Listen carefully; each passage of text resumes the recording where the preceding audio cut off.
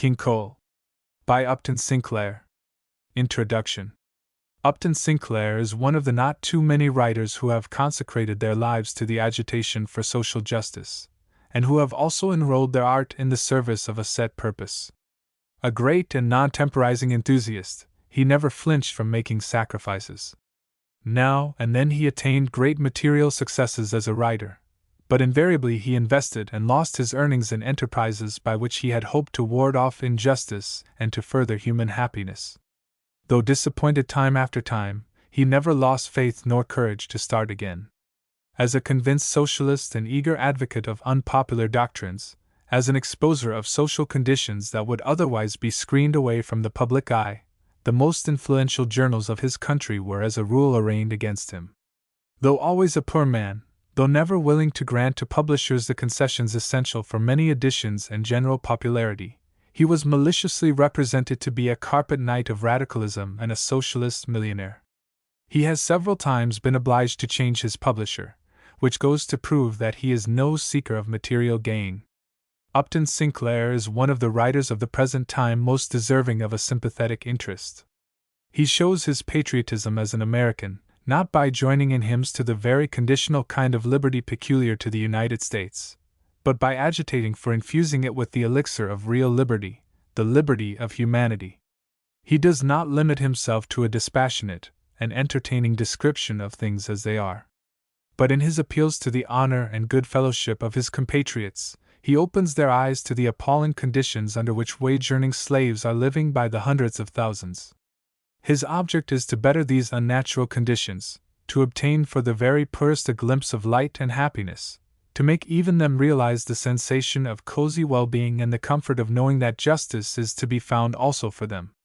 This time Upton Sinclair has absorbed himself in the study of the miner's life in the lonesome pits of the Rocky Mountains, and his sensitive and enthusiastic mind has brought to the world an American parallel to Germinal, Émile Zola's technical masterpiece.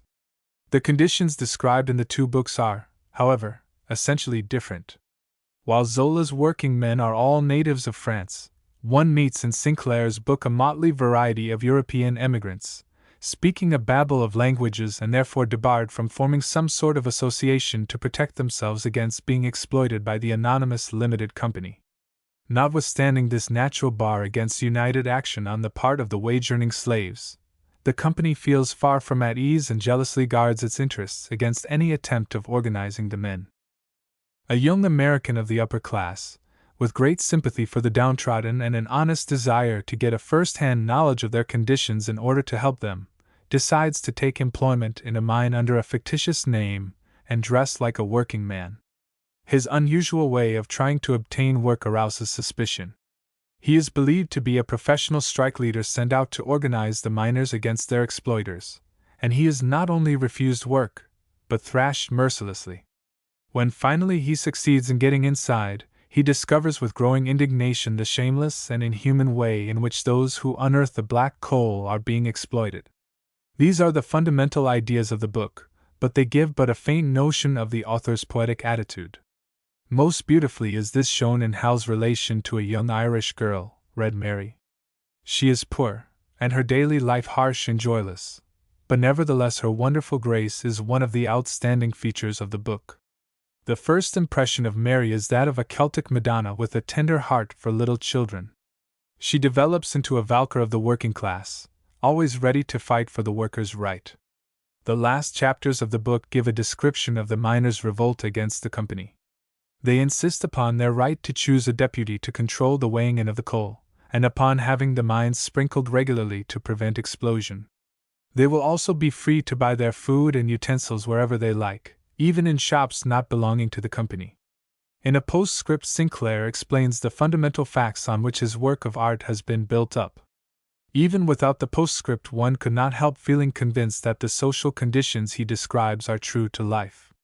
The main point is that Sinclair has not allowed himself to become inspired by hackneyed phrases that bondage and injustice and the other evils and crimes of kingdoms have been banished from republics, but that he is earnestly pointing to the honeycombed ground on which the greatest modern money power has been built. The fundament of this power is not granite, but minds. It lives and breathes in the light, because it has thousands of unfortunates toiling in the darkness. It lives and has its being in proud liberty because thousands are slaving for it, whose thraldom is the price of this liberty. This is the impression given to the reader of this exciting novel. George Brandes. Book 1, The Domain of King Cole. Section 1. The town of Pedro stood on the edge of the mountain country, a straggling assemblage of stores and saloons from which a number of branch railroads ran up into the canyons, feeding the coal camps. Through the week it slept peacefully, but on Saturday nights, when the miners came trooping down, and the ranchmen came in on horseback and in automobiles, it wakened to a seething life. At the railroad station, one day late in June, a young man alighted from a train. He was about 21 years of age, with sensitive features, and brown hair having a tendency to waviness. He wore a frayed and faded suit of clothes, purchased in a quarter of his home city where the Hebrew merchants stand on the sidewalks to offer their wares, also a soiled blue shirt without a tie, and a pair of heavy boots which had seen much service. Strapped on his back was a change of clothing and a blanket, and in his pockets a comb, a toothbrush, and a small pocket mirror. Sitting in the smoking car of the train, the young man had listened to the talk of the coal camps, seeking to correct his accent. When he got off the train, he proceeded down the track and washed his hands with cinders, and lightly powdered some over his face. After studying the effect of this in his mirror, he strolled down the main street of Pedro, and selecting a little tobacco shop, went in. In as surly a voice as he could muster, he inquired of the proprietress, "Can you tell me how to get to the Pine Creek mine?"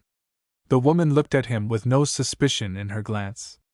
She gave the desired information, and he took a trolley and got off at the foot of the Pine Creek Canyon, up which he had a 13-mile trudge. It was a sunshiny day, with the sky crystal clear, and the mountain air invigorating. The young man seemed to be happy, and as he strode on his way, he sang a song with many verses. And so on, as long as the moon was a-shinin' on a college campus. It was a mixture of happy nonsense, and that questioning with which modern youth has begun to trouble its elders. As a marching tune, the song was a trifle swift for the grades of a mountain canyon. Warner could stop and shout to the canyon walls, and listen to their answer, and then march on again.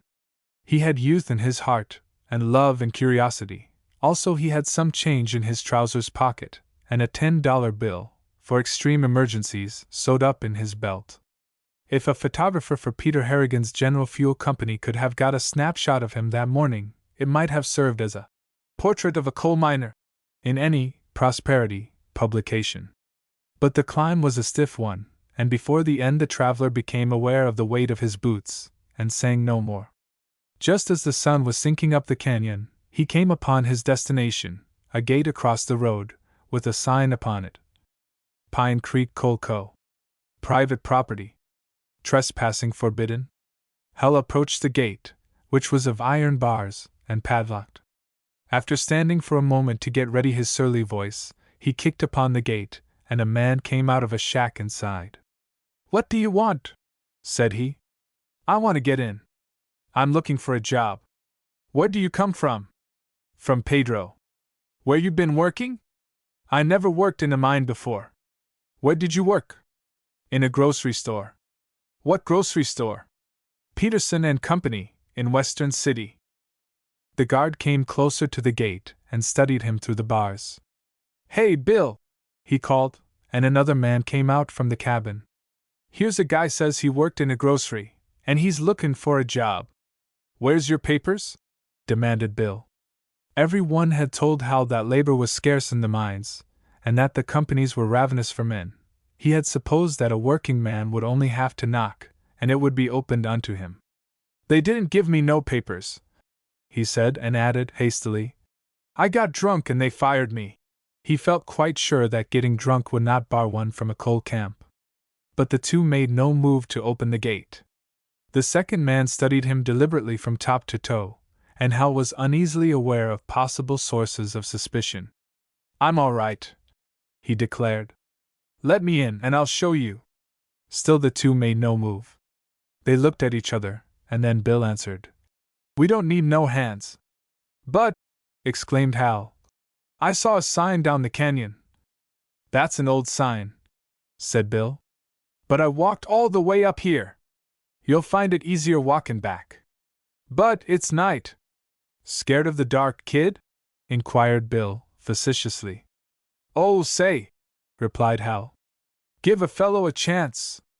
Ain't there some way I can pay for my keep, or at least for a bunk tonight? There's nothing for you, said Bill, and turned and went into the cabin. The other man waited and watched, with a decidedly hostile look.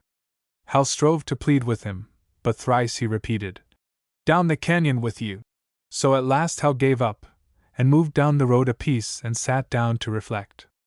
It really seemed an absurdly illogical proceeding to post a notice. Hands wanted, in conspicuous places on the roadside, causing a man to climb 13 miles up a mountain canyon, only to be turned off without explanation. Hal was convinced that there must be jobs inside the stockade, and that if only he could get at the bosses he could persuade them. He got up and walked down the road a quarter of a mile, to where the railroad track crossed it, winding up the canyon. A train of empties was passing, bound into the camp, the cars rattling and bumping as the engine toiled up the grade. This suggested a solution of the difficulty. It was already growing dark. Crouching slightly, Hal approached the cars, and when he was in the shadows, made a leap and swung onto one of them. It took but a second to clamber in, and he lay flat and waited, his heart thumping. Before a minute had passed he heard a shout, and looking over, he saw the Cerberus of the gate running down a path to the track, his companion, Bill, just behind him. Hey! Come out of there! They yelled, and Bill leaped, and caught the car in which Hal was riding. The latter saw that the game was up, and sprang to the ground on the other side of the track and started out of the camp. Bill followed him, and as the train passed, the other man ran down the track to join him. Hal was walking rapidly, without a word, but the Cerberus of the gate had many words, most of them unprintable, and he seized Hal by the collar, and shoving him violently, planted a kick upon that portion of his anatomy which nature has constructed for the reception of kicks. Hal recovered his balance, and, as the man was still pursuing him, he turned and aimed a blow, striking him on the chest and making him reel. Hal's big brother had seen to it that he knew how to use his fists. He now squared off, prepared to receive the second of his assailants. But in coal camps matters are not settled in that primitive way, it appeared. The man halted, and the muzzle of a revolver came suddenly under Hal's nose. Stick 'em up, said the man. This was a slang which Hal had never heard, but the meaning was inescapable. He stuck him up. At the same moment his first assailant rushed at him, and dealt him a blow over the eye which sent him sprawling backward upon the stones. Section 2. When Hal came to himself again he was in darkness, and was conscious of agony from head to toe. He was lying on a stone floor, and he rolled over, but soon rolled back again, because there was no part of his back which was not sore. Later on, when he was able to steady himself, he counted over a score of marks of the heavy boots of his assailants. He lay for an hour or two, making up his mind that he was in a lock-up, because he could see the starlight through iron bars. He could hear somebody snoring, and he called half a dozen times, in a louder and louder voice, until at last, hearing a growl, he inquired, "Can you give me a drink of water?" "I'll give you hell if you wake me up again," said the voice, after which Hal lay in silence until morning. A couple of hours after daylight, a man entered his cell. "Get up," said he, and added a prod with his foot. Hal had thought he could not do it, but he got up. "No funny business now," said his jailer, and grasping him by the sleeve of his coat, marched him out of the cell and down a little corridor into a sort of office, where sat a red-faced personage with a silver shield upon the lapel of his coat. Hal's two assailants of the night before stood nearby. "Well, kid?" said the personage in the chair. "Had a little time to think it over?" "Yes," said Hal, briefly. "What's the charge?" inquired the personage of the two watchmen. "Trespassing and resisting arrest." "How much money you got, young fellow?" was the next question. Hal hesitated. "Speak up there," said the man. $2.67, said Hal. "As well as I can remember." "Go on," said the other. What you givin' us? And then, to the two watchmen, search him. Take off your coat and pants, said Bill, promptly. And your boots. Oh, I say, protested Hal. Take 'em off, said the man, and clenched his fists. Hal took 'em off, and they proceeded to go through the pockets, producing a purse with the amount stated, also a cheap watch, a strong pocket knife, the toothbrush, comb and mirror, and 2 white handkerchiefs, which they looked at contemptuously and tossed to the spittle-drenched floor. They unrolled the pack, and threw the clean clothing about. Then, opening the pocket knife, they proceeded to pry about the soles and heels of the boots, and to cut open the lining of the clothing. So they found the $10 in the belt, which they tossed onto the table with the other belongings. Then the personage with the shield announced, I fine you $12.67, and your watch and knife, he added with a grin. You can keep your snot rags. Now see here, said Hal angrily. This is pretty raw. You get your duds on, young fellow, and get out of here as quick as you can, or you'll go in your shirt tail. But Hal was angry enough to have been willing to go in his skin. You tell me who you are, and your authority for this procedure? I'm marshal of the camp, said the man. You mean you're an employee of the General Fuel Company? And you propose to rob me? Put him out, Bill, said the marshal. And Hal saw Bill's fists clench. All right, he said, swallowing his indignation. Wait till I get my clothes on. And he proceeded to dress as quickly as possible. He rolled up his blanket and spare clothing, and started for the door. Remember, said the marshal, straight down the canyon with you, and if you show your face round here again, you'll get a bullet through you. So Hal went out into the sunshine, with a guard on each side of him as an escort. He was on the same mountain road, but in the midst of the company village. In the distance he saw the great building of the breaker, and heard the incessant roar of machinery and falling coal. He marched past a double lane of company houses and shanties, where slattern women in doorways and dirty children digging in the dust of the roadside paused and grinned at him, for he limped as he walked, and it was evident enough what had happened to him. Hal had come with love and curiosity. The love was greatly diminished. Evidently this was not the force which kept the wheels of industry a-roll. But the curiosity was greater than ever. What was there so carefully hidden inside this coal camp stockade? Hal turned and looked at Bill, who had showed signs of humor the day before. See here, said he. You fellows have got my money, and you've blacked my eye and kicked me blue, so you ought to be satisfied. Before I go, tell me about it, won't you? Tell you what? Growled Bill. Why did I get this? Because you're too gay, kid. Didn't you know you had no business trying to sneak in here? Yes, said Hal. But that's not what I mean. Why didn't you let me in at first? If you wanted a job in a mine, demanded the man, why didn't you go at it in the regular way? I didn't know the regular way. That's just it. And we wasn't taking chances with you. You didn't look straight. But what did you think I was? What are you afraid of? Go on, said the man. You can't work me. Hal walked a few steps in silence, pondering how to break through. I see you're suspicious of me, he said. I'll tell you the truth if you'll let me.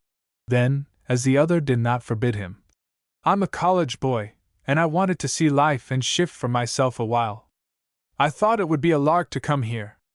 Well, said Bill, this ain't no football field. It's a coal mine. Hal saw that his story had been accepted. Tell me straight, he said. What did you think I was? Well, I don't mind telling, growled Bill.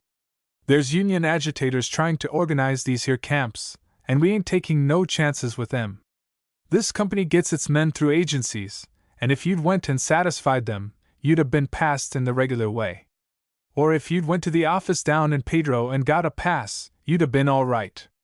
But when a guy turns up at the gate, and looks like a dude and talks like a college professor, he don't get by, see? I see, said Hal. And then, if you'll give me the price of a breakfast out of my money, I'll be obliged. Breakfast is over, said Bill. You sit round till the pinions gets ripe. He laughed, but then, mellowed by his own joke, he took a quarter from his pocket and passed it to Hal. He opened the padlock on the gate and saw him out with a grin, and so ended Hal's first turn on the wheels of industry. Section 3. Hal Warner started to drag himself down the road, but was unable to make it.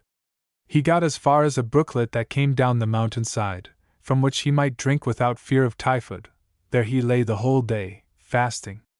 Towards evening a thunderstorm came up, and he crawled under the shelter of a rock, which was no shelter at all. His single blanket was soon soaked through, and he passed a night almost as miserable as the previous one. He could not sleep, but he could think, and he thought about what had happened to him. Bill had said that a coal mine was not a football field, but it seemed to Hal that the net impress of the two was very much the same. He congratulated himself that his profession was not that of a union organizer. At dawn he dragged himself up, and continued his journey, weak from cold and unaccustomed lack of food. In the course of the day he reached a power station near the foot of the canyon.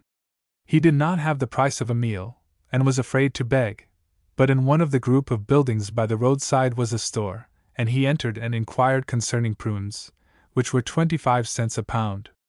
The price was high, but so was the altitude, and as Hal found in the course of time, they explained the one by the other, not explaining, however, why the altitude of the price was always greater than the altitude of the store.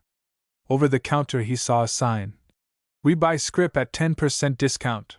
He had heard rumors of a state law forbidding payment of wages in scrip, but he asked no questions, and carried off his very light pound of prunes, and sat down by the roadside and munched them. Just beyond the powerhouse, down on the railroad track, stood a little cabin with a garden behind it. He made his way there, and found a one-legged old watchman. He asked permission to spend the night on the floor of the cabin, and seeing the old fellow look at his black eye, he explained, "I tried to get a job at the mine, and they thought I was a union organizer." "Well," said the man, "I don't want no union organizers round here." "But I'm not one," pleaded Hal. "How do I know what you are? Maybe you're a company spy." "All I want is a dry place to sleep," said Hal. "Surely it won't be any harm for you to give me that." "I'm not so sure," the other answered. "However, you can spread your blanket in the corner. But don't you talk no union business to me." Hal had no desire to talk. He rolled himself in his blanket and slept like a man untroubled by either love or curiosity. In the morning the old fellow gave him a slice of corn bread and some young onions out of his garden, which had a more delicious taste than any breakfast that had ever been served him. When Hal thanked his host in parting, the latter remarked, "All right, young fellow, there's one thing you can do to pay me, and that is, say nothing about it. When a man has gray hair on his head and only one leg, he might as well be drowned in the creek as lose his job." Hal promised, and went his way. His bruises pained him less, and he was able to walk. There were ranch houses in sight. It was like coming back suddenly to America. Section 4. Hal had now before him a week's adventures as a hobo, a genuine hobo, with no $10 bill inside his belt to take the reality out of his experiences. He took stock of his worldly goods and wondered if he still looked like a dude. He recalled that he had a smile which had fascinated the ladies. Would it work in combination with a black eye? Having no other means of support, he tried it on susceptible-looking housewives, and found it so successful that he was tempted to doubt the wisdom of honest labor. He sang the Harrigan song no more, but instead the words of a hobo song he had once heard. "Oh, what's the use of workin' when there's women in the land?" The second day he made the acquaintance of two other gentlemen of the road, who sat by the railroad track toasting some bacon over a fire. They welcomed him, and after they had heard his story, adopted him into the fraternity, and instructed him in its ways of life. Pretty soon he made the acquaintance of one who had been a miner, and was able to give him the information he needed before climbing another canyon. Dutch Mike was the name this person bore, for reasons he did not explain. He was a black-eyed and dangerous-looking rascal, and when the subject of mines and mining was broached, he opened up the floodgates of an amazing reservoir of profanity. He was through with that game. Hal or any other goddamned fool might have his job for the asking. It was only because there were so many natural-born goddamned fools in the world that the game could be kept going.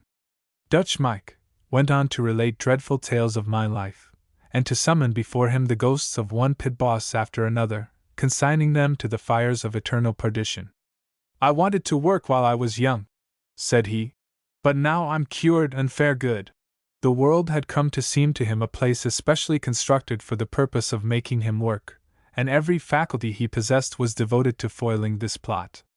Sitting by a campfire near the stream which ran down the valley, Hal had a merry time pointing out to Dutch Mike how he worked harder at dodging work than other men worked at working.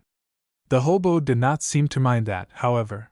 It was a matter of principle with him, and he was willing to make sacrifices for his convictions. Even when they had sent him to the workhouse, he had refused to work. He had been shut in a dungeon, and had nearly died on a diet of bread and water, rather than work. If everybody would do the same, he said, they would soon bust things. Hal took a fancy to this spontaneous revolutionist, and traveled with him for a couple of days, in the course of which he pumped him as to details of the life of a miner. Most of the companies used regular employment agencies, as the guard had mentioned, but the trouble was, these agencies got something from your pay for a long time. The bosses were in cahoots with them. When Hal wondered if this were not against the law.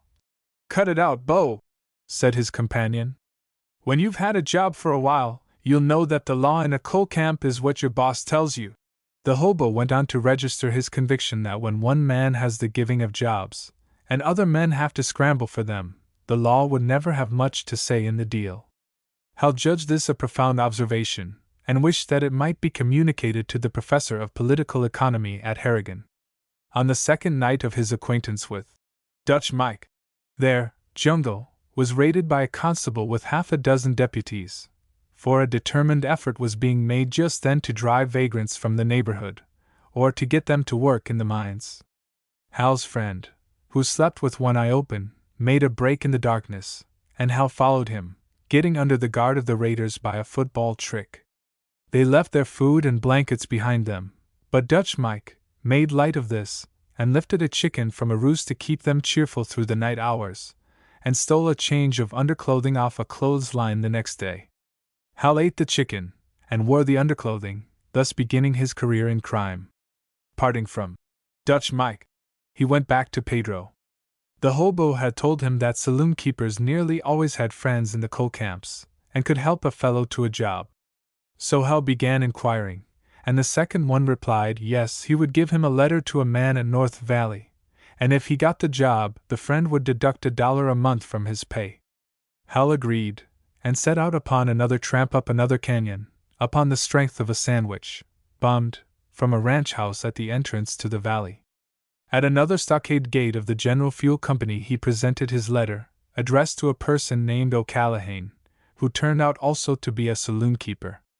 The guard did not even open the letter, but passed Hal in at sight of it, and he sought out his man and applied for work. The man said he would help him, but would have to deduct $1 a month for himself, as well as $1 for his friend in Pedro. Hal kicked at this, and they bartered back and forth. Finally, when Hal turned away and threatened to appeal directly to the super, the saloon keeper compromised on $1.50. "You know mine work?" he asked. "Brought up at it," said Hal, made wise, now, in the ways of the world. "Where did you work?" Hal named several mines, concerning which he had learned something from the hobos. He was going by the name of Joe Smith, which he judged likely to be found on the payroll of any mine. He had more than a week's growth of beard to disguise him, and had picked up some profanity as well. The saloon keeper took him to interview Mr. Alex Stone, pit boss in No. 2 mine, who inquired promptly, "You know anything about mules?" "I worked in a stable," said Hal. "I know about horses." "Well, mules is different," said the man. "One of my stablemen got the colic the other day, and I don't know if he'll ever be any good again." "Give me a chance," said Hal. "I'll manage them." The boss looked him over. "You look like a bright chap," said he. "I'll pay you $45 a month, and if you make good I'll make it $50. "All right, sir." "When do I start in?" You can't start too quick to suit me. Where's your duds? This is all I've got, said Hal, pointing to the bundle of stolen underwear in his hand. Well, chuck it there in the corner, said the man. Then suddenly he stopped and looked at Hal, frowning. You belong to any union? Lord, no! Did you ever belong to any union? No, sir. Never. The man's gaze seemed to imply that Hal was lying, and that his secret soul was about to be read. You have to swear to that, you know, before you can work here. All right, said Hal. I'm willing. I'll see you about it tomorrow, said the other. I ain't got the paper with me. By the way, what's your religion? Seventh-day Adventist. Holy Christ! What's that? It don't hurt, said Hal. I ain't supposed to work on Saturdays, but I do. Well, don't you go preachin' it round here. We got our own preacher. You chip in 50 cents a month for him out of your wages. Come ahead now, and I'll take you down. And so it was that Hal got his start in life. Section 5. The mule is notoriously a profane and godless creature, a blind alley of nature, so to speak, a mistake of which she is ashamed, and which she does not permit to reproduce itself. The 30 mules under Hal's charge had been brought up in an environment calculated to foster the worst tendencies of their natures. He soon made the discovery that the colic of his predecessor had been caused by a mule's hind foot in the stomach, and he realized that he must not let his mind wander for an instant, if he were to avoid this dangerous disease. These mules lived their lives in the darkness of the earth's interior. Only when they fell sick were they taken up to see the sunlight and to roll about in green pastures. There was one of them called Dago Charlie, who had learned to chew tobacco and to rummage in the pockets of the miners and their buddies. Not knowing how to spit out the juice, he would make himself ill, and then he would swear off from indulgence. But the drivers and the pit boys knew his failing, and would tempt Dago Charlie until he fell from grace. Hal soon discovered this moral tragedy, and carried the pain of it in his soul as he went about his all-day drudgery. He went down the shaft with the first cage, which was very early in the morning. He fed and watered his charges, and helped to harness them.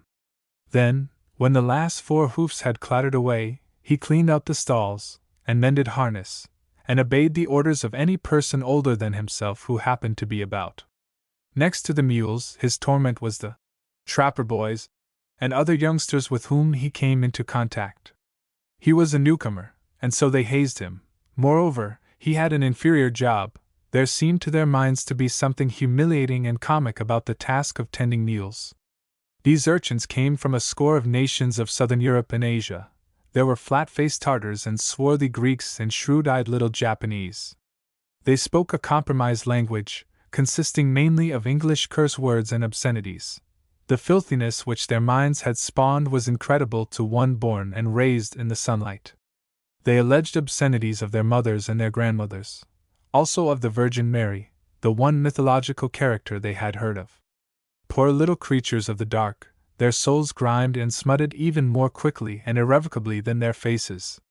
Hal had been advised by his boss to inquire for board at Remenitsky's.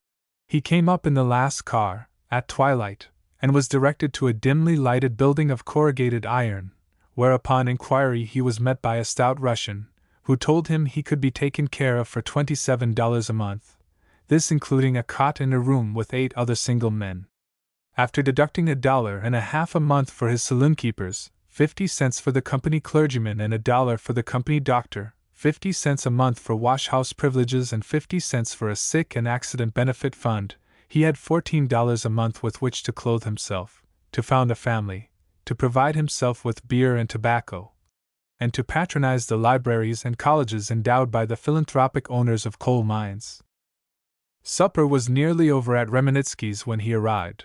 The floor looked like the scene of a cannibal picnic, and what food was left was cold. It was always to be this way with him, he found, and he had to make the best of it. The dining room of this boarding house, owned and managed by the G.F.C., brought to his mind the state prison, which he had once visited, with its rows of men sitting in silence, eating starch and grease out of tin plates. The plates here were of crockery half an inch thick, but the starch and grease never failed. The formula of Remenitsky's cook seemed to be, when in doubt add grease, and boil it in. Even ravenous as Hal was after his long tramp and his labor below ground, he could hardly swallow this food. On Sundays, the only time he ate by daylight, the flies swarmed over everything, and he remembered having heard a physician say that an enlightened man should be more afraid of a fly than of a Bengal tiger. The boarding house provided him with a cot and a supply of vermin, but with no blanket, which was a necessity in the mountain regions. So after supper he had to seek out his boss, and arrange to get credit at the company store. They were willing to give a certain amount of credit, he found, as this would enable the camp marshal to keep him from straying. There was no law to hold a man for debt, but Hal knew by this time how much a camp marshal cared for law. Section 6. For 3 days Hal toiled in the bowels of the mine, and ate and pursued vermin at Remenitsky's. Then came a blessed Sunday, and he had a couple of free hours to see the sunlight and to get a look at the North Valley camp. It was a village straggling along more than a mile of the mountain canyon. In the center were the great breaker buildings, the shaft house, and the power house with its tall chimneys. Nearby were the company store and a couple of saloons. There were several boarding houses like Remenitsky's, and long rows of board cabins containing from 2 to 4 rooms each, some of them occupied by several families. A little way up a slope stood a schoolhouse, and another small one-room building which served as a church, the clergyman belonging to the General Fuel Company denomination. He was given the use of the building, by way of start over the saloons, which had to pay a heavy rental to the company. It seemed a proof of the innate perversity of human nature that even in spite of this advantage, heaven was losing out in the struggle against hell in the coal camp. As one walked through this village, the first impression was of desolation. The mountains towered, barren and lonely, scarred with the wounds of geologic ages. In these canyons the sun set early in the afternoon, the snow came early in the fall. Everywhere nature's hand seemed against man, and man had succumbed to her power. Inside the camps one felt a still more cruel desolation, that of sordidness and animalism. There were a few pitiful attempts at vegetable gardens, but the cinders and smoke killed everything, and the prevailing color was of grime. The landscape was strewn with ash heaps, old wire and tomato cans, and smudged and smutty children playing. There was a part of the camp called Shantytown, where, amid miniature mountains of slag, some of the lowest of the newly arrived foreigners had been permitted to build themselves shacks out of old boards, tin, and sheets of tar paper. These homes were beneath the dignity of chicken houses, yet in some of them a dozen people were crowded, men and women sleeping on old rags and blankets on a cinder floor. Here the babies swarmed like maggots. They wore for the most part a single ragged smock, and their bare buttocks were shamelessly upturned to the heavens. It was so the children of the cavemen must have played, thought Hal, and waves of repulsion swept over him. He had come with love and curiosity, but both motives failed here. How could a man of sensitive nerves, aware of the refinements and graces of life, learn to love these people, who were an affront to his every sense, a stench to his nostrils, a jabbering to his ear, a procession of deformities to his eye? What had civilization done for them? What could it do? After all, what were they fit for, but the dirty work they were penned up to do? So spoke the haughty race consciousness of the Anglo-Saxon, contemplating these Mediterranean hordes, the very shape of whose heads was objectionable. But Hal stuck it out, and little by little new vision came to him. First of all, it was the fascination of the mines. They were old mines, veritable cities tunneled out beneath the mountains, the main passages running for miles. One day Hal stole off from his job, and took a trip with a rope rider, and got through his physical senses a realization of the vastness and strangeness and loneliness of this labyrinth of night. In number 2 mine the vein ran up at a slope of perhaps 5 degrees. In part of it the empty cars were hauled in long trains by an endless rope, but coming back loaded, they came of their own gravity. This involved much work for the spraggiers, or boys who did the braking.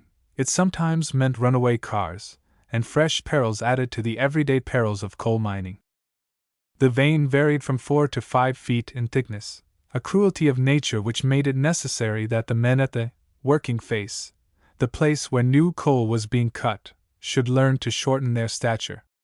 After Hal had squatted for a while and watched them at their tasks, he understood why they walked with head and shoulders bent over and arms hanging down, so that, seeing them coming out of the shaft in the gloaming, one thought of a file of baboons.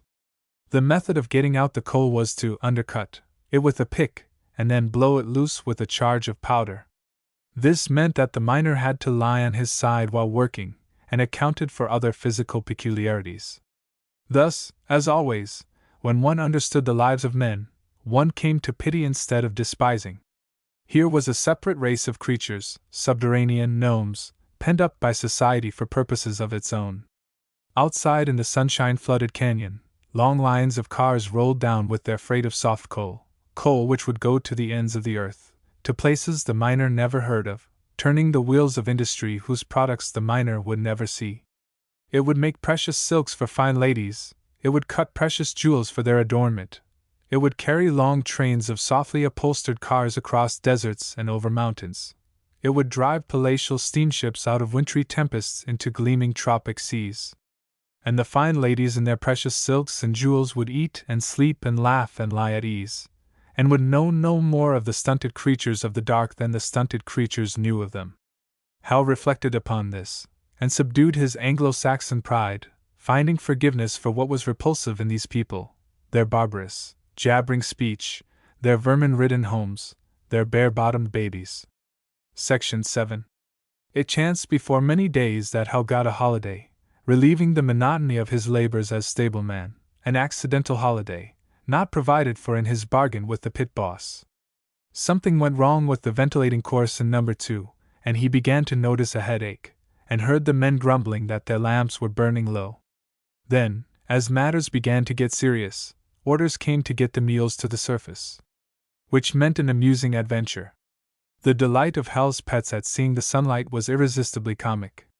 They could not be kept from lying down and rolling on their backs in the cinder-strewn street, and when they were corralled in a distant part of the camp where actual grass grew, they abandoned themselves to rapture like a horde of school children at a picnic. So Hal had a few free hours, and being still young and not cured of idle curiosities, he climbed the canyon wall to see the mountains. As he was sliding down again, toward evening, a vivid spot of color was painted into his picture of mine life. He found himself in somebody's backyard, and being observed by somebody's daughter, who was taking in the family wash. It was a splendid figure of a lass, tall and vigorous, with the sort of hair that in polite circles is called auburn, and that flaming color in the cheeks which is nature's recompense to people who live where it rains all the time. She was the first beautiful sight Hal had seen since he had come up the canyon, and it was only natural that he should be interested. It seemed to him that, so long as the girl stared, he had a right to stare back. It did not occur to him that he too was a pleasing sight, that the mountain air had given color to his cheeks and a shine to his gay brown eyes, while the mountain winds had blown his wavy brown hair. "Hello?" said she, at last, in a warm voice, unmistakably Irish. "Hello yourself," said Hal, in the accepted dialect. Then he added, with more elegance, "Pardon me for trespassing on your wash." Her gray eyes opened wider. "Go on," she said. "I'd rather stay," said Hal. "It's a beautiful sunset. I'll move, so ye can see it better." She carried her armful of clothes over and dropped them into the basket. "No," said Hal. "It's not so fine now. The colors have faded." She turned and gazed at him again. "Go on wid ye. I'd been teased about my hair since before I could talk." "'Tis envy," said Hal, dropping into her way of speech, and he came a few steps nearer, so that he could inspect the hair more closely. It lay above her brow in undulations which were agreeable to the decorative instinct, and a tight, heavy braid of it fell over her shoulders and swung to her waistline. He observed the shoulders, which were sturdy, obviously accustomed to hard labor, not conforming to accepted romantic standards of femininity, yet having an athletic grace of their own. They were covered with a faded blue calico dress, unfortunately not entirely clean. Also, the young man noticed, there was a rent in one shoulder through which a patch of skin was visible. The girl's eyes, which had been following his, became defiant. She tossed a piece of her washing over the shoulder, where it stayed through the balance of the interview. "Who are ye?" she demanded, suddenly. "My name's Joe Smith. I'm a stableman in number 2. And what were ye doin' up there, if a body might ask?" She lifted her gray eyes to the bare mountainside, down which he had come sliding in a shower of loose stones and dirt. "I've been surveying my empire," said he. "Your what?" "My empire. The land belongs to the company, but the landscape belongs to him who cares for it." She tossed her head a little. "Where did ye learn to talk like ye do?" "In another life," said he. "Before I became a stableman. Not in entire forgetfulness, but trailing clouds of glory did I come." For a moment she wrestled with this. Then a smile broke upon her face. "Sure, 'tis like a poetry book. Say some more." "Oh, singe fort, so soos you and define," quoted Hal, and saw her look puzzled. "Aren't you American?" she inquired, and he laughed. To speak a foreign language in North Valley was not a mark of culture. "I've been listening to the crowd at Remenitsky's," he said apologetically. "Oh, you eat there?" "I go there 3 times a day. I can't say I eat very much." "Could you live on greasy beans?" "Sure," laughed the girl. "The good old Perdides is good enough for me." "I should have said you lived on rose leaves," he observed. "Go on wid ye. 'Tis the Blarney Stone ye been kissin'. 'Tis no stone I'd be wastin' my kisses on. You're gettin' bold, Mr. Smith. I'll not listen to ye."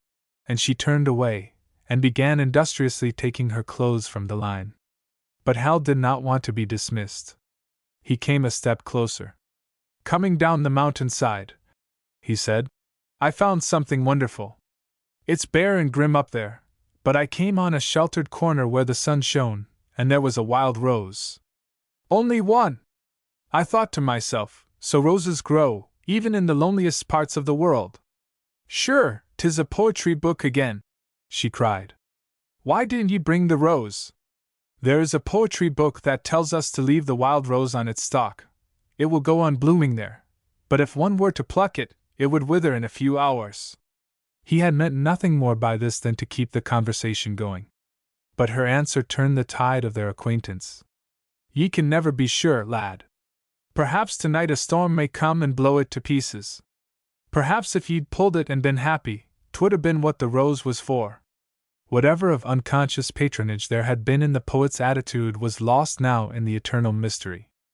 Whether the girl knew it, or cared, she had won the woman's first victory. She had caught the man's mind and pinned it with curiosity. What did this wild rose of the mining camps mean? The wild rose, apparently unconscious that she had said anything epoch-making, was busy with the wash, and meantime Hal Warner studied her features and pondered her words. From a lady of sophistication they would have meant only one thing, an invitation.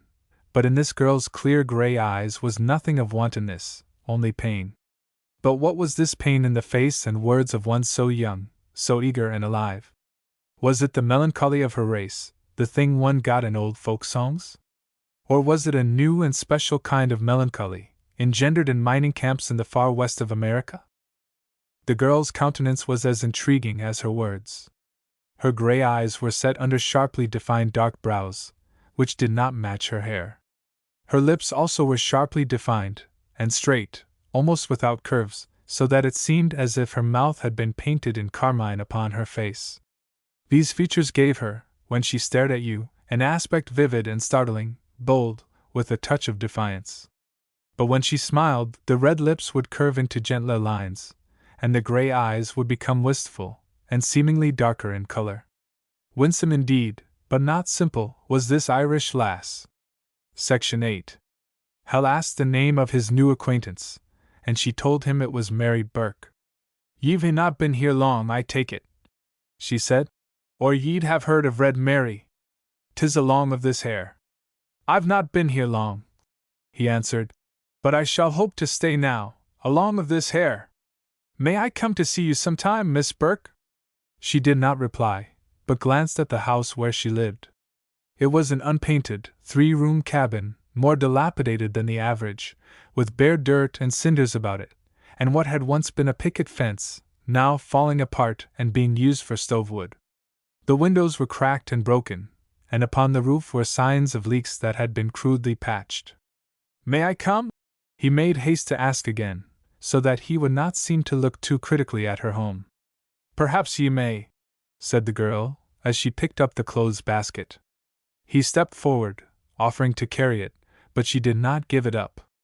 Holding it tight, and looking him defiantly in the face, she said, "You may come, but you'll not find it a happy place to visit, Mr. Smith. You'll hear soon enough from the neighbors."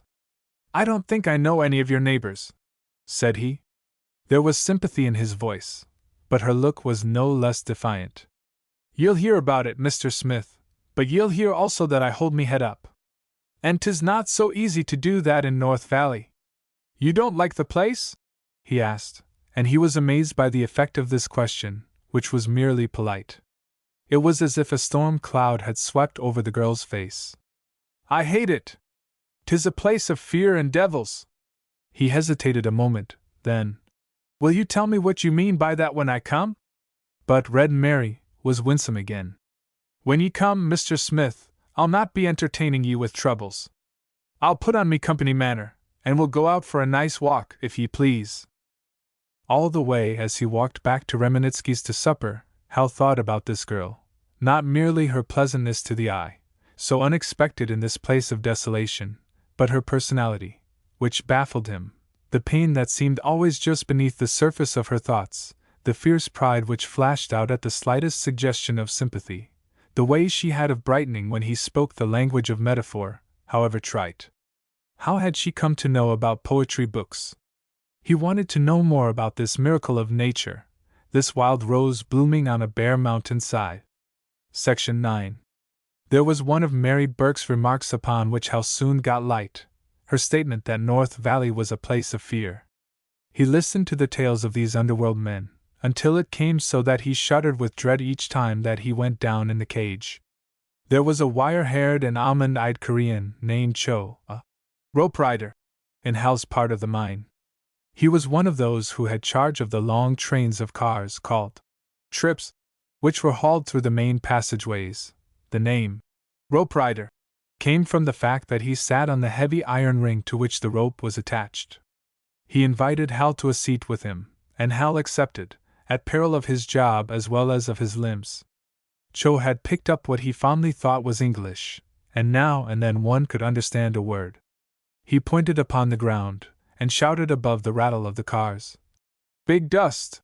Hal saw that the ground was covered with 6 inches of coal dust, while on the old disused walls one could write his name in it. "Much blow up," said the rope rider, and when the last empty cars had been shunted off into the working rooms, and he was waiting to make up a return trip, he labored with gestures to explain what he meant. "Load cars. Bang! Bust like hell." Hal knew that the mountain air in this region was famous for its dryness. He learned now that the quality which meant life to invalids from every part of the world meant death to those who toiled to keep the invalids warm. Driven through the mines by great fans, this air took out every particle of moisture, and left coal dust so thick and dry that there were fatal explosions from the mere friction of loading shovels. So it happened that these mines were killing several times as many men as other mines throughout the country. Was there no remedy for this, Hal asked, talking with one of his mule drivers, Tim Rafferty, the evening after his ride with Cho. There was a remedy, said Tim. The law required sprinkling the mines with adobe dust. And once in Tim's life, he remembered this law as being obeyed. There had come some big fellows, inspecting things, and previous to their visit there had been an elaborate campaign of sprinkling. But that had been several years ago, and now the apparatus was stored away, nobody knew where, and one heard nothing about sprinkling. It was the same with precautions against gas.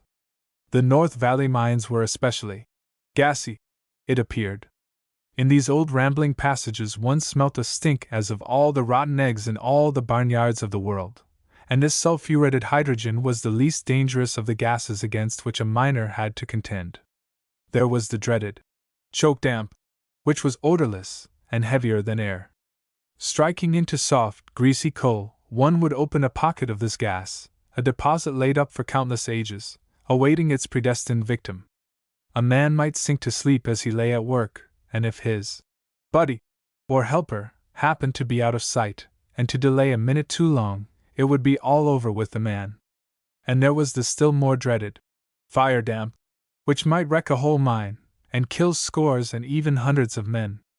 Against these dangers there was a fire boss, whose duty was to go through the mine, testing for gas, and making sure that the ventilating course was in order, and the fans working properly. The fire boss was supposed to make his rounds in the early morning, and the law specified that no one should go to work till he had certified that all was safe. But what if the fire boss overslept himself, or happened to be drunk? It was too much to expect thousands of dollars to be lost for such a reason. So sometimes one saw men ordered to their work, and sent down grumbling and cursing. Before many hours some of them would be prostrated with headache, and begging to be taken out, and perhaps the superintendent would not let them out, because if a few came, the rest would get scared and want to come also. Once, only last year, there had been an accident of that sort. A young mule driver, a Croatian, told Hal about it while they sat munching the contents of their dinner pails. The first cage load of men had gone down into the mine, sullenly protesting, and soon afterwards someone had taken down a naked light, and there had been an explosion which had sounded like the blowing up of the inside of the world. 8 men had been killed, the force of the explosion being so great that some of the bodies had been wedged between the shaft wall and the cage, and it had been necessary to cut them to pieces to get them out. It was them Japs that were to blame, vowed Hal's informant. They hadn't ought to turn them loose in coal mines, for the devil himself couldn't keep a Jap from sneaking off to get a smoke. So Hal understood how North Valley was a place of fear. What tales the old chambers of these mines could have told, if they had had voices. Hal watched the throngs pouring into their labors, and reflected that according to the statisticians of the government 8 or 9 of every 1,000 of them were destined to die violent deaths before a year was out, and some 30 more would be badly injured. And they knew this, they knew it better than all the statisticians of the government, yet they went to their tasks. Reflecting upon this, Hal was full of wonder.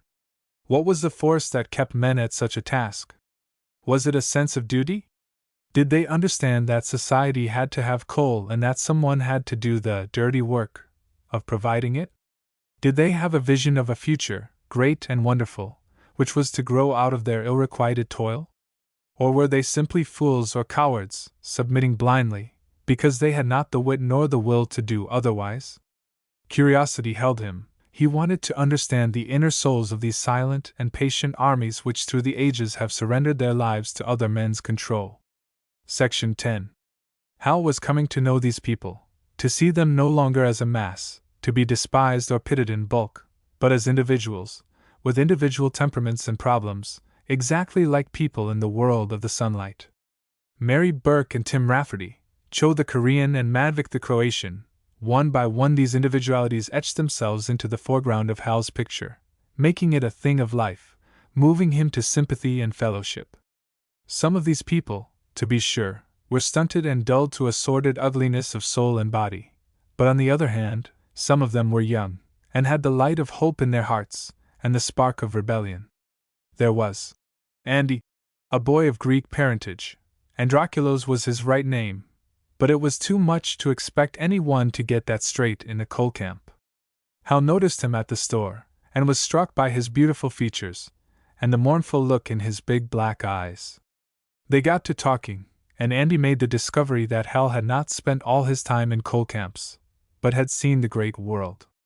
It was pitiful, the excitement that came into his voice. He was yearning for life, with its joys and adventures, and it was his destiny to sit 10 hours a day by the side of a chute, with the rattle of coal in his ears and the dust of coal in his nostrils, picking out slate with his fingers.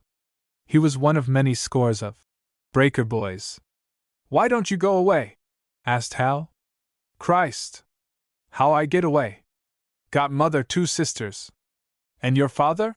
So Hal made the discovery that Andy's father had been one of those men whose bodies had had to be cut to pieces to get them out of the shaft. Now the son was chained to the father's place, until his time too should come. "Don't want to be miner," cried the boy. Don't want to get killed. He began to ask, timidly, what Hal thought he could do if he were to run away from his family and try his luck in the world outside. Hal, striving to remember where he had seen olive-skinned Greeks with big black eyes in this beautiful land of the free, could hold out no better prospect than a shoe-shining parlor, or the wiping out of wash-bowls in a hotel lavatory, handing over the tips to a fat padrone.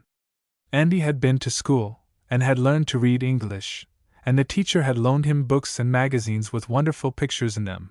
Now he wanted more than pictures, he wanted the things which they portrayed. So Hal came face to face with one of the difficulties of mine operators. They gathered a population of humble serfs, selected from 20 or 30 races of hereditary bondsmen. But owing to the absurd American custom of having public schools, the children of this population learned to speak English, and even to read it.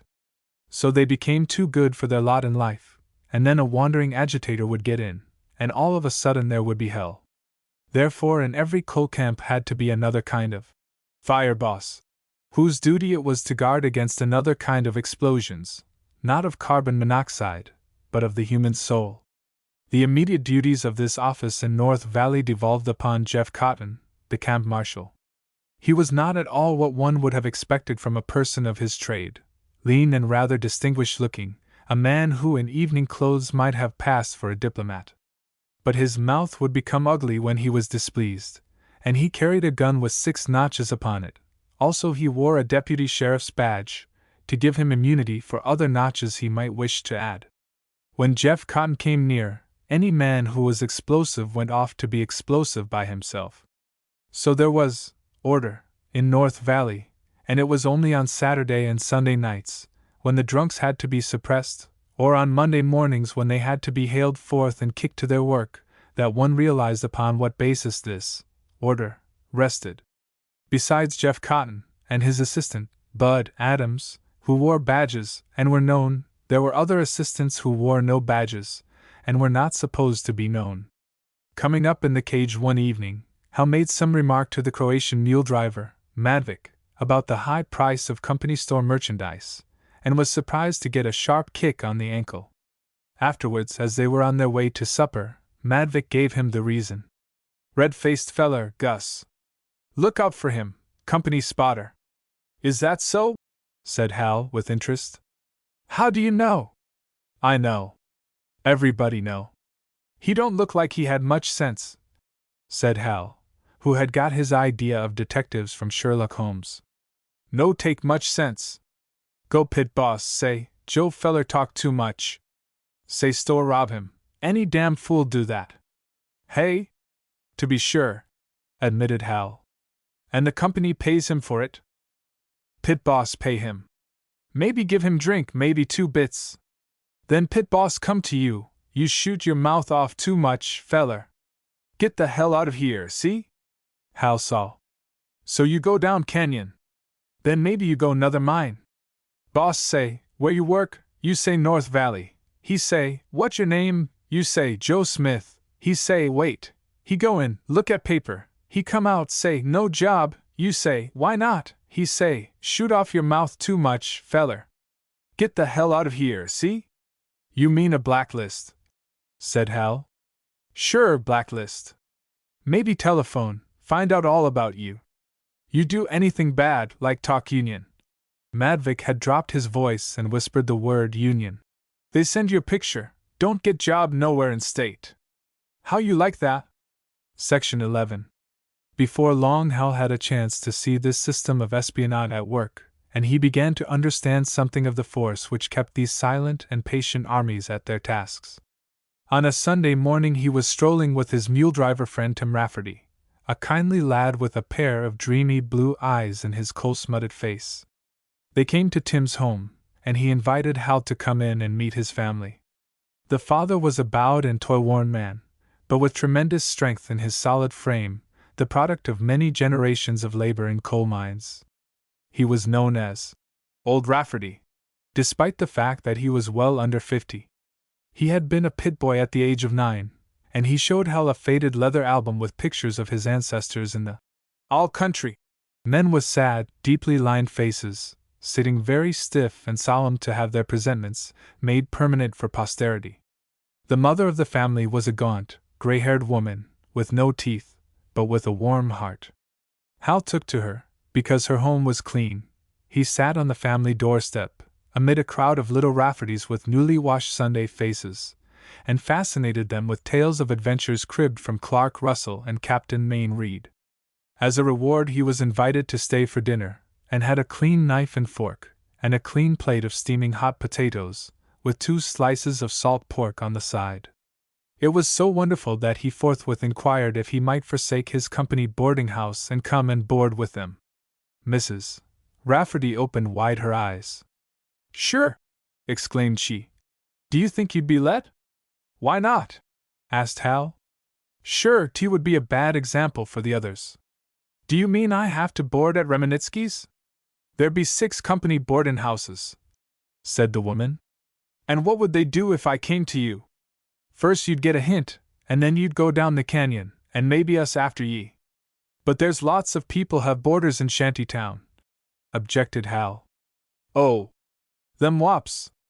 Nobody counts them, they live any way they happen to fall. But you started at Reminitsky's, and tea would not be healthy for them that took ye away." "I see," laughed Hal. "There seem to be a lot of unhealthy things hereabouts." "Sure there be. They sent down Nick Ammons because his wife bought milk down the canyon. They had a sick baby, and it's not much you get in this thin stuff at the store. They put chalk in it, I think, anyway, you can see something white in the bottom. So you have to trade at the store, too." "I thought you said you'd worked in coal mines," put in old Rafferty, who had been a silent listener. "So I have," said Hal. "But it wasn't quite that bad." "Sure," said Mrs. Rafferty. "I'd like to know where 'twas then, in this country. Me and me old man spent weary years huntin' dot." Thus far the conversation had proceeded naturally, but suddenly it was as if a shadow passed over it, a shadow of fear. Hal saw old Rafferty look at his wife, and frown and make signs to her. After all, what did they know about this handsome young stranger, who talked so glibly, and had been in so many parts of the world? "'Tis not complainin' we be," said the old man. And his wife made haste to add, "If they let peddlers and the like of them come in, 'twould be no end to it, I suppose. We find they treat us here as well as anywhere. 'Tis no joke, the life of workin' men, wherever ye try it," added the other, and when young Tim started to express an opinion, they shut him up with such evident anxiety that Hal's heart ached for them, and he made haste to change the subject. Section 12. On the evening of the same Sunday Hal went to pay his promised call upon Mary Burke. She opened the front door of the cabin to let him in, and even by the dim rays of the little kerosene lamp, there came to him an impression of cheerfulness. "Hello," she said, just as she had said it when he had slid down the mountain into the family wash. He followed her into the room, and saw that the impression he had got of cheerfulness came from Mary herself. How bright and fresh she looked! The old blue calico, which had not been entirely clean, was newly laundered now, and on the shoulder where the rent had been was a neat patch of unfaded blue. There being only 3 rooms in Mary's home, 2 of these necessarily bedrooms, she entertained her company in the kitchen. The room was bare, Hal saw. There was not even so much as a clock by way of ornament. The only charm the girl had been able to give to it, in preparation for company, was that of cleanness. The board floor had been newly sanded and scrubbed. The kitchen table also had been scrubbed, and the kettle on the stove, and the cracked teapot and bowls on the shelf. Mary's little brother and sister were in the room. Jenny, a dark-eyed, dark-haired little girl, frail, with a sad, rather frightened face, and Tommy, a round-headed youngster, like 1,000 other round-headed and freckle-faced boys. Both of them were now sitting very straight in their chairs, staring at the visitor with a certain resentment, he thought. He suspected that they had been included in the general scrubbing. Inasmuch as it had been uncertain just when the visitor would come, they must have been required to do this every night, and he could imagine family disturbances, with arguments possibly not altogether complimentary to Mary's new feller. There seemed to be a certain uneasiness in the place. Mary did not invite her company to a seat, but stood irresolute, and after Hal had ventured a couple of friendly remarks to the children, she said, abruptly, "Shall we be taking that walk that we spoke of, Mr. Smith?"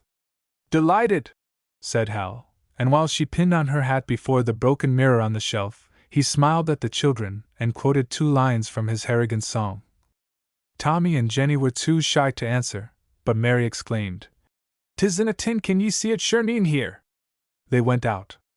In the soft summer night it was pleasant to stroll under the moon, especially when they had come to the remoter parts of the village, where there were not so many weary people on doorsteps and children playing noisily.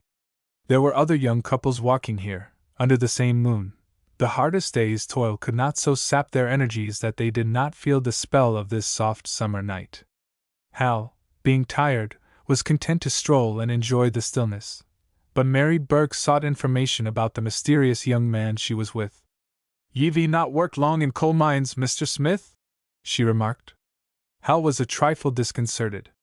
"How did you find that out? Ye don't look it, ye don't talk it. Ye're not like anybody or anything around here. I don't know how to say it, but ye make me think more of the poetry books." Flattered as Hal was by this naive confession, he did not want to talk of the mystery of himself. He took refuge in a question about the poetry books. "I've read some," said the girl. "More than ye'd have thought, perhaps." This with a flash of her defiance. He asked more questions, and learned that she, like the Greek boy, Andy, had come under the influence of that disturbing American institution, the public school. She had learned to read, and the pretty young teacher had helped her, lending her books and magazines. Thus she had been given a key to a treasure house, a magic carpet on which to travel over the world. These similes Mary herself used, for the Arabian Nights had been one of the books that were loaned to her. On rainy days she would hide behind the sofa, reading at a spot where the light crept in, so that she might be safe from small brothers and sisters. Joe Smith had read these same books, it appeared, and this seemed remarkable to Mary, for books cost money and were hard to get. She explained how she had searched the camp for new magic carpets, finding a poetry book by Longfellow, and a book of American history, and a story called David Copperfield, and last and strangest of all, another story called Pride and Prejudice, a curious freak of fortune, the prim and sentimentally quivering Jane Austen in a coal camp in a far western wilderness. An adventure for Jane, as well as for Mary. What had Mary made of it, Hal wondered. Had she reveled shopgirl fashion in scenes of pallid ease? He learned that what she had made of it was despair. This world outside, with its freedom and cleanness, its people living gracious and worthwhile lives, was not for her. She was chained to a scrub pail in a coal camp. Things had got so much worse since the death of her mother, she said. Her voice had become dull and hard. Hal thought that he had never heard a young voice express such hopelessness. "You've never been anywhere but here?" he asked. "I'd been in 2 other camps," she said. "First to Gordon, and then East Run. But they're all alike." "But you've been down to the towns?" "Only for a day, once or twice a year. Once I was in Sheridan, and in a church I heard a lady sing." She stopped for a moment, lost in this memory. Then suddenly her voice changed, and he could imagine in the darkness that she had tossed her head defiantly. "I'll not be entertainin' company with my troubles. Ye know how tiresome that is when ye hear it from somebody else, like my next-door neighbor, Mrs. Zamboni. Do ye know her?" "No," said Hal. "The poor old lady has troubles enough, God knows. Her man's not much good, he's troubled with the drink, and she's got 11 childer, and that's too many for one woman.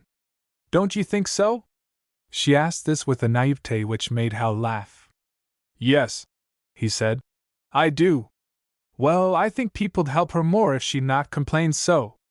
And half of it in the slavish language that a body can't understand." So Mary began to tell funny things about Mrs. Zamboni and her other polyglot neighbors, imitating their murdering of the Irish dialect. Hal thought her humor was naive and delightful, and he led her on to more cheerful gossip during the remainder of their walk. Section 13. But then, as they were on their way home, tragedy fell upon them. Hearing a step behind them, Mary turned and looked. Then, catching Hal by the arm, she drew him into the shadows at the side, whispering to him to be silent. The bent figure of a man went past them, lurching from side to side. When he had turned and gone into the house, Mary said, "It's my father. He's ugly when he's like that." And Hal could hear her quick breathing in the darkness. So that was Mary's trouble, the difficulty in her home life to which she had referred at their first meeting. Hal understood many things in a flash: why her home was bare of ornament, and why she did not invite her company to sit down. He stood silent, not knowing what to say. Before he could find the word, Mary burst out, "Oh, how I hate O'Callaghan, that sells the stuff to my father! His home with plenty to eat in it, and his wife dressin' in silk and goin' down to Mass every Sunday, and thinkin' herself too good for a common miner's daughter. Sometimes I think I'd like to kill them both." "That wouldn't help much," Hal ventured. "No, I know, there'd only be some other one in his place. You got to do more than that, to change things here. You got to get after them that make money out of O'Callaghan." So Mary's mind was groping for causes. Hal had thought her excitement was due to humiliation, or to fear of a scene of violence when she reached home, but she was thinking of the deeper aspects of this terrible drink problem. There was still enough unconscious snobbery in Hal Warner for him to be surprised at this phenomenon in a common miner's daughter, and so, as at their first meeting, his pity was turned to intellectual interest. "They'll stop the drink business altogether some day," he said. He had not known that he was a prohibitionist. He had become one suddenly. "Well," she answered, "they'd best stop it soon, if they don't want to be too late. 'Tis a sight to make your heart sick to see the young lads comin' home staggerin', too drunk even to fight." Hal had not had time to see much of this aspect of North Valley. "They sell to boys?" he asked. "Sure, who's to care? A boy's money's as good as a man's. But I should think the company. The company lets the saloon buildin', that's all the company cares. But they must care something about the efficiency of their hands. Sure, there's plenty more where they come from. When ye can't work, they fire ye, and that's all there is to it. And is it so easy to get skilled men? It don't take much skill to get out coal. The skill is in keepin' your bones whole, and if you can stand breakin' 'em, the company can stand it." They had come to the little cabin. Mary stood for a moment in silence. "I'm talkin' bitter again," she exclaimed suddenly.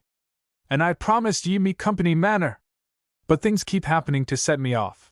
And she turned abruptly and ran into the house. Hal stood for a moment wondering if she would return. Then, deciding that she had meant that as good night, he went slowly up the street. He fought against a mood of real depression, the first he had known since his coming to North Valley. He had managed so far to keep a certain degree of aloofness, that he might see this industrial world without prejudice. But tonight his pity for Mary had involved him more deeply. To be sure, he might be able to help her, to find her work in some less crushing environment, but his mind went on to the question, how many girls might there be in mining camps, young and eager, hungering for life, but crushed by poverty, and by the burden of the drink problem? A man walked past Hal, greeting him in the semi-darkness with a nod and a motion of the hand. It was the Reverend Spragg, the gentleman who was officially commissioned to combat the demon rum in North Valley. Hal had been to the little white church the Sunday before, and heard the Reverend Spragg preach a doctrinal sermon, in which the blood of the Lamb was liberally sprinkled, and the congregation heard where and how they were to receive compensation for the distresses they endured in this vale of tears. What a mockery it seemed! Once, indubitably, people had believed such doctrines. They had been willing to go to the stake for them. But now nobody went to the stake for them. On the contrary, the company compelled every worker to contribute out of his scanty earnings towards the preaching of them. How could the most ignorant of zealots confront such an arrangement without suspicion of his own piety? Somewhere at the head of the great dividend-paying machine that was called the General Fuel Company must be some devilish intelligence that had worked it all out, that had given the orders to its ecclesiastical staff. "We want the present, we leave you the future. We want the bodies, we leave you the souls. Teach them what you will about heaven, so long as you let us plunder them on earth." In accordance with this devil's program, the Reverend Spragg might denounce the demon rum, But he said nothing about dividends based on the renting of rum shops, nor about local politicians maintained by company contributions, plus the profits of wholesale liquor. He said nothing about the conclusions of modern hygiene, concerning overwork as a cause of the craving for alcohol. The phrase, industrial drinking, it seemed, was not known in General Fuel Company theology. In fact, when you listened to such a sermon, you would never have guessed that the hearers of it had physical bodies at all. Certainly you would never have guessed that the preacher had a body, which was nourished by food produced by the overworked and undernourished wage slaves whom he taught. Section 14. For the most part the victims of this system were cowed and spoke of their wrongs only in whispers. But there was one place in the camp, hell found, where they could not keep silence, where their sense of outrage battled with their fear. This place was the solar plexus of the mind organism, the center of its nervous energies. To change the simile, it was the judgment seat, where the miner had sentence passed upon him, sentence either to plenty, or to starvation and despair. This place was the tipple, where the coal that came out of the mine was weighed and recorded. Every digger, as he came from the cage, made for this spot. There was a bulletin board, and on it his number, and the record of the weights of the cars he had sent out that day. And every man, no matter how ignorant, had learned enough English to read those figures. Hal had gradually come to realize that here was the place of drama. Most of the men would look, and then, without a sound or glance about, would slouch off with drooping shoulders. Others would mumble to themselves, or, what amounted to the same thing, would mumble to one another in barbarous dialects. But about 1 in 5 could speak English, and scarcely an evening passed that some man did not break loose, shaking his fist at the sky, or at the way boss, behind the latter's back. He might gather a knot of fellow grumblers about him. It was to be noted that the camp marshal had the habit of being on hand at this hour. It was on one of these occasions that Hal first noticed Mike Sikoria, a grizzle-haired old Slovak, who had spent 20 years in the mines of these regions. All the bitterness of all the wrongs of all these years welled up in old Mike, as he shouted his score aloud. 19, 22, 24, 20. Is that my weight, mister? You want me to believe that's my weight? That's your weight, said the weigh boss coldly. Well, by Judas, your scale is off, mister. Look at them cars is big. You measure them cars, mister, 7 feet long, 3.5 feet high, 4 feet wide. And you tell me them don't go but 20? You don't load them right, said the boss. Don't load them right? Echoed the old miner. He became suddenly plaintive, as if more hurt than angered by such an insinuation. You know all the years I work, and you tell me I don't know a load? When I load a car, I load him like a miner. I don't load him like a Jap that don't know about a mine. I put it up, I chunk it up like a stack of hay. I load him square, like that. With gestures the old fellow was illustrating what he meant. See there! There's a ton on the top, and a ton and a half on the bottom, and you tell me I get only 19, 20. That's your weight, said the boss, implacably. But, mister, your scale is wrong. I tell you I used to get my weight. I used to get 45, 46 on them cars. Here's my buddy, ask him if it ain't so. What is it, Bo? Said Bo, who was a Negro, though one could hardly be sure of this for the coal dust on him. I can't make a living no more, exclaimed the old Slovak, his voice trembling and his wizened dark eyes full of pleading. What you think I make? For 15 days, 50 cents. I pay board, and so help me God, mister, and I stand right here. I swear for God I make 50 cents. I dig the coal and I ain't got no weight, I ain't got nothing. Your scale is wrong. Get out, said the weigh boss, turning away. But, mister, cried old Mike, following behind him, and pouring his whole soul into his words. What is this life, mister? You work like a burro, and you don't get nothing for it. You burn your own powder, $50 a day powder, what you think of that? Crosscut, and you get nothing. Take the skip and a pillar, and you get nothing. Brush, and you get nothing. Here, by Judas, a poor man, going and working his body to the last point, and blood is run out. You starve me to death, I say. I have got to have something to eat, haven't I? And suddenly the boss whirled upon him. Get the hell out of here, he shouted. If you don't like it, get your time and quit. Shut your face, or I'll shut it for you. The old man quailed and fell silent. He stood for a moment more, biting his whiskered lips nervously. Then his shoulders sank together, and he turned and slunk off, followed by his Negro helper. Section 15. Old Mike boarded at Reminitsky's, and after supper was over, Hal sought him out. He was easy to know, and proved an interesting acquaintance. With the help of his eloquence, Hal wandered through a score of camps in the district. The old fellow had a temper that he could not manage, and so he was always on the move. But all places were alike, he said. There was always some trick by which a miner was cheated of his earnings. A miner was a little businessman, a contractor who took a certain job, with its expenses and its chance of profit or loss. A place was assigned to him by the boss, and he undertook to get out the coal from it, being paid at the rate of 55 cents a ton for each ton of clean coal. In some places, a man could earn good money, and in others he would work for weeks, and not be able to keep up with his store account. It all depended upon the amount of rock and slate that was found with the coal. If the vein was low, the man had 1 or 2 feet of rock to take off the ceiling, and this had to be loaded on separate cars and taken away. This work was called brushing, and for it the miner received no pay. Or perhaps it was necessary to cut through a new passage and clean out the rock, or perhaps to grade the bottom and lay the ties and rails over which the cars were brought in to be loaded, or perhaps the vein ran into a fault, a broken place where there was rock instead of coal, and this rock must be hewed away before the miner could get at the coal. All such work was called dead work, and it was the cause of unceasing war. In the old days the company had paid extra for it. Now, since they had got the upper hand of the men, they were refusing to pay. And so it was important to the miner to have a place assigned him where there was not so much of this dead work.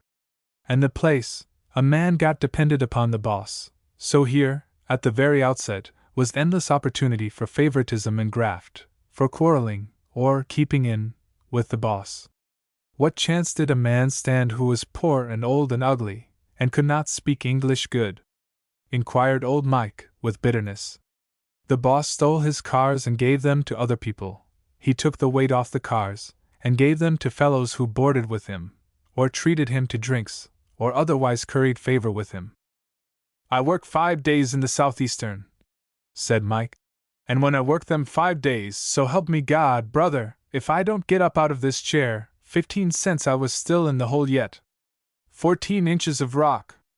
And the Mr. Bishop, that is the superintendent, I says, do you pay something for that rock? Huh, says he. Well, I says, if you don't pay nothing for the rock, I don't go ahead with it. I ain't got no place to put that rock.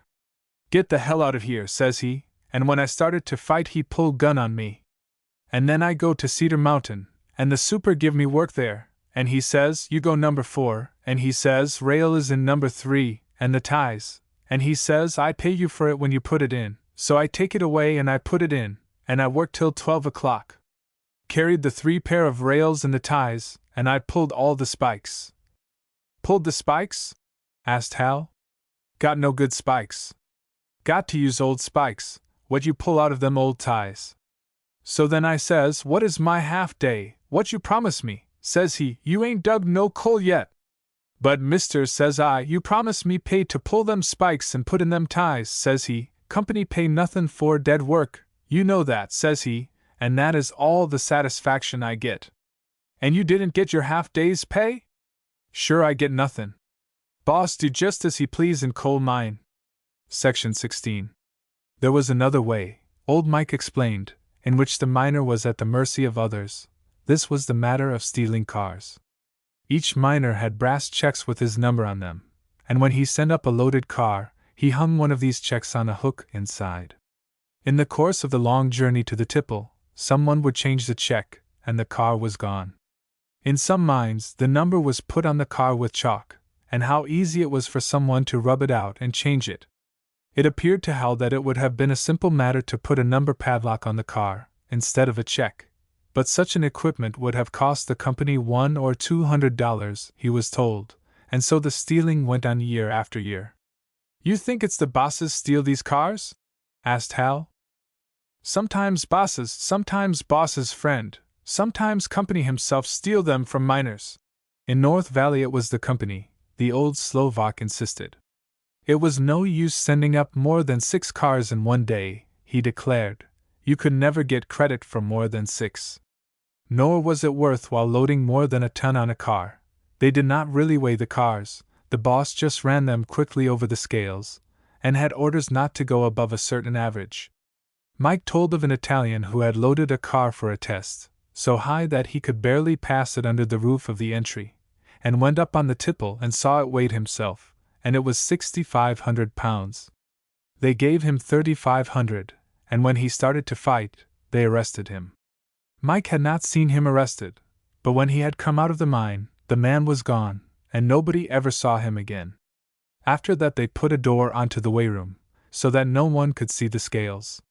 The more Hal listened to the men and reflected upon these things, the more he came to see that the miner was a contractor who had no opportunity to determine the size of the contract before he took it on, nor afterwards to determine how much work he had done.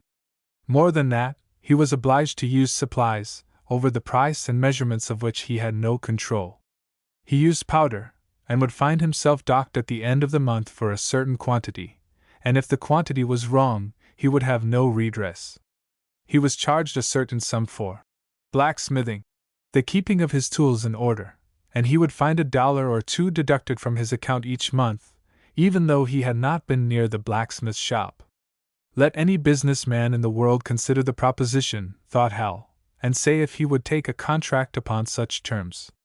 Would a man undertake to build a dam, for example, with no chance to measure the ground in advance, nor any way of determining how many cubic yards of concrete he had to put in?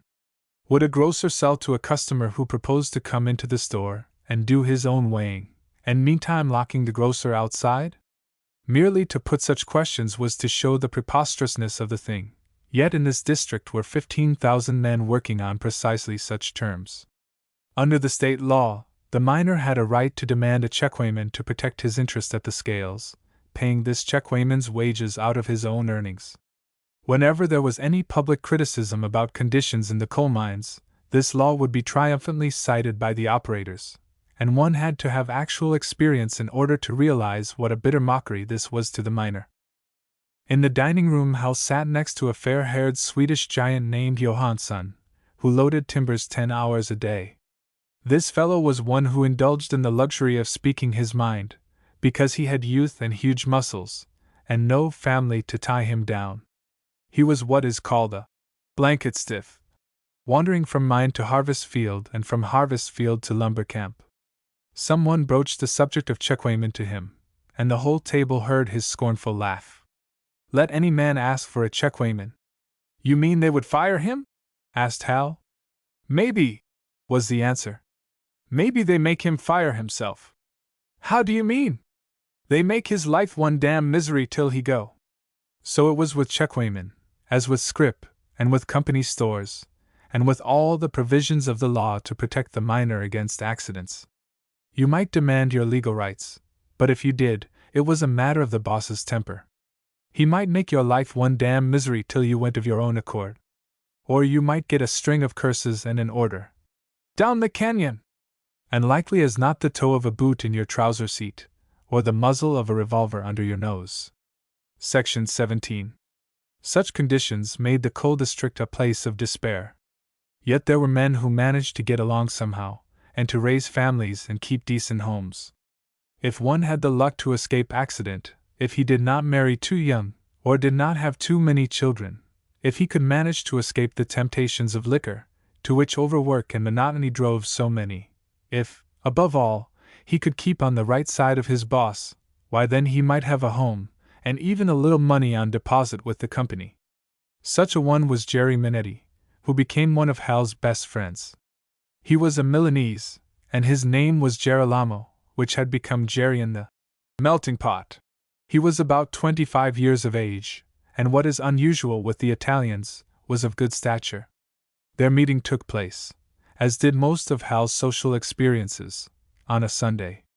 Jerry had just had a sleep and a wash, and had put on a pair of new blue overalls, so that he presented a cheering aspect in the sunlight. He walked with his head up and his shoulders square, and one could see that he had few cares in the world. But what caught Hal's attention was not so much Jerry as what followed at Jerry's heels, a perfect reproduction of him, quarter size, also with a newly washed face and a pair of new blue overalls. He too had his head up, and his shoulders square, and he was an irresistible object, throwing out his heels and trying his best to keep step. Since the longest strides he could take left him behind, he would break into a run, and getting close under his father's heels, would begin keeping step once more. Hal was going in the same direction, and it affected him like the music of a military band. He too wanted to throw his head up and square his shoulders and keep step. And then other people, seeing the grin on his face, would turn and watch, and grin also. But Jerry walked on gravely, unaware of this circus in the rear. They went into a house, and Hal, having nothing to do but enjoy life, stood waiting for them to come out. They returned in the same procession, only now the man had a sack of something on his shoulder, while the little chap had a smaller load poised in imitation. So Hal grinned again, and when they were opposite him, he said, "Hello? Hello?" said Jerry and stopped. Then, seeing Hal's grin, he grinned back, and Hal looked at the little chap and grinned, and the little chap grinned back. Jerry, seeing what Hal was grinning at, grinned more than ever, so there stood all three in the middle of the road, grinning at one another for no apparent reason. "Gee, but that's a great kid," said Hal. "Gee, you bet," said Jerry, and he set down his sack. If someone desired to admire the kid, he was willing to stop any length of time. "Yours?" asked Hal. "You bet," said Jerry again. "Hello, Buster," said Hal. "Hello yourself," said the kid. One could see in a moment that he had been in the melting pot. "What's your name?" asked Hal. "Jerry," was the reply. "And what's his name?" Hal nodded towards the man. "Big Jerry." "Got any more like you at home?" "One more," said Big Jerry. "Baby." "He ain't like me," said Little Jerry. "He's little." "And you're big?" said Hal. "He can't walk." "Neither can you walk," laughed Hal, and caught him up and slung him onto his shoulder. "Come on, we'll ride." So Big Jerry took up his sack again, and they started off. Only this time it was Hal who fell behind and kept step, squaring his shoulders and flinging out his heels. Little Jerry caught on to the joke, and giggled and kicked his sturdy legs with delight. Big Jerry would look round, not knowing what the joke was, but enjoying it just the same. They came to the three-room cabin which was both Jerry's home, and Mrs. Jerry came to the door, a black-eyed Sicilian girl, who did not look old enough to have even one baby. They had another bout of grinning, at the end of which Big Jerry said, "You come in?" "Sure," said Hal. "You stay supper," added the other. "Got spaghetti." "Gee," said Hal. "All right, let me stay and pay for it." "Hell no," said Jerry. "You no pay." "No. No pay," cried Mrs. Jerry, shaking her pretty head energetically. "All right," said Hal, quickly, seeing that he might hurt their feelings. "I'll stay if you're sure you have enough." "Sure, plenty," said Jerry. "Hey, Rosa?" "Sure, plenty," said Mrs. Jerry. "Then I'll stay," said Hal. "You like spaghetti, kid?" "Jesus!" cried little Jerry. Hal looked about him at this Dago home. It was a tome in keeping with its pretty occupant. There were lace curtains in the windows, even shinier and whiter than at the Raffertys. There was an incredibly bright-colored rug on the floor, and bright-colored pictures of Mount Vesuvius and of Garibaldi on the walls. Also there was a cabinet with many interesting treasures to look at, a bit of coral and a conch shell, a shark's tooth and an Indian arrowhead, and a stuffed linnet with a glass cover over him. A while back Hal would not have thought of such things as especially stimulating to the imagination, but that was before he had begun to spend 5/6 of his waking hours in the bowels of the earth. He ate supper, a real Dago supper, The spaghetti proved to be real Dago spaghetti, smoking hot, with tomato sauce and a rich flavor of meat juice. And all through the meal Hal smacked his lips and grinned at little Jerry, who smacked his lips and grinned back. It was all so different from feeding at Remenitsky's pig trough that Hal thought he had never had such a good supper in his life before. As for Mr. and Mrs. Jerry, they were so proud of their wonderful kid, who could swear in English as good as a real American, that they were in the seventh heaven. When the meal was over, Hal leaned back and exclaimed, just as he had at the Raffertys, "Lord, how I wish I could board here!" He saw his host look at his wife. "All right," said he. "You come here. I'd board you. Hey, Rosa?" "Sure," said Rosa. Hal looked at them, astonished. "You're sure they'll let you?" he asked. "Let me? Who stopped me?" "I don't know. Maybe Remenitsky. You might get into trouble." Jerry grinned. "I no 'fraid," said he. "Got friends here. Carmino, my cousin. You know Carmino?" "No," said Hal. "Pit boss in number 1. He stand by me. Old Remenitsky go hang. You come here, I give you bunk in that room, give you good grub. What you pay Remenitsky?" "27 a month." "All right, you pay me 27, you get everything good. Can't get much stuff here, but Rosa good cook, she fix it." Hal's new friend, besides being a favorite of the boss, was a shot firer. It was his duty to go about the mine at night, setting off the charges of powder which the miners had got ready by day. This was dangerous work, calling for a skilled man, and it paid pretty well, so Jerry got on in the world and was not afraid to speak his mind, within certain limits. He ignored the possibility that Hal might be a company spy, and astonished him by rebellious talk of the different kinds of graft in North Valley, and at other places he had worked since coming to America as a boy. Minetti was a socialist, Hal learned. He took an Italian socialist paper, and the clerk at the post office knew what sort of paper it was, and would josh him about it. What was more remarkable, Mrs. Minetti was a socialist also. That meant a great deal to a man, as Jerry explained, because she was not under the domination of a priest. Section 18. Hal made the move at once, sacrificing part of a month's board, which Remenitsky would charge against his account with the company. But he was willing to pay for the privilege of a clean home and clean food. To his amusement, he found that in the eyes of his Irish friends he was losing caste by going to live with the Minettis. There were most rigid social lines in North Valley, it appeared. The Americans and English and Scotch looked down upon the Welsh and Irish. The Welsh and Irish looked down upon the Dagos and Frenchies. The Dagos and Frenchies looked down upon Polacks and Hunkies, these in turn upon Greeks, Bulgarians and Montenegros, and so on through a score of races of Eastern Europe, Lithuanians, Slovaks, and Croatians, Armenians, Romanians, Rumelians, Ruthenians, ending up with greasers, niggers, and last and lowest, Japs. It was when Hal went to pay another call upon the Raffertys that he made this discovery. Mary Burke happened to be there, and when she caught sight of him, her gray eyes beamed with mischief. "How do ye do, Mr. Minetti?"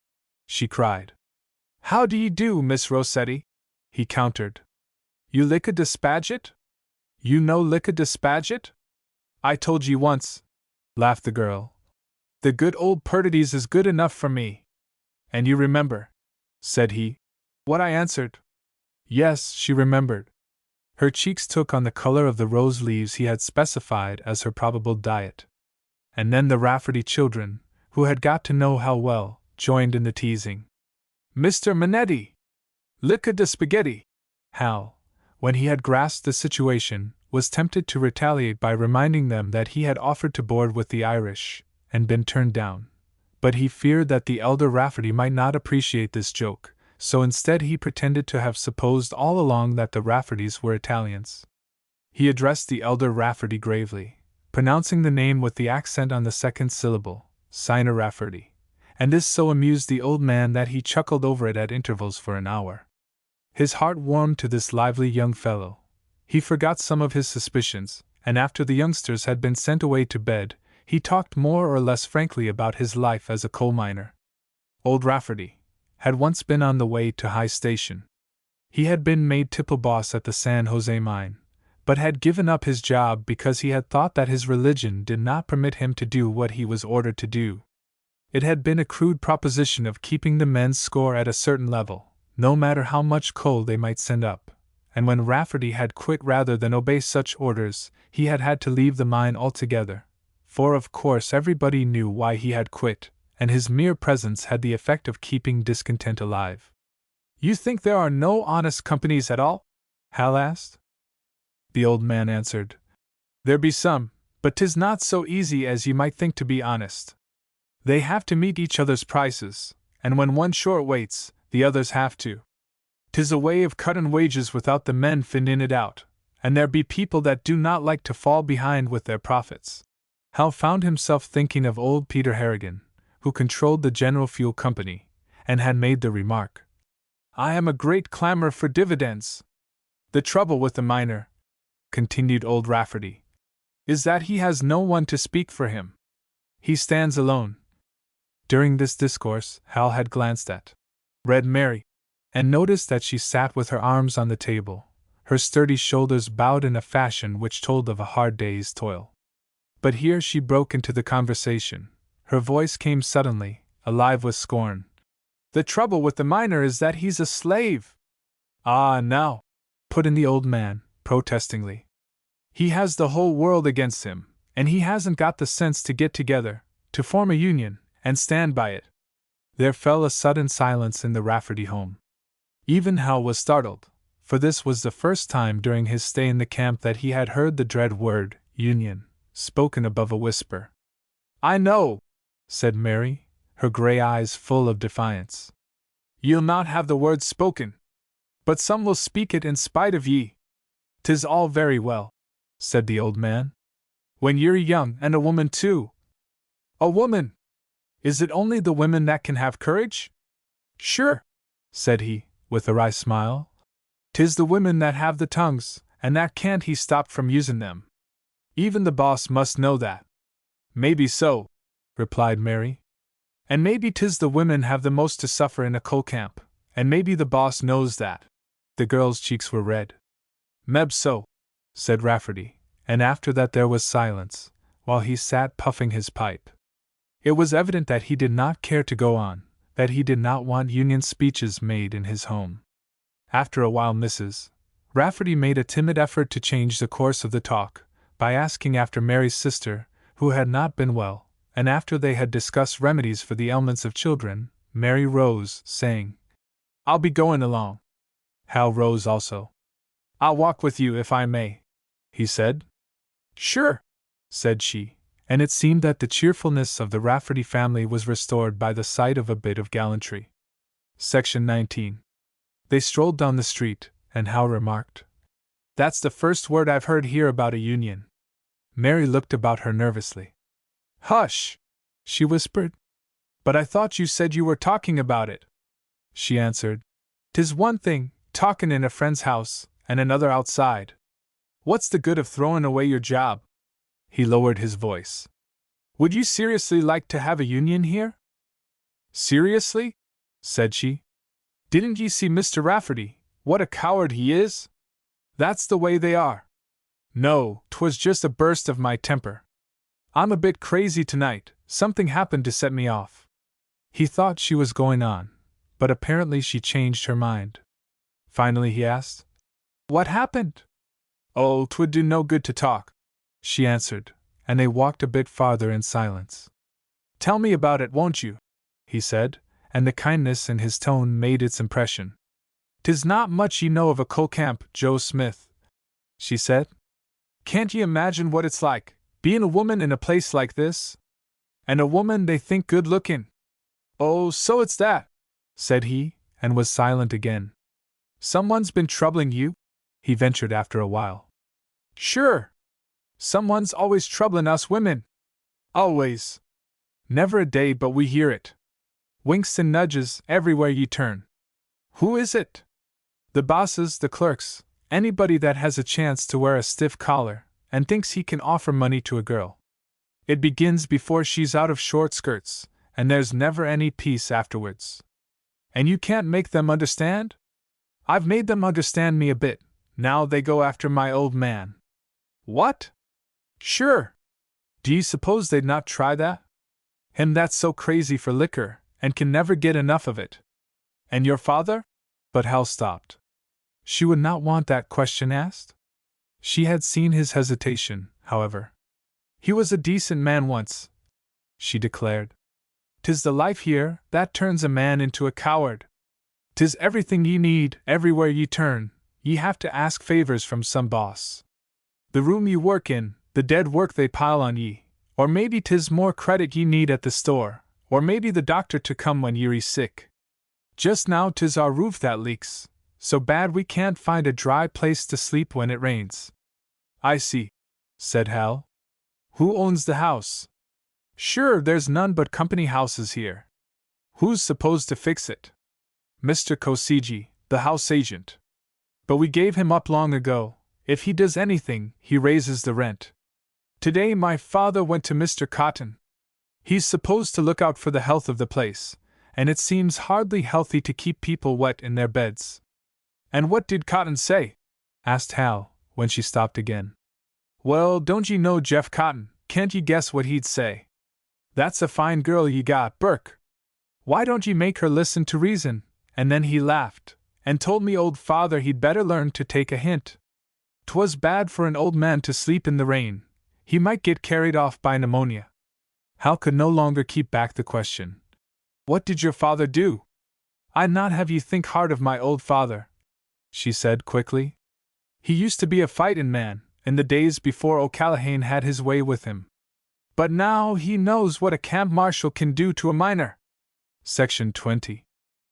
Mary Burke had said that the company could stand breaking the bones of its men, and not long after number 2 started up again, Hal had a chance to note the truth of this assertion. A miner's life depended upon the proper timbering of the room where he worked. The company undertook to furnish the timbers, but when the miner needed them, he would find none at hand, and would have to make the mile-long trip to the surface. He would select timbers of the proper length, and would mark them, the understanding being that they were to be delivered to his room by some of the laborers. But then someone else would carry them off. Here was more graft and favoritism, and the miner might lose a day or two of work, while meantime his account was piling up at the store, and his children might have no shoes to go to school. Sometimes he would give up waiting for timbers, and go on taking out coal, so there would be a fall of rock, and the coroner's jury would bring in a verdict of negligence, and the coal-operators would talk solemnly about the impossibility of teaching caution to miners. Not so very long ago Hal had read an interview which the president of the General Fuel Company had given to a newspaper, in which he set forth the idea that the more experience a miner had the more dangerous it was to employ him, because he thought he knew it all, and would not heed the wise regulations which the company laid down for his safety. In number 2 mine there were some places being operated by the room and pillar method, the coal being taken out as from a series of rooms, the portion corresponding to the walls of the rooms being left to uphold the roof. These walls are the pillars, and when the end of the vein is reached, the miner begins to work backwards, pulling the pillars, and letting the roof collapse behind him. This is a dangerous task. As he works, the man has to listen to the drumming sounds of the rock above his head, and has to judge just when to make his escape. Sometimes he is too anxious to save a tool, or sometimes the collapse comes without warning. In that case the victim is seldom dug out, for it must be admitted that a man buried under a mountain is as well buried as a company could be expected to arrange it. In number 2 mine a man was caught in this way. He stumbled as he ran, and the lower half of his body was pinned fast. The doctor had to come and pump opiates into him, while the rescue crew was digging him loose. The first Hal knew of the accident was when he saw the body stretched out on a plank, with a couple of old sacks to cover it. He noticed that nobody stopped for a second glance. Going up from work, he asked his friend Madvik, the mule driver, who answered, "Lithuanian feller, got mash." And that was all. Nobody knew him, and nobody cared about him. It happened that Mike Sikoria had been working nearby, and was one of those who helped to get the victim out. Mike's Negro, Buddy, had been in too great haste to get some of the rock out of the way, and had got his hand crushed, and would not be able to work for a month or so. Mike told Hal about it, in his broken English. It was a terrible thing to see a man trapped like that, gasping, his eyes almost popping out of his head. Fortunately, he was a young fellow, and had no family. Hal asked what they would do with the body. The answer was they would bury him in the morning. The company had a piece of ground up the canyon. But won't they have an inquest? He inquired. Inks? Repeated the other. What's he? Doesn't the coroner see the body? The old Slovak shrugged his bowed shoulders. If there was a coroner in this part of the world, he had never heard of it, and he had worked in a good many mines, and seen a good many men put under the ground. Put him in a box and dig a hole, was the way he described the procedure. And doesn't the priest come? Priest too far away. Afterwards Hal made inquiry among the English-speaking men, and learned that the coroner did sometimes come to the camp. He would empanel a jury consisting of Jeff Cotton, the marshal, and Predovich, the Galician Jew who worked in the company store, and a clerk or two from the company's office, and a couple of Mexican laborers who had no idea what it was all about. This jury would view the corpse, and ask a couple of men what had happened, and then bring in a verdict. We find that the deceased met his death from a fall of rock caused by his own fault. In one case they had added the picturesque detail. No relatives and damned few friends. For this service the coroner got a fee, and the company got an official verdict, which would be final in case some foreign consul should threaten a damage suit. So well did they have matters in hand that nobody in North Valley had ever got anything for death or injury. In fact, as Hal found later, there had not been a damage suit filed against any cooperator in that county for 23 years. This particular accident was of consequence to Hal, because it got him a chance to see the real work of mining. Old Mike was without a helper, and made the proposition that Hal should take the job. It was better than a stableman's, for it paid $2 a day. But will the boss let me change? Asked Hal. You give him $10, he change you, said Mike. Sorry, said Hal. I haven't got $10. You give him $10 credit, said the other. And Hal laughed. They take scrip for graft, do they? Sure they take him, said Mike. Suppose I treat my mules bad? Continued the other. So I can make him change me for nothing. He change you to hell, replied Mike. You get him cross, he put us in bad room, cost us $10 a week. No, sir, you give him drink, say fine feller, make him feel good. You talk American, give him jolly. Section 21. Hal was glad of this opportunity to get better acquainted with his pit boss. Alex Stone was 6 feet high, and built in proportion, with arms like hams, soft with fat, yet possessed of enormous strength. He had learned his manner of handling men on a sugar plantation in Louisiana, a fact which, when Hal heard it, explained much. Like a stage manager who does not heed the real names of his actors, but calls them by their character names, Stone had the habit of addressing his men by their nationalities. You, Polak, get that rock into the car. Hey, Jap, bring them tools over here. Shut your mouth, now, Dago, and get to work, or I'll kick the britches off you, sure as you're alive. Hal had witnessed one occasion when there was a dispute as to whose duty it was to move timbers. There was a great two-handled crosscut saw lying on the ground, and Stone seized it, and began to wave it, like a mighty broadsword, in the face of a little Bohemian miner. Load them timbers, hunky, or I'll carve you into bits. And as the terrified man shrunk back, he followed, until his victim was flat against a wall, the weapon swinging to and fro under his nose after the fashion of the pit and the pendulum. Carve you into pieces, hunky! Carve you into stew meat! When at last the boss stepped back, the little Bohemian leaped to load the timbers. The curious part about it to Hal was that Stone seemed to be reasonably good-natured about such proceedings. Hardly one time in 1,000 did he carry out his bloodthirsty threats, and like as not he would laugh when he had finished his tirade, and the object of it would grin in turn, but without slackening his frightened efforts.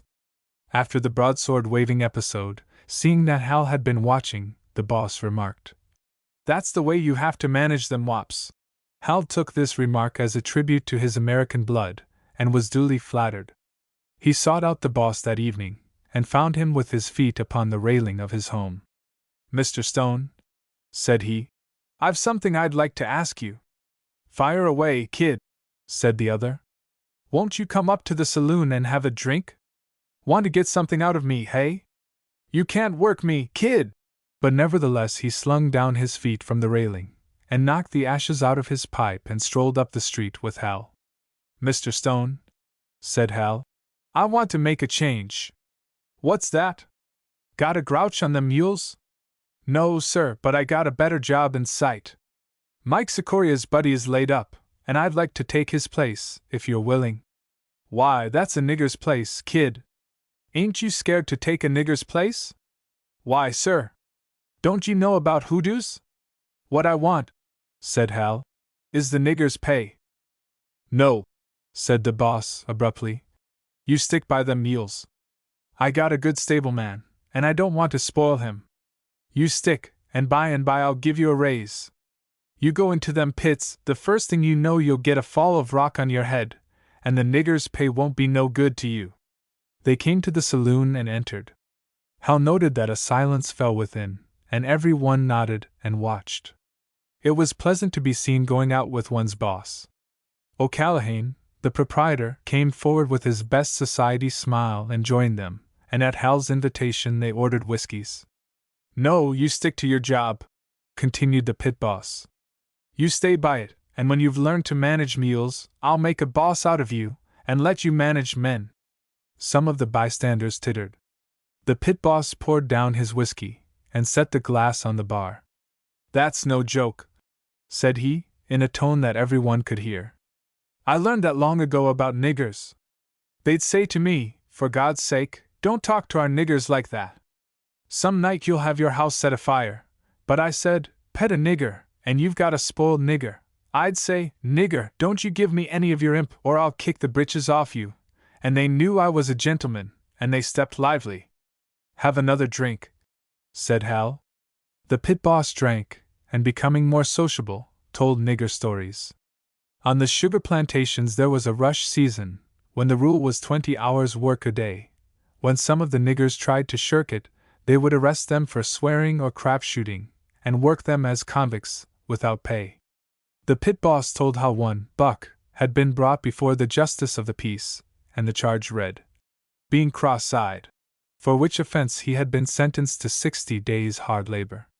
This anecdote was enjoyed by the men in the saloon, whose race feelings seemed to be stronger than their class feelings.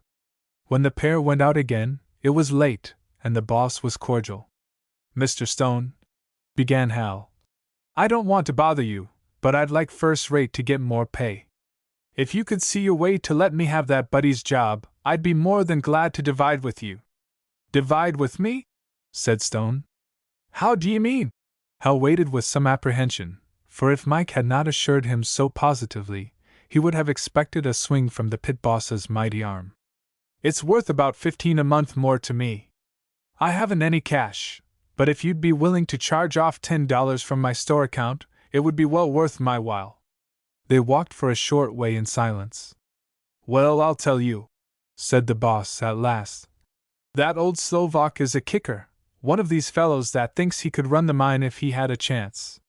And if you get to listening to him, and think you can come to me and grumble, by God—" "That's all right, sir," put in Hal quickly. "I'll manage that for you. I'll shut him up. If you'd like me to, I'll see what fellows he talks with, and if any of them are trying to make trouble, I'll tip you off." "Now that's the talk," said the boss promptly. "You do that, and I'll keep my eye on you and give you a chance.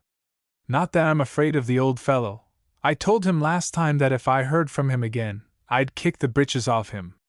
But when you got 50,000 of this foreign scum, some of them anarchists, and some of them Bulgars and Montenegros that's been fighting each other at home—" "I understand," said Hal. "You have to watch 'em." "That's it," said the pit boss. "And by the way, when you tell the store clerk about that $15, just say you lost it at poker." "I said $10, put in Hal quickly. "Yes, I know," responded the other. "But I said 15. Section 22. Hal told himself with satisfaction that he was now to do the real work of coal mining. His imagination had been occupied with it for a long time, but as so often happens in the life of man, the first contact with reality killed the results of many years' imagining. It killed all imagining, in fact. Hal found that his entire stock of energy, both mental and physical, was consumed in enduring torment. If anyone had told him the horror of attempting to work in a room 5 feet high, he would not have believed it. It was like some of the dreadful devices of torture which one saw in European castles, the Iron Maiden, and the spiked collar. Hal's back burned as if hot irons were being run up and down it. Every separate joint and muscle cried aloud. It seemed as if he could never learn the lesson of the jagged ceiling above his head. He bumped it, and continued to bump it, until his scalp was a mass of cuts and bruises, and his head ached till he was nearly blind, and he would have to throw himself flat on the ground. Then old Mike Sikoria would grin. "I know. Like green meal. Some day get tough." Hal recalled the great thick calluses on the flanks of his former charges, where the harness rubbed against them. "Yes, I'm a green mule, all right." It was amazing how many ways there were to bruise and tear one's fingers, loading lumps of coal into a car. He put on a pair of gloves, but these wore through in a day. And then the gas, and the smoke of powder stifling one, and the terrible burning of the eyes, from the dust and the feeble light. There was no way to rub these burning eyes, because everything about one was equally dusty. Could anybody have imagined the torment of that? Any of those ladies who rode in softly upholstered parlor cars, or reclined upon the decks of steamships in gleaming tropic seas? Old Mike was good to his new buddy. Mike's spine was bent, and his hands were hardened by 40 years of this sort of toil, so he could do the work of 2 men, and entertain his friend with comments into the bargain. The old fellow had the habit of talking all the time, like a child. He would talk to his helper, to himself, to his tools. He would call these tools by obscene and terrifying names, but with entire friendliness and good humor. "Get in there, you son of a gun!" he would say to his pick. "Come along here, you wop!" he would say to his car. "In with you now, you old buster!" he would say to a lump of coal. And he would lecture Hal on the details of mining. He would tell stories of successful days, or of terrible mishaps. Above all, he would tell about rascality, cursing the GFC, its foremen and superintendents, its officials, directors and stockholders, and the world which permitted such a criminal institution to exist. Noontime would come, and Hal would lie upon his back, too worn to eat. Old Mike would sit munching. His abundant whiskers came to a point on his chin, and as his jaws moved, he looked for all the world like an aged billy goat. He was a kind-hearted and anxious old billy goat, and sought to tempt his buddy with a bit of cheese or a swig of cold coffee. He believed in eating. No man could keep up steam if he did not stoke the furnace. Failing in this, he would try to divert Hal's mind, telling stories of mining life in America and Russia. He was most proud to have an American feller for a buddy, and tried to make the work as easy as possible, for fear lest Hal might quit. Hal did not quit, but he would drag himself out towards night, so exhausted that he would fall asleep in the cage. He would fall asleep at supper, and go in and sink down on his cot and sleep like a log. And oh, the torture of being routed out before daybreak! Having to shake the sleep out of his head, and move his creaking joints, and become aware of the burning in his eyes, and the blisters and sores on his hands. It was a week before he had a moment that was not pain, and he never got fully used to the labor. It was impossible for anyone to work so hard and keep his mental alertness, his eagerness and sensitiveness. It was impossible to work so hard and be an adventurer, to be anything, in fact, but a machine. Hal had heard that phrase of contempt, the inertia of the masses, and had wondered about it. He no longer wondered, he knew. Could a man be brave enough to protest to a pit boss when his body was numb with weariness? Could he think out a definite conclusion as to his rights and wrongs, and back his conclusion with effective action, when his mental faculties were paralyzed by such weariness of body? Hal had come here, as one goes upon the deck of a ship in mid-ocean, to see the storm. In this ocean of social misery, of ignorance and despair. One saw upturned, tortured faces, writhing limbs and clutching hands. In one's ears was a storm of lamentation, upon one's cheek a spray of blood and tears. Hal found himself so deep in this ocean that he could no longer find consolation in the thought that he could escape whenever he wanted to, that he could say to himself, "It is sad, it is terrible, but thank God, I can get out of it when I choose. I can go back into the warm and well-lighted saloon and tell the other passengers how picturesque it is, what an interesting experience they are missing." Section 23. During these days of torment, Hal did not go to see Red Mary. But then, one evening, the Minetti's baby having been sick, she came in to ask about it, bringing what she called a bit of a custard in a bowl. Hal was suspicious enough of the ways of men, especially of businessmen, but when it came to women he was without insight. It did not occur to him as singular that an Irish girl with many troubles at home should come out to nurse a Dago woman's baby. He did not reflect that there were plenty of sick Irish babies in the camp, to whom Mary might have taken her bit of a custard. And when he saw the surprise of Rosa, who had never met Mary before, he took it to be the touching gratitude of the poor. There are, in truth, many kinds of women, with many arts, and no man has time to learn them all. Hal had observed the shopgirl type, who dressed themselves with many frills, and cast sidelong glances, and indulge in fits of giggles to attract the attention of the male. He was familiar with the society girl type, who achieved the same end with more subtle and alluring means.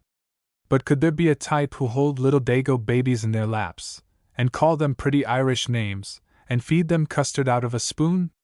Hal had never heard of that kind, and he thought that Red Mary made a charming picture, a Celtic Madonna with a Sicilian infant in her arms. He noticed that she was wearing the same faded blue calico dress with a patch on the shoulder. Man though he was, he realized that dress is an important consideration in the lives of women. He was tempted to suspect that this blue calico might be the only dress that Mary owned, but seeing it newly laundered every time, he concluded that she must have at least one other. At any rate, here she was, crisp and fresh-looking, and with the new shining costume she had put on the long-promised company manner, high spirits and badinage, precisely like any belle of the world of luxury, who powders and bedecks herself for a ball. She had been grim and complaining in former meetings with this interesting young man. She had frightened him away, apparently. Perhaps she could win him back by womanliness and good humor. She rallied him upon his battered scalp and his creaking back, telling him he looked 10 years older, which he was fully prepared to believe. Also she had fun with him for working under a Slovak. Another loss of caste, it appeared. This was a joke the Minettis could share in, especially little Jerry, who liked jokes. He told Mary how Joe Smith had had to pay $15 for his new job, besides several drinks at O'Callaghan's. Also he told how Mike Sikoria had called Joe his green mule. Little Jerry complained about the turn of events, for in the old days Joe had taught him a lot of fine new games, and now he was sore, and would not play them. Also, in the old days he had sung a lot of jolly songs, full of the most fascinating rhymes. There was a song about a monkey puzzle tree. Had Mary ever seen that kind of tree? Little Jerry never got tired of trying to imagine what it might look like. The Dago urchin stood and watched gravely while Mary fed the custard to the baby, and when 2 or 3 spoonfuls were held out to him, he opened his mouth wide, and afterwards licked his lips. Gee, that was good stuff. When the last taste was gone, he stood gazing at Mary's shining coronet. Say, said he, was your hair always like that? Hal and Mary burst into laughter, while Rosa cried, Hush! She was never sure what this youngster would say next. Sure, did you think I painted it? Asked Mary. I didn't know, said little Jerry. It looks so nice and new. And he turned to Hal. Ain't it? You bet, said Hal and added, Go on and tell her about it. Girls like compliments. Compliments? Echoed little Jerry. What's that? Why, said Hal, that's when you say that her hair is like the sunrise, and her eyes are like twilight, or that she's a wild rose on a mountainside. Oh, said the Dago urchin, somewhat doubtfully. Anyhow, he added, she make nice custard. Section 24. The time came for Mary to take her departure, and Hal got up, wincing with pain, to escort her home. She regarded him gravely, having not realized before how seriously he was suffering. As they walked along, she asked, "Why do you do such work, when you don't have to?" "But I do have to. I have to earn a living." "You don't have to earn it that way. A bright young fellow like you, an American." "Well," said Hal, "I thought it would be interesting to see coal mining." "Now you've seen it," said the girl. "Now quit. But it won't do me any harm to go on for a while." "Won't it? How can you know? When any day they may carry you out on a plank." Her company manner was gone. Her voice was full of bitterness, as it always was when she spoke of North Valley. "I know what I'm tellin' ye, Joe Smith. Didn't I lose 2 brothers in it, as fine lads as ye'd find anywhere in the world? And many another lad I've seen go in Logan, and come out a corpse, or what is worse, for workin' people, a cripple. Sometimes I'd like to go and stand at the pit mouth in the mornin' and cry to them, 'Go back, go back. Go down the canyon this day. Starve, if ye have to, beg if ye have to, only find some other work but coal minnin'.'" Her voice had risen to a passion of protest, when she went on a new note came into it, a note of personal terror. "It's worse now, since you came, Joe. To see ye settin' out on the life of a miner, you, that are young and strong and different. Oh, go away, Joe, go away while ye can." He was astonished at her intensity. "Don't worry about me, Mary," he said. "Nothing will happen to me. I'll go away after a while." The path was irregular, and he had been holding her arm as they walked. He felt her trembling, and went on again quickly. "It's not I that should go away, Mary. It's yourself. You hate the place. It's terrible for you to have to live here. Have you never thought of going away?" She did not answer at once, and when she did the excitement was gone from her voice. It was flat and dull with despair. "'Tis no use to think of me. There's nothin' I can do, there's nothin' any girl can do when she's poor. I've tried, but 'tis like bein' up against a stone wall. I can't even save the money to get on a train with. I've tried it. I'd been savant for 2 years, and how much do you think I got, Joe? $7. $7 in 2 years. No, ye can't save money in a place where there's so many things that wring the heart. Ye may hate them for being cowards, but ye must help when ye see a man killed, and his family turned out without a roof to cover them in the winter time. You're too tender-hearted, Mary. No, 'tis not that. Should I go off and leave me own brother and sister that need me? But you could earn money and send it to them. I earn a little here. I do cleanin' and nursin' for some that need me. But outside, couldn't you earn more? I could get a job in a restaurant for 7 or 8 a week, but I'd have to spend more, and what I send home would not go so far, with me away. Or I could get a job in some other woman's home, and work 14 hours a day for it. But, Joe, 'tis not more drudgery I want, 'tis somethin' fair to look upon, somethin' of my own." She flung out her arms suddenly like one being stifled. "Oh, I want something that's fair and clean." Again he felt her trembling. Again the path was rough, and having an impulse of sympathy, he put his arm about her. In the world of leisure, one might indulge in such considerateness, and he assumed it would not be different with a miner's daughter. But then, when she was close to him, he felt, rather than heard, a sob. "Mary!" he whispered, and they stopped. Almost without realizing it, he put his other arm about her, and in a moment more he felt her warm breath on his cheek, and she was trembling and shaking in his embrace. "Joe! Joe!" she whispered. "You take me away!" She was a rose in a mining camp, and Hal was deeply moved. The primrose path of dalliance stretched fair before him, here in the soft summer night, with a moon overhead which bore the same message as it bore in the Italian gardens of the leisure class. But not many minutes passed before a cold fear began to steal over Hal. There was a girl at home, waiting for him, and also there was the resolve which had been growing in him since his coming to this place, a resolve to find some way of compensation to the poor, to repay them for the freedom and culture he had taken, not to prey upon them, upon any individual among them. There were the Jeff Cottons for that. Mary, he pleaded, we mustn't do this. Why not? Because I'm not free. There is someone else. He felt her start, but she did not draw away. Where? She asked, in a low voice. At home, waiting for me. And why didn't you tell me? I don't know. Hal realized in a moment that the girl had ground of complaint against him. According to the simple code of her world, he had gone some distance with her. He had been seen to walk out with her, he had been accounted her fellow. He had led her to talk to him of herself, he had insisted upon having her confidences. And these people who were poor did not have subtleties, there was no room in their lives for intellectual curiosities, for platonic friendships or philanderings. Forgive me, Mary, he said. She made no answer, but a sob escaped her, and she drew back from his arms, slowly. He struggled with an impulse to clasp her again. She was beautiful, warm with life, and so much in need of happiness.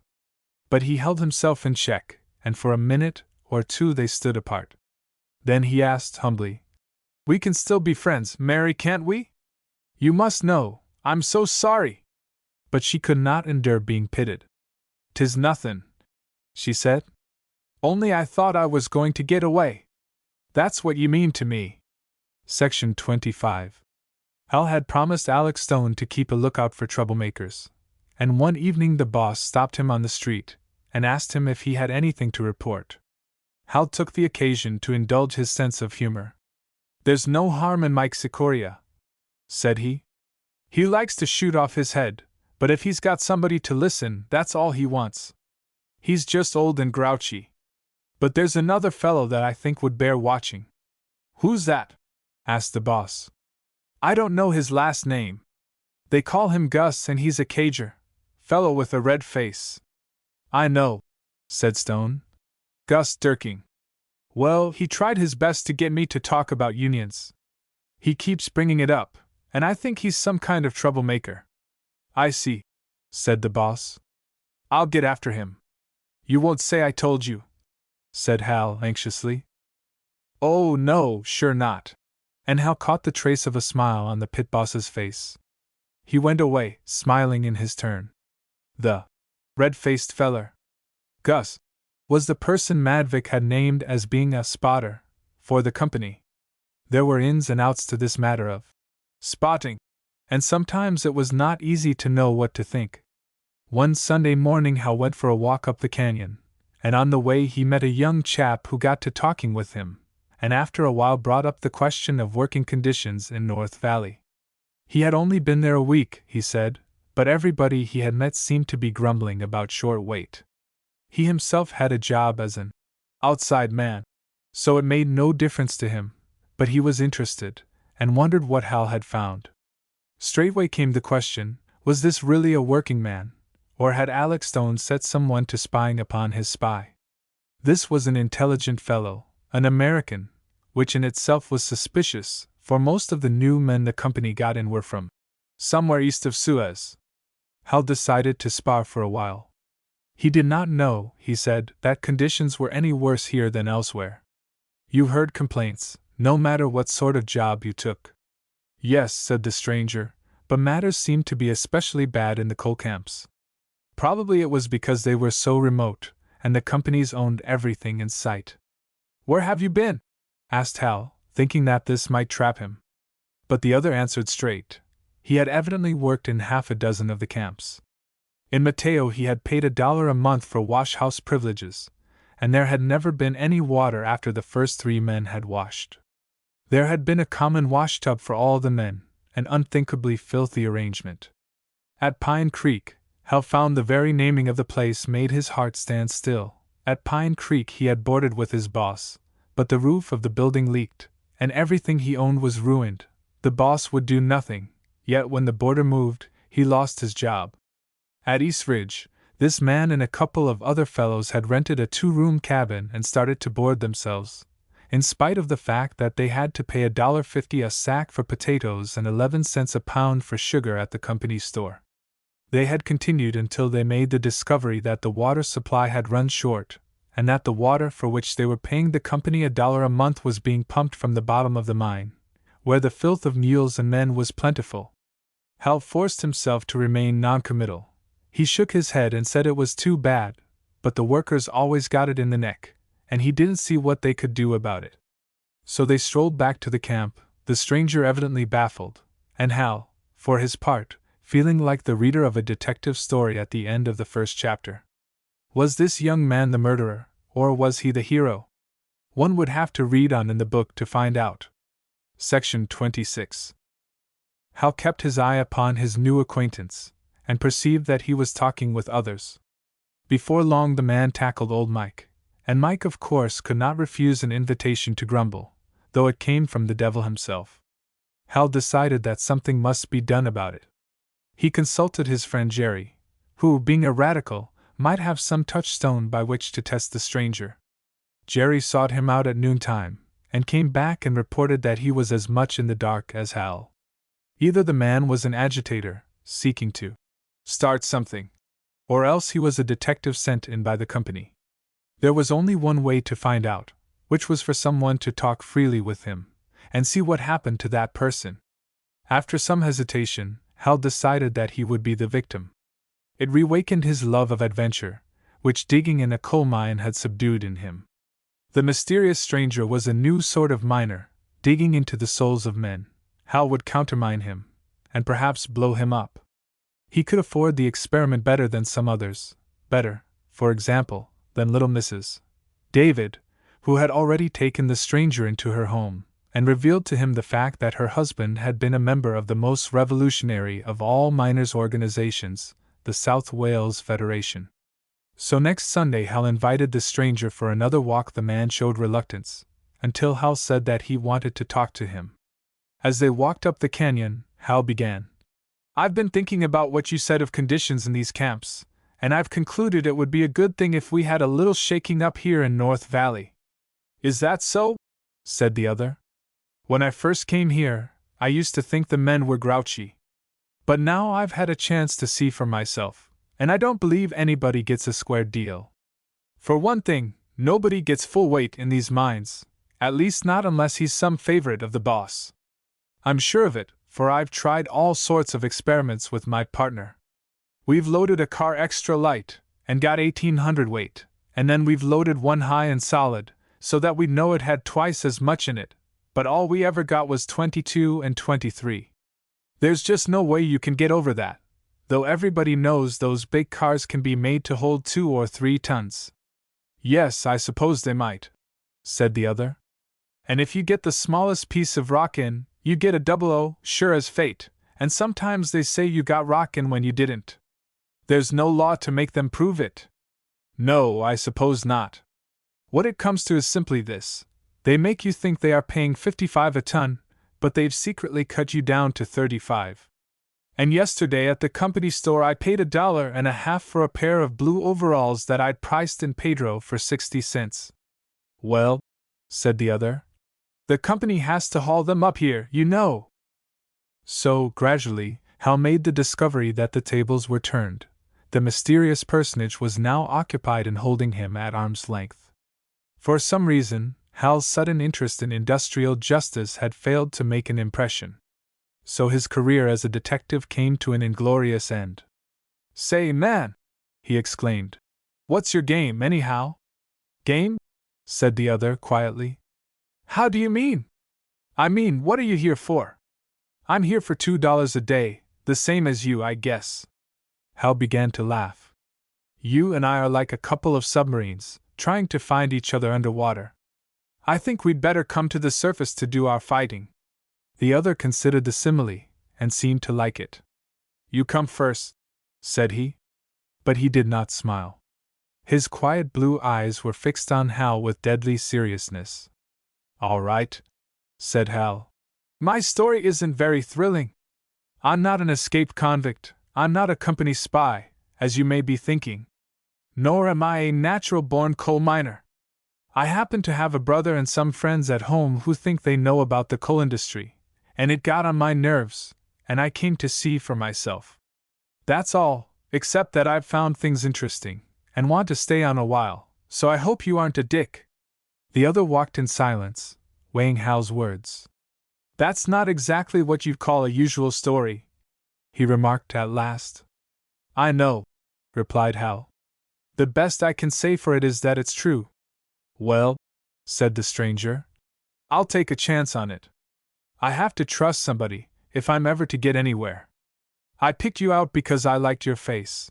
He gave Hal another searching look as he walked. Your smile isn't that of a cheat. But you're young, so let me remind you of the importance of secrecy in this place. I'll keep mum, said Hal, and the stranger opened a flap inside his shirt and drew out a letter which certified him to be Thomas Olson, an organizer for the United Mine Workers, the great national union of the coal miners. Section 27. Hal was so startled by this discovery that he stopped in his tracks and gazed at the man. He had heard a lot about troublemakers in the camps, but so far the only kind he had seen were those hired by the company to make trouble for the men. But now, here was a union organizer. Jerry had suggested the possibility, but Hal had not thought of it seriously. An organizer was a mythological creature, whispered about by the miners, cursed by the company and its servants, and by Hal's friends at home. An incendiary, a firebrand, a loud-mouthed, irresponsible person, stirring up blind and dangerous passions. Having heard such things all his life, Hal's first impulse was of distrust. He felt like the one-legged old switchman who had given him a place to sleep, after his beating at Pine Creek, and who had said, "Don't you talk no union business to me." Seeing Hal's emotion, the organizer gave an uneasy laugh. "While you're hoping I'm not a dick, I trust you understand I'm hoping you're not one." Hal's answer was to the point. "I was taken for an organizer once," he said, and his hands sought the seat of his ancient bruises. The other laughed. "You got off with a beating? You were lucky. Down in Alabama, not so long ago, they tarred and feathered one of us." Dismay came upon Hal's face, but after a moment he too began to laugh. "I was just thinking about my brother and his friends, what they'd have said if I'd come home from Pine Creek in a coat of tar and feathers." "Possibly," ventured the other. "They'd have said you got what you deserved." "Yes, that seems to be their attitude. That's the rule they apply to all the world. If anything goes wrong with you, it must be your own fault. It's a land of equal opportunity. And you'll notice," said the organizer, "that the more privileges people have had, the more boldly they talk that way." Hal began to feel a sense of comradeship with this stranger, who was able to understand one's family troubles. It had been a long time since Hal had talked with anyone from the outside world, and he found it a relief to his mind. He remembered how, after he had got his beating, he had lain out in the rain and congratulated himself that he was not what the guards had taken him for. Now he was curious about the psychology of an organizer. A man must have strong convictions to follow that occupation. He made the remark, and the other answered, "You can have my pay any time you'll do my work. But let me tell you, too, it isn't being beaten and kicked out of camp that bothers one most. It isn't the camp marshal and the spy and the blacklist. Your worst troubles are inside the heads of the fellows you're trying to help. Have you ever thought what it would mean to try to explain things to men who speak 20 different languages?" "Yes, of course," said Hal. "I wonder how you ever get a start." "Well, you look for an interpreter, and maybe he's a company spy. Or maybe the first man you try to convert reports you to the boss. For, of course, some of the men are cowards, and some of them are crooks. They'll sell out the next fellow for a better place, maybe for a glass of beer. That must have a tendency to weaken your convictions," said Hal. "No," said the other, in a matter-of-fact tone. "It's hard, but one can't blame the poor devils. They're ignorant, kept so deliberately. The bosses bring them here, and have a regular system to keep them from getting together. And of course these European peoples have their old prejudices, national prejudices, religious prejudices, that keep them apart. You see two fellows, one you think is exactly as miserable as the other, but you find him despising the other, because back home he was the other's superior. So they play into the boss's hands." Section 28. They had come to a remote place in the canyon, and found themselves seats on a flat rock, where they could talk in comfort. "Put yourself in their place," said the organizer. They're in a strange country, and one person tells them one thing, and another tells them something else. The masters and their agents say, don't trust the union agitators. They're a lot of grafters, they live easy and don't have to work. They take your money and call you out on strike, and you lose your jobs and your home. They sell you out, maybe, and go on to some other place to repeat the same trick, and the workers think maybe that's true. They haven't the wit to see that if the union leaders are corrupt, it must be because the bosses are buying them. So you see, they're completely bedeviled. They don't know which way to turn. The man was speaking quietly, but there was a little glow of excitement in his face. The company is forever repeating that these people are satisfied, that it's we who are stirring them up. But are they satisfied? You've been here long enough to know. There's no need to discuss that, Hal answered. Of course they're not satisfied.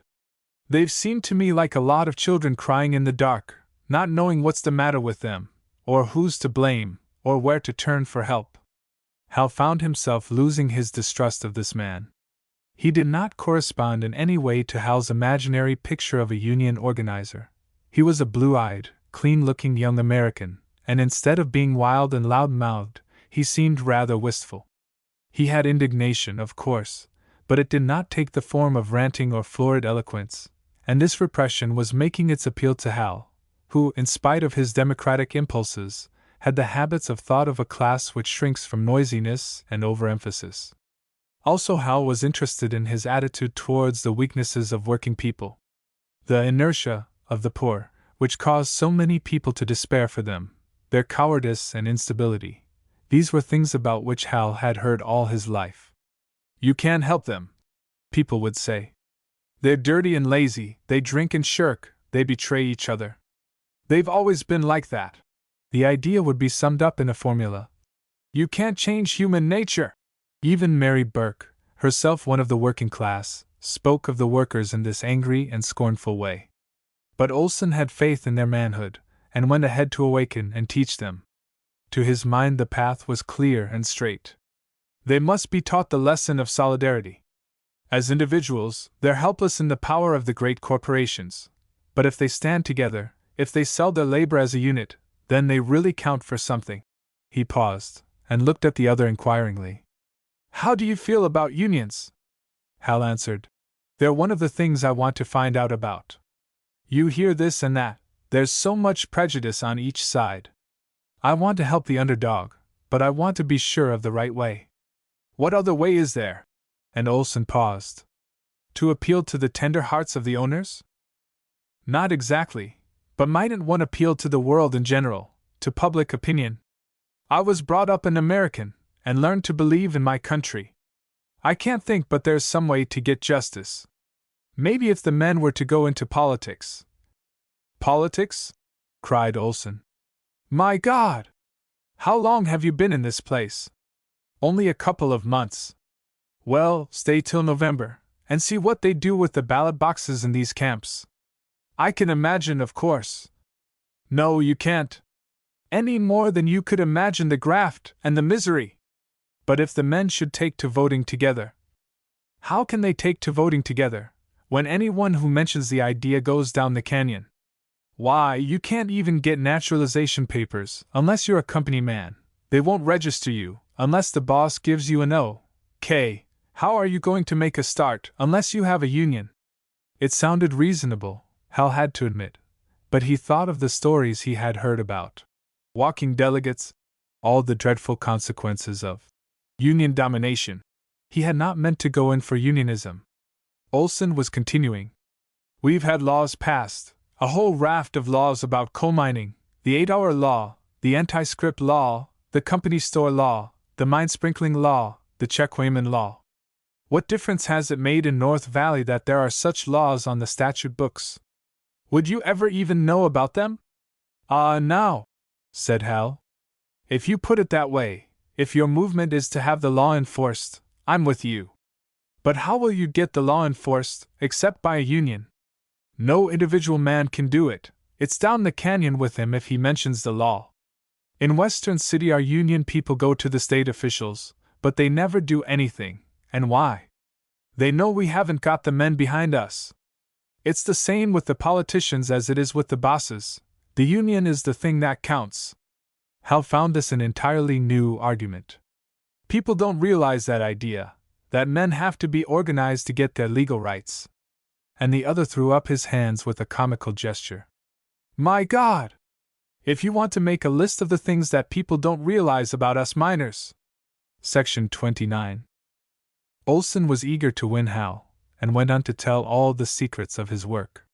He sought men who believed in unions, and were willing to take the risk of trying to convert others. In each place he visited, he would get a group together, and would arrange some way to communicate with them after he left, smuggling in propaganda literature for distribution. So there would be the nucleus of an organization. In a year or two they would have such a nucleus in every camp, and then they would be ready to come into the open, calling meetings in the towns, and in places in the canyons to which the miners would flock. So the flame of revolt would leap up, men would join the movement faster than the companies could get rid of them, and they would make a demand for their rights, backed with the threat of a strike throughout the entire district. You understand, added Olson. We have a legal right to organize, even though the bosses disapprove. You need not stand back on that score. Yes, said Hal, but it occurs to me that as a matter of tactics, it would be better here in North Valley if you chose some issue there's less controversy about. If, for instance, you'd concentrate on getting a checkweightman. The other smiled. We'd have to have a union to back the demand, so what's the difference? Well, argued Hal, there are prejudices to be reckoned with. Some people don't like the idea of a union. They think it means tyranny and violence. The organizer laughed. You aren't convinced but that it does yourself, are you? Well, all I can tell you is, if you want to tackle the job of getting a checkweightman in North Valley, I'll not stand in your way. Here was an idea, a real idea. Life had grown dull for Hal since he had become a buddy, working in a place 5 feet high. This would promise livelier times. But was it a thing he wanted to do? So far he had been an observer of conditions in this coal camp. He had convinced himself that conditions were cruel, and he had pretty well convinced himself that the cruelty was needless and deliberate. But when it came to a question of an action to be taken, then he hesitated, and old prejudices and fears made themselves heard. He had been told that labor was turbulent and lazy, that it had to be ruled with a strong hand. Now was he willing to weaken the strong hand, to ally himself with those who fomented labor troubles? But this would not be the same thing, he told himself. This suggestion of Olson's was different from trade unionism, which might be a demoralizing force, leading the workers from one demand to another, until they were seeking to dominate industry. This would be merely an appeal to the law, a test of that honesty and fair dealing to which the company everywhere laid claim. If, as the bosses proclaimed, the workers were fully protected by the checkweightman law, if, as all the world was made to believe, the reason there was no checkweightman was simply because the men did not ask for one, why, then there would be no harm done. If, on the other hand, a demand for a right that was not merely a legal right, but a moral right as well, if that were taken by the bosses as an act of rebellion against the company, well, Hal would understand a little more about the turbulence of labor. If, as old Mike and Johansson and the rest maintained, the bosses would make your life one damn misery till you left, then he would be ready to make a few damn miseries for the bosses in return. It would be an adventure, said Hal, suddenly. And the other laughed. It would that. You're thinking I'll have another Pine Creek experience, Hal added. Well, maybe so, but I have to try things out for myself. You see, I've got a brother at home, and when I think about going in for revolution, I have imaginary arguments with him. I want to be able to say I didn't swallow anybody's theories. I tried it for myself, and this is what happened. Well, replied the organizer, that's all right. But while you're seeking education for yourself and your brother, don't forget that I've already got my education.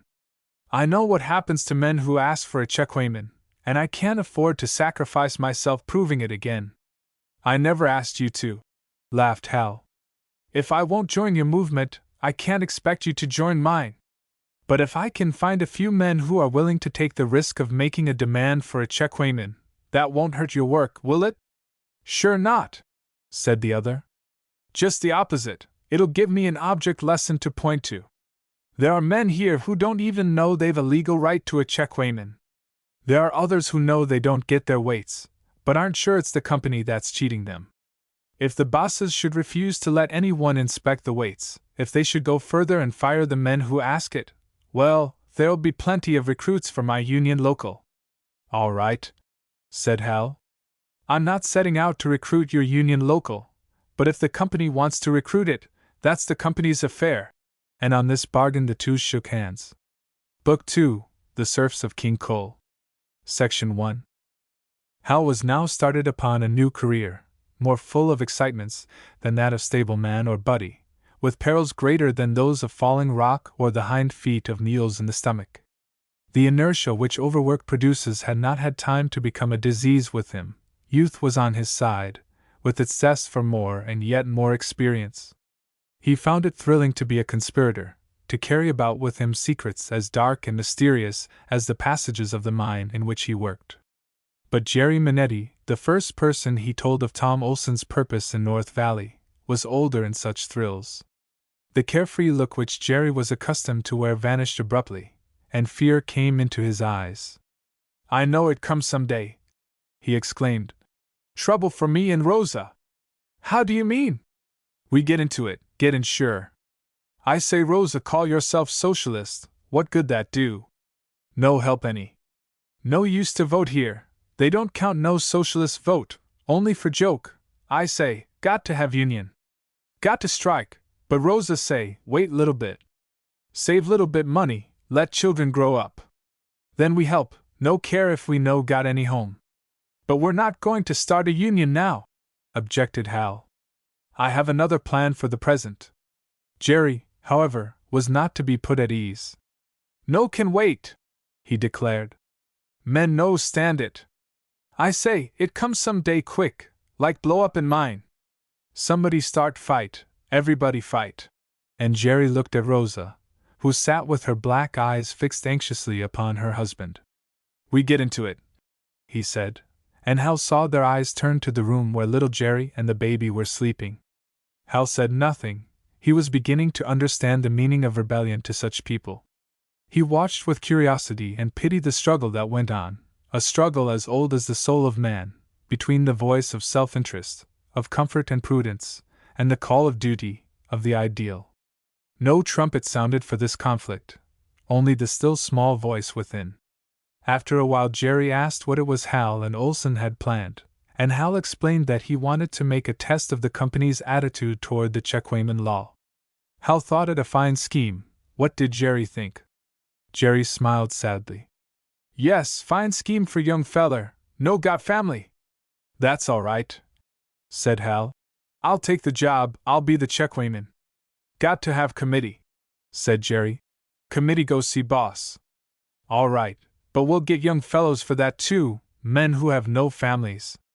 Some of the fellows who live in the chicken coops in Shantytown. They won't care what happens to them. But Jerry would not share Hal's smile. No got sense enough, them fellers. Takes sense to stick together. He explained that they would need a group of men to stand back of the committee. Such a group would have to be organized, to hold meetings in secret. It would be practically the same thing as a union, would be so regarded by the bosses and their spotters. And no organization of any sort was permitted in the camps. There had been some Serbians who had wanted to belong to a fraternal order back in their home country, but even that had been forbidden.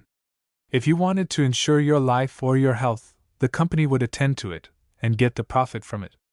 For that matter, you could not even buy a post office money order, to send funds back to the old country. The post office clerk, who was at the same time a clerk in the company store, would sell you some sort of a store draft. So Hal was facing the very difficulties about which Olson had warned him. The first of them was Jerry's fear. Yet Hal knew that Jerry was no coward. If any man had a contempt for Jerry's attitude, it was because he had never been in Jerry's place. All I'll ask of you now is advice, said Hal. Give me the names of some young fellows who are trustworthy, and I'll get their help without anybody suspecting you. You my boarder, was Jerry's reply to this. So again Hal was up against it. You mean that would get you into trouble? Sure. They know we talk. They know I talk socialism, anyhow. They fire me, sure. But how about your cousin, the pit boss in number 1? He no help. Maybe get fired himself. Say damn fool, board checkwayman. All right, said Hal. Then I'll move away now, before it's too late. You can say I was a troublemaker, and you turned me off. The Minettis sat gazing at each other, a mournful pair. They hated to lose their boarder, who was such good company, and paid them such good money. As for Hal, he felt nearly as bad, for he liked Jerry and his girl wife, and little Jerry, even the black-eyed baby, who made so much noise and interrupted conversation. No, said Jerry. I no run away. I do my share. That's all right, replied Hal. You do your share, but not just yet. You stay on in the camp and help Olson after I'm fired. We don't want the best men put out at once. So, after further argument, it was decided, and Hal saw little Rosa sink back in her chair and draw a deep breath of relief. The time for martyrdom was put off. Her little 3-roomed cabin, her furniture and her shining pans and her pretty white lace curtains, might be hers for a few weeks longer. Section 2. Hal went back to Remenitsky's boarding house, a heavy sacrifice, but not without its compensations, because it gave him more chance to talk with the men. He and Jerry made up a list of those who could be trusted with the secret, the list beginning with the name of Mike Sikoria.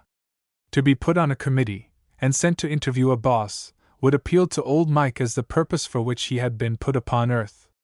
But they would not tell him about it until the last minute, for fear lest in his excitement he might shout out the announcement the next time he lost one of his cars. There was a young Bulgarian miner named Resmak who worked near Hal. The road into this man's room ran up an incline, and he had hardly been able to push his empties up the grade. While he was sweating and straining at the task, Alex Stone had come along, and having a giant's contempt for physical weakness, began to cuff him. The man raised his arm, whether in offense or to ward off the blow, no one could be sure, but Stone fell upon him and kicked him all the way down the passage, pouring out upon him furious curses. Now the man was in another room, where he had taken out over 40 carloads of rock, and been allowed only $3 for it. No one who watched his face when the pit boss passed would doubt that this man would be ready to take his chances in a movement of protest. Then there was a man whom Jerry knew, who had just come out of the hospital, after contact with the butt end of the camp marshal's revolver.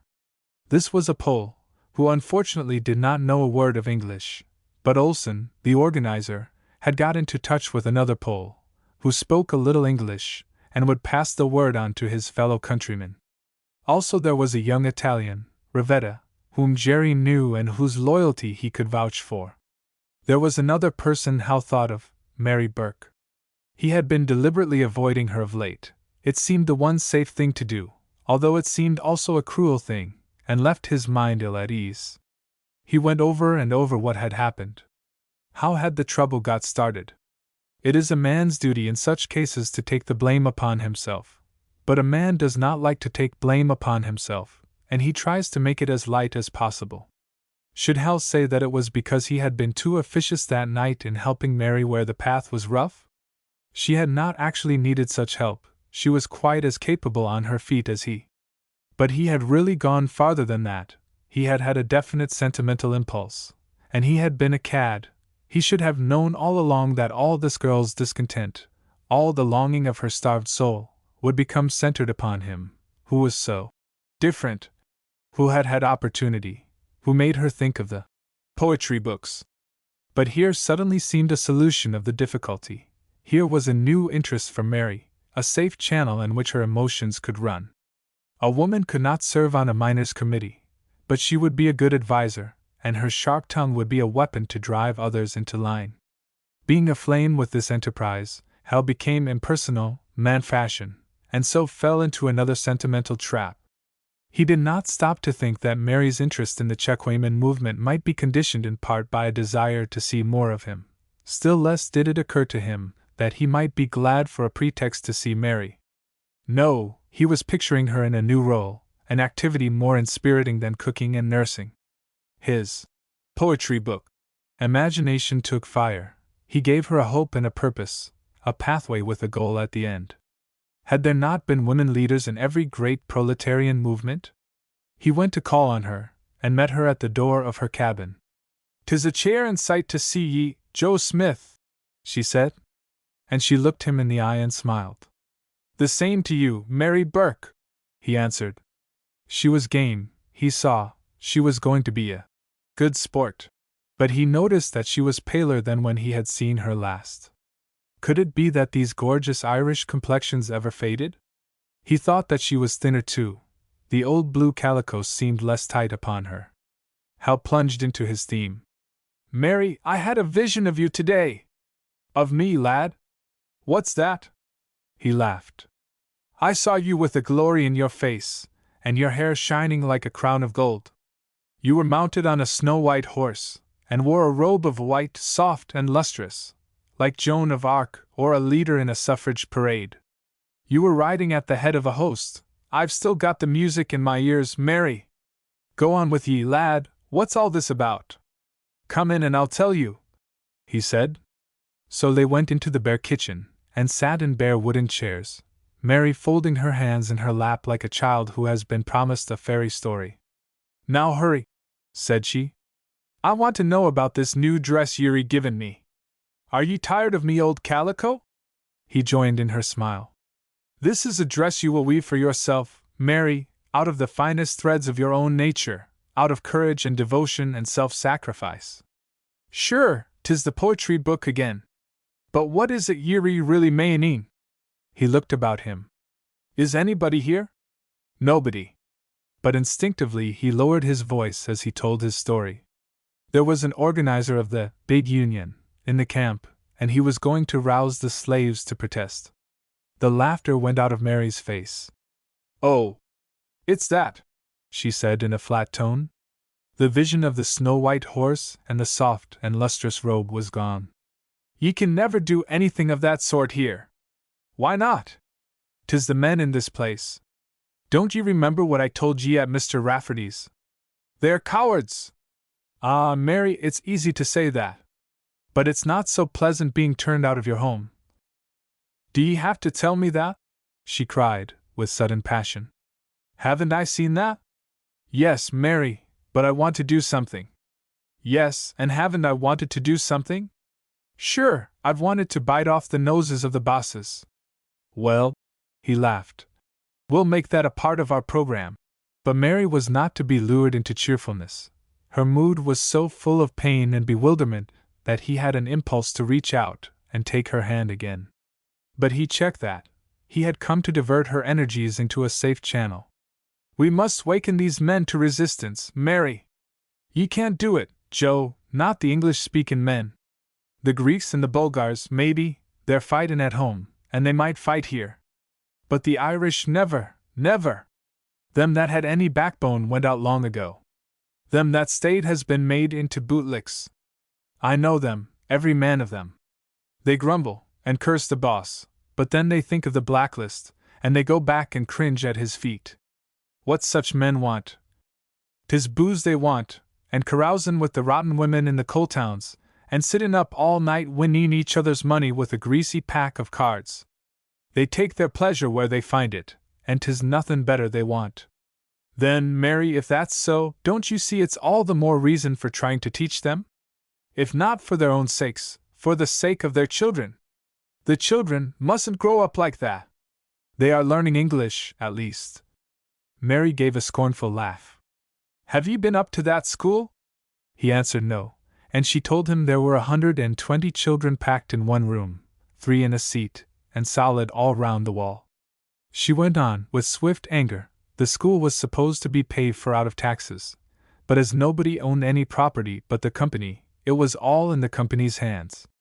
The school board consisted of Mr. Cartwright, the mine superintendent, and Jake Predovich, a clerk in the store, and the preacher, the Reverend Spraggs. Old Spraggs would bump his nose on the floor if the super told him to. Now, said Hal, laughing. "You're down on him because his grandfather was an Orangeman. Section 3. Mary Burke had been suckled upon despair, and the poison of it was deep in her blood. Hal began to realize that it would be as hard to give her a hope as to rouse the workers whom she despised. She was brave enough, no doubt, but how could he persuade her to be brave for men who had no courage for themselves? "Mary," he said, "in your heart you don't really hate these people. You know how they suffer, you pity them for it. You give their children your last cent when they need it." "Ah, lad!" she cried, and he saw tears suddenly spring into her eyes. "'Tis because I love them so that I hate them. Sometimes 'tis the bosses I would murder, sometimes 'tis the men. What is it you're wanting me to do?" And then, even before he could answer, she began to run over the list of her acquaintances in the camp. Yes, there was one man Hal ought to talk to. He would be too old to join them, but his advice would be invaluable, and they could be sure he would never betray them. That was old John Edstrom, a Swede from Minnesota, who had worked in this district from the time the mines had first started up. He had been active in the great strike 8 years ago, and had been blacklisted, his 4 sons with him. The sons were scattered now to the 4 parts of the world, but the father had stayed nearby, working as a ranch hand and railroad laborer, until a couple of years ago, during a rush season, he had got a chance to come back into the mines. He was old, declared Mary, must be 60. And when Hal remarked that did not sound so frightfully aged, she answered that one seldom heard of a man being able to work in a coal mine at that age. In fact, there were not many who managed to live to that age. Edstrom's wife was dying now, and he was having a hard time. "'Twould not be fair to let such an old gentleman lose his job," said Mary. "But at least he could give ye good advice." So that evening the two of them went to call on John Edstrom, in a tiny unpainted cabin in Shantytown, with a bare earth floor, and a half partition of rough boards to hide his dying wife from his callers. The woman's trouble was cancer, and this made calling a trying matter, for there was a fearful odor in the place. For some time it was impossible for Hal to force himself to think about anything else, but finally he overcame this weakness, telling himself that this was a war, and that a man must be ready for the hospital as well as for the parade ground.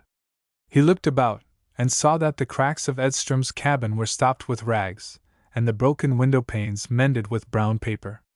The old man had evidently made an effort to keep the place neat, and Hal noticed a row of books on a shelf.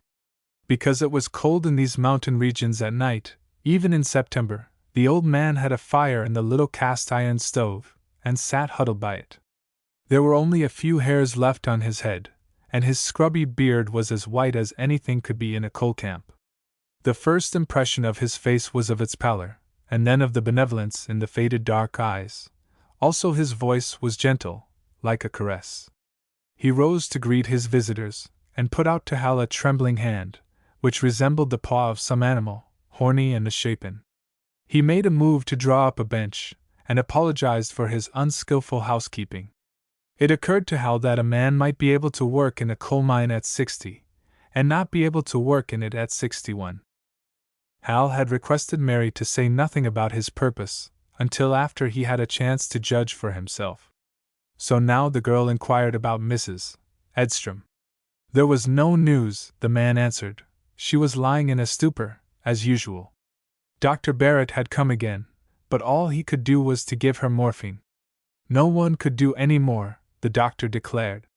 "Sure, he'd not know it if they could," sniffed Mary.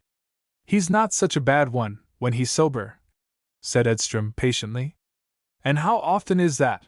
sniffed Mary again. She added, by way of explanation to Hal, "He's a cousin of the super."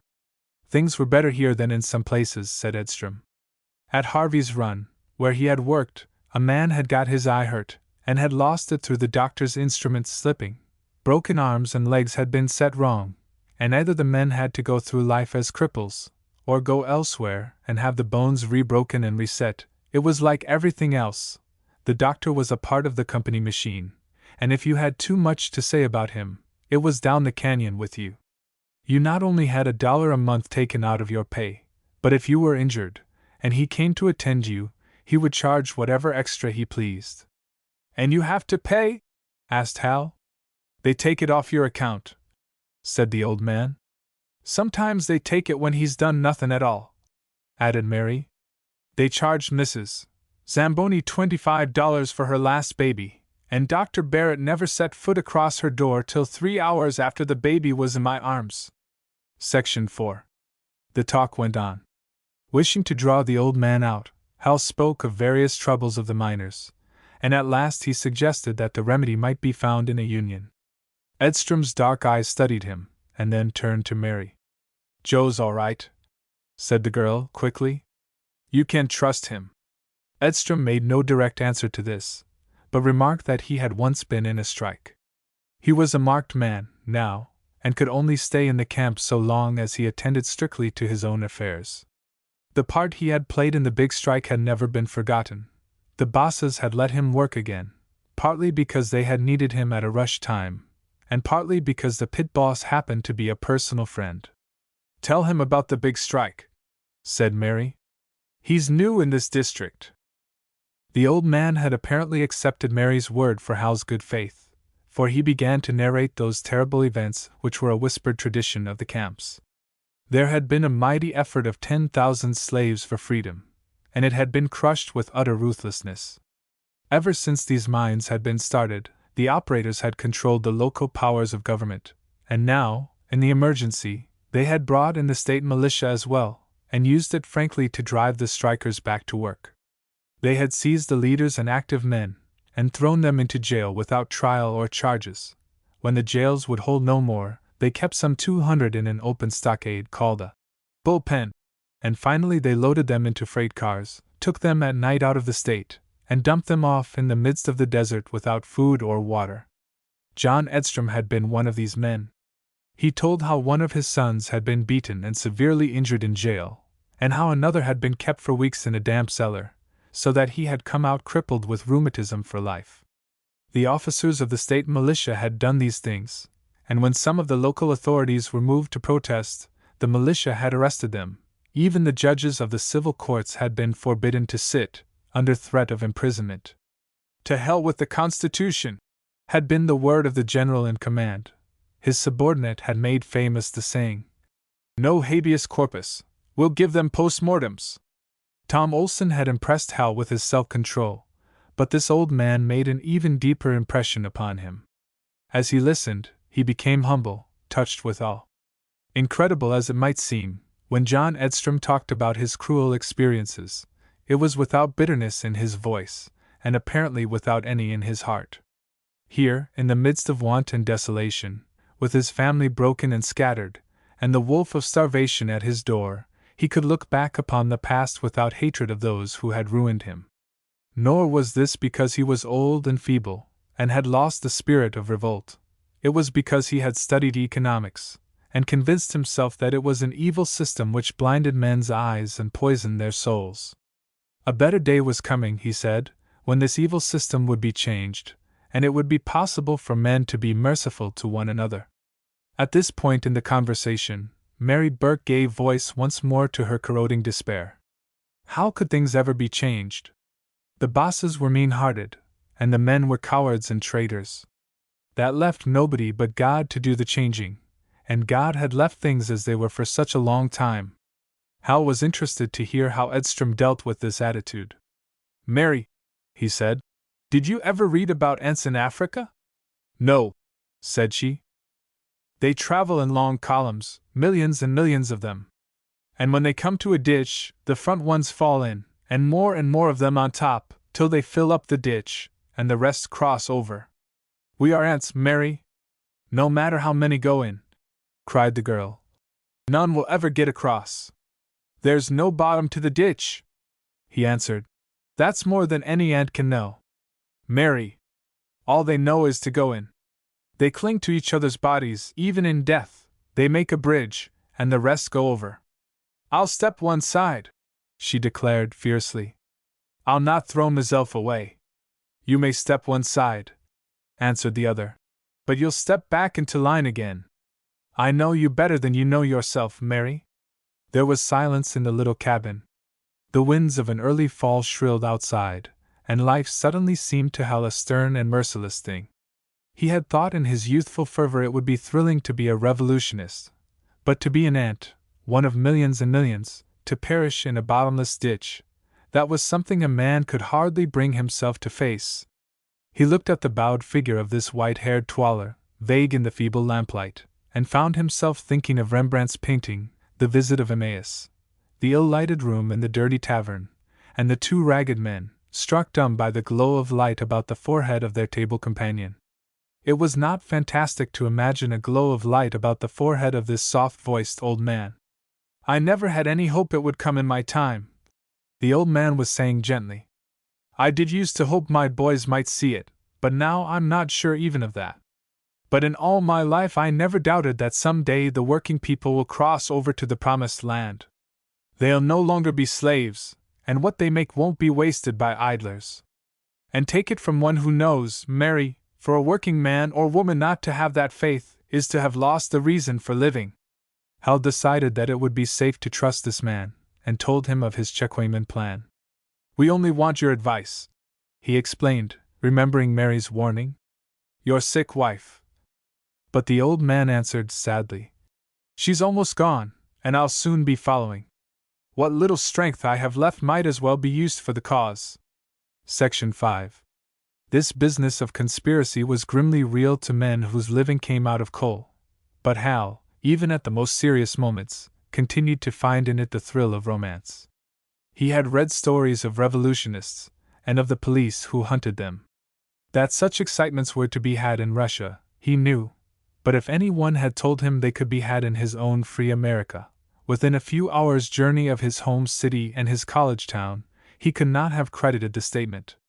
The evening after his visit to Edstrom, Hal was stopped on the street by his boss. Encountering him suddenly, Hal started, like a pickpocket who runs into a policeman. "Hello, kid," said the pit boss. "Hello, Mr. Stone," was the reply. "I want to talk to you," said the boss. "All right, sir." And then, under his breath, "He's got me." "Come up to my house," said Stone, and Hal followed, feeling as if handcuffs were already on his wrists. "Say," said the man as they walked, "I thought you were going to tell me if you'd heard any talk." "I haven't heard any, sir." "Well," continued Stone, "you want to get busy. There's sure to be kickers in every coal camp." And deep within, Hal drew a sigh of relief. It was a false alarm. They came to the boss's house, and he took a chair on the piazza and motioned Hal to take another. They sat in semi-darkness, and Stone dropped his voice as he began.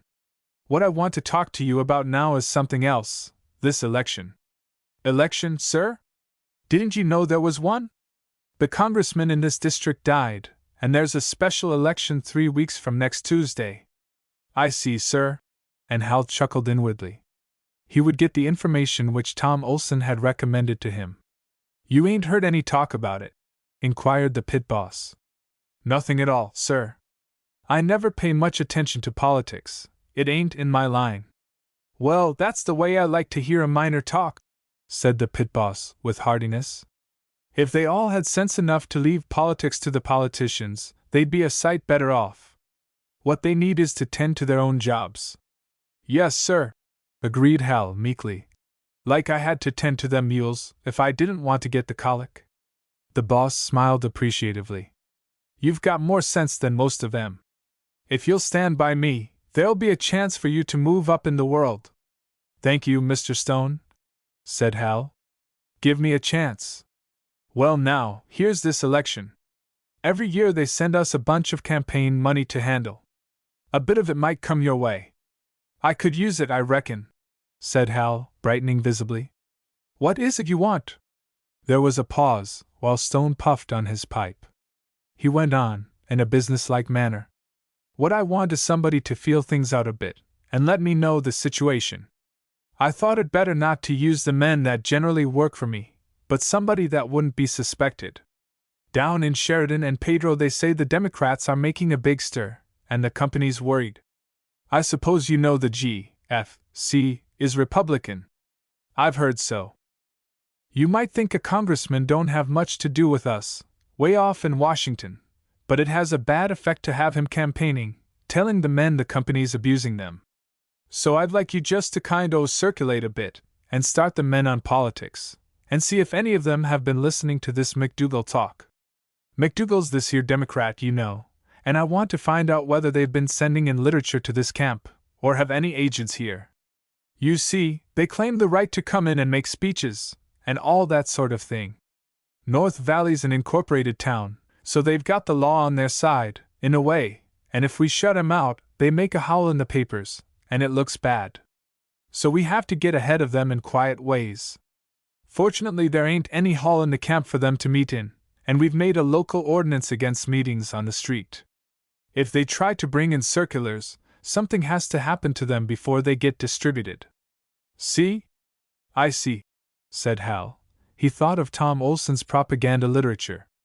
We'll pass the word out, it's the Republican the company wants elected, and you be on the lookout and see how they take it in the camp.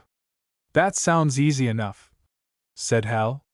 But tell me, Mr. Stone, why do you bother? Do so many of these wops have votes? It ain't the wops so much. We get them naturalized on purpose. They vote our way for a glass of beer. But the English-speaking men, or the foreigners that's been here too long, and got too big for their britches, they're the ones we got to watch. If they get to talking politics, they don't stop there. The first thing you know, they're listening to union agitators, and wanting to run the camp. Oh yes, I see, said Hal, and wondered if his voice sounded right. But the pit boss was concerned with his own troubles. As I told S.I. Adams the other day, what I'm looking for is fellows that talk some new lingo, one that nobody will ever understand. But I suppose that would be too easy. There's no way to keep them from learning some English. Hal decided to make use of this opportunity to perfect his education. Surely, Mr. Stone, he remarked, you don't have to count any votes if you don't want to. Well, I'll tell you, replied Stone.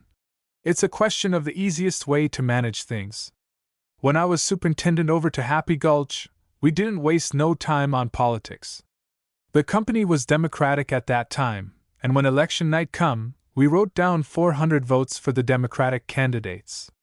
But the first thing we knew, a bunch of fellers was taken into town and got to swear they'd voted the Republican ticket in our camp. The Republican papers were full of it, and some fool judge ordered a recount, and we had to get busy overnight and mark up a new lot of ballots. It gave us a lot of bother. The pit boss laughed, and Hal joined him discreetly. So you see, you have to learn to manage. If there's votes for the wrong candidate in your camp, the fact gets out, and if the returns is too one-sided, there's a lot of grumbling. There's plenty of bosses that don't care, but I learned my lesson that time, and I got my own method, that is not to let any opposition start. See? Yes, I see. Maybe a mine boss has got no right to meddle in politics, but there's one thing he's got to say about, and that is who works in his mine. It's the easiest thing to weed out. Hal never forgot the motion of beefy hands with which Alex Stone illustrated these words. As he went on, the tones of his voice did not seem so good-natured as usual. The fellows that don't want to vote my way can go somewhere else to do their voting. That's all I got to say on politics. There was a brief pause, while Stone puffed on his pipe. Then it may have occurred to him that it was not necessary to go into so much detail in breaking in a political recruit. When he resumed, it was in a good-natured tone of dismissal. That's what you do, kid. Tomorrow you get a sprained wrist, so you can't work for a few days, and that'll give you a chance to bum round and hear what the men are saying. Meantime, I'll see you get your wages. That sounds all right, said Hal, but showing only a small part of his satisfaction. The pit boss rose from his chair and knocked the ashes from his pipe. Mind you, I want the goods. I've got other fellows working, and I'm comparing 'em. For all you know, I may have somebody watching you. Yes, said Hal, and grinned cheerfully. I'll not fail to bear that in mind. Section 6. The first thing Hal did was to seek out Tom Olson and narrate this experience. The two of them had a merry time over it.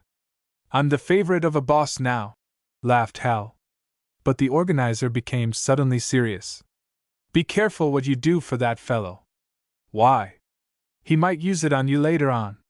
One of the things they try to do if you make any trouble for them is to prove that you took money from them, or tried to. But he won't have any proofs. That's my point, don't give him any. If Stone says you've been playing the political game for him, then some fellow might remember that you did ask him about politics. So don't have any marked money on you. Hal laughed. Money doesn't stay on me very long these days. But what shall I say if he asks me for a report? You'd better put your job right through, Joe, so that he won't have time to ask for any report. All right, was the reply. But just the same, I'm going to get all the fun there is, being the favorite of a boss. And so, early the next morning when Hal went to his work, he proceeded to sprain his wrist. He walked about in pain, to the great concern of old Mike, and when finally he decided that he would have to lay off, Mike followed him halfway to the shaft, giving him advice about hot and cold cloths. Leaving the old Slovak to struggle along as best he could alone, Hal went out to bask in the wonderful sunshine of the upper world, and the still more wonderful sunshine of a boss's favor. First he went to his room at Remenitsky's, and tied a strip of old shirt about his wrist, and a clean handkerchief on top of that. By this symbol he was entitled to the freedom of the camp and the sympathy of all men, and so he sallied forth. Strolling towards the tipple of number 1, he encountered a wiry, quick-moving little man, with restless black eyes and a lean, intelligent face. He wore a pair of common miners' jumpers, but even so, he was not to be taken for a working man. Everything about him spoke of authority. "Morning, Mr. Cartwright," said Hal. "Good morning," replied the superintendent. Then, with a glance at Hal's bandage, "You hurt?" "Yes, sir. Just a bit of sprain, but I thought I'd better lay off." "Been to the doctor?" "No, sir. I don't think it's that bad." "You'd better go. You never know how bad a sprain is." "Right, sir," said Hal. Then, as the superintendent was passing, "Do you think, Mr. Cartwright, that McDougal stands any chance of being elected?" "I don't know," replied the other, surprised. "I hope not. You aren't going to vote for him, are you?" "Oh, no, I'm a Republican, born that way. But I wondered if you'd heard any McDougal talk." "Well, I'm hardly the one that would hear it." "You take an interest in politics?" "Yes, sir, in a way. In fact, that's how I came to get this wrist." "How's that? In a fight?" "No, sir. But you see, Mr. Stone wanted me to feel out sentiment in the camp, and he told me I'd better sprain my wrist and lay off." The super, after staring at Hal, could not keep from laughing. Then he looked about him. "You want to be careful, talking about such things. I thought I could surely trust the superintendent," said Hal drily. The other measured him with his keen eyes, and Hal, who was getting the spirit of political democracy, took the liberty of returning the gaze. "You're a wide-awake young fellow," said Cartwright at last. "Learn the ropes here, and make yourself useful, and I'll see you're not passed over." "All right, sir, thank you. Maybe you'll be made an election clerk this time. That's worth $3 a day, you know." "Very good, sir." And Hal put on his smile again. "They tell me you're the mayor of North Valley." "I am. And the justice of the peace is a clerk in your store." "Well, Mr. Cartwright, if you need a president of the Board of Health or a dog catcher, I'm your man, as soon, that is, as my wrist gets well." And so Hal went on his way. Such joshing on the part of a buddy was of course absurdly presumptuous. The superintendent stood looking after him with a puzzled frown upon his face. Section 7.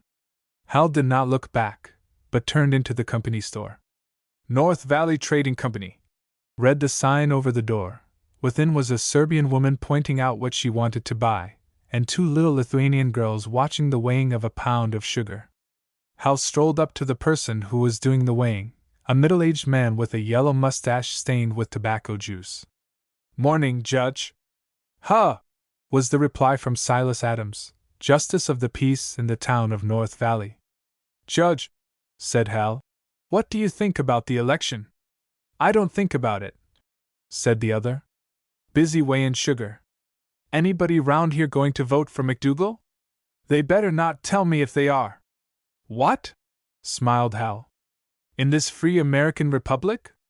In this part of the free American Republic, a man is free to dig coal, but not to vote for a skunk like McDougal. Then, having tied up the sugar, the J.P. whittled off a fresh chew from his plug and turned to Hal. "What do you have?" Hal purchased half a pound of dried peaches, so that he might have an excuse to loiter, and be able to keep time with the jaws of the judge. While the order was being filled, he seated himself upon the counter. "You know," said he, "I used to work in a grocery." "That's so? Where at?" "Peterson and Company, in American City." Hal had told this so often that he had begun to believe it. "Pay pretty good up there?" "Yes, pretty fair." Then, realizing that he had no idea what would constitute good pay in a grocery, Hal added quickly, "Got a bad wrist here." "That's so?" said the other.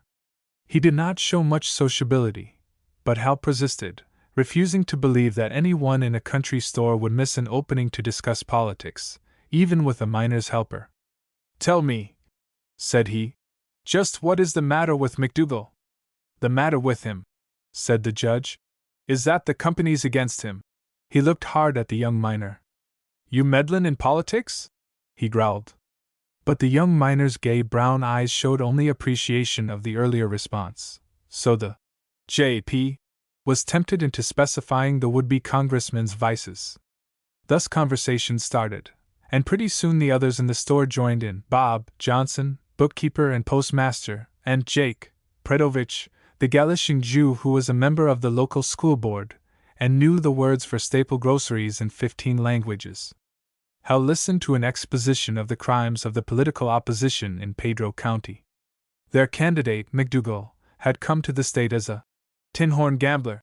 Yet now he was going around making speeches in churches, and talking about the moral sentiment of the community. "And him with a district chairman keeping 3 families in Pedro," declared S.I. Adams. "Well," ventured Hal, "if what I hear is true, the Republican chairman isn't a plaster saint. They say he was drunk at the convention." "Maybe so," said the J.P., "but we ain't playin' for the prohibition vote, and we ain't playin' for the labor vote, tryin' to stir up the riff-raff in these coal camps, promisin' 'em high wages and short hours. Don't he know he can't get it for 'em? But he figures he'll go off to Washington and leave us here to deal with the mess he's stirred up." "Don't you fret," put in Bob Johnson. "He ain't going to no Washington." The other two agreed, and Hal ventured again. "He says you stuffed the ballot boxes. What do you suppose his crowd is doing in the cities? We got to meet 'em some way, ain't we?" "Oh, I see," said Hal naively. "You stuff them worse. Sometimes we stuff the boxes, and sometimes we stuff the voters." There was an appreciative titter from the others, and the J.P. was moved to reminiscence. 2 years ago I was election clerk, over to Sheridan, and we found we'd let 'em get ahead of us. They had carried the whole state. "By God," said Alf, "Raymond, we'll show 'em a trick from the coal counties. And there won't be no recount business either," so we held back our returns till the rest had come in, and when we seen how many votes we needed, we wrote 'em down. And that settled it." "That seems a simple method," remarked Hal. "They'll have to get up early to beat Alf." "You bet you," said S.I., with the complacency of one of the gang. "They call this county the Empire of Raymond." "It must be a cinch," said Hal, "being the sheriff, and having the naming of so many deputies as they need in these coal camps." "Yes," agreed the other. "And there's his wholesale liquor business, too. If you want a license in Pedro County, you not only vote for Alf, but you pay your bills on time." "Must be a fortune in that," remarked Hal, and the judge, the postmaster, and the school commissioner appeared like children listening to a story of a feast. "You bet you! I suppose it takes money to run politics in this county," Hal added. "Well, Alf don't put none of it up, you can bet. That's the company's job." This from the judge, and the school commissioner added, "De coin in dese camps is beer." "Oh, I see," laughed Hal. "The companies buy Alf's beer, and use it to get him votes." "Sure thing," said the postmaster. At this moment he happened to reach into his pocket for a cigar, and Hal observed a silver shield on the breast of his waistcoat. That a deputy's badge? He inquired, and then turned to examine the school commissioner's costume. Where's yours? I get mine when election comes, said Jake, with a grin. And yours, Judge? I'm a justice of the peace, young feller, said Silas, with dignity. Leaning round, and observing a bulge on the right hip of the school commissioner, Hal put out his hand towards it. Instinctively the other moved his hand to the spot. Hal turned to the postmaster. Yours? He asked. Mine's under the counter, grinned Bob. And yours, Judge? Mine's in the desk, said the judge. Hal drew a breath. Gee, said he. It's like a steel trap. He managed to keep the laugh on his face, but within he was conscious of other feelings than those of amusement. He was losing that first fine careless rapture with which he had set out to run with the hare and the hounds in North Valley. Section 8. 2 days after this beginning of Hal's political career, it was arranged that the workers who were to make a demand for a checkweighman should meet in the home of Mrs. David. When Mike Sikoria came up from the pit that day, Hal took him aside and told him of the gathering. A look of delight came upon the old Slovak's face as he listened. He grabbed his buddy by the shoulders, crying, You mean it? Sure meant it, said Hal. You want to be on the committee to go and see the boss? Plua biedna, cried Mike, which is something dreadful in his own language. By Judas, I pack up my old box again. Hal felt a guilty pang. Should he let this old man into the thing? You think you'll have to move out of camp? He asked. Move out of state this time. Move back to old country, maybe. And Hal realized that he could not stop him now, even if he wanted to. The old fellow was so much excited that he hardly ate any supper, and his buddy was afraid to leave him alone, for fear he might blurt out the news. It had been agreed that those who attended the meeting should come one by one, and by different routes. Hal was one of the first to arrive, and he saw that the shades of the house had been drawn, and the lamps turned low. He entered by the back door, where Big Jack, David stood on guard. Big Jack, who had been a member of the South Wales Federation at home, made sure of Hal's identity, and then passed him in without a word. Inside was Mike, the first on hand. Mrs. David, a little black-eyed woman with a never-ceasing tongue, was bustling about, putting things in order. She was so nervous that she could not sit still. This couple had come from their birthplace only a year or so ago, and had brought all their wedding presents to their new home, pictures and bric-a-brac and linen. It was the prettiest home Hal had so far been in, and Mrs. David was risking it deliberately, because of her indignation that her husband had had to forswear his union in order to get work in America. The young Italian, Rivetta, came, then old John Edstrom. There being not chairs enough in the house, Mrs. David had set some boxes against the wall, covering them with cloth, and Hal noticed that each person took one of these boxes, leaving the chairs for the later comers. Each one as he came in would nod to the others, and then silence would fall again. When Mary Burke entered, Hal divined from her aspect and manner that she had sunk back into her old mood of pessimism. He felt a momentary resentment. He was so thrilled with this adventure. He wanted everybody else to be thrilled, especially Mary. Like everyone who has not suffered much, he was repelled by a condition of perpetual suffering in another. Of course, Mary had good reasons for her black moods, but she herself considered it necessary to apologize for what she called her complainin'. She knew that he wanted her to help encourage the others, but here she was, putting herself in a corner and watching this wonderful proceeding, as if she had said, I'm an ant, and I stay in line, but I'll not pretend I have any hope in it. Rosa and Jerry had insisted on coming, in spite of Hal's offer to spare them. After them came the Bulgarian, Resmak, then the Polacks, Klowaski and Zamirowski. Hal found these difficult names to remember, but the Polacks were not at all sensitive about this. They would grin good-naturedly while he practiced, nor would they mind if he gave it up and called them Tony and Pete. They were humble men, accustomed all their lives to being driven about. Hal looked from one to another of their bowed forms and toil-worn faces, appearing more than ever somber and mournful in the dim light. He wondered if the cruel persecution which had driven them to protest would suffice to hold them in line. Once a newcomer, having misunderstood the orders, came to the front door and knocked, and Hal noted that every one started, and some rose to their feet in alarm. Again he recognized the atmosphere of novels of Russian revolutionary life. He had to remind himself that these men and women, gathered here like criminals, were merely planning to ask for a right guaranteed them by the law. The last to come was an Austrian miner named Husar, with whom Olsen had got into touch. Then, it being time to begin, everybody looked uneasily at everybody else. Few of them had conspired before, and they did not know quite how to set about it. Olsen, the one who would naturally have been their leader, had deliberately stayed away. They must run this Chekwaman affair for themselves. "Somebody talk," said Mrs. David at last, and then, as the silence continued, she turned to Hal. "You're going to be the Chekwaman. You talk." "I'm the youngest man here," said Hal, with a smile. "Some older fellow talk." But nobody else smiled. "Go on!" exclaimed old Mike, and so at last Hal stood up. It was something he was to experience many times in the future. Because he was an American, and educated, he was forced into a position of leadership. "As I understand it, you people want a Chekwaman. Now, they tell me the pay for a Chekwaman should be $3 a day, but we've got only 7 miners among us, and that's not enough. I will offer to take the job for 25 cents a day from each man, which will make $1.75, less than what I'm getting now as a buddy.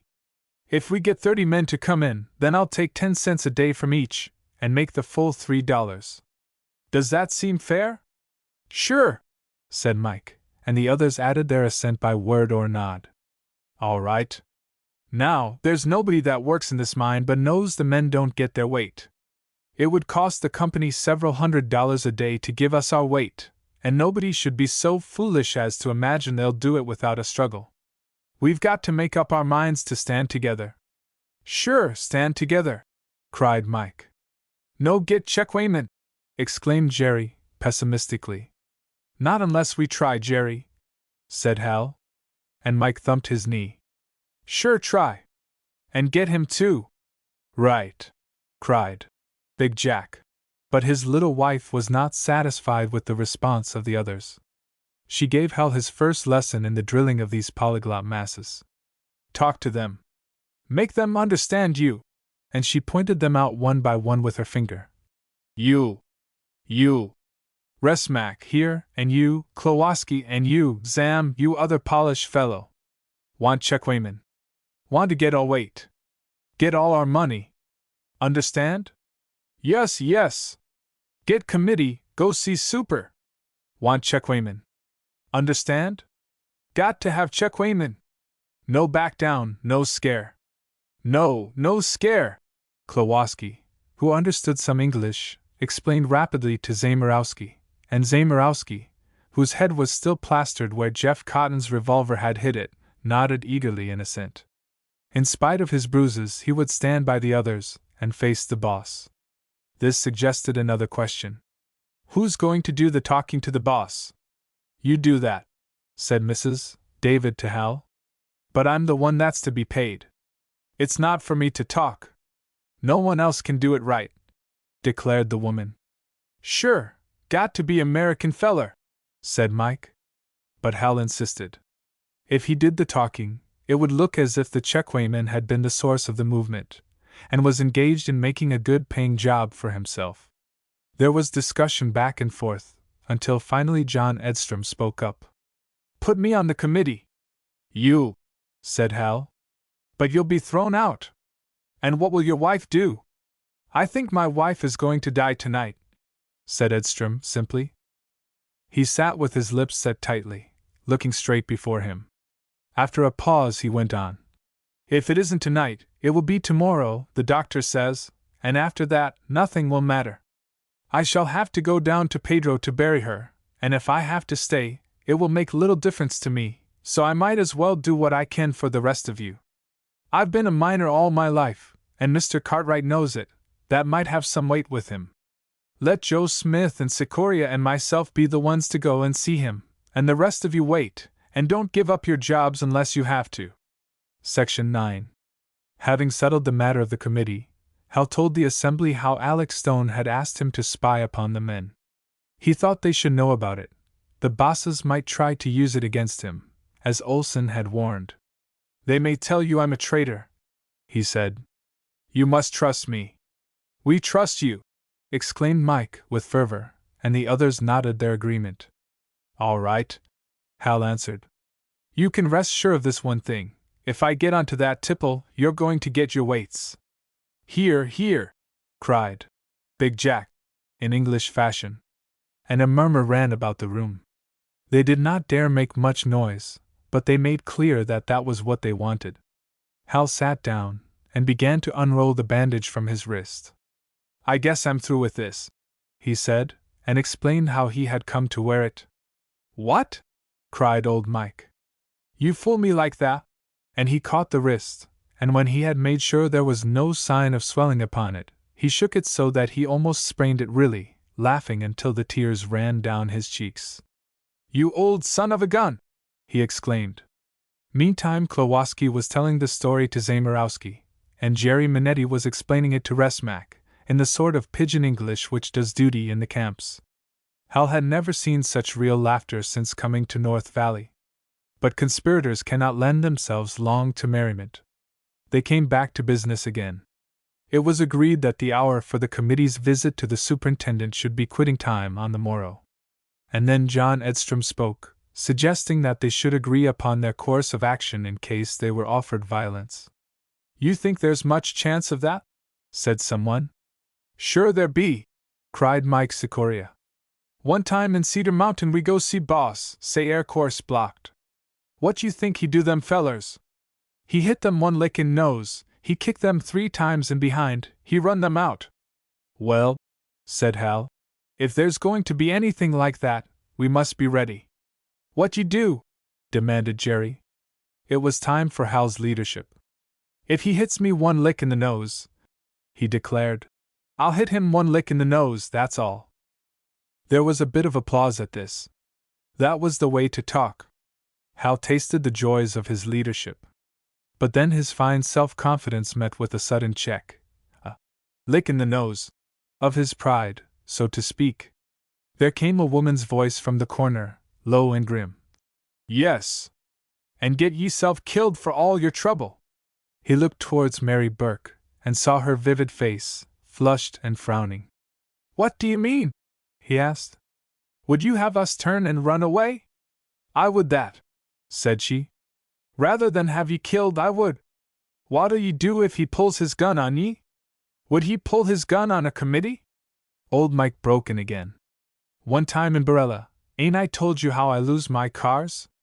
I tell way boss somebody steal my cars, and he pull gun on me, and he say, 'Get the hell off that tipple, you old billy goat, I shoot you full of holes.'" Among his classmates at college, Hal had been wont to argue that the proper way to handle a burglar was to call out to him, saying, "Go ahead, old chap, and help yourself. There's nothing here I'm willing to get shot for." What was the value of anything a burglar could steal, in comparison with a man's own life? And surely, one would have thought, this was a good time to apply the plausible theory. But for some reason Hal failed even to remember it. He was going ahead, precisely as if a ton of coal per day was the one thing of consequence in life. "What shall we do?" he asked. "We don't want to back out." But even while he asked the question, Hal was realizing that Mary was right. His was the attitude of the leisure class person, used to having his own way. But Mary, though she had a temper too, was pointing the lesson of self-control. It was the second time tonight that she had injured his pride. But now he forgave her in his admiration. He had always known that Mary had a mind and could help him. His admiration was increased by what John Edstrom was saying. They must do nothing that would injure the cause of the big union. And so they must resolve to offer no physical resistance, no matter what might be done to them. There was vehement argument on the other side. "We fight! We fight!" declared old Mike, and cried out suddenly, as if in anticipation of the pain in his injured nose. "You say me stand that? If you fight back," said Edstrom, "we'll all get the worst of it. The company will say we started the trouble, and put us in the wrong." We've got to make up our mind to rely on moral force. So, after more discussion, it was agreed every man would keep his temper, that is, if he could. So they shook hands all round, pledging themselves to stand firm. But when the meeting was declared adjourned, and they stole out one by one into the night, they were a very sober and anxious lot of conspirators. Section 10. Hal slept but little that night. Amid the sounds of the snoring of 8 of Remenitsky's other boarders, he lay going over in his mind various things which might happen on the morrow. Some of them were far from pleasant things. He tried to picture himself with a broken nose, or with tar and feathers on him. He recalled his theory as to the handling of burglars. The GFC was a burglar of gigantic and terrible proportions. Surely this was a time to call out, "Help yourself!" But instead of doing it, Hal thought about Edstrom's aunts, and wondered at the power which made them stay in line. When morning came, he went up into the mountains, where a man may wander and renew his moral force. When the sun had descended behind the mountain tops, he descended also, and met Edstrom and Sikoria in front of the company office. They nodded a greeting, and Edstrom told Hal that his wife had died during the day. There being no undertaker in North Valley, he had arranged for a woman friend to take the body down to Pedro, so that he might be free for the interview with Cartwright. Hal put his hand on the old man's shoulder, but attempted no word of condolence. He saw that Edstrom had faced the trouble and was ready for duty. "Come ahead," said the old man, and the 3 went into the office. While a clerk took their message to the inner office, they stood for a couple of minutes, shifting uneasily from one foot to the other, and turning their caps in their hands in the familiar manner of the lowly. At last Mr. Cartwright appeared in the doorway, his small sparely built figure eloquent of sharp authority. "Well, what's this?" he inquired. "If you please," said Edstrom, "we'd like to speak to you. We've decided, sir, that we want to have a checkweighmen." "What?" The word came like the snap of a whip. "We'd like to have a checkweighmen, sir." There was a moment's silence. "Come in here." They filed into the inner office, and he shut the door. "Now, what's this?" Edstrom repeated his words again. "What put that notion into your heads?" "Nothing, sir, only we thought we'd be better satisfied." "You think you're not getting your weight?" "Well, sir, you see, some of the men, we think it would be better if we had the checkweighmen. We're willing to pay for him." "Who's this checkweighmen to be?" "Joe Smith here." Hal braced himself to meet the other's stare. "Oh, so it's you." Then, after a moment, "So that's why you were feeling so gay." Hal was not feeling in the least gay at the moment, but he forbore to say so. There was a silence. "Now, why do you fellows want to throw away your money?" The superintendent started to argue with them, showing the absurdity of the notion that they could gain anything by such a course. The mine had been running for years on its present system, and there had never been any complaint. The idea that a company as big and as responsible as the GFC would stoop to cheat its workers out of a few tons of coal. And so on, for several minutes.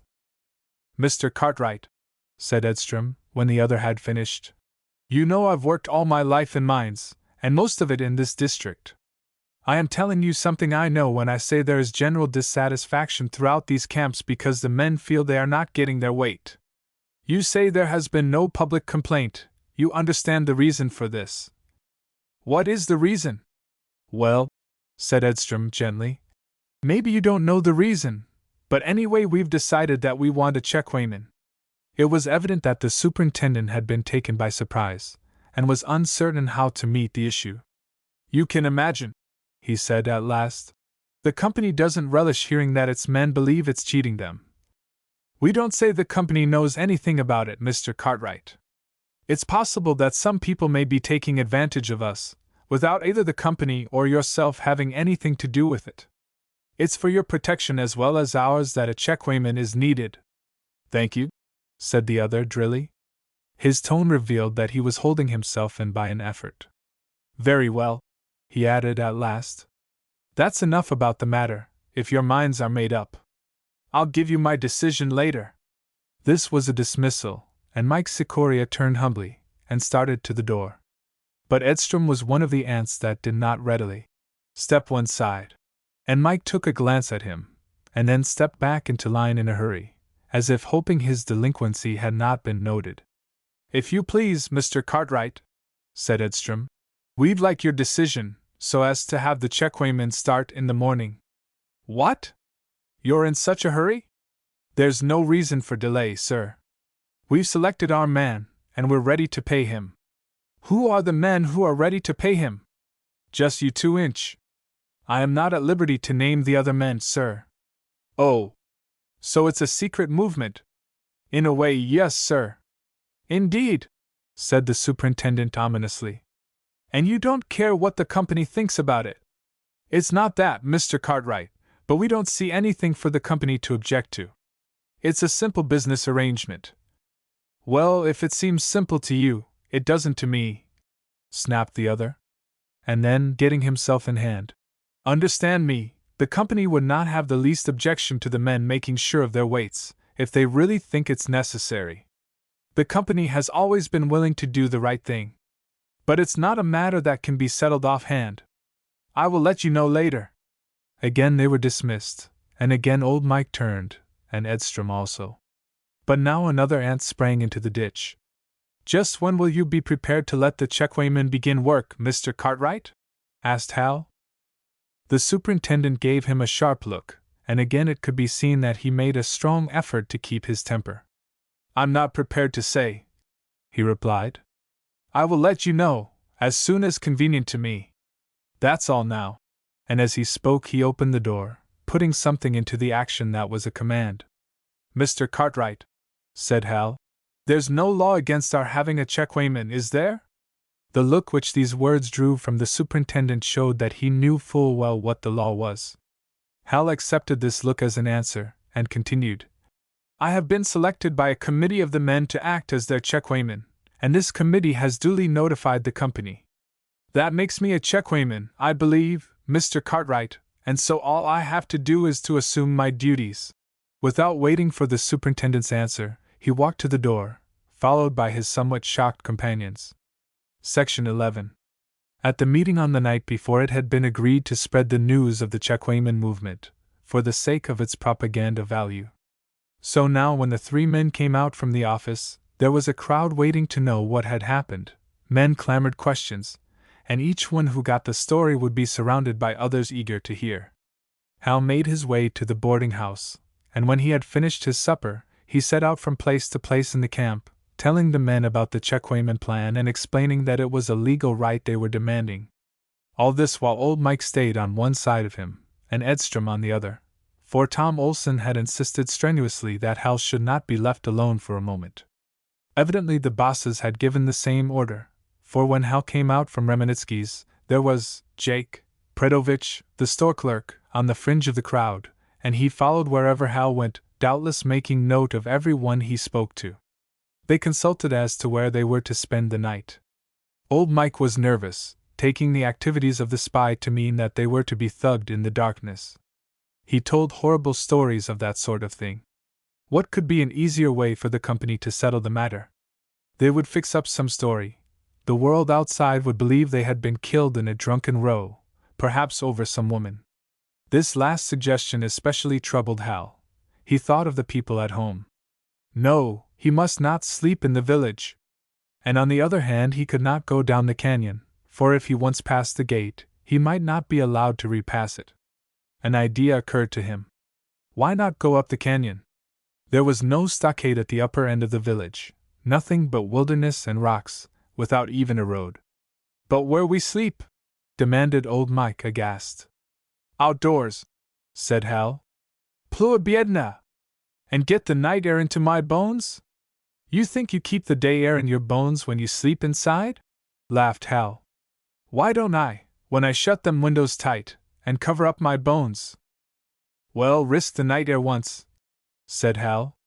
It's better than having somebody let it into you with a knife. But that fellow Predovich, he follow us up canyon too. Yes, but he's only one man, and we don't have to fear him. If he went back for others, he'd never be able to find us in the darkness. Edstrom, whose notions of anatomy were not so crude as Mike's, gave his support to this suggestion, So they got their blankets and stumbled up the canyon in the still, starlit night. For a while they heard the spy behind them, but finally his footsteps died away, and after they had moved on for some distance, they believed they were safe till daylight. Hal had slept out many a night as a hunter, but it was a new adventure to sleep out as the game. At dawn they rose, and shook the dew from their blankets, and wiped it from their eyes. Hal was young, and saw the glory of the morning, while poor Mike Sikoria groaned and grumbled over his stiff and aged joints. He thought he had ruined himself forever, but he took courage at Edstrom's mention of coffee, and they hurried down to breakfast at their boarding house. Now came a critical time, when Hal had to be left by himself. Edstrom was obliged to go down to see to his wife's funeral, and it was obvious that if Mike Sikoria were to lay off work, he would be providing the boss with an excuse for firing him. The law which provided for a checkweighman had failed to provide for a checkweighman's bodyguard. Hal had announced his program in that flash of defiance in Cartwright's office. As soon as work started up, he went to the tipple. "Mr. Peters," he said to the tipple boss, "I've come to act as checkweighman." The tipple boss was a man with a big black mustache, which made him look like the pictures of Nietzsche. He stared at Hal, frankly dumbfounded. "What the devil?" said he. "Some of the men have chosen me checkweighman," explained Hal, in a businesslike manner. "When their cars come up, I'll see to their weights." "You keep off this tipple, young fellow," said Peters. His manner was equally businesslike. So the would-be checkweighman came out and sat on the steps to wait. The tipple was a fairly public place, and he judged he was as safe there as anywhere. Some of the men grinned and winked at him as they went about their work. Several found a chance to whisper words of encouragement. And all morning he sat, like a Protestant at the palace gates of a mandarin in China. It was tedious work, but he believed that he would be able to stand it longer than the company. Section 12. In the middle of the morning a man came up to him, Bud Adams, a younger brother of the J.P. and Jeff Cotton's assistant. Bud was stocky, red-faced, and reputed to be handy with his fists. So Hal rose up warily when he saw him. "Hey you," said Bud. "There's a telegram at the office for you." "For me? Your name's Joe Smith, ain't it?" "Yes." "Well, that's what it says." Hal considered for a moment. There was no one to be telegraphing Joe Smith. It was only a ruse to get him away. "What's in the telegram?" he asked. "How do I know?" said Bud. "Where is it from?" "I dunno that." "Well," said Hal, "you might bring it to me here." The other's eyes flew open. This was not a revolt, it was a revolution. "Who the hell's messenger boy do you think I am?" he demanded. "Don't the company deliver telegrams?" countered Hal, politely. And Bud stood struggling with his human impulses, while Hal watched him cautiously.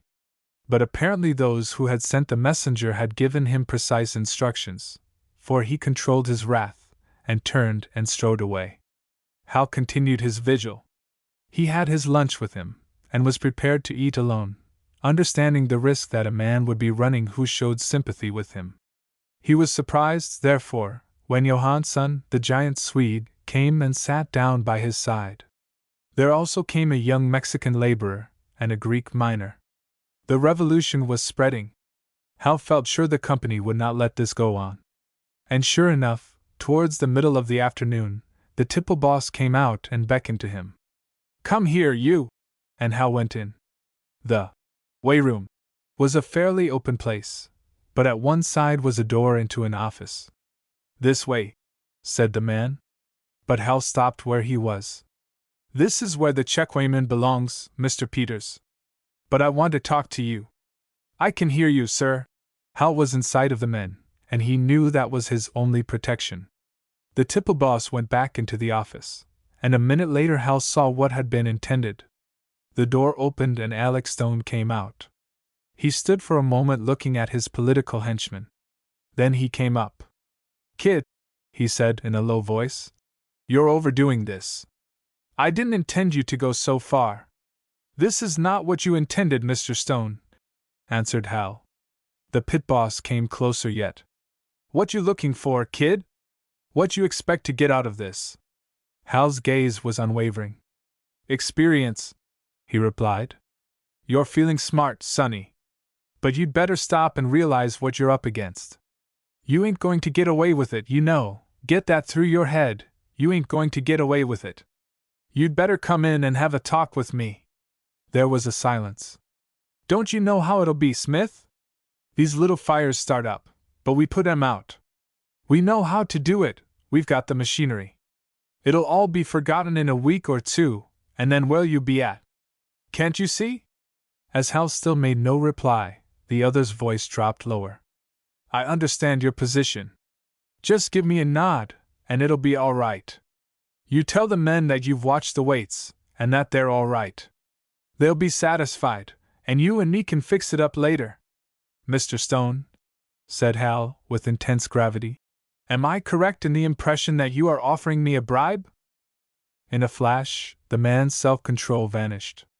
He thrust his huge fist within an inch of Hal's nose, and uttered a foul oath.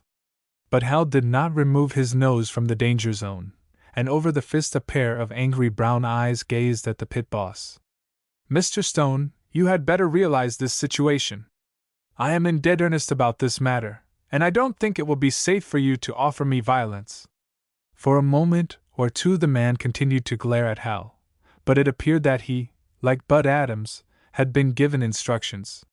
He turned abruptly and strode back into the office. Hal stood for a bit, until he had made sure of his composure, after which he strolled over towards the scales.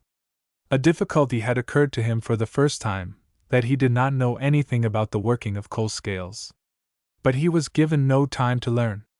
The tipple boss reappeared. Get out of here, fellow, said he. But you invited me in, remarked Hal mildly. Well, now I invite you out again. And so the Protestant resumed his vigil at the Mandarin's palace gates. Section 13. When the quitting whistle blew, Mike Sikoria came quickly to join Hal and hear what had happened. Mike was exultant, for several new men had come up to him and offered to join the Checkwamen movement. The old fellow was not sure whether this was owing to his own eloquence as a propagandist, or to the fine young American buddy he had, but in either case he was equally proud. He gave Hal a note which had been slipped into his hand, and which Hal recognized as coming from Tom Olson. The organizer reported that everyone in the camp was talking Checkwamen, and so from a propaganda standpoint they could count their move a success, no matter what the bosses might do. He added that Hal should have a number of men stay with him that night, so as to have witnesses if the company tried to pull off anything. And be careful of the new men, he added. One or two of them are sure to be spies. Hal and Mike discussed their program for the second night. Neither of them were keen for sleeping out again, the old Slovak because of his bones, and Hal because he saw there were now several spies following them about. At Remenitsky's, he spoke to some of those who had offered their support, and asked them if they would be willing to spend the night with him in Edstrom's cabin. Not one shrank from this test of sincerity. They all got their blankets, and repaired to the place, where Hal lighted the lamp and held an impromptu Checkwamen meeting, and incidentally entertained himself with a spy hunt. One of the newcomers was a Pole named Wojciechowski. This, on top of Zamirowski, caused Hal to give up all effort to call the Poles by their names. Wojci was an earnest little man, with a pathetic, tired face. He explained his presence by the statement that he was sick of being robbed.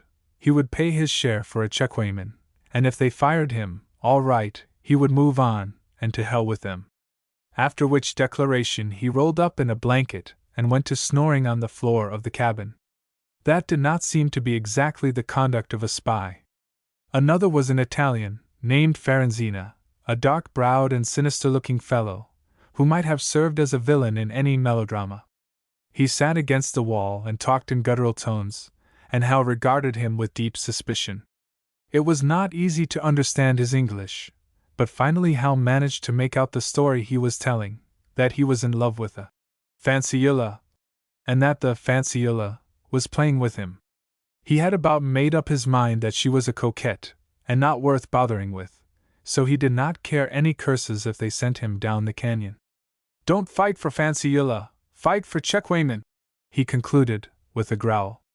Another volunteer was a Greek laborer, a talkative young chap who had sat with Hal at lunchtime, and had given his name as Apostolikas.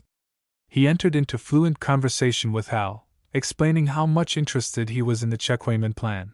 He wanted to know just what they were going to do, what chance of success they thought they had, who had started the movement, and who was in it. Hal's replies took the form of little sermons on working-class solidarity. Each time the man would start to pump him, Hal would explain the importance of the present issue to the miners, how they must stand by one another and make sacrifices for the good of all. After he had talked abstract theories for half an hour, Apostolikas gave up and moved on to Mike Sikoria, who, having been given a wink by Hal, talked about scabs and the dreadful things that honest workingmen would do to them. When finally the Greek grew tired again, and lay down on the floor, Hal moved over to old Mike and whispered that the first name of Apostolikas must be Judas. Section 14. Old Mike went to sleep quickly, but Hal had not worked for several days, and had exciting thoughts to keep him awake. He had been lying quiet for a couple of hours, when he became aware that someone was moving in the room. There was a lamp burning dimly, and through half-closed eyes he made out one of the men lifting himself to a sitting position. At first he could not be sure which one it was, but finally he recognized the Greek. Hal lay motionless, and after a minute or so he stole another look and saw the man crouching and listening, his hands still on the floor.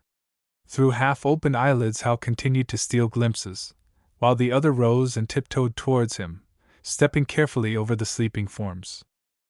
Hal did his best to simulate the breathing of sleep, no easy matter, with the man stooping over him, and a knife thrust as one of the possibilities of the situation. He took the chance, however, and after what seemed an age, he felt the man's fingers lightly touch his side.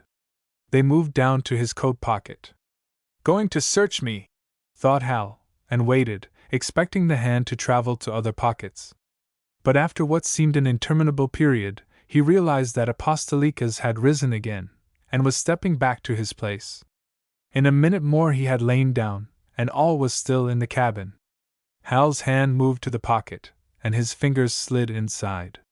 They touched something, which he recognized instantly as a roll of bills.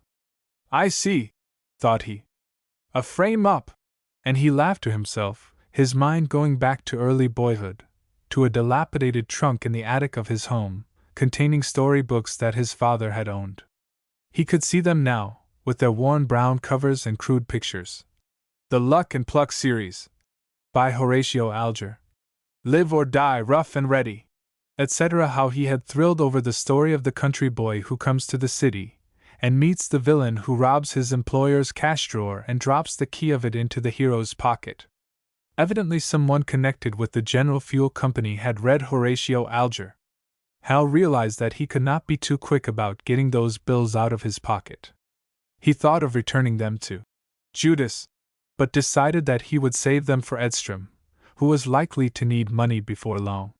He gave the Greek half an hour to go to sleep, then with his pocket knife he gently picked out a hole in the cinders of the floor and buried the money as best he could. After which he wormed his way to another place, and lay thinking. Section 15. Would they wait until morning, or would they come soon? He was inclined to the latter guess, so he was only slightly startled when, an hour or two later, he heard the knob of the cabin door turned. A moment later came a crash and the door was burst open, with the shoulder of a heavy man behind it. The room was in confusion in a second. Men sprang to their feet, crying out, others sat up bewildered, still half asleep. The room was bright from an electric torch in the hands of one of the invaders. "There's the fellow!" cried a voice, which Hal instantly recognized as belonging to Jeff Cotton, the camp marshal. "Stick him up there! You, Joe Smith!" Hal did not wait to see the glint of the marshal's revolver. There followed a silence. As this drama was being staged for the benefit of the other men, it was necessary to give them time to get thoroughly awake, and to get their eyes used to the light. Meantime Hal stood, his hands in the air. Behind the torch he could make out the faces of the marshal, Bud Adams, Alex Stone, Jake Predovich, and 2 or 3 others. "Now, men," said Cotton at last, "you are some of the fellows that want to check Wayman. And this is the man you chose. Is that right? There was no answer. I'm going to show you the kind of fellow he is. He came to Mr. Stone here and offered to sell you out. It's a lie, men, said Hal quietly. He took some money from Mr. Stone to sell you out, insisted the marshal. It's a lie, said Hal again. He's got that money now, cried the other. And Hal cried in turn. They are trying to frame something on me, boys. Don't let them fool you. Shut up, commanded the marshal. Then, to the men, I'll show you. I think he's got that money on him now. Jake, search him. The store clerk advanced. Watch out, boys, exclaimed Hal. They will put something in my pockets. And then to old Mike, who had started angrily forward. It's all right, Mike. Let them alone. Jake, take off your coat, ordered Cotton. Roll up your sleeves. Show your hands. It was for all the world like the performance of a prestidigitator. The little Jew took off his coat and rolled up his sleeves above his elbows. He exhibited his hands to the audience, turning them this way and that. Then, keeping them out in front of him, he came slowly towards Hal, like a hypnotist about to put him to sleep. Watch him, said Cotton. He's got that money on him, I know. Look sharp, cried Hal. If it isn't there, they'll put it there. Keep your hands up, young fellow, commanded the marshal. Keep back from him there. This last to Mike Sikoria and the other spectators, who were pressing nearer, peering over one another's shoulders. It was all very serious at the time, but afterwards, when Hal recalled the scene, he laughed over the grotesque figure of Predovich searching his pockets while keeping as far away from him as possible, so that every one might know that the money had actually come out of Hal's pocket. The searcher put his hands first in the inside pockets, then in the pockets of Hal's shirt. Time was needed to build up this climax. Turn around, commanded Cotton, and Hal turned, and the Jew went through his trouser pockets. He took out in turn Hal's watch, his comb and mirror, his handkerchief. After examining them and holding them up, he dropped them onto the floor. There was a breathless hush when he came to Hal's purse, and proceeded to open it. Thanks to the greed of the company, there was nothing in the purse but some small change. Predovich closed it and dropped it to the floor. Wait now! He's not through, cried the master of ceremonies. He's got that money somewhere, boys. Did you look in his side pockets, Jake? Not yet, said Jake. Look sharp, cried the marshal, and every one craned forward eagerly, while Predovich stooped down on one knee, and put his hand into one coat pocket and then into the other. He took his hand out again, and the look of dismay upon his face was so obvious that Hal could hardly keep from laughing. It ain't dear, he declared. What? Cried Cotton, and they stared at each other. By God, he's got rid of it! There's no money on me, boys, proclaimed Hal. It's a job they are trying to put over on us. He's hid it, shouted the marshal. Find it, Jake. Then Predovich began to search again, swiftly, and with less circumstance. He was not thinking so much about the spectators now, as about all that good money gone for nothing. He made Hal take off his coat, and ripped open the lining. He unbuttoned the trousers and felt inside. He thrust his fingers down inside Hal's shoes. But there was no money, and the searchers were at a standstill. He took $25 from Mr. Stone to sell you out, declared the marshal. He's managed to get rid of it somehow. Boys, cried Hal, they sent a spy in here, and told him to put money on me. He was looking at Apostolikas as he spoke. He saw the man start and shrink back. That's him. He's a scab, cried old Mike. He's got the money on him, I bet. And he made a move towards the Greek. So the camp marshal realized suddenly that it was time to ring down the curtain on this drama. That's enough of this foolishness, he declared. Bring that fellow along here.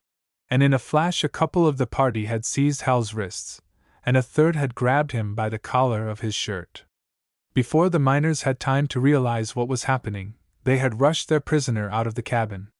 The quarter of an hour which followed was an uncomfortable one for the would-be Chekwaman. Outside, in the darkness, the camp marshal was free to give vent to his rage, and so was Alex Stone. They poured out curses upon him, and kicked him and cuffed him as they went along. One of the men who held his wrist twisted his arm until he cried out with pain, then they cursed him harder, and bade him hold his mouth. Down the dark and silent street they went swiftly, and into the camp marshal's office, and upstairs to the room which served as the North Valley jail. Hal was glad enough when they left him here, slamming the iron door behind them. Section 16. It had been a crude and stupid plot, yet Hal realized that it was adapted to the intelligence of the men for whom it was intended. But for the accident that he had stayed awake, they would have found the money on him, and next morning the whole camp would have heard that he had sold out. Of course his immediate friends, the members of the committee, would not have believed it, but the mass of the workers would have believed it, and so the purpose of Tom Olson's visit to North Valley would have been balked. Throughout the experiences which were to come to him, Hal retained his vivid impression of that adventure. It served to him as a symbol of many things. Just as the bosses had tried to bedevil him, to destroy his influence with his followers, so later on he saw them trying to bedevil the labor movement, to confuse the intelligence of the whole country. Now Hal was in jail. He went to the window and tried the bars, but found that they had been made for such trials. Then he groped his way about in the darkness, examining his prison, which proved to be a steel cage built inside the walls of an ordinary room. In one corner was a bench, and in another corner another bench, somewhat broader, with a mattress upon it. Hal had read a little about jails, enough to cause him to avoid this mattress. He sat upon the bare bench, and began to think. It is a fact that there is a peculiar psychology incidental to being in jail, just as there is a peculiar psychology incidental to straining your back and breaking your hands loading coal cars in a 5-foot vein, and another, and quite different psychology, produced by living at ease off the labors of coal miners. In a jail, you have first of all the sense of being an animal. The animal side of your being is emphasized, the animal passions of hatred and fear are called into prominence, and if you are to escape being dominated by them, it can only be by intense and concentrated effort of the mind. So, if you are a thinking man, you do a great deal of thinking in a jail. The days are long, and the nights still longer. You have time for all the thoughts you can have. The bench was hard, and seemed to grow harder. There was no position in which it could be made to grow soft. Hal got up and paced about, then he lay down for a while, then got up and walked again, and all the while he thought, and all the while the jail psychology was being impressed upon his mind. First, he thought about his immediate problem. What were they going to do to him? The obvious thing would be to put him out of camp, and so be done with him, but would they rest content with that, in their irritation at the trick he had played? Hal had heard vaguely of that Native American institution, the Third Degree, but had never had occasion to think of it as a possibility in his own life. What a difference it made, to think of it in that way. Hal had told Tom Olson that he would not pledge himself to organize a union, but that he would pledge himself to get a checkweightman, and Olson had laughed, and seemed quite content, apparently assuming that it would come to the same thing. And now, it rather seemed that Olson had known what he was talking about. For Hal found his thoughts no longer troubled with fears of labor union domination and walking delegate tyranny. On the contrary, he became suddenly willing for the people of North Valley to have a union, and to be as tyrannical as they knew how. And in this change, though Hal had no idea of it, he was repeating an experience common among reformers, many of whom begin as mild and benevolent advocates of some obvious bit of justice, and under the operation of the jail psychology are made into blazing and determined revolutionists. Eternal spirit of the chainless mind, says Byron, greatest in dungeons liberty thou art. The poet goes on to add that, when thy sons to fetters are confined, then freedom's fane finds wings on every wind. And just as it was in Chillon, so it seemed to be in North Valley. Dawn came, and Hal stood at the window of his cell, and heard the whistle blow and saw the workers going to their tasks, the toil-bent, pallid-faced creatures of the underworld, like a file of baboons in the half-light. He waved his hand to them, and they stopped and stared, and then waved back.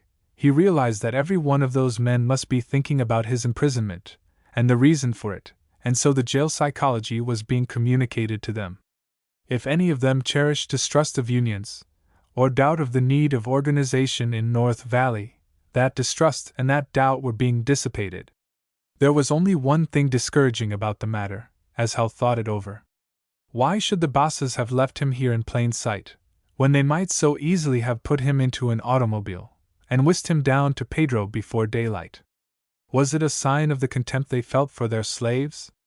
Did they count upon the sight of the prisoner in the window to produce fear instead of resentment? And might it not be that they understood their workers better than the would-be checkweighmen? He recalled Mary Burke's pessimism about them, and anxiety gnawed at his soul, and, such is the operation of the jail psychology, he fought against this anxiety. He hated the company for its cynicism. He clenched his hands and set his teeth, desiring to teach the bosses a lesson, to prove to them that their workers were not slaves, but men. Section 17. Toward the middle of the morning, Hal heard footsteps in the corridor outside, and a man whom he did not know opened the barred door and set down a pitcher of water and a tin plate with a hunk of bread on it. When he started to leave, Hal spoke. "Just a minute, please." The other frowned at him. "Can you give me any idea how long I am to stay in here?" "I cannot," said the man. "If I'm to be locked up," said Hal, "I've certainly a right to know what is the charge against me." "Go to blazes," said the other, and slammed the door and went down the corridor. Hal went to the window again, and passed the time watching the people who went by. Groups of ragged children gathered, looking up at him, grinning and making signs, until someone appeared below and ordered them away. As time passed, Hal became hungry. The taste of bread, eaten alone, becomes speedily monotonous, and the taste of water does not relieve it. Nevertheless, Hal munched the bread, and drank the water, and wished for more. The day dragged by, and late in the afternoon the keeper came again, with another hunk of bread and another pitcher of water. "Listen a moment," said Hal, as the man was turning away. "I got nothing to say to you," said the other. "I have something to say to you," pleaded Hal. "I have read in a book, I forget where, but it was written by some doctor, that white bread does not contain the elements necessary to the sustaining of the human body." "Go on," growled the jailer. "What you're giving us." "I mean," explained Hal, "a diet of bread and water is not what I'd choose to live on." "What would you choose?" The tone suggested that the question was a rhetorical one, but Hal took it in good faith. "If I could have some beefsteak and mashed potatoes." The door of the cell closed with a slam whose echoes drowned out the rest of that imaginary menu. And so once more Hal sat on the hard bench, and munched his hunk of bread, and thought jail thoughts. When the quitting whistle blew, he stood at the window, and saw the groups of his friends once again, and got their covert signals of encouragement. Then darkness fell, and another long vigil began. It was late. Hal had no means of telling how late, save that all the lights in the camps were out. He made up his mind that he was in for the night, and had settled himself on the floor with his arm for a pillow, and had dozed off to sleep, when suddenly there came a scraping sound against the bars of his window. He sat up with a start, and heard another sound, unmistakably the rustling of paper.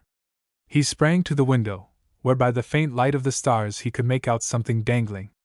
He caught at it. It seemed to be an ordinary notebook, such as stenographers use, tied on the end of a pole. Hal looked out, but could see no one. He caught hold of the pole and jerked it, as a signal, and then he heard a whisper which he recognized instantly as Ravetta's. "Hello? Listen. Write your name 100 times in book. I come back. Understand?" The command was a sufficiently puzzling one, but Hal realized that this was no time for explanations. He answered, "Yes," and broke the string and took the notebook. There was a pencil attached, with a piece of cloth wrapped round the point to protect it. The pole was withdrawn, and Hal sat on the bench, and began to write, 3 or 4 times on a page. "Joe Smith, Joe Smith, Joe Smith. It is not hard to write. Joe Smith." Even in darkness, and so, while his hand moved, Hal's mind was busy with this mystery. It was fairly to be assumed that his committee did not want his autograph to distribute for a souvenir. They must want it for some vital purpose, to meet some new move of the bosses. The answer to this riddle was not slow in coming, Having failed in their effort to find money on him, the bosses had framed up a letter, which they were exhibiting as having been written by the would-be checkwayman. His friends wanted his signature to disprove the authenticity of the letter. Hal wrote a free and rapid hand, with a generous flourish. He felt sure it would be different from Alex Stone's idea of a working boy's scrawl. His pencil flew on and on. Joe Smith, page after page, until he was sure that he had written a signature for every miner in the camp, and was beginning on the buddies. Then, hearing a whistle outside, he stopped and sprang to the window. "Throw it!" whispered a voice, and Hal threw it. He saw a form vanish up the street, after which all was quiet again. He listened for a while, to see if he had roused his jailer, then he lay down on the bench, and thought more jail thoughts. Section 18. Morning came, and the mine whistle blew, and Hal stood at the window again. This time he noticed that some of the miners on their way to work had little strips of paper in their hands, which strips they waved conspicuously for him to see. Old Mike Sikoria came along, having a whole bunch of strips in his hands, which he was distributing to all who would take them. Doubtless he had been warned to proceed secretly, but the excitement of the occasion had been too much for him. He capered about like a young spring lamb, and waved the strips at Hal in plain sight of all the world. Such indiscreet behavior met the return it invited. As Hal watched, he saw a stocky figure come striding round the corner, confronting the startled old Slovak. It was Bud Adams, the mine guard, and his hard fists were clenched, and his whole body gathered for a blow. Mike saw him, and was as if suddenly struck with paralysis. His tall-bent shoulders sunk together, and his hands fell to his sides, his fingers opening, and his precious strips of paper fluttering to the ground. Mike stared at Bud like a fascinated rabbit, making no move to protect himself. Hal clutched the bars, with an impulse to leap to his friend's defense. But the expected blow did not fall. The mine guard contented himself with glaring ferociously, and giving an order to the old man. Mike stooped and picked up the papers, the process taking him some time, as he was unable or unwilling to take his eyes off the mine guards. When he got them all in his hands, there came another order, and he gave them up to Bud. After which he fell back a step, and the other followed, his fist still clenched, and a blow seeming about to leap from him every moment. Mike receded another step, and then another, so the two of them backed out of sight around the corner. Men who had been witnesses of this little drama turned and slunk off, and Hal was given no clue as to its outcome. A couple of hours afterwards, Hal's jailer came up, this time without any bread and water. He opened the door and commanded the prisoner to come along. Hal went downstairs and entered Jeff Cotton's office. The camp marshal sat at his desk with a cigar between his teeth. He was writing, and he went on writing until the jailer had gone out and closed the door. Then he turned his revolving chair and crossed his legs, leaning back and looking at the young miner in his dirty blue overalls, his hair tousled and his face pale from his period of confinement. The camp marshal's aristocratic face wore a smile. "Well, young fellow," said he, "you've been having a lot of fun in this camp." "Pretty fair, thank you," answered Hal. "Beat us out all along the line, hey?" Then, after a pause, "Now tell me, what do you think you're going to get out of it?" "That's what Alex Stone asked me," replied Hal. "I don't think it would do much good to explain. I doubt if you believe in altruism any more than Stone does." The camp marshal took his cigar from his mouth and flicked off the ashes. His face became serious, and there was a silence, while he studied Hal. "You a union organizer?" he asked at last. "No," said Hal. "You're an educated man. You're no laborer that I know. Who's paying you? There you are. You don't believe in altruism." The other blew a ring of smoke across the room. "Just want to put the company in the hole, hey? Some kind of agitator? I am a miner who wants to be a checkwayman. Socialist? That depends upon developments here." "Well," said the marshal, "you're an intelligent chap, that I can see. So I'll lay my hand on the table and you can study it. You're not going to serve as checkwayman in North Valley, nor any other place that the G.F.C. has anything to do with. Nor are you going to have the satisfaction of putting the company in a hole. We're not even going to beat you up and make a martyr of you. I was tempted to do that the other night, but I changed my mind. You might change the bruises on my arm," suggested Hal, in a pleasant voice. "We're going to offer you the choice of two things," continued the marshal, without heeding this mild sarcasm. "Either you will sign a paper admitting that you took the $25 from Alex Stone, in which case we will fire you and call it square, or else we will prove that you took it, in which case we will send you to the pen for 5 or 10 years. Do you get that?" Now, when Hal had applied for the job of checkweighman, he had been expecting to be thrown out of the camp, and had intended to go, counting his education complete. But here, as he sat and gazed into the marshal's menacing eyes, he decided suddenly that he did not want to leave North Valley. He wanted to stay and take the measure of this gigantic burglar, the General Fuel Company. "That's a serious threat, Mr. Cotton," he remarked. "Do you often do things like that?" "We do them when we have to," was the reply. "Well, it's a novel proposition. Tell me more about it. What will the charge be?" "I'm not sure about that. We'll put it up to our lawyers. Maybe they'll call it conspiracy, maybe blackmail. They'll make it whatever carries a long enough sentence. And before I enter my plea, would you mind letting me see the letter I'm supposed to have written?" "Oh, you've heard about the letter, have you?" said the camp marshal, lifting his eyebrows in mild surprise. He took from his desk a sheet of paper and handed it to Hal, who read, "Dear Mr. Stone, you don't need worry about the checkweighman. Pay me $25, and I will fix it right. Yours try, Joe Smith." Having taken in the words of the letter, Hal examined the paper, and perceived that his enemies had taken the trouble, not merely to forge a letter in his name, but to have it photographed, to have a cut made of the photograph, and to have it printed. Beyond doubt they had distributed it broadcast in the camp. And all this in a few hours. It was, as Olson had said, a regular system to keep the men bedeviled. Section 19. Hal took a minute or so to ponder the situation. "Mr. Cotton," he said at last, "I know how to spell better than that. Also, my handwriting is a bit more fluent." There was a trace of a smile about the marshal's cruel lips. "I know," he replied. "I've not failed to compare them." "You have a good Secret Service department," said Hal. "Before you get through, young fellow, you'll discover that our legal department is equally efficient." "Well," said Hal, "they'll need to be, for I don't see how you can get round the fact that I'm a checkweighman, chosen according to the law, and with a group of the men behind me." "If that's what you're counting on," retorted Cotton, "you may as well forget it. You've got no group anymore." "Oh, you've got rid of them?" "We've got rid of the ringleaders." "Of whom?" "That old billygoat, Sikoria, for one." "You've shipped him?" "We have. I saw the beginning of that."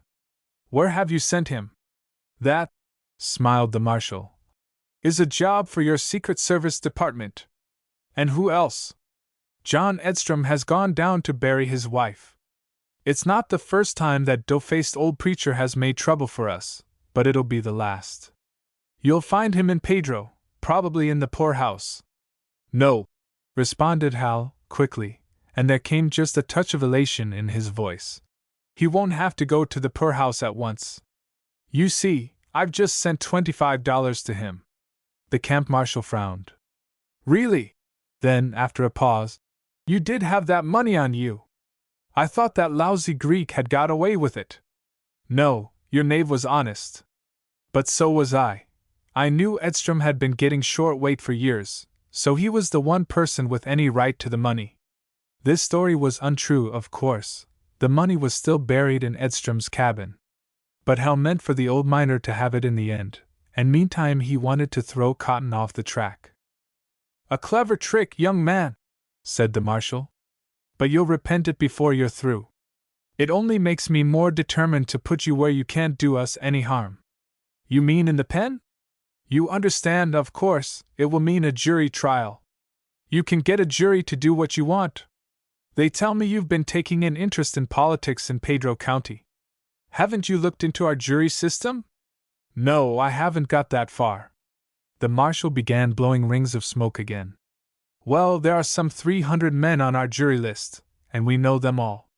You'll find yourself facing a box with Jake Predovich as foreman, 3 company clerks, 2 of Alf Raymond's saloon keepers, a ranchman with a mortgage held by the company bank, and 5 Mexicans who have no idea what it's all about, but would stick a knife into your back for a drink of whiskey.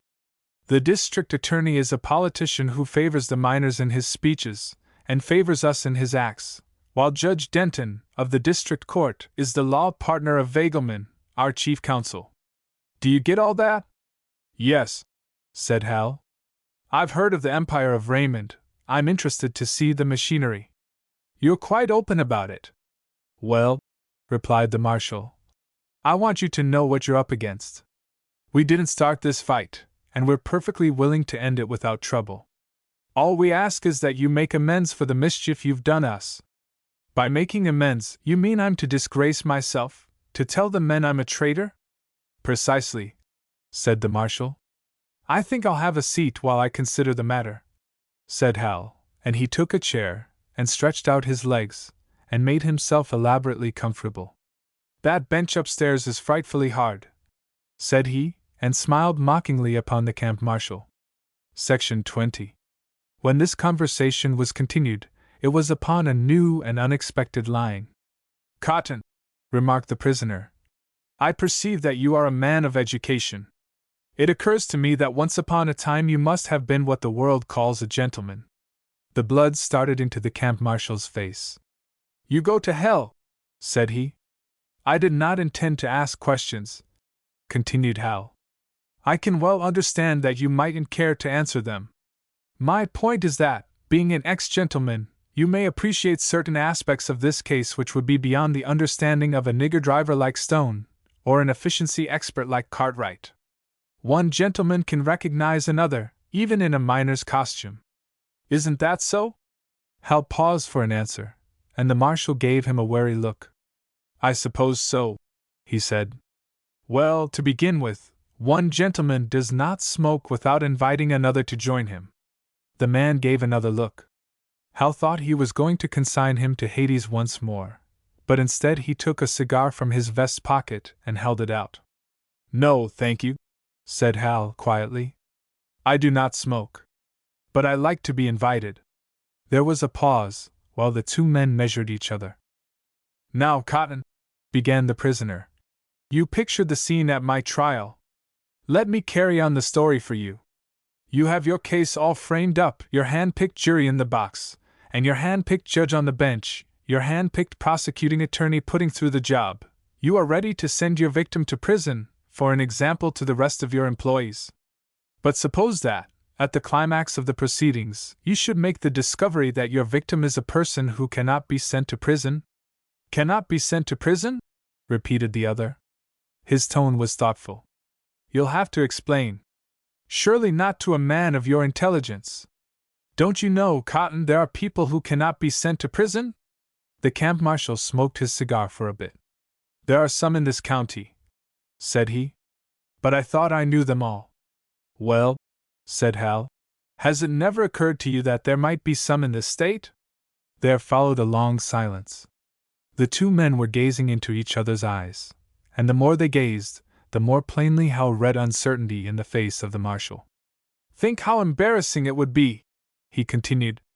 You have your drama all staged, as you did the night before last, only on a larger stage, before a more important audience, and at the denouement you find that, instead of vindicating yourself before the workers in North Valley, you have convicted yourself before the public of the state. You have shown the whole community that you are lawbreakers. Worse than that, you have shown that you are jackasses. This time the camp marshal gazed so long that his cigar went out. And meantime Hal was lounging in his chair, smiling at him strangely. It was as if a transformation was taking place before the marshal's eyes. The miners, jumpers, fell away from Hal's figure, and there was a suit of evening clothes in their place. Who the devil are you? Cried the man. Well now, laughed Hal. You boast of the efficiency of your Secret Service department. Put them at work upon this problem. A young man, age 21, height 5 feet 10 inches, weight 152 pounds, eyes brown, hair chestnut and rather wavy, manner genial, a favorite with the ladies, at least that's what the society notes say, missing since early in June, supposed to be hunting mountain goats in Mexico. As you know, Cotton, there's only one city in the state that has any society, and in that city there are only 25 or 30 families that count. For a Secret Service department like that of the G.F.C., that is really too easy. Again there was a silence, until Hal broke it. Your distress is a tribute to your insight. The company is lucky in the fact that one of its camp marshals happens to be an ex-gentleman. Again the other flushed. Well, by God! He said, half to himself, and then, making a last effort to hold his bluff. You're kidding me. Kidding, as you call it, is one of the favorite occupations of society, Cotton. A good part of our intercourse consists of it, at least among the younger set. Suddenly the marshal rose. Say, he demanded, would you mind going back upstairs for a few minutes? Hal could not restrain his laughter at this. I should mind it very much, he said. I have been on a bread and water diet for 36 hours, and I should like very much to get out and have a breath of fresh air. But, said the other lamely, I've got to send you up there. That's another matter, replied Hal. If you send me, I'll go, but it's your lookout. You've kept me here without legal authority, with no charge against me, and without giving me an opportunity to see counsel. Unless I'm very much mistaken, you are liable criminally for that, and the company is liable civilly. That is your own affair, of course. I only want to make clear my position. When you asked me would I mind stepping upstairs, I answered that I would mind very much indeed. The camp marshal stood for a bit, chewing nervously on his extinct cigar. Then he went to the door. Hey, Gus! He called. Hal's jailer appeared, and Cotton whispered to him, and he went away again. I'm telling him to get you some food, and you can sit and eat it here. Will that suit you better? It depends, said Hal, making the most of the situation. Are you inviting me as your prisoner or as your guest? Oh, come off, said the other. But I have to know my legal status. It will be of importance to my lawyers. Be my guest, said the camp marshal. But when a guest has eaten, he is free to go out, if he wishes to. I will let you know about that before you get through. Well, be quick. I'm a rapid eater. You'll promise you won't go away before that? If I do, was Hal's laughing reply, it will be only to my place of business. You can look for me at the tipple, Cotton. Section 21. The marshal went out, and a few moments later the jailer came back, with a meal which presented a surprising contrast to the ones he had previously served. There was a tray containing cold ham, a couple of soft-boiled eggs, some potato salad, and a cup of coffee with rolls and butter. Well, well, said Hal, condescendingly. That's even nicer than beefsteak and mashed potatoes. He sat and watched, not offering to help, while the other made room for the tray on the table in front of him. Then the man stalked out, and Hal began to eat. Before he had finished, the camp marshal returned. He seated himself in his revolving chair, and appeared to be meditative. Between bites, Hal would look up and smile at him. Cotton, said he, you know there is no more certain test of breeding than table manners. You will observe that I have not tucked my napkin in my neck, as Alex Stone would have done. I'm getting you, replied the marshal. Hal set his knife and fork side by side on his plate. Your man has overlooked the finger bowl, he remarked. However, don't bother. You might ring for him now, and let him take the tray. The camp marshal used his voice for a bell, and the jailer came. Unfortunately, said Hal, when your people were searching me, night before last, they dropped my purse, so I have no tip for the waiter. The waiter glared at Hal as if he would like to bite him, but the camp marshal grinned. Clear out, Gus, and shut the door, said he. Then Hal stretched his legs and made himself comfortable again. I must say I like being your guest better than being your prisoner. There was a pause. I've been talking it over with Mr. Cartwright, began the marshal. I've got no way of telling how much of this is bluff that you've been giving me, but it's evident enough that you're no miner. You may be some newfangled kind of agitator, but I'm damned if I ever saw an agitator that had tea party manners.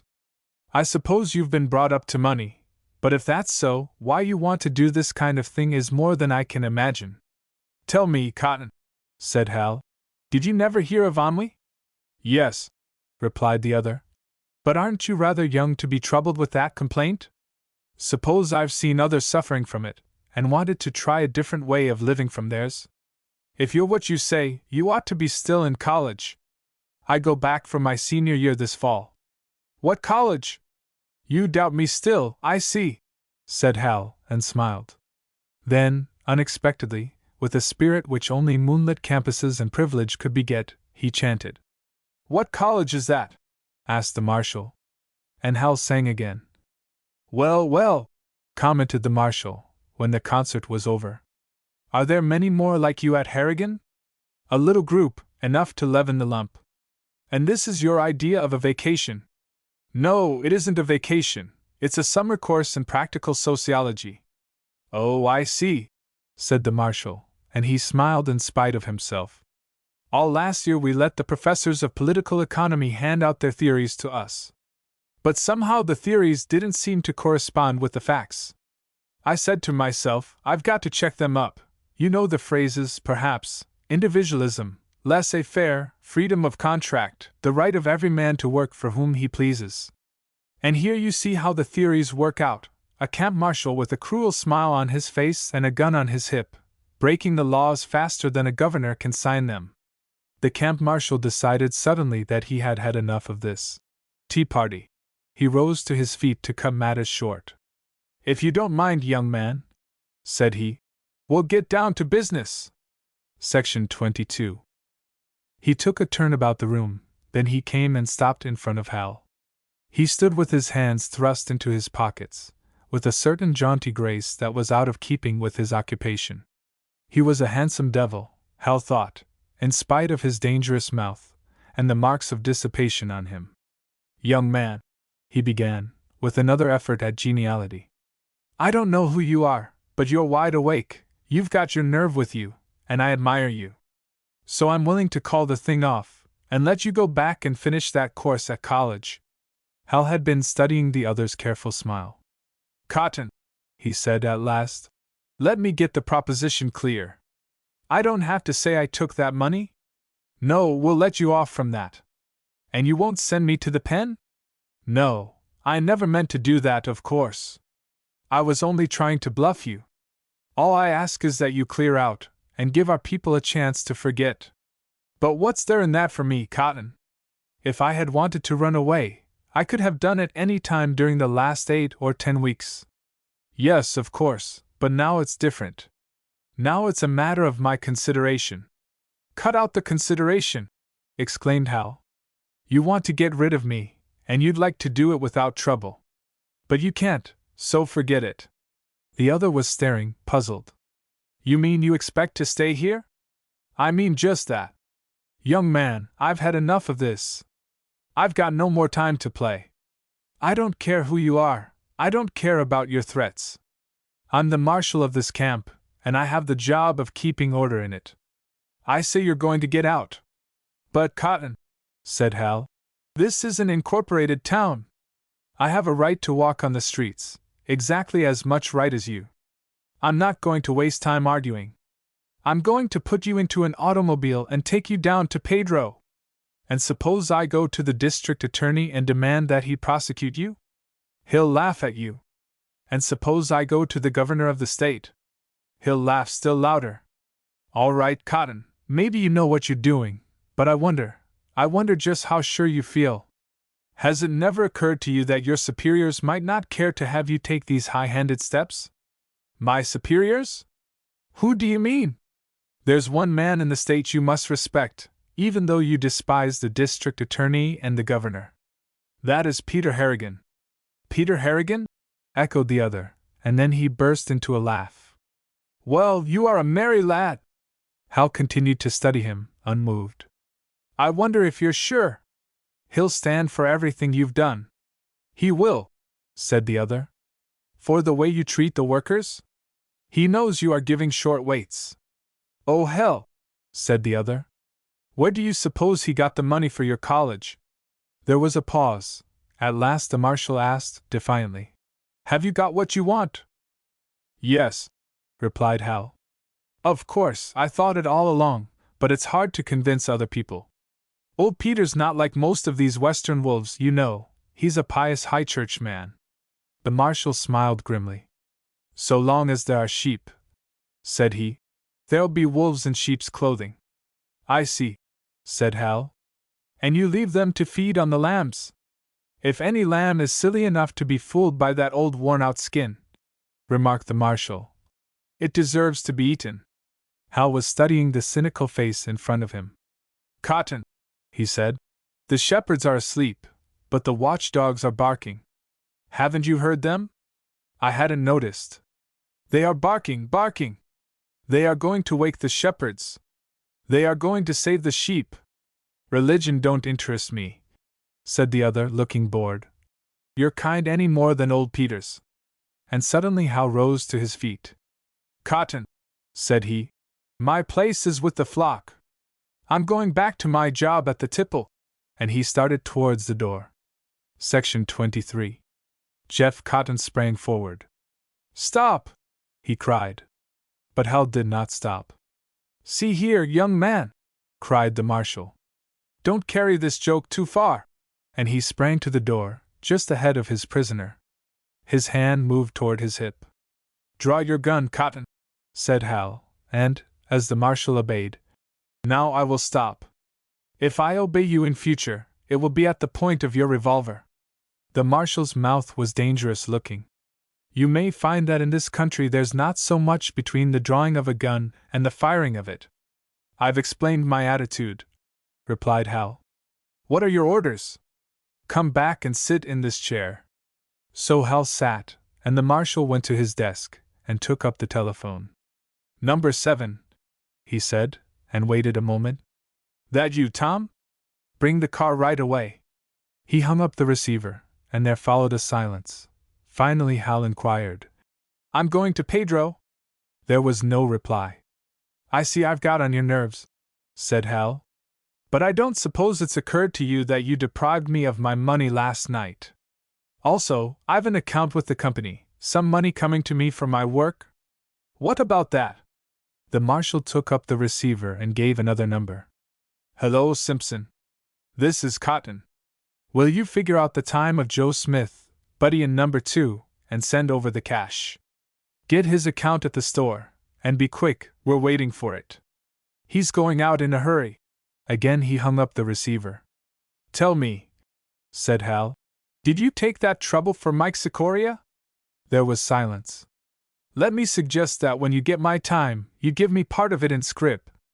I want it for a souvenir. Still there was silence. You know, persisted the prisoner, tormentingly, there's a law against paying wages in scrip. The marshal was goaded to speech. We don't pay in scrip. But you do, man. You know you do. We give it when they ask their money ahead. The law requires you to pay them twice a month, and you don't do it. You pay them once a month, and meantime, if they need money, you give them this imitation money. Well, if it satisfies them, where's your kick? If it doesn't satisfy them, you put them on the train and ship them out? The marshal sat in silence, tapping impatiently with his fingers on the desk. Cotton, Hal began again. I'm out for education, and there's something I'd like you to explain to me, a problem in human psychology. When a man puts through a deal like this, what does he tell himself about it? Young man, said the marshal, if you'll pardon me, you are getting to be a bore. Oh, but we've got an automobile ride before us. Surely we can't sit in silence all the way. After a moment he added, in a coaxing tone, I really want to learn, you know. You might be able to win me over. No, said Cotton promptly. I'll not go in for anything like that. But why not? Because I'm no match for you in long-windedness. I've heard you agitators before, you're all alike. You think the world is run by talk, but it isn't. Hal had come to realize that he was not getting anywhere in his duel with the camp marshal.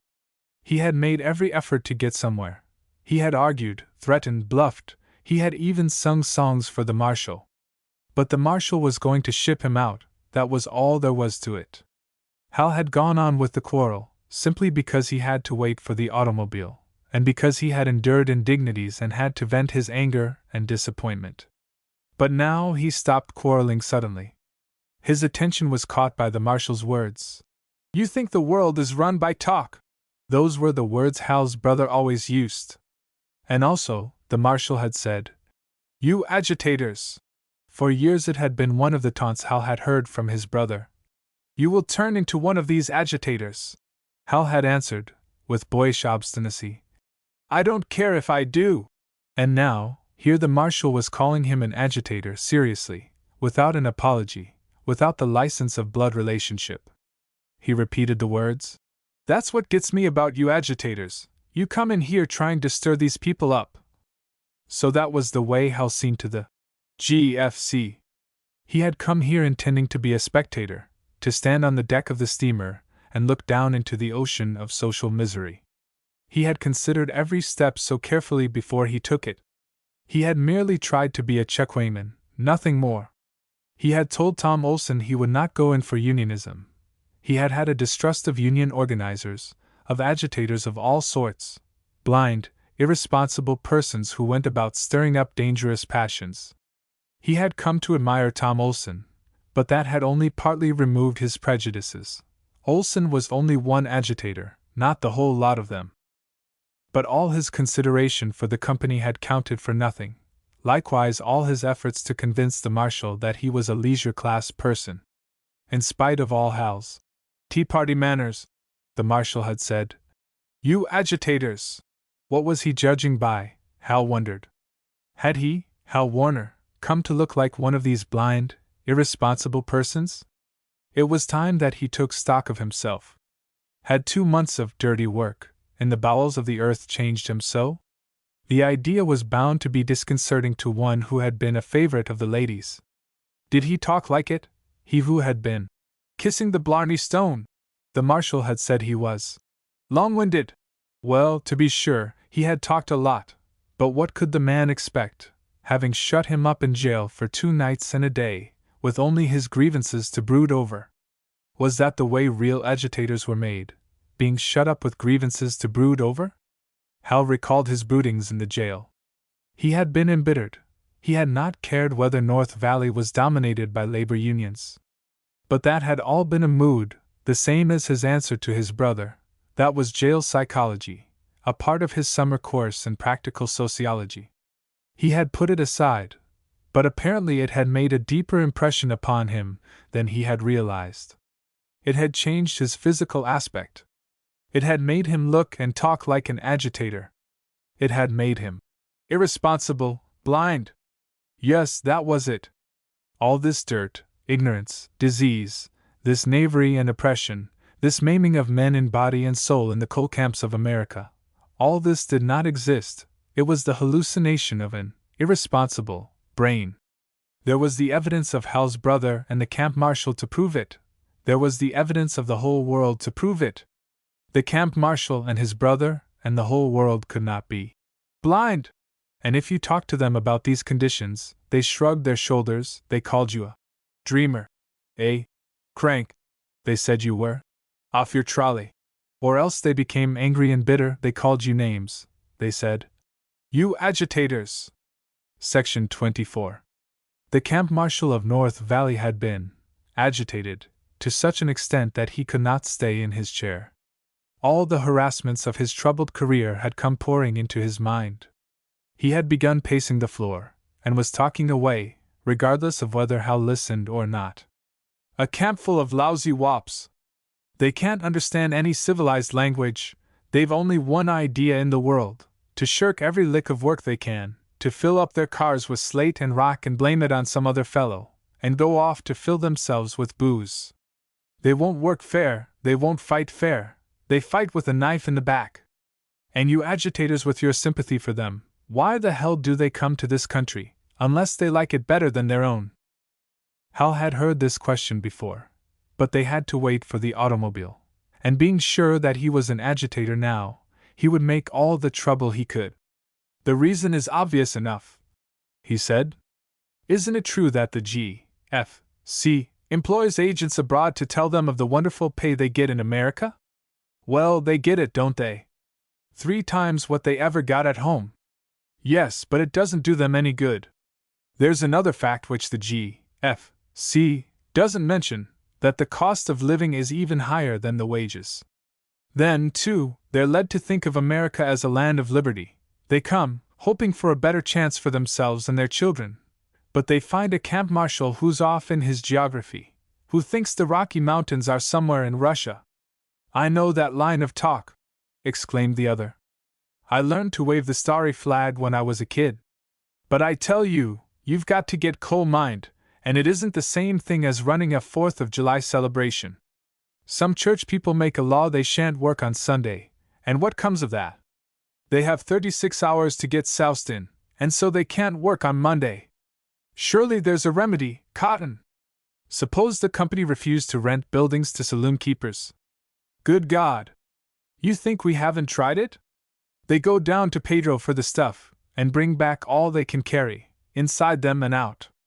And if we stop that, then our hands move to some other camps, where they can spend their money as they please. No, young man, when you have such cattle, you have to drive them. And it takes a strong hand to do it, a man like Peter Harrigan. If there's to be any coal, if industry's to go on, if there's to be any progress. We have that in our song, laughed Hal, breaking into the camp marshal's discourse. Yes, growled the marshal.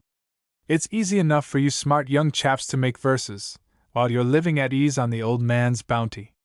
But that don't answer any argument. Are you college boys ready to take over his job? Or these Democrat politicians that come in here, talking fool talk about liberty, making labor laws for these wops?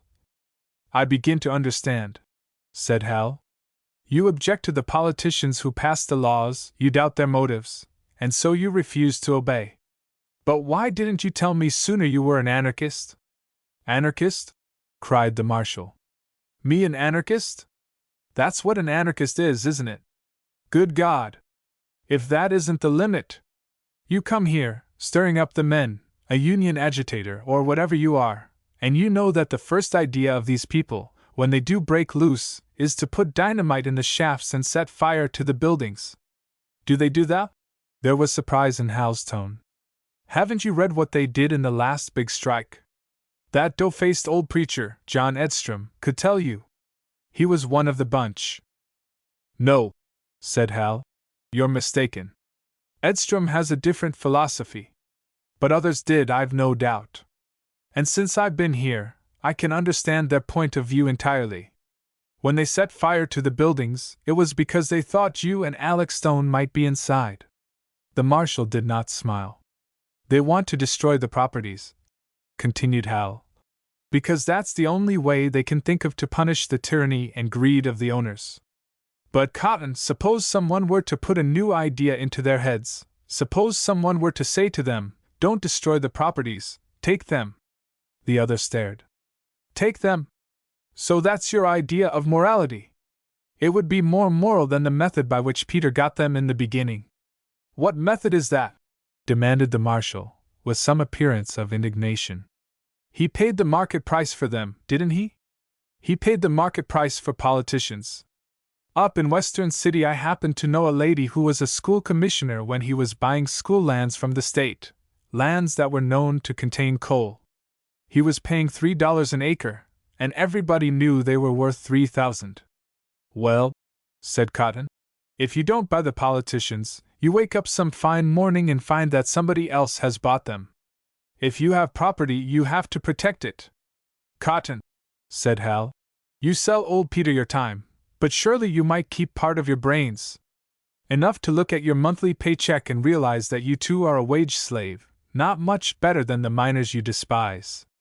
The other smiled. My check might be bigger, I admit, but I've figured over it, and I think I have an easier time than you agitators. I'm top dog, and I expect to stay on top. Well, Cotton, on that view of life, I don't wonder you get drunk now and then. A dog fight, with no faith or humanity anywhere. Don't think I'm sneering at you, I'm talking out of my heart to you. I'm not so young nor such a fool, that I haven't had the dogfight aspect of things brought to my attention. But there's something in a fellow that insists he isn't all dog. He has at least the possibility of something better. Take these poor underdogs sweating inside the mountain, risking their lives every hour of the day and night to provide you and me with coal to keep us warm, to keep the wheels of industry a-roll. Section 25. These were the last words Hal spoke. They were obvious enough words, yet when he looked back upon the coincidence, it seemed to him a singular one. For while he was sitting there chatting, it happened that the poor underdogs inside the mountain were in the midst of one of those experiences which make the romance and terror of coal mining. One of the boys who were employed underground, in violation of the child labor law, was in the act of bungling his task. He was a spragger, whose duty it was to thrust a stick into the wheel of a loaded car to hold it, and he was a little chap, and the car was in motion when he made the attempt. It knocked him against the wall, and so there was a load of coal rolling down grade, pursued too late by half a dozen men. Gathering momentum, it whirled round a curve and flew from the track, crashing into timbers and knocking them loose. With the timbers came a shower of coal dust, accumulated for decades in these old workings, and at the same time came an electric light wire, which, as it touched the car, produced a spark. And so it was that Hal, chatting with the marshal, suddenly felt, rather than heard, a deafening roar. He felt the air about him turn into a living thing which struck him a mighty blow, hurling him flat upon the floor. The windows of the room crashed inward upon him in a shower of glass, and the plaster of the ceiling came down on his head in another shower. When he raised himself, half stunned, he saw the marshal, also on the floor. These two conversationalists stared at each other with horrified eyes. Even as they crouched, there came a crash above their heads, and half the ceiling of the room came toward them, with a great piece of timber sticking through. All about them were other crashes, as if the end of the world had come. They struggled to their feet, and rushing to the door, flung it open, just as a jagged piece of timber shattered the sidewalk in front of them. They sprang back again. "Into the cellar!" cried the marshal, leading the way to the back stairs. But before they had started down these stairs, they realized that the crashing had ceased. "What is it?" gasped Hal, as they stood. "Mine explosion," said the other, and after a few seconds they ran to the door again. The first thing they saw was a vast pillar of dust and smoke, rising into the sky above them. It spread before their dazed eyes, until it made night of everything about them. There was still a rain of lighter debris pattering down over the village. As they stared, and got their wits about them, remembering how things had looked before this, they realized that the shaft house of number 1 had disappeared. "Blown up, by God!" cried the marshal, and the two ran out into the street, and looking up, saw that a portion of the wrecked building had fallen through the roof of the jail above their heads. The rain of debris had now ceased, but there were clouds of dust which covered the two men black. The clouds grew worse, until they could hardly see their way at all.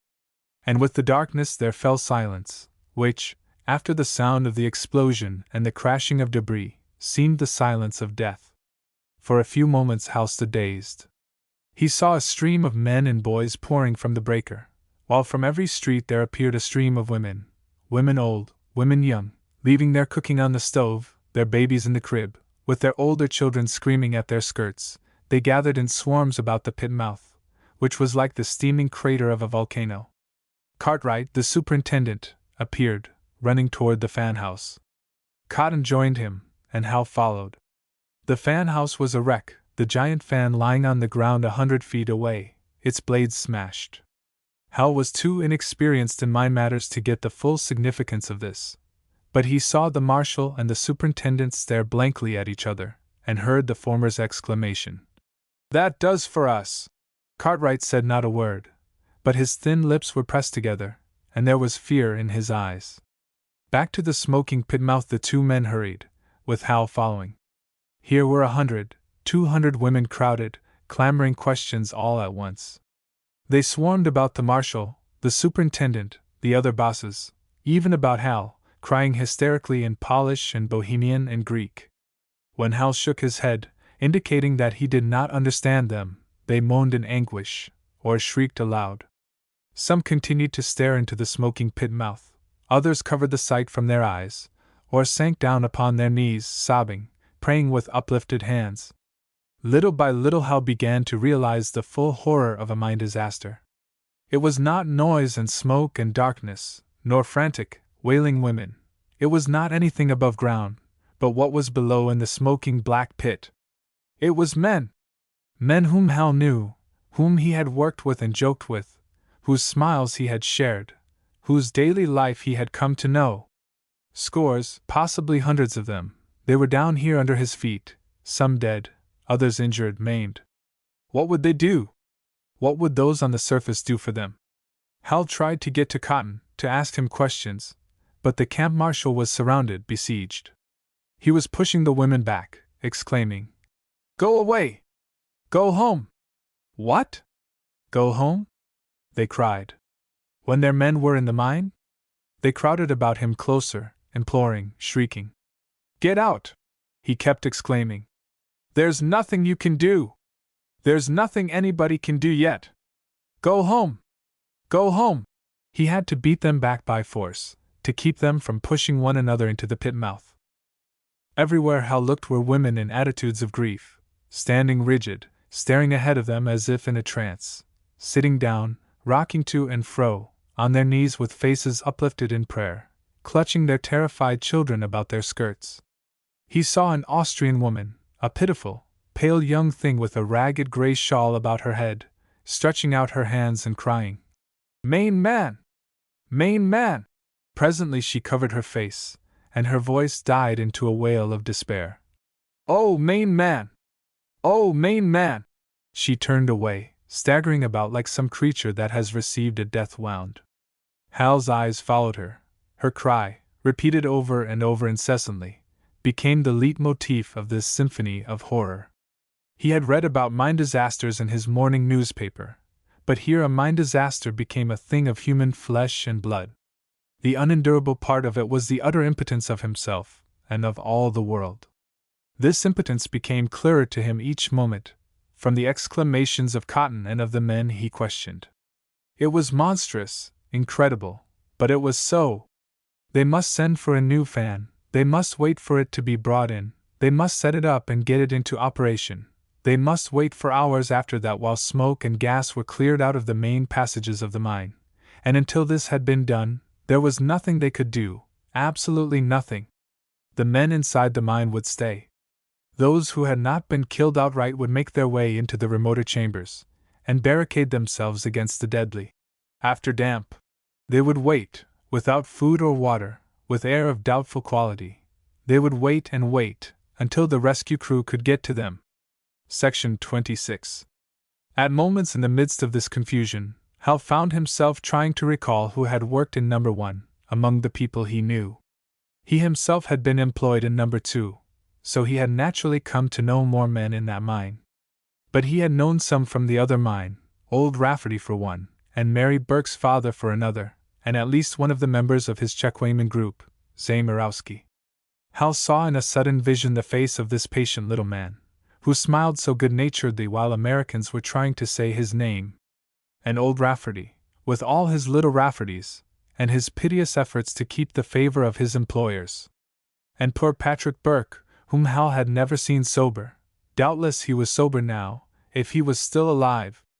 Then in the crowd Hal encountered Jerry Minetti, and learned that another man who had been down was Ferranzina, the Italian whose Fanciulla had played with him, and yet another was Judas Apostolikas, having taken his 30 pieces of silver with him into the death trap. People were making up lists, just as Hal was doing, by asking questions of others. These lists were subject to revision, sometimes under dramatic circumstances. You saw a woman weeping, with her apron to her eyes. Suddenly she would look up, give a piercing cry, and fling her arms about the neck of some man.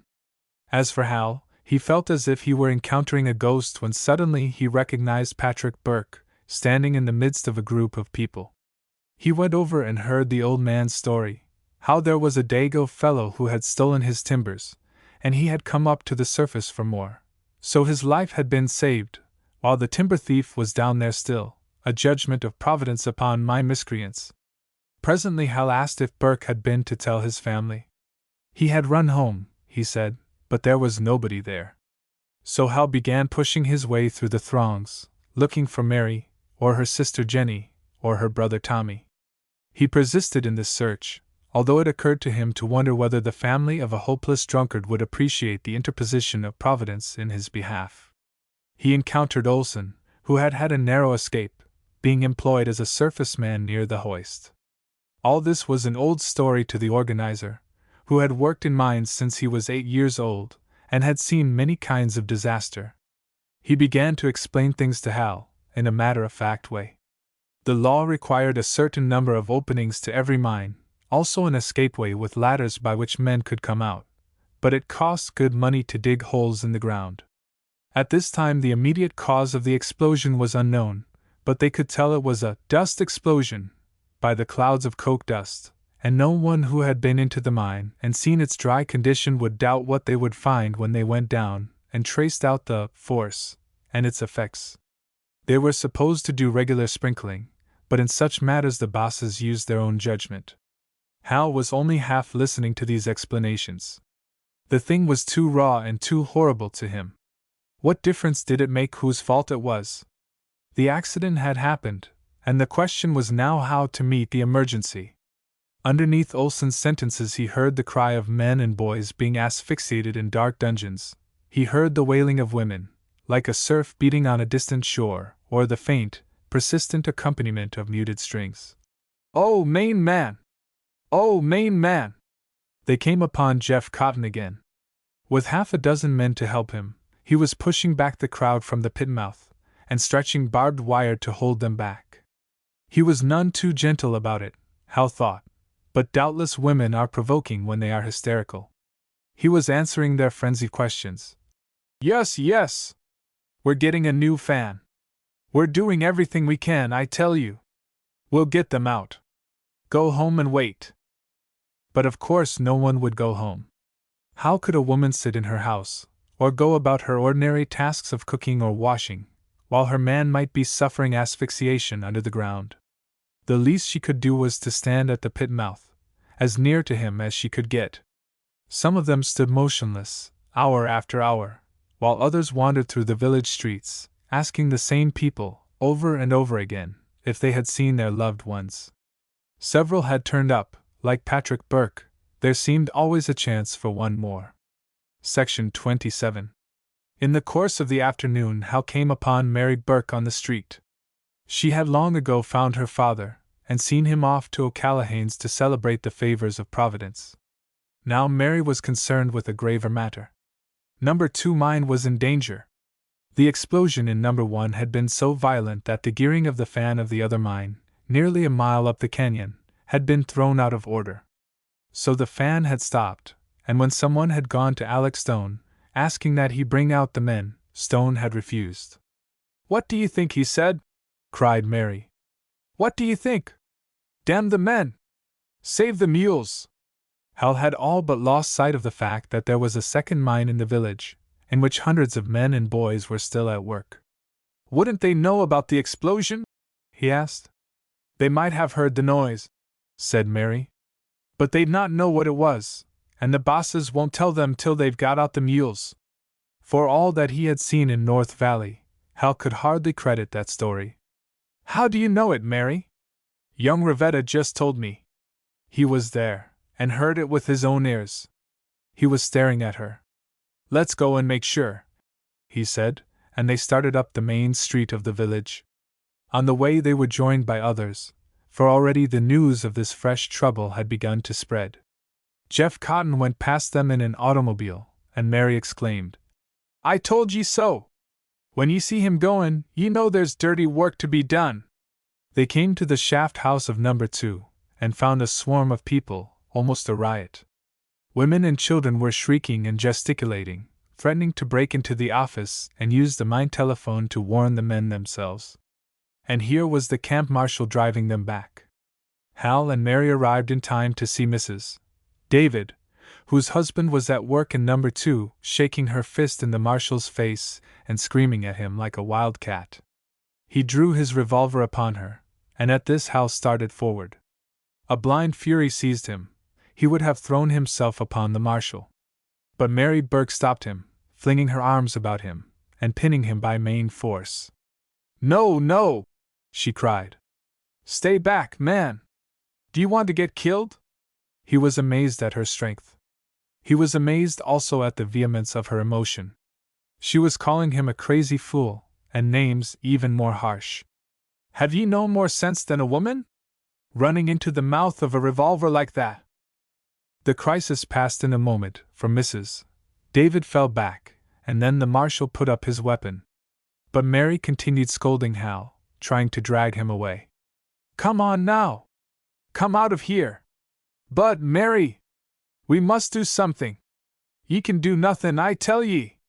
Ye'd ought to have sense enough to know it. I'll not let ye get yeself murdered. Come away now!" And half by force and half by cajoling, she got him farther down the street. He was trying to think out the situation. Were the men in number 2 really in danger? Could it be possible that the bosses would take such a chance in cold blood? And right at this moment, with the disaster in the other mine before their eyes. He could not believe it, and meantime Mary, at his side, was declaring that the men were in no real danger. It was only Alex Stone's brutal words that had set her crazy.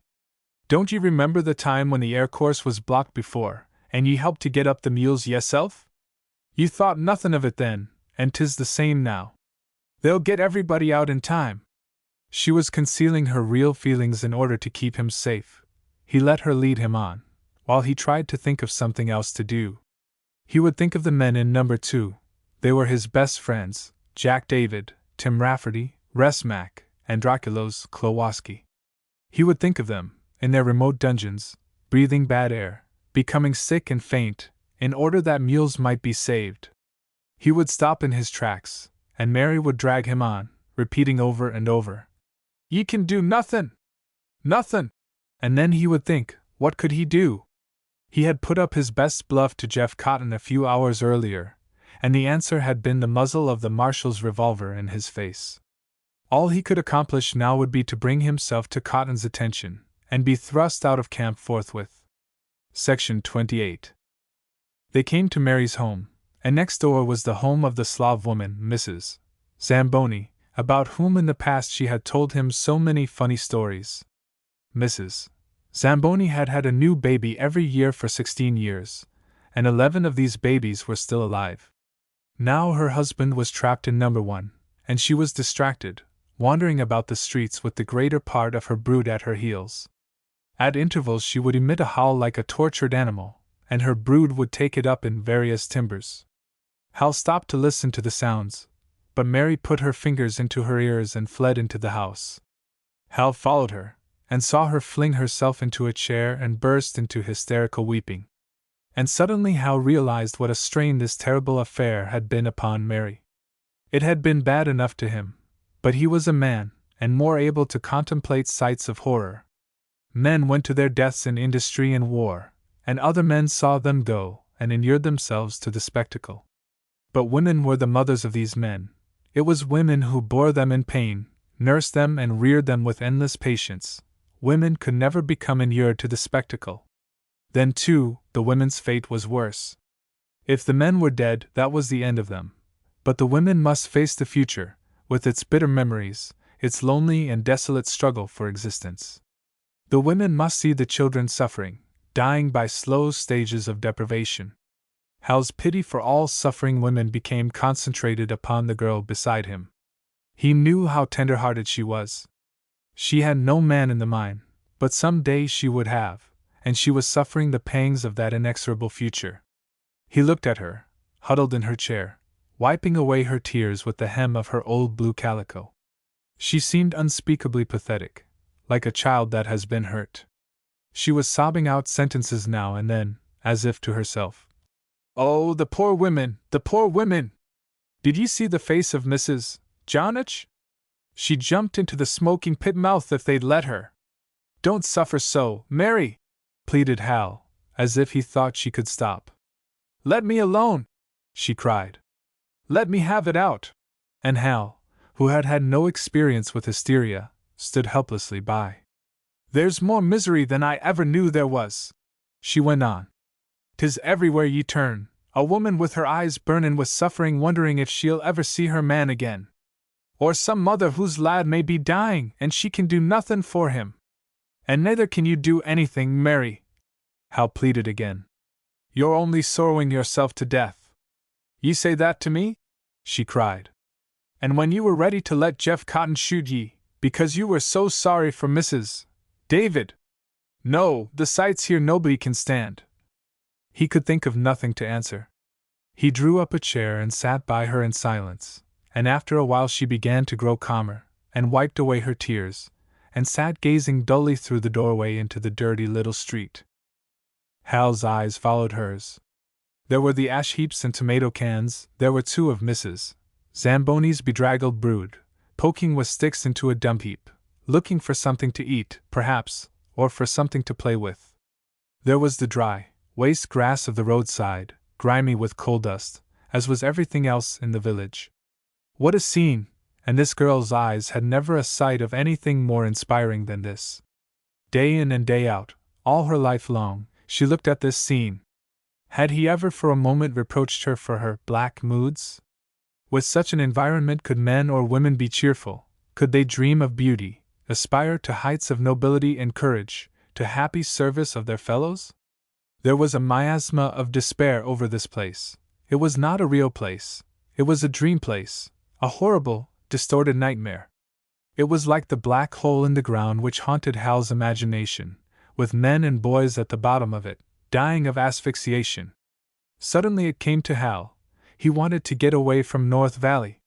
To get away at all costs. The place had worn down his courage. Slowly, day after day, the sight of misery and want, of dirt and disease, of hunger, oppression, despair, had eaten the soul out of him, had undermined his fine structure of altruistic theories.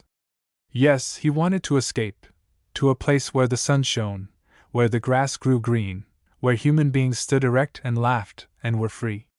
He wanted to shut from his eyes the dust and smoke of this nasty little village, to stop his ears to that tormenting sound of women wailing. "Oh, Maine man! Oh, Maine man!" He looked at the girl, who sat staring before her, bent forward, her arms hanging limply over her knees. "Mary," he said, "you must go away from here. It's no place for a tender-hearted girl to be. It's no place for anyone." She gazed at him dully for a moment. "It was me that was tellin' you to go away," she said at last. "Ever since ye came here I've been sayin' it. Now I guess ye know what I mean." "Yes," he said. "I do, and I want to go. But I want you to go too." "Do you think 'twould do me any good, Joe?" she asked. "Do you think 'twould do me any good to get away? Could I ever forget the sights I've seen this day? Could I ever have any real, honest happiness anywhere after this?" He tried to reassure her, but he was far from reassured himself. How would it be with him? Would he ever feel that he had a right to happiness after this? Could he take any satisfaction in a pleasant and comfortable world, knowing that it was based upon such hideous misery? His thoughts went to that world, where careless, pleasure-loving people sought gratification of their desires. It came to him suddenly that what he wanted more than to get away was to bring those people here, if only for a day, for an hour, that they might hear this chorus of wailing women. Section 29. Mary made Hal swear that he would not get into a fight with Cotton. Then they went to number 2. They found the mules coming up, and the bosses promising that in a short while the men would be coming. Everything was all right. There was not a bit of danger. But Mary was afraid to trust Hal, in spite of his promise, so she lured him back to number 1. They found that a rescue car had just arrived from Pedro, bringing doctors and nurses, also several helmets. These helmets were strange-looking contrivances, fastened over the head and shoulders, airtight, and provided with oxygen sufficient to last for an hour or more. The men who wore them sat in a big bucket which was let down the shaft with a windlass, and every now and then they pulled on a signal cord to let those on the surface know they were alive. When the first of them came back, he reported that there were bodies near the foot of the shaft, but apparently all dead. There was heavy black smoke, indicating a fire somewhere in the mine, so nothing more could be done until the fan had been set up. By reversing the fan, they could draw out the smoke and gases and clear the shaft. The state mine inspector had been notified, but was ill at home, and was sending one of his deputies. Under the law, this official would have charge of all the rescue work, but Hal found that the miners took no interest in his presence. It had been his duty to prevent the accident, and he had not done so. When he came, he would do what the company wanted. Some time after dark, the workers began to come out of number 2, and their women, waiting at the pit mouth, fell upon their necks with cries of thankfulness. Hal observed other women, whose men were in number 1, and would perhaps never come out again, standing and watching these greetings with wistful, tear-filled eyes.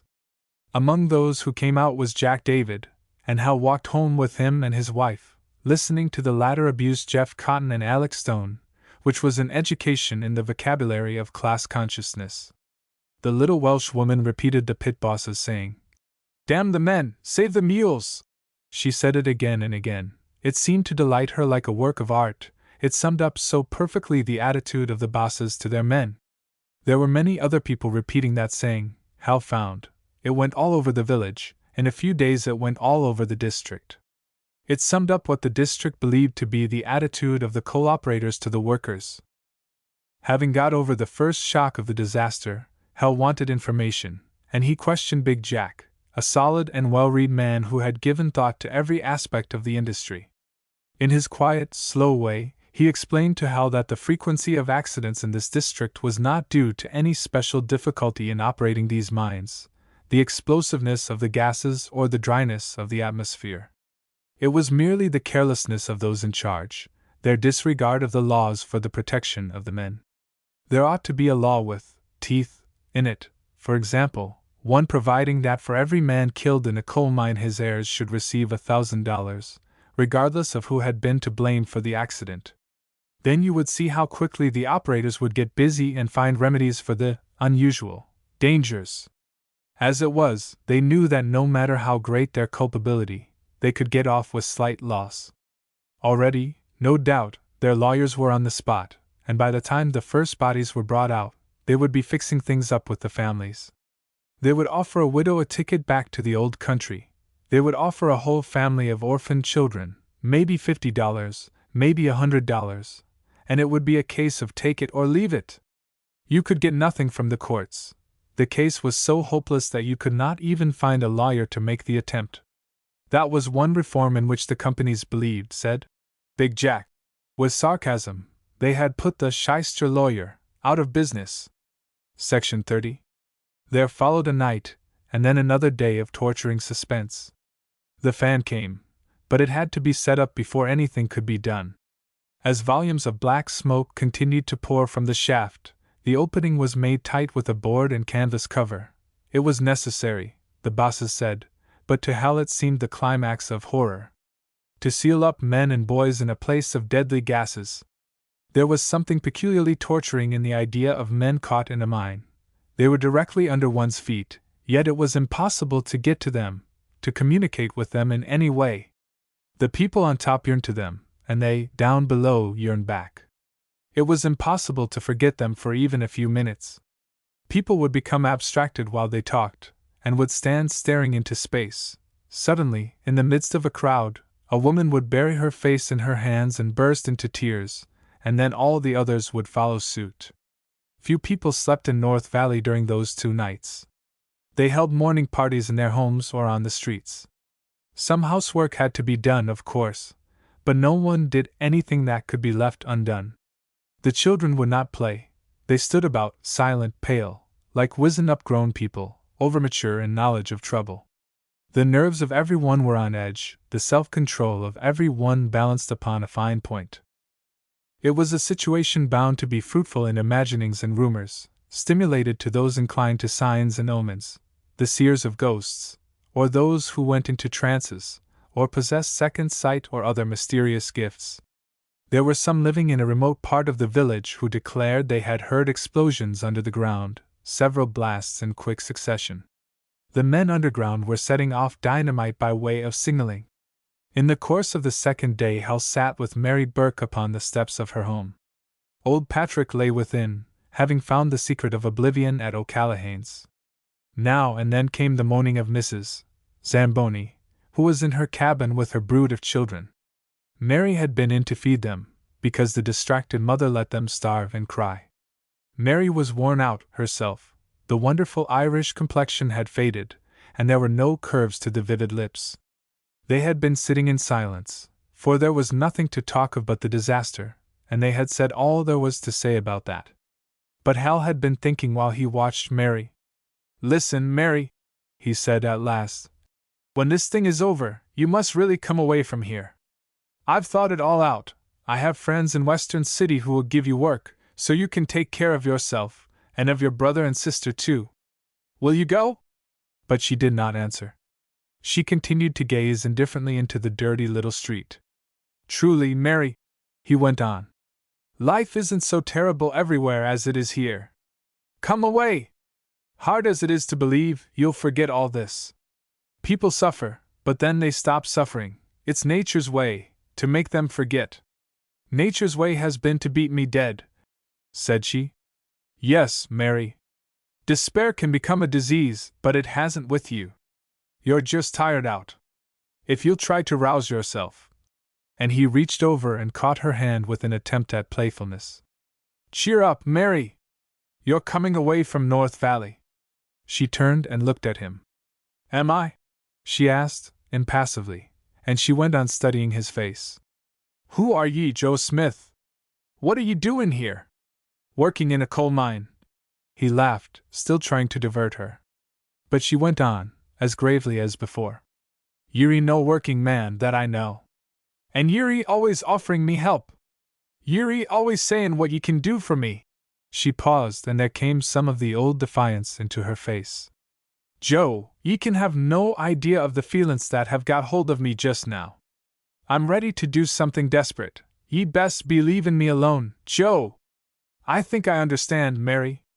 I would hardly blame you for anything you did." She took up his words eagerly. "Wouldn't ye, Joe? Ye're sure? Then what I want is to get the truth from ye. I want ye to talk it out fair."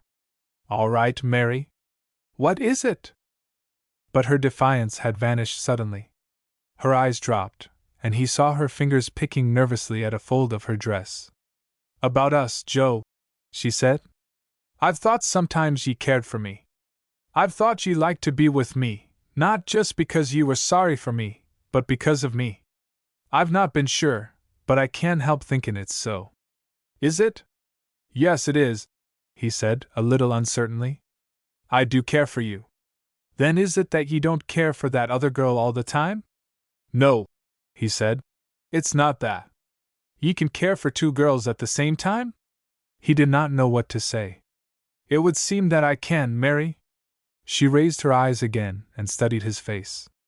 "Ye told me about that other girl, and I'd been wonderin', was it only to put me off? Maybe it's me own fault, but I can't make myself believe in that other girl, Joe." "You're mistaken, Mary," he answered quickly. "What I told you was true." "Well, maybe so," she said, but there was no conviction in her tone. "Ye come away from her, and ye never go where she is or see her. It's hard to believe ye'd do that way if ye were very close to her. I just don't think ye love her as much as ye might. And ye say you do care some for me. So I've thought, I've wondered." She stopped, forcing herself to meet his gaze. "I've been trying to work it out. I know ye're too good a man for me, Joe. Ye come from a better place in life, ye've a right to expect more in a woman." "It's not that, Mary." But she cut him short. "I know that's true. Ye're only trying to save my feelin's. I know ye're better than me. I've tried hard to hold me head up. I've tried a long time not to let meself go to pieces. I've even tried to keep cheerful, telling meself I'd not want to be like Mrs. Zamboni, forever complainin'. But 'tis no use tellin' yourself lies. I'd been up to the church, and heard the Reverend Spragg tell the people that the rich and poor are the same in the sight of the Lord. And maybe 'tis so, but I'm not the Lord, and I'll never pretend I'm not ashamed to be livin' in a place like this. I'm sure the Lord has no interest in keeping you here," he began. But she broke in. "What makes it so hard to bear is knowin' there's so many wonderful things in the world, and ye can never have them. 'Tis as if he had to see them through a pane of glass, like in the window of a store. Just think, Joe Smith, once, in a church in Sheridan, I heard a lady sing beautiful music, once in my whole lifetime. Can ye guess what it meant to me? Yes, Mary, I can. But I had that all out with myself, years ago. I knew the price a workin' girl has to pay for such things, and I said, I'll not let myself think about them. I've hated this place, I've wanted to get away, but there's only one way to go, to let some man take ye. So I've stayed, I've kept straight, Joe. I want ye to believe that. Of course, Mary. No. It's not been of course. It means ye have to fight with temptations. It's many a time I've looked at Jeff Cotton, and thought about the things I need. And I've done without. But now comes the thing a woman wants more than all the other things in the world. She paused, but only for a moment. They tell ye to love a man of your own class. Me old mother said that to me, before she died. But suppose ye didn't happen to? Suppose ye'd stopped and thought what it meant, havin' one baby after another, till ye're worn out and drop, like me old mother did? Suppose ye knew good manners when ye see them, ye knew interestin' talk when ye heard it. She clasped her hands suddenly before her, exclaiming, Ah, 'tis something different ye are, Joe, so different from anything around here. The way ye talk, the way ye move, the gay look in your eyes. No miner ever had that happy look, Joe. Me heart stops beatin' almost when ye look at me. She stopped with a sharp catching of her breath, and he saw that she was struggling for self-control.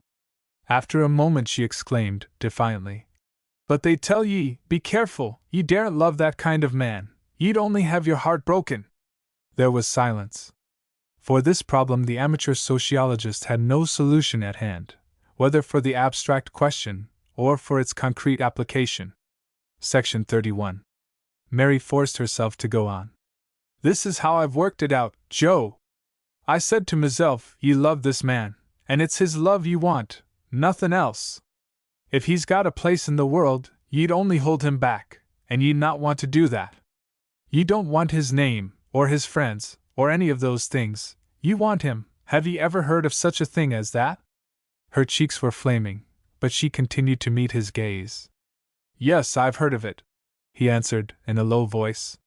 What would ye say to it? Is it honest?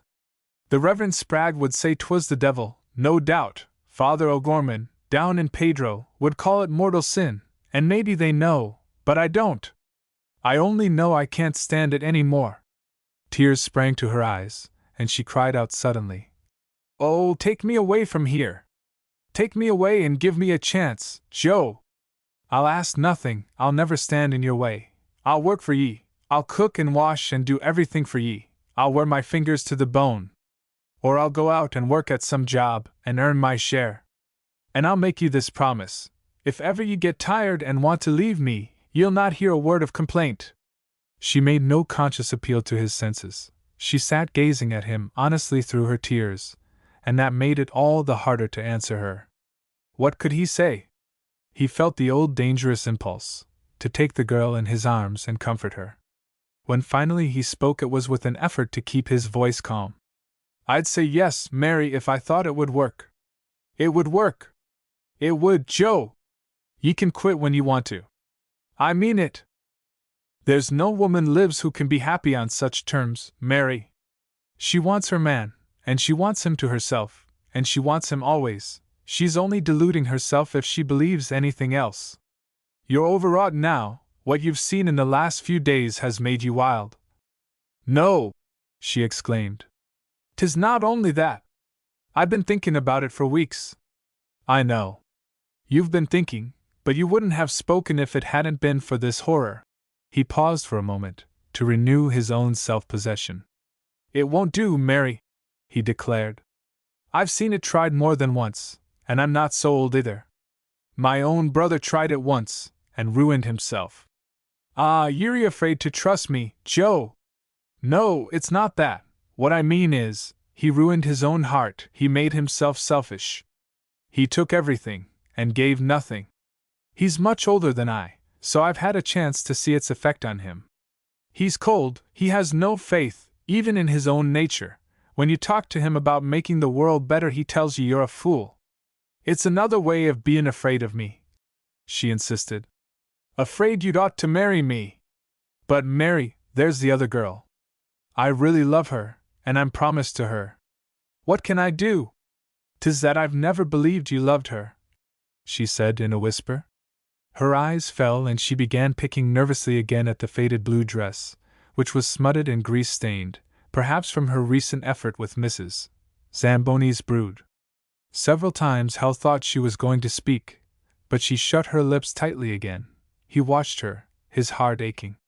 When finally she spoke, it was still in a whisper, and there was a note of humility he had never heard from her before. You'll not be wanting to speak to me, Joe, after what I've said. Oh, Mary! He exclaimed, and caught her hand. Don't say I've made you more unhappy! I want to help you. Won't you let me be your friend, your real, true friend? Let me help you to get out of this trap. You'll have a chance to look about, you'll find a way to be happy. The whole world will seem different to you then, and you'll laugh at the idea that you ever wanted me. Section 32. The two of them went back to the pit mouth. It had been 2 days since the disaster, and still the fan had not been started, and there was no sign of its being started. The hysteria of the women was growing, and there was a tension in the crowds. Jeff Cotton had brought in a force of men to assist him in keeping order. They had built a fence of barbed wire about the pit mouth and its approaches, and behind this wire they walked, hard-looking citizens with policemen's billies, and the bulge of revolvers plainly visible on their hips. During this long period of waiting, Hal had talks with members of his Checkwayman group. They told what had happened while he was in jail, and this reminded him of something which had been driven from his mind by the explosion. Poor old John Edstrom was down in Pedro, perhaps in dire need. Hal went to the old Swede's cabin that night, climbed through a window, and dug up the buried money. There were 5 $5 bills, and he put them in an envelope, addressed them in care of General Delivery, Pedro, and had Mary Burke take them to the post office and register them. The hours dragged on, and still there was no sign of the pit mouth being opened. There began to be secret gatherings of the miners and their wives to complain at the conduct of the company, and it was natural that Hal's friends who had started the Checkwayman movement should take the lead in these. They were among the most intelligent of the workers, and saw farther into the meaning of events. They thought not merely of the men who were trapped underground at this moment, but of thousands of others who would be trapped through years to come. Hal, especially, was pondering how he could accomplish something definite before he left the camp, for of course he would have to leave soon. Jeff Cotton would remember him, and carry out his threat to get rid of him.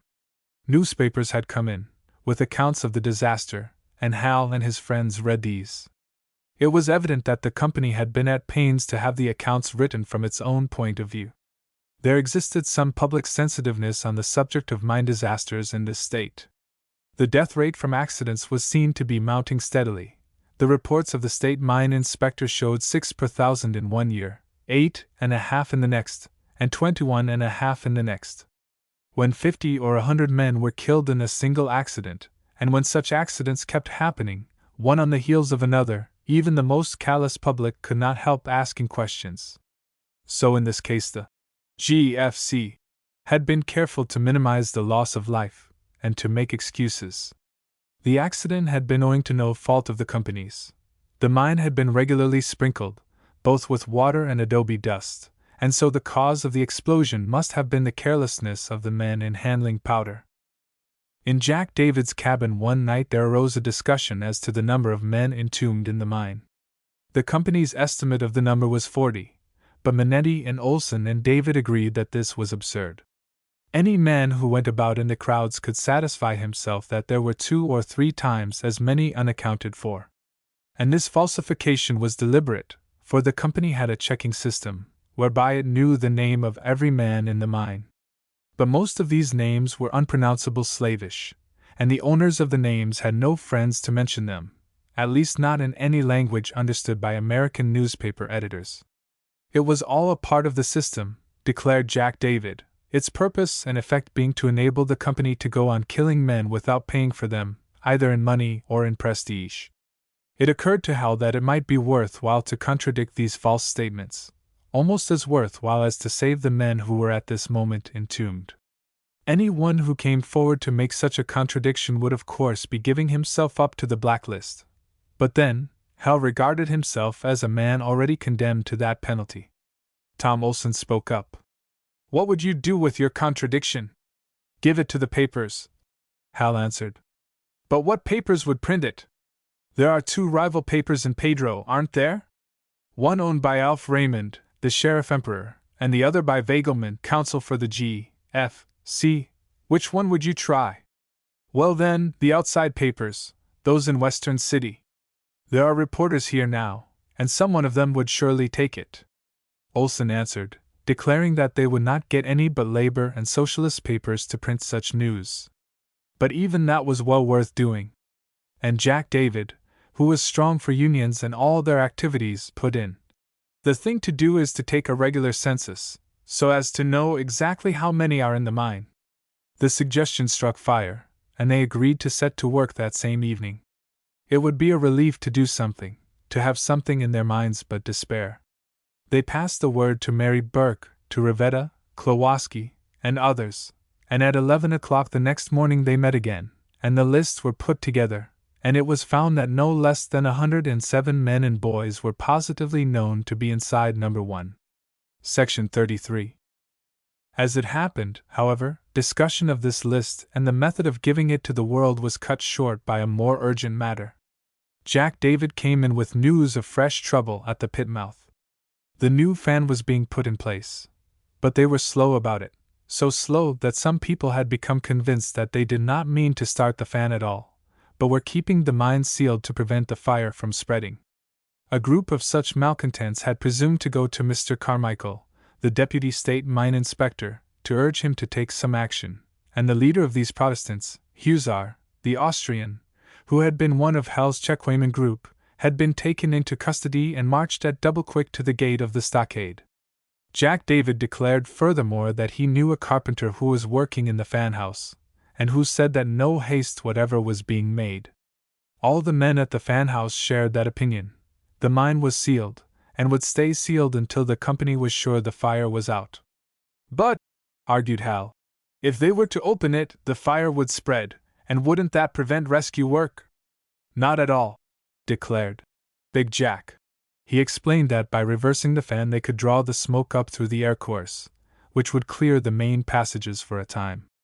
"But you see, some coal might catch fire, and some timbers. There might be falls of rock so they couldn't work some of the rooms again." "How long will they keep the mine sealed?" cried Hal, in consternation.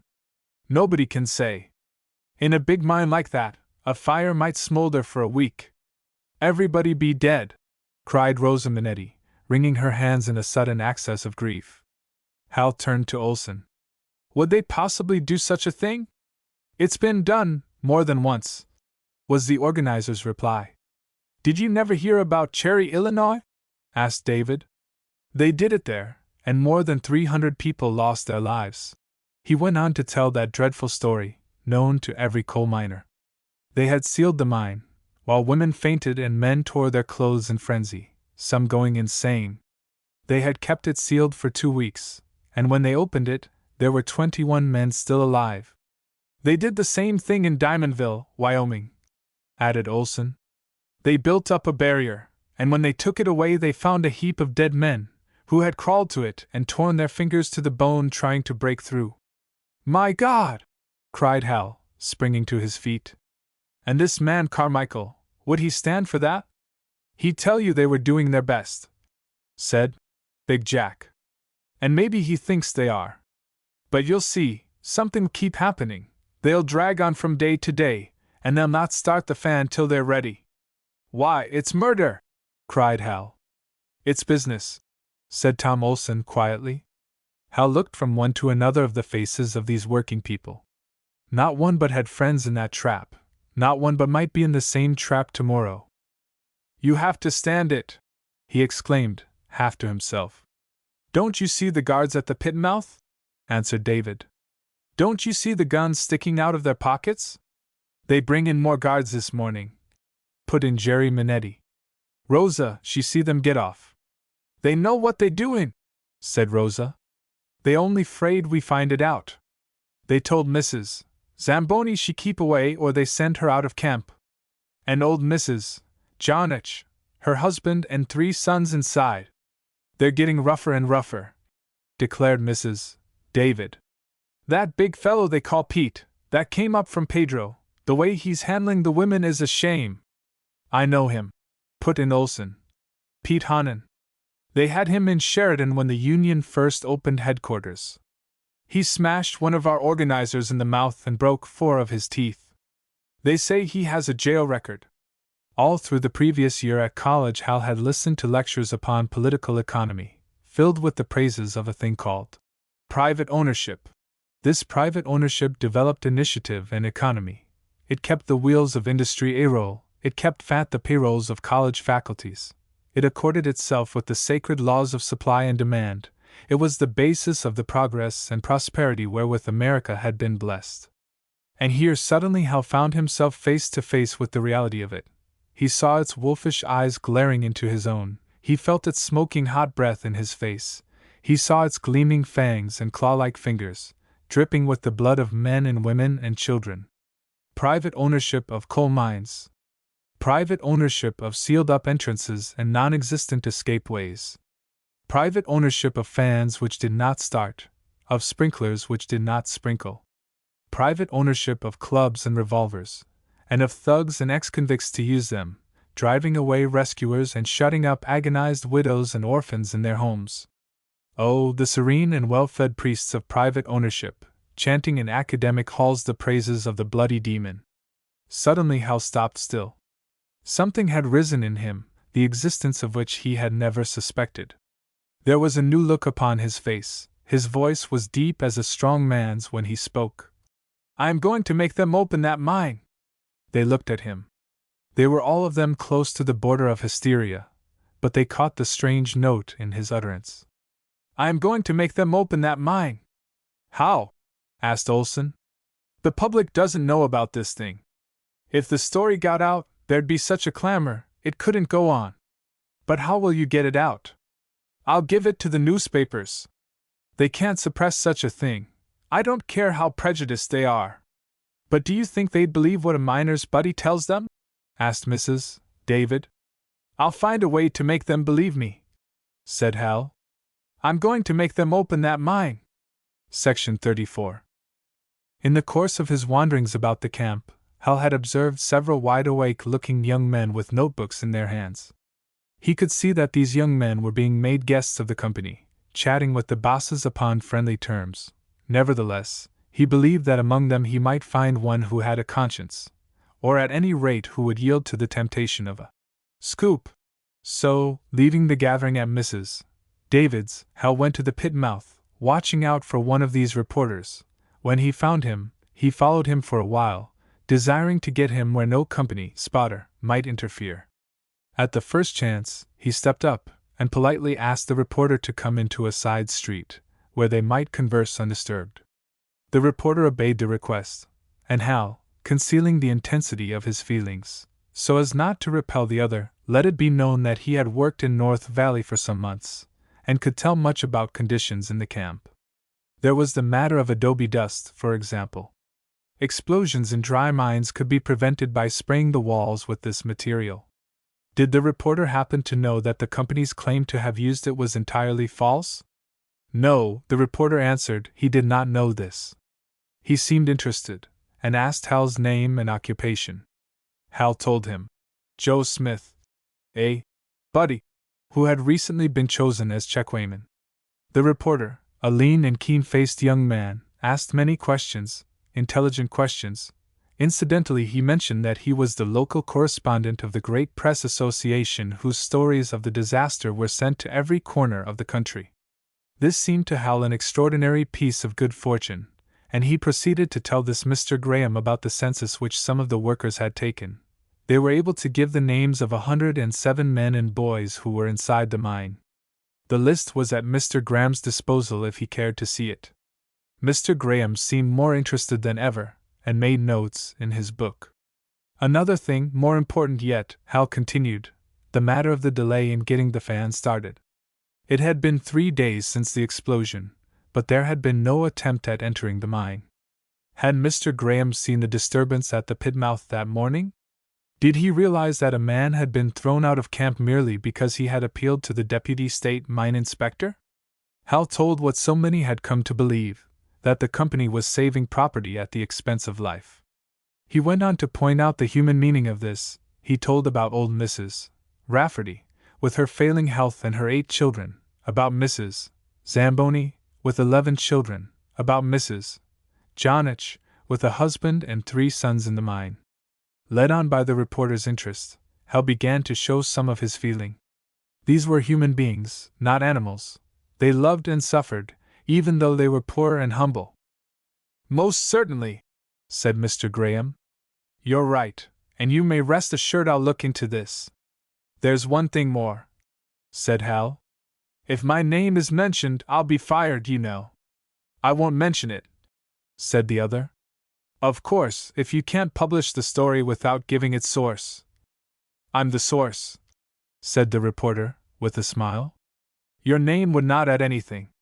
He spoke with quiet assurance. He seemed to know so completely both the situation and his own duty in regard to it, that Hal felt a thrill of triumph. It was as if a strong wind had come blowing from the outside world, dispelling the miasma which hung over this coal camp. Yes, this reporter was the outside world. He was the power of public opinion, making itself felt in this place of knavery and fear. He was the voice of truth, the courage and rectitude of a great organization of publicity, independent of secret influences, lifted above corruption. "I'm indebted to you," said Mr. Graham, at the end, and Hal's sense of victory was complete.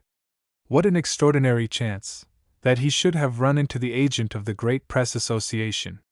The story would go out to the great world of industry, which depended upon coal as its lifeblood.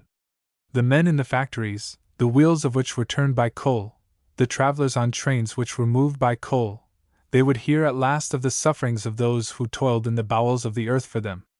Even the ladies, reclining upon the decks of palatial steamships in gleaming tropic seas, so marvelous was the power of modern news-spreading agencies, that these ladies too might hear the cry for help of these toilers, and of their wives and little ones.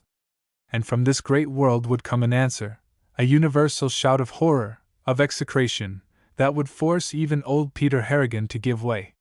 So Hal mused, for he was young, and this was his first crusade. He was so happy that he was able to think of himself again, and to realize that he had not eaten that day. It was noontime, and he went into Remenitsky's, and was about half through with the first course of Remenitsky's 2-course banquet, when his cruel disillusioning fell upon him. He looked up and saw Jeff Cotton striding into the dining room, making straight for him. There was blood in the marshal's eye, and Hal saw it, and rose, instinctively. "Come," said Cotton, and took him by the coat sleeve and marched him out, almost before the rest of the diners had time to catch their breath. Hal had no opportunity now to display his tea-party manners to the camp marshal. As they walked, Cotton expressed his opinion of him, that he was a skunk, a puppy, a person of undesirable ancestry, and when Hal endeavored to ask a question, which he did quite genuinely, not grasping at once the meaning of what was happening, the marshal bade him shut his face, and emphasized the command by a twist at his coat collar. At the same time 2 of the huskiest mine guards, who had been waiting at the dining room door, took him, one by each arm, and assisted his progress. They went down the street and passed Jeff Cotton's office, not stopping this time. Their destination was the railroad station, and when Hal got there, he saw a train standing. The 3 men marched him to it, not releasing him till they had jammed him down into a seat. "Now, young fellow," said Cotton, "we'll see who's running this camp." By this time Hal had regained a part of his self-possession. "Do I need a ticket?" he asked. "I'll see to that," said the marshal. "And do I get my things?" "You save some questions for your college professors," snapped the marshal. So Hal waited, and a minute or 2 later a man arrived on the run with his scanty belongings, rolled into a bundle and tied with a piece of twine. Hal noted that this man was big and ugly, and was addressed by the camp marshal as Pete.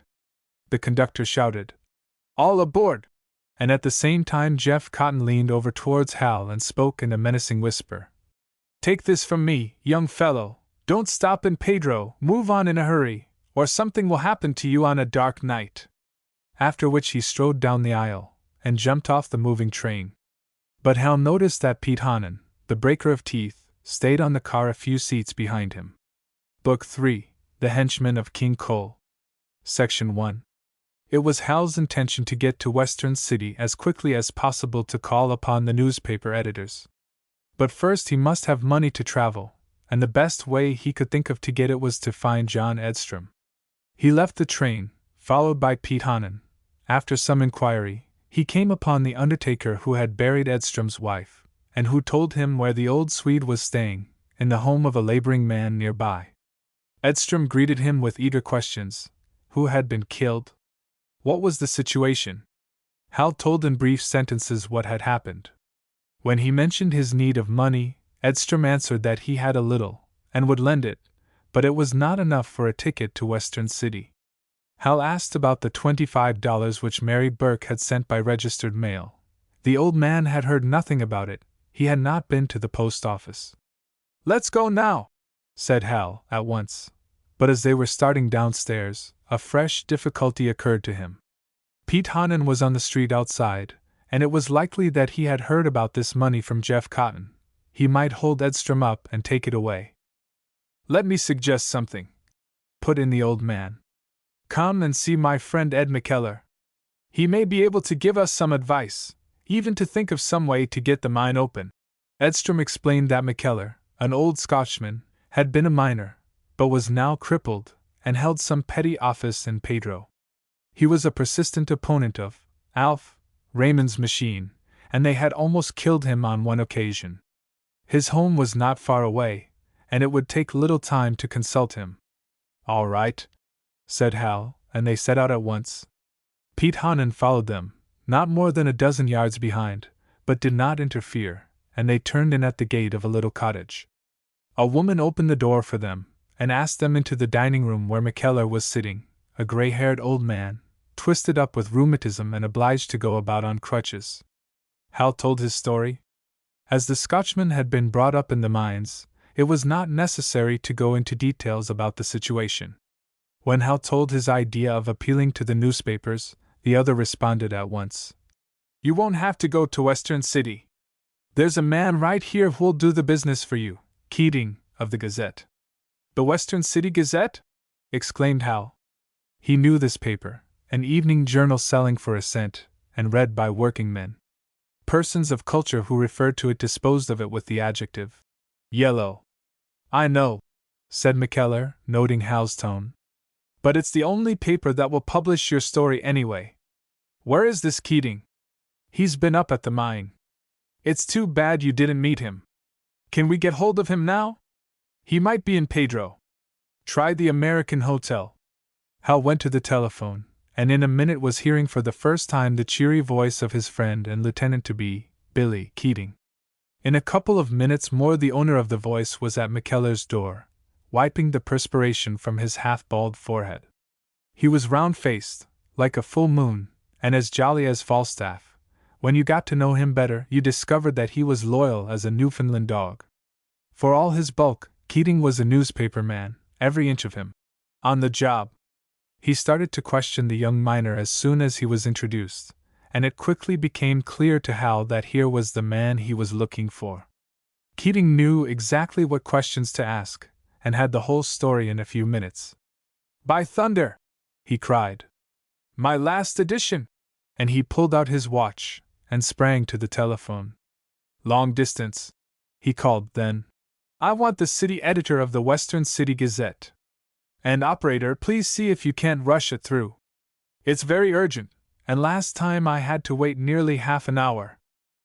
He turned back to Hal, and proceeded to ask more questions, at the same time pulling a bunch of copy paper from his pocket and making notes. He got all Hal's statements about the lack of sprinkling, the absence of escapeways, the delay in starting the fan, the concealing of the number of men in the mine. "I knew things were crooked up there," he exclaimed. But I couldn't get a lead. They kept a man with me every minute of the time. You know a fellow named Predovich? I do, said Hal. The company store clerk. He once went through my pockets. Keating made a face of disgust. Well, he was my chaperone. Imagine trying to get the miners to talk to you with that sneak at your heels. I said to the superintendent, I don't need anybody to escort me around your place, and he looked at me with a nasty little smile. We wouldn't want anything to happen to you while you're in this camp, Mr. Keating. You don't consider it necessary to protect the lives of the other reporters, I said. No, said he, but the Gazette has made a great many enemies, you know. Drop your fooling, Mr. Cartwright, I said. You propose to have me shadowed while I'm working on this assignment? You can put it that way, he answered, if you think it'll please the readers of the Gazette. Too bad we didn't meet, said Hal.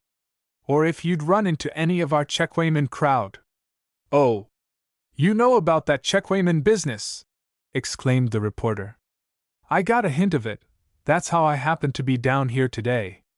I heard there was a man named Edstrom who'd been shut out from making trouble, and I thought if I could find him, I might get a lead. Hal and McKellar looked at the old Swede, and the three of them began to laugh. Here's your man, said McKellar. And here's your Checkwayman, added Edstrom, pointing to Hal. Instantly the reporter was on his job again. He began to fire another series of questions. He would use that Checkwayman story as a follow-up for the next day, to keep the subject of North Valley alive. The story had a direct bearing on the disaster, because it showed what the North Valley bosses were doing when they should have been looking after the safety of their mine. I'll write it out this afternoon and send it by mail, said Keating, he added, with a smile. That's one advantage of handling news the other papers won't touch. You don't have to worry about losing your scoops. Section 2. Keating went to the telephone again, to worry, long distance.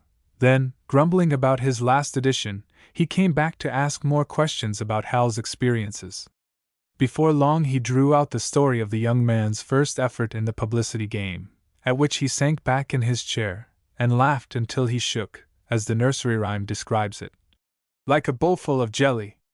Graham! He exclaimed. Fancy, McKellar, he took that story to Graham.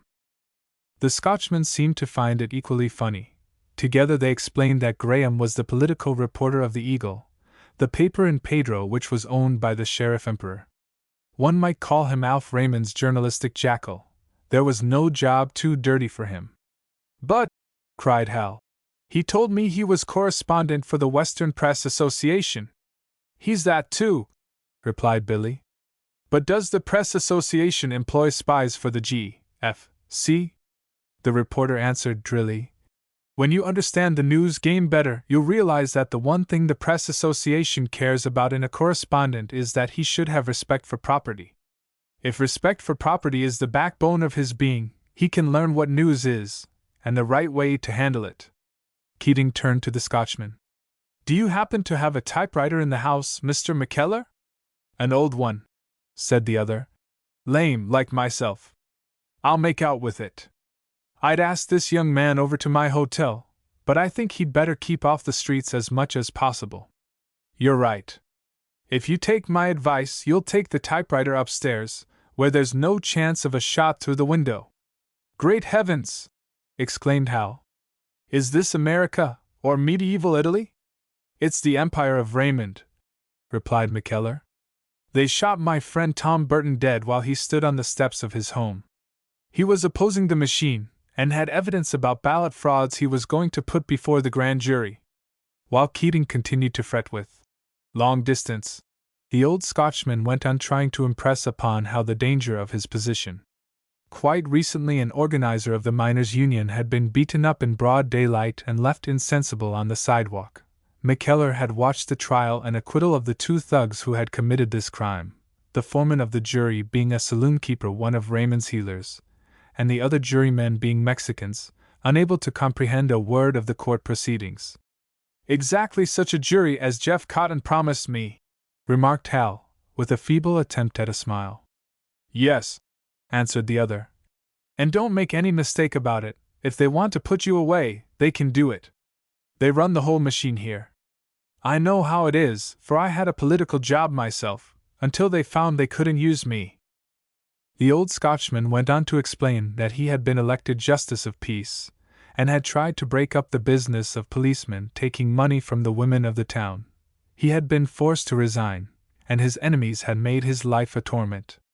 Recently he had been candidate for district judge on the Progressive ticket, and told of his efforts to carry on a campaign in the coal camps, how his circulars had been confiscated, his posters torn down, his supporters kangarooed.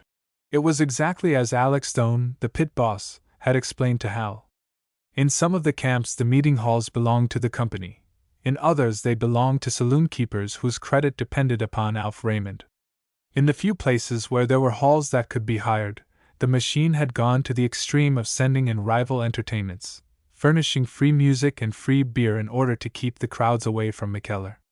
All this time Billy Keating had been chafing and scolding at long distance. Now at last he managed to get his call, and silence fell in the room. "Hello, Pringle, that you? This is Keating. Got a big story on the North Valley disaster. Last edition put to bed yet? Put Jim on the wire. Hello, Jim. Got your book?" And then Billy, evidently talking to a stenographer, began to tell the story he had got from Hal. Now and then he would stop to repeat or spell a word. Once or twice Hal corrected him on details. So, in about a quarter of an hour, they put the job through, and Keating turned to Hal. "There you are, son," said he. "Your story'll be on the street in Western City in a little over an hour. It'll be down here as soon thereafter as they can get telephone connections. And take my advice, if you want to keep a whole skin, you'll be out of Pedro when that happens." Section 3. When Hal spoke, he did not answer Billy Keating's last remark. He had been listening to a retelling of the North Valley disaster over the telephone, so he was not thinking about his skin, but about 107 men and boys buried inside a mine. "Mr. Keating," said he, "are you sure the Gazette will print that story?" "Good Lord!" exclaimed the other. "What am I here for?" "Well, I've been disappointed once, you know." "Yes, but you got into the wrong camp. We're a poor man's paper, and this is what we live on. There's no chance of its being toned down? Not the slightest, I assure you. There's no chance of Peter Harrigan suppressing it? Peter Harrigan made his attempts on the Gazette long ago, my boy." "Well," said Hal, "and now tell me this, will it do the work?" "In what way?" "I mean, in making them open the mine." Keating considered for a moment. "I'm afraid it won't do much." Hal looked at him blankly. He had taken it for granted the publication of the facts would force the company to move. But Keating explained that the Gazette read mainly by working people, and so had comparatively little influence. "We're an afternoon paper," he said, "and when people have been reading lies all morning, it's not easy to make them believe the truth in the afternoon." "But won't the story go to other papers, over the country, I mean?" "Yes, we have a press service, but the papers are all like the Gazette, poor man's papers. If there's something very raw, and we keep pounding away for a long time, we can make an impression. At least we limit the amount of news the Western Press Association can suppress. But when it comes to a small matter like sealing up workingmen in a mine, all we can do is to worry the G.F.C. a little." So Hal was just where he had begun. "I must find some other plan," he exclaimed. "I don't see what you can do," replied the other. There was a pause, while the young miner pondered. "I had thought of going up to Western City and appealing to the editors," he said, a little uncertainly. "Well, I can tell you about that. You might as well save your car fare. They wouldn't touch your story. And if I appealed to the governor? In the first place, he probably wouldn't see you. And if he did, he wouldn't do anything. He's not really the governor, you know. He's a puppet put up there to fool you. He only moves when Harrigan pulls the string." "Of course I knew he was old Peter's man," said Hal. "But then," and he concluded, somewhat lamely, "what can I do?" A smile of pity came upon the reporter's face. "I can see this is the first time you've been up against big business." And then he added, "You're young. When you've had more experience, you'll leave these problems to older heads." But Hal failed to get the reporter's sarcasm. He had heard these exact words in such deadly seriousness from his brother. Besides, he had just come from scenes of horror. "But don't you see, Mr. Keating?" he exclaimed. "It's impossible for me to sit still while those men die." "I don't know about your sitting still," said the other. "All I know is that all your moving about isn't going to do them any good." Hal turned to Edstrom and McKellar. "Gentlemen," he said, "listen to me for a minute." And there was a note of pleading in his voice, as if he thought they were deliberately refusing to help him. "We've got to do something about this. We've got to do something.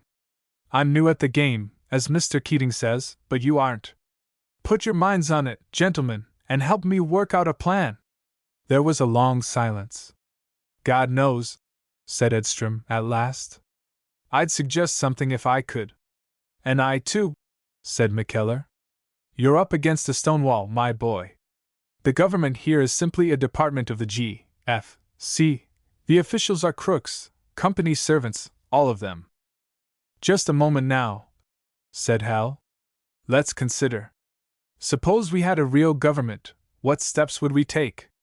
We'd carry such a case to the district attorney, wouldn't we?" "Yes, no doubt of it," said McKellar. "You mentioned him before," said Hal. "He threatened to prosecute some mine superintendents for ballot frauds, you said." "That was while he was running for election," said McKellar. "Oh, I remember what Jeff Cotton said, that he was friendly to the miners in his speeches, and to the companies in his acts." "That's the man," said the other drily. "Well," argued Hal, "oughtn't I go to him, to give him a chance at least? You can't tell, he might have a heart inside him." "It isn't a heart he needs," replied McKellar. "It's a backbone. But surely I ought to put it up to him. If he won't do anything, at least I'll put him on record, and it'll make another story for you, won't it, Mr. Keating?" "Yes, that's true," admitted the reporter. "What would you ask him to do?" "Why, to lay the matter before the grand jury, to bring indictments against the North Valley bosses." "But that would take a long time, it wouldn't save the men in the mine."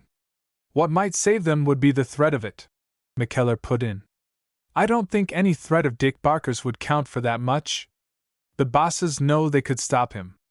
"Well, isn't there somebody else? Shouldn't I try the courts?" "What courts?" "I don't know. You tell me."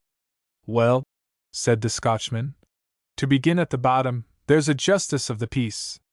"Who's he?" "Jim Anderson, a horse doctor. He's like any other JP you ever knew, he lives on petty graft." "Is there a higher court?" "Yes, the district court, Judge Denton. He's the law partner of Vagelman, counsel for the G.F.C. How far would you expect to get with him?" "I suppose I'm clutching at straws," said Hal. "But they say that's what a drowning man does. Anyway, I'm going to see these people, and maybe out of the lot of them I can find one who'll act. It can't do any harm." The three men thought of some harm it might do. They tried to make Hal consider the danger of being slugged or shot. "They'll do it!" exclaimed McKellar. "And no trouble for them, they'll prove you were stabbed by a drunken dago, quarreling over some woman." But Hal had got his head set. He believed he could put this job through before his enemies had time to lay any plans. Nor would he let any of his friends accompany him. He had something more important for both Edstrom and Keating to do, and as for McKellar, he could not get about rapidly enough. Hal bade Edstrom go to the post office and get the registered letter, and proceed at once to change the bills. It was his plan to make out affidavits, and if the officials here would not act, to take the affidavits to the governor. And for this he would need money. Meantime, he said, let Billy Keating write out the Chequame's story, and in a couple of hours meet him at the American Hotel, to get copies of the affidavits for the Gazette. Hal was still wearing the miner's clothes he had worn on the night of his arrest in Edstrom's cabin. But he declined McKellar's offer to lend him a business suit. The old Scotchman's clothes would not fit him, he knew, and it would be better to make his appeal as a real miner than as a misfit gentleman. These matters being settled, Hal went out upon the street, where Pete Honan, the breaker of teeth, fell in behind him. The young miner at once broke into a run, and the other followed suit, and so the two of them sped down the street, to the wonder of people on the way. As Hal had had practice as a sprinter, no doubt Pete was glad that the district attorney's office was not far away. Section 4. Mr. Richard Parker was busy, said the clerk in tow outer office, for which Hal was not sorry, as it gave him a chance to get his breath. Seeing a young man flushed and panting, the clerk stared with curiosity, but Hal offered no explanation, and the breaker of teeth waited on the street outside. Mr. Parker received his caller in a couple of minutes. He was a well-fed gentleman with generous neck and chin, freshly shaved and rubbed with talcum powder. His clothing was handsome, his linen immaculate. One got the impression of a person who did himself well. There were papers on his desk, and he looked preoccupied. "Well?" said he, with a swift glance at the young miner. "I understand that I am speaking to the district attorney of Pedro County?" "That's right. Mr. Parker, have you given any attention to the circumstances of the North Valley disaster?" "No," said Mr. Parker. "Why?" "I have just come from North Valley, and I can give you information which may be of interest to you. There are 107 people entombed in the mine, and the company officials have sealed it, and are sacrificing those lives." The other put down the correspondence, and made an examination of his caller from under his heavy eyelids. "How do you know this?" "I left there only a few hours ago. The facts are known to all the workers in the camp." "You are speaking from what you heard?" "I am speaking from what I know at first hand. I saw the disaster. I saw the pit mouth boarded over and covered with canvas.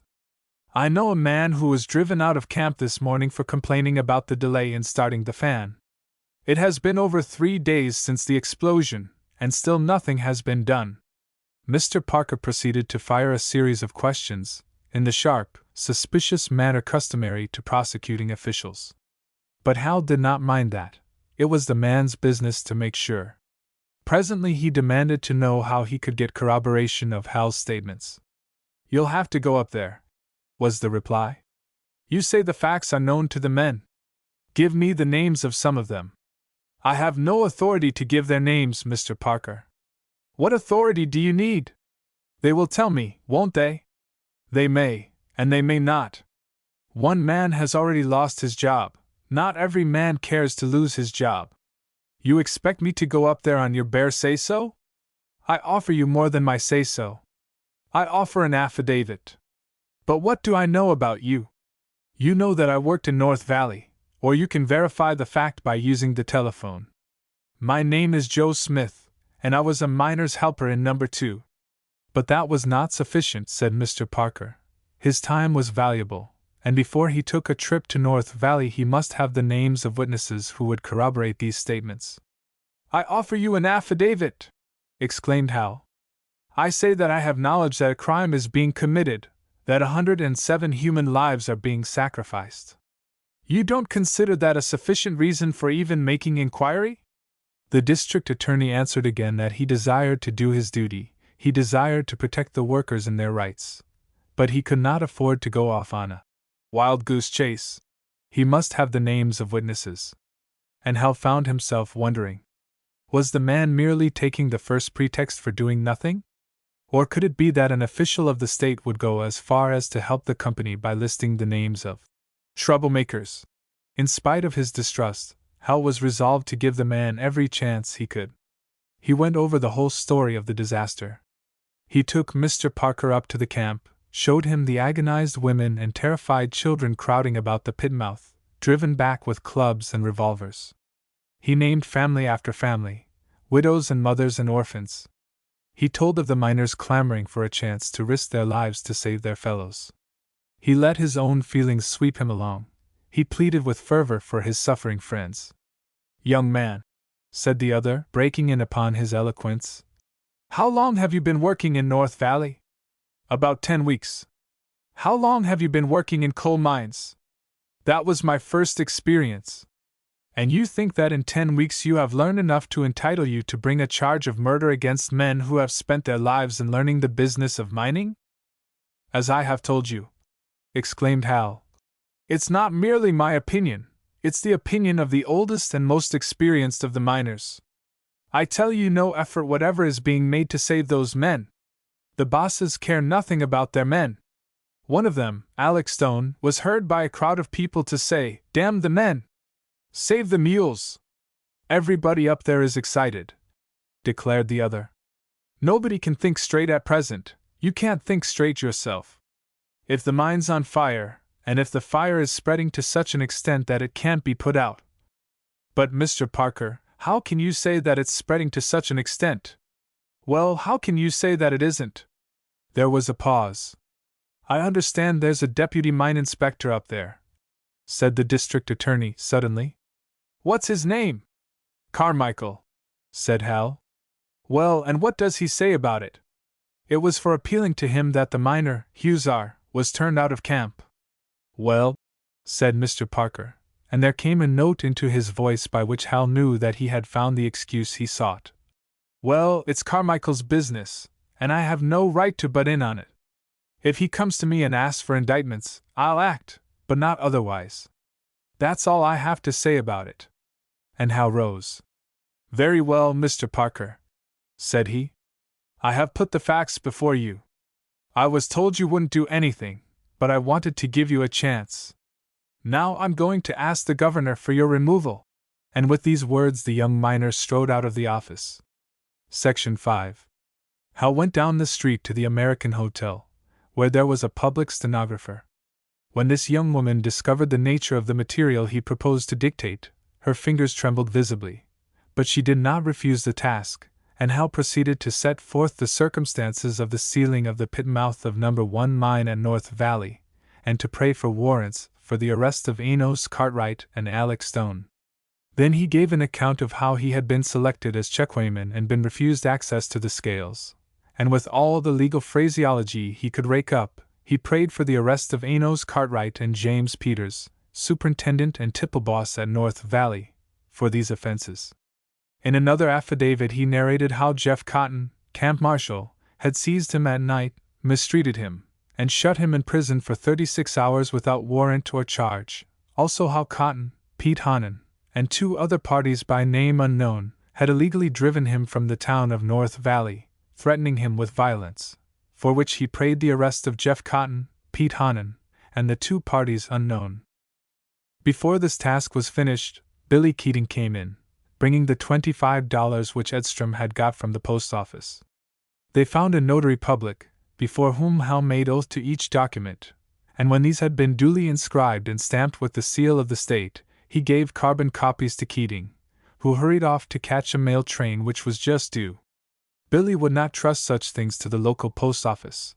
Fort Pedro was the hell of a town, he declared. As they went out on the street again, they noticed that their bodyguard had been increased by another husky-looking personage, who made no attempt to conceal what he was doing. Hal went around the corner to an office bearing the legend, J.W. Anderson, Justice of the Peace. Jim Anderson, the horse doctor, sat at his desk within. He had evidently chewed tobacco before he assumed the ermine, and his reddish-colored mustache still showed the stains. Hal observed such details, trying to weigh his chances of success. He presented the affidavit describing his treatment in North Valley, and sat waiting while His Honor read it through with painful slowness. "Well," said the man at last, "what do you want?" "I want a warrant for Jeff Cotton's arrest." The other studied him for a minute. "No, young fellow," said he. "You can't get no such warrant here." "Why not?" "Because Cotton's a deputy sheriff. He had a right to arrest you." "To arrest me without a warrant? How do you know he didn't have a warrant?" "He admitted to me that he didn't." "Well, whether he had a warrant or not, it was his business to keep order in the camp." "You mean he can do anything he pleases in the camp?" "What I mean is, it ain't my business to interfere." "Why didn't you see S.I. Adams up to the camp?" "They didn't give me any chance to see him." "Well," replied the other, "there's nothing I can do for you. You can see that for yourself. What kind of discipline could they keep in them camps if any fellow that had a kick could come down here and have the marshal arrested? Then a camp marshal can act without regard to the law?" "I didn't say that." "Suppose he had committed murder, would you give a warrant for that?" "Yes, of course, if it was murder." And if you knew that he was in the act of committing murder in a coal camp, would you try to stop him?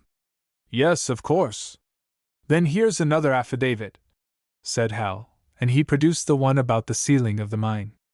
There was silence while Justice Anderson read it through. But again he shook his head. No, you can't get no such warrants here. Why not? Because it ain't my business to run a coal mine. I don't understand it, and I'd make a fool of myself if I tried to tell them people how to run their business. Hal argued with him. Could company officials in charge of a coal mine commit any sort of outrage upon their employees, and call it running their business? Their control of the mine in such an emergency as this meant the power of life and death over 107 men and boys. Could it be that the law had nothing to say in such a situation? But Mr. Anderson only shook his head. It was not his business to interfere. Hal might go up to the courthouse and see Judge Denton about it. So Hal gathered up his affidavits and went out to the street again, where there were now 3 husky-looking personages waiting to escort him. Section 6. The district court was in session, and Hal sat for a while in the courtroom, watching Judge Denton.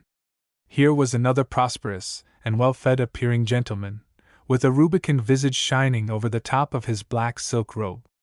The young miner found himself regarding both the robe and the visage with suspicion.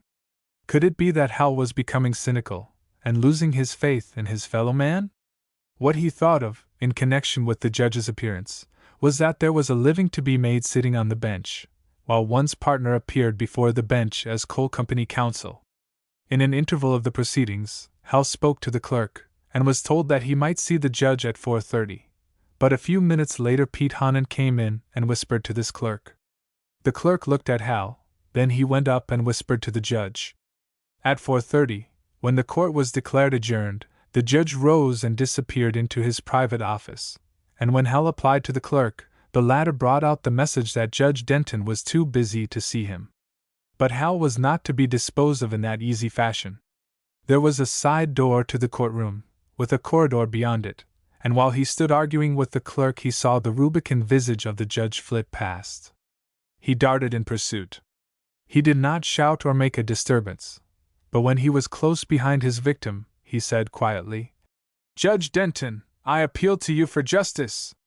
The judge turned and looked at him, his countenance showing annoyance. "What do you want?" It was a ticklish moment, for Pete Honan was at Hal's heels, and it would have needed no more than a nod from the judge to cause him to collar Hal. But the judge, taken by surprise, permitted himself to parley with the young miner, and the detective hesitated, and finally fell back a step or two. Hal repeated his appeal. "Your Honor, there are 107 men and boys now dying up at the North Valley mine. They are being murdered, and I am trying to save their lives." "Young man," said the judge, "I have an urgent engagement down the street." "Very well," replied Hal.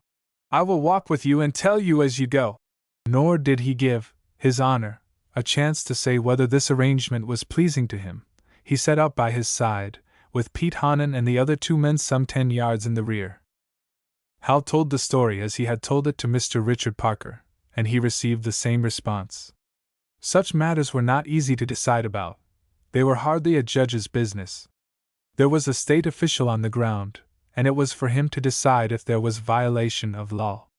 Hal repeated his statement that a man who made a complaint to this official had been thrown out of camp. "And I was thrown out also, Your Honor." "What for?" "Nobody told me what for." "Tut, tut, young man! They don't throw men out without telling them the reason." "But they do, Your Honor. Shortly before that they locked me up in jail, and held me for 36 hours without the slightest show of authority." "You must have been doing something." "What I had done was to be chosen by a committee of miners to act as their checkweighman." "Their checkweighman?" "Yes, Your Honor. I am informed there's a law providing that when the men demand a checkweighman, and offer to pay for him, the company must permit him to inspect the weights." "Is that correct?" "It is, I believe." "And there's a penalty for refusing?" "The law always carries a penalty, young man.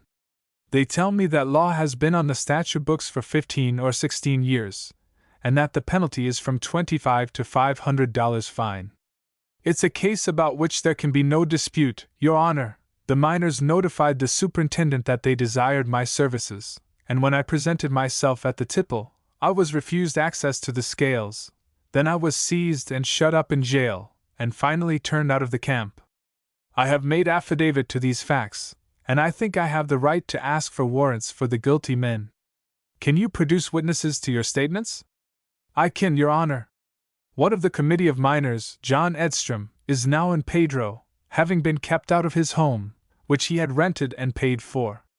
The other, Mike Sikoria, was also thrown out of camp. There are many others at North Valley who know all about it. There was a pause. Judge Denton for the first time took a good look at the young miner at his side, and then he drew his brows together in solemn thought, and his voice became deep and impressive. I shall take this matter under advisement. What is your name, and where do you live? Joe Smith, Your Honor. I'm staying at Edward McKellar's, but I don't know how long I'll be able to stay there.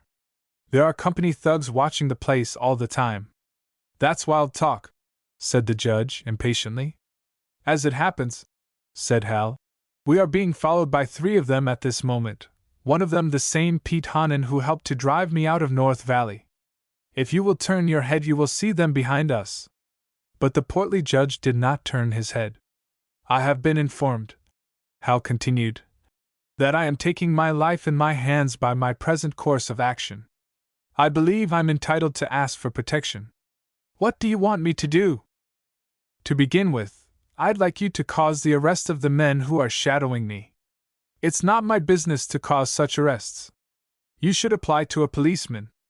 I don't see any policeman. Will you tell me where to find one? His Honor was growing weary of such persistence. Young man, what's the matter with you is that you've been reading dime novels, and they've got on your nerves. But the men are right behind me, Your Honor. Look at them. I've told you it's not my business, young man. But, Your Honor, before I can find a policeman I may be dead. The other appeared to be untroubled by this possibility. And, Your Honor, while you are taking these matters under advisement, the men in the mine will be dead. Again there was no reply. I have some affidavits here, said Hal. Do you wish them? You can give them to me if you want to, said the other. You don't ask me for them? I haven't yet. Then just one more question, if you will pardon me, Your Honor. Can you tell me where I can find an honest lawyer in this town, a man who might be willing to take a case against the interests of the General Fuel Company? There was a silence, a long, long silence. Judge Denton, of the firm of Denton and Vagelman, stared straight in front of him as he walked. Whatever complicated processes might have been going on inside his mind, his judicial features did not reveal them. No, young man, he said at last. It's not my business to give you information about lawyers. And with that the judge turned on his heel and went into the Elks Club. Section 7. Hal stood and watched the portly figure until it disappeared. Then he turned back and passed the 3 detectives, who stopped. He stared at them, but made no sign, nor did they. Some 20 feet behind him, they fell in and followed as before. Judge Denton had suggested consulting a policeman, and suddenly Hal noticed that he was passing the city hall, and it occurred to him that this matter of his being shadowed might properly be brought to the attention of the mayor of Pedro. He wondered what the chief magistrate of such a hell of a town might be like. After due inquiry, he found himself in the office of Mr. Ezra Perkins, a mild-mannered little gentleman who had been in the undertaking business, before he became a figurehead for the so-called Democratic machine. He sat pulling nervously at a neatly trimmed brown beard, trying to wriggle out of the dilemma into which Hal put him. Yes, it might possibly be that a young miner was being followed on the streets of the town, but whether or not this was against the law depended on the circumstances.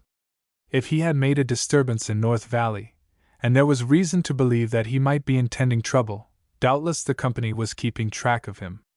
But Pedro was a law-abiding place, and he would be protected in his rights so long as he behaved himself. Hal replied by citing what McKellar had told him about men being slugged on the streets in broad daylight. To this Mr. Perkins answered that there was uncertainty about the circumstances of these cases. Anyhow, they had happened before he became mayor. His was a reform administration, and he had given strict orders to the chief of police that there were to be no more incidents of the sort. "Will you go with me to the chief of police and give him orders now?" demanded Hal. "I do not consider it necessary," said Mr. Perkins. He was about to go home, it seemed. He was a pitiful little rodent, and it was a shame to torment him. But Hal stuck to him for 10 or 20 minutes longer, arguing and insisting, until finally the little rodent bolted for the door, and made his escape in an automobile. "You can go to the chief of police yourself," were his last words, as he started the machine, and Hal decided to follow the suggestion. He had no hope left, but he was possessed by a kind of dogged rage. He would not let go. Upon inquiry of a passer-by, he learned that police headquarters was in this same building, the entrance being just round the corner. He went in, and found a man in uniform writing at a desk, who stated that the chief had stepped down the street. Hal sat down to wait, by a window through which he could look out upon the 3 gunmen loitering across the way. The man at the desk wrote on, but now and then he eyed the young miner with that hostility which American policemen cultivate toward the lower classes. To Hal this was a new phenomenon, and he found himself suddenly wishing that he had put on McKellar's clothes. Perhaps a policeman would not have noticed the misfit. The chief came in. His blue uniform concealed a burly figure, and his mustache revealed the fact that his errand down the street had had to do with beer. "Well, young fellow?" said he, fixing his gaze upon Hal. Hal explained his errand. "What do you want me to do?" asked the chief, in a decidedly hostile voice. "I want you to make those men stop following me." "How can I make them stop?" "You can lock them up, if necessary. I can point them out to you, if you'll step to the window." But the other made no move. "I reckon if they're following you, they've got some reason for it. Have you been making trouble in the camps?" He asked this question with sudden force, as if it had occurred to him that it might be his duty to lock up Hal.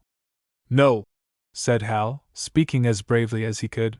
"No, indeed, I haven't been making trouble. I've only been demanding my rights." "How do I know what you've been doing?" The young miner was willing to explain, but the other cut him short. "You behave yourself while you're in this town, young feller, d'you see? If you do, nobody'll bother you." "But," said Hal, "they've already threatened to bother me." "What did they say?" "They said something might happen to me on a dark night." "Well, so it might. You might fall down and hit your nose." The chief was pleased with this wit, but only for a moment. "Understand, young feller, we'll give you your rights in this town, but we got no love for agitators, and we don't pretend to have. See? You call a man an agitator when he demands his legal rights? I ain't got time to argue with you, young feller. It's no easy matter keepin' order in coal camps, and I ain't going to meddle in the business. I reckon the company detectives has got as good a right in this town as you." There was a pause. Hal saw that there was nothing to be gained by further discussion with the chief. It was his first glimpse of the American policeman as he appears to the laboring man in revolt, and he found it an illuminating experience. There was dynamite in his heart as he turned and went out to the street, nor was the amount of the explosive diminished by the mocking grins which he noted upon the faces of Pete Hahnen and the other 2 husky-looking personages. Section 8. Hal judged that he had now exhausted his legal resources in Pedro. The chief of police had not suggested any one else he might call upon, so there seemed nothing he could do but go back to McKellar's and await the hour of the night train to Western City. He started to give his guardians another run, by way of working off at least a part of his own temper, but he found that they had anticipated this difficulty. An automobile came up and the 3 of them stepped in. Not to be outdone, Hal engaged a hack, and so the expedition returned in pomp to McKellar's. Hal found the old cripple in a state of perturbation. All that afternoon his telephone had been ringing. One person after another had warned him, some pleading with him, some abusing him. It was evident that among them were people who had a hold on the old man, but he was undaunted, and would not hear of Hal's going to stay at the hotel until train time. Then Keating returned, with an exciting tale to tell. Schulman, general manager of the GFC, had been sending out messengers to hunt for him, and finally had got him in his office, arguing and pleading, cajoling and denouncing him by turns. He had got Cartwright on the telephone, and the North Valley superintendent had labored to convince Keating that he had done the company a wrong. Cartwright had told a story about Hal's efforts to hold up the company for money. Incidentally, said Keating, he added the charge that you had seduced a girl in his camp. Hal stared at his friend. Seduced a girl? He exclaimed. That's what he said, a red-headed Irish girl. Well, damn his soul! There followed a silence, broken by a laugh from Billy. Don't glare at me like that. I didn't say it. But Hal continued to glare, nevertheless. The dirty little skunk! Take it easy, Sonny, said the fat man, soothingly. It's quite the usual thing, to drag in a woman. It's so easy, for of course there always is a woman. There's one in this case, I suppose? There's a perfectly decent girl. But you've been friendly with her? You've been walking around where people can see you. Yes. So you see, they've got you. There's nothing you can do about a thing of that sort. You wait and see, Hal burst out. The other gazed curiously at the angry young miner. What'll you do? Beat him up some night? But the young miner did not answer. You say he described the girl? He was kind enough to say she was a red-headed beauty, and with no one to protect her but a drunken father. I could understand that must have made it pretty hard for her, in one of these coal camps. There was a pause. But see here, said the reporter, you'll only do the girl harm by making a row. Nobody believes that women in coal camps have any virtue. God knows, I don't see how they do have, considering the sort of men who run the camps, and the power they have. Mr. Keating, said Hal, did you believe what Cartwright told you? Keating had started to light a cigar. He stopped in the middle, and his eyes met Hal's. My dear boy, said he, I didn't consider it my business to have an opinion. But what did you say to Cartwright? That's another matter. I said that I'd been a newspaper man for a good many years, and I knew his game. Thank you for that, said Hal. You may be interested to know there isn't any truth in the story. Glad to hear it, said the other. I believe you. Also, you may be interested to know that I shan't drop the matter until I've made Cartwright take it back. Well, you're an enterprising cuss, laughed the reporter. Haven't you got enough on your hands, with all the men you're going to get out of the mine? Section 9. Billy Keating went out again, saying that he knew a man who might be willing to talk to him on the quiet, and give him some idea what was going to happen to Hal.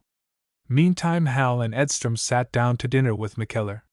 The family were afraid to use the dining room of their home, but spread a little table in the upstairs hall. The distress of mind of McKellar's wife and daughter was apparent, and this brought home to Hal the terror of life in this cold country.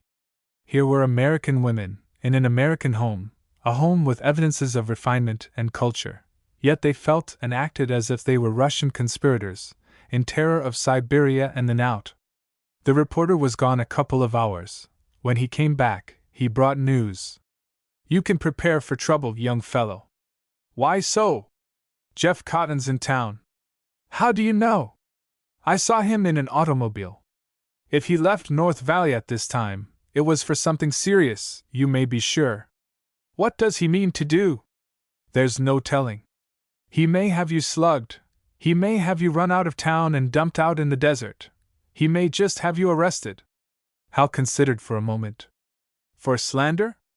Or for vagrancy? Or on suspicion of having robbed a bank in Texas? Or murdered your great-grandmother in Tasmania? The point is, he'll keep you locked up till this trouble has blown over. Well, said Hal, I don't want to be locked up. I want to go up to Western City. I'm waiting for the train. You may have to wait till morning, replied Keating. There's been trouble on the railroad. A freight car broke down and ripped up the track. It'll be some time before it's clear. They discussed this new problem back and forth. McKellar wanted to get in half a dozen friends and keep guard over Hal during the night, and Hal had about agreed to this idea, when the discussion was given a new turn by a chance remark of Keating's. Somebody else is tied up by the railroad accident. The Coal King's son! The Coal King's son? Echoed Hal. Young Percy Harrigan. He's got a private car here, or rather a whole train. Think of it, dining car, drawing room car, 2 whole cars with sleeping apartments. Wouldn't you like to be a son of the coal king? Has he come on account of the mine disaster? Mine disaster? Echoed Keating. I doubt if he's heard of it. They've been on a trip to the Grand Canyon, I was told. There's a baggage car with 4 automobiles. Is old Peter with them? No, he's in New York. Percy's the host. He's got one of his automobiles out, and was up in town, 2 other fellows and some girls. Who's in his party? I couldn't find out. You can see, it might be a story for the Gazette, the coal king's son, coming by chance at the moment when 107 of his serfs are perishing in the mine. If I could only have got him to say a word about the disaster. If I could even have got him to say he didn't know about it. Did you try? What am I a reporter for? What happened? Nothing happened, except that he froze me stiff.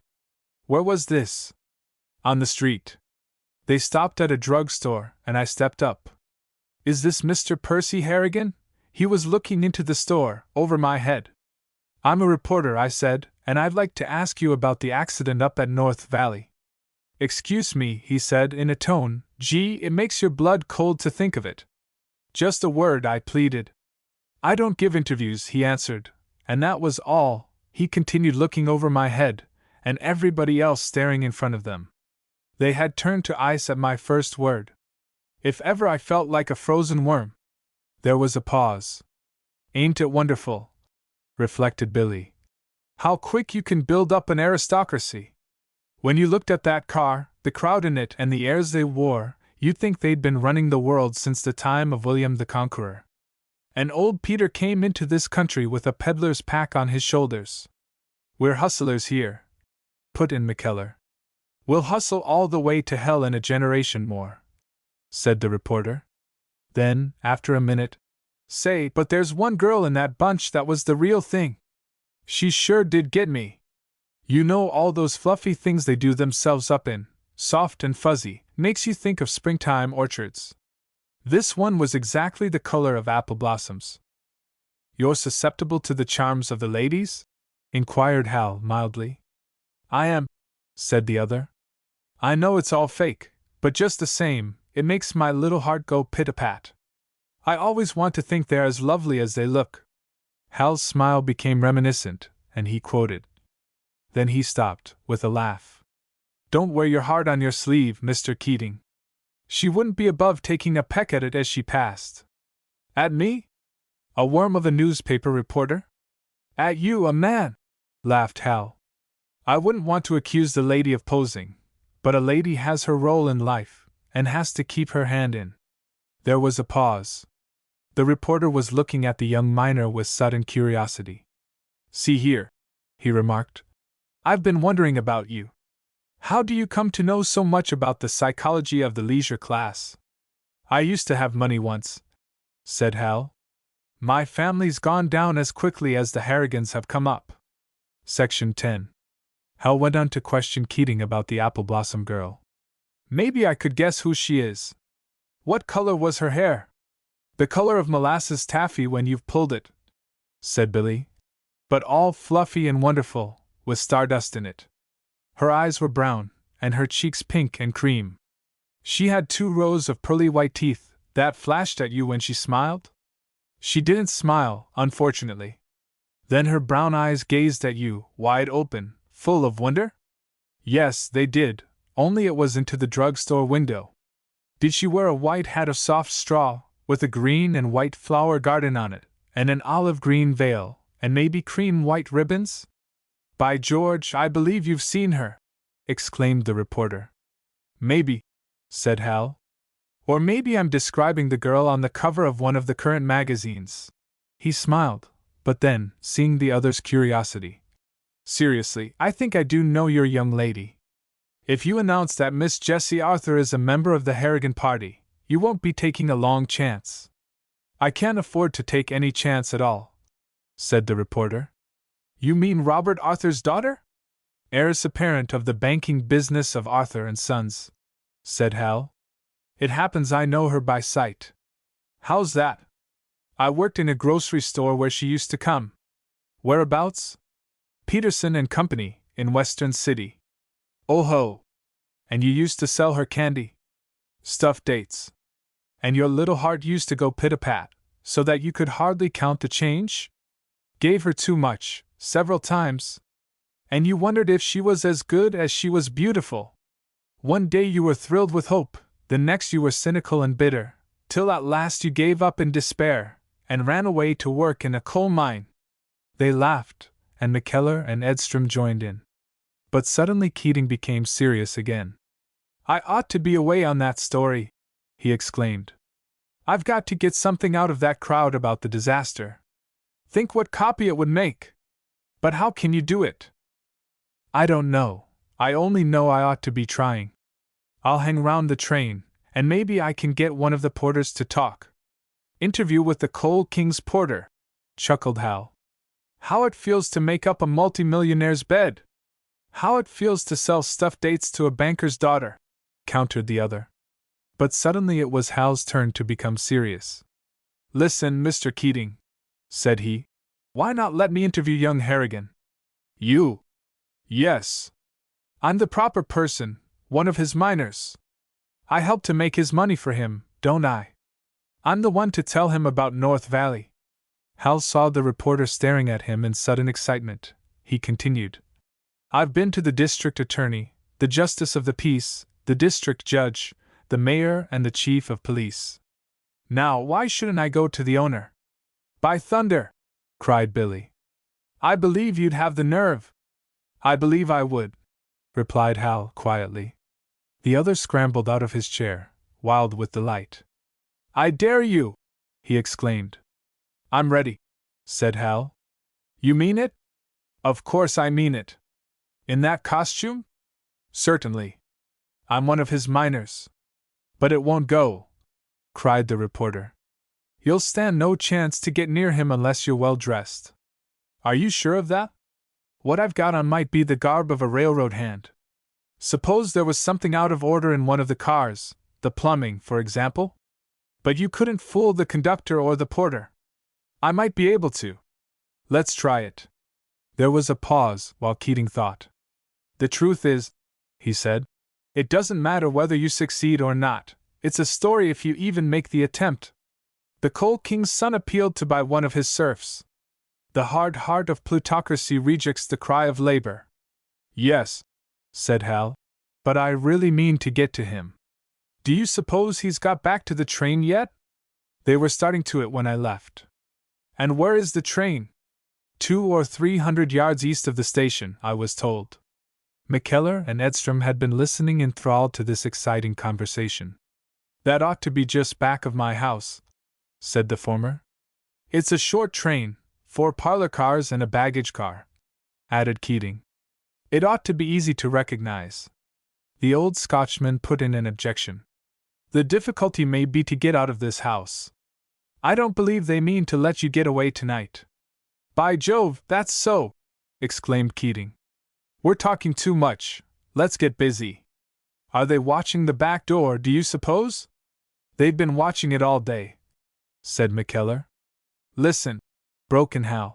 I've an idea. They haven't tried to interfere with your going out, have they, Mr. Keating? No, not yet. Nor with you, Mr. McKellar? No, not yet, said the Scotchman. Well, Hal suggested, suppose you lend me your crutches? Whereat Keating gave an exclamation of delight. The very thing! I'll take your overcoat and hat, Hal added. I've watched you get about, and I think I can give an imitation. As for Mr. Keating, he's not easy to mistake. Billy, the fat boy, laughed the other. Come, let's get on the job. I'll go out by the front door at the same time, put in Edstrom, his old voice trembling with excitement. Maybe that'll help to throw them off the track. Section 11. They had been sitting upstairs in McKellar's room. Now they rose, and were starting for the stairs, when suddenly there came a ring at the front door bell. They stopped and stared at one another. There they are, whispered Keating. And McKellar sat down suddenly, and held out his crutches to Hal. The hat and coat are in the front hall. he exclaimed. "Make a try for it!" His words were full of vigor, but like Edstrom, his voice was trembling. He was no longer young, and could not take adventure gaily. Hal and Keating ran downstairs, followed by Edstrom. Hal put on the coat and hat, and they went to the back door, while at the same time Edstrom answered the bell in front. The back door opened into a yard, and this gave, through a side gate, into an alley. Hal's heart was pounding furiously as he began to hobble along with the crutches. He had to go at McKellar's slow pace, while Keating, at his side, started talking. He informed Mr. McKellar, in a casual voice, that the Gazette was a newspaper which believed in the people's cause, and was pledged to publish the people's side of all public questions. Discoursing thus, they went out of the gate and into the alley. A man emerged from the shadows and walked by them. He passed within 3 feet of Hal, and peered at him, narrowly. Fortunately there was no moon. Hal could not see the man's face, and hoped the man could not see his. Meantime Keating was proceeding with his discourse. "You understand, Mr. McKellar," he was saying. "Sometimes it's difficult to find out the truth in a situation like this. When the interests are filling their newspapers with falsehoods and exaggerations, it's a temptation for us to publish falsehoods and exaggerations on the other side. But we find in the long run that it pays best to publish the truth, Mr. McKellar. We can stand by it, and there's no comeback." Hal, it must be admitted, was not paying much attention to this edifying sermon. He was looking ahead, to where the alley debouched onto the street. It was the street behind McKellar's house, and only a block from the railroad track. He dared not look behind, but he was straining his ears. Suddenly he heard a shout, in John Edstrom's voice. "Run! Run!" In a flash, Hal dropped the 2 crutches, and started down the alley, Keating at his heels. They heard cries behind them, and a voice, sounding quite near, commanded, "Halt!" They had reached the end of the alley, and were in the act of swerving, when a shout rang out and there was a crash of glass in a house beyond them on the far side of the street. Farther on was a vacant lot with a path running across it. Following this, they dodged behind some shanties, and came to another street, and so to the railroad tracks. There was a long line of freight cars before them, and they ran between 2 of these, and climbing over the couplings, saw a great engine standing, its headlight gleaming full in their eyes. They sprang in front of it, and alongside the train, passing a tender, then a baggage car, then a parlor car. "Here we are!" exclaimed Keating, who was puffing like a bellows. Hal saw that there were only 3 more cars to the train. Also, he saw a man in a blue uniform standing at the steps. He dashed towards him. "Your car's on fire!" he cried. "What?" exclaimed the man. "Where?" "Here!" cried Hal, and in a flash he had sprung past the other, up the steps and into the car.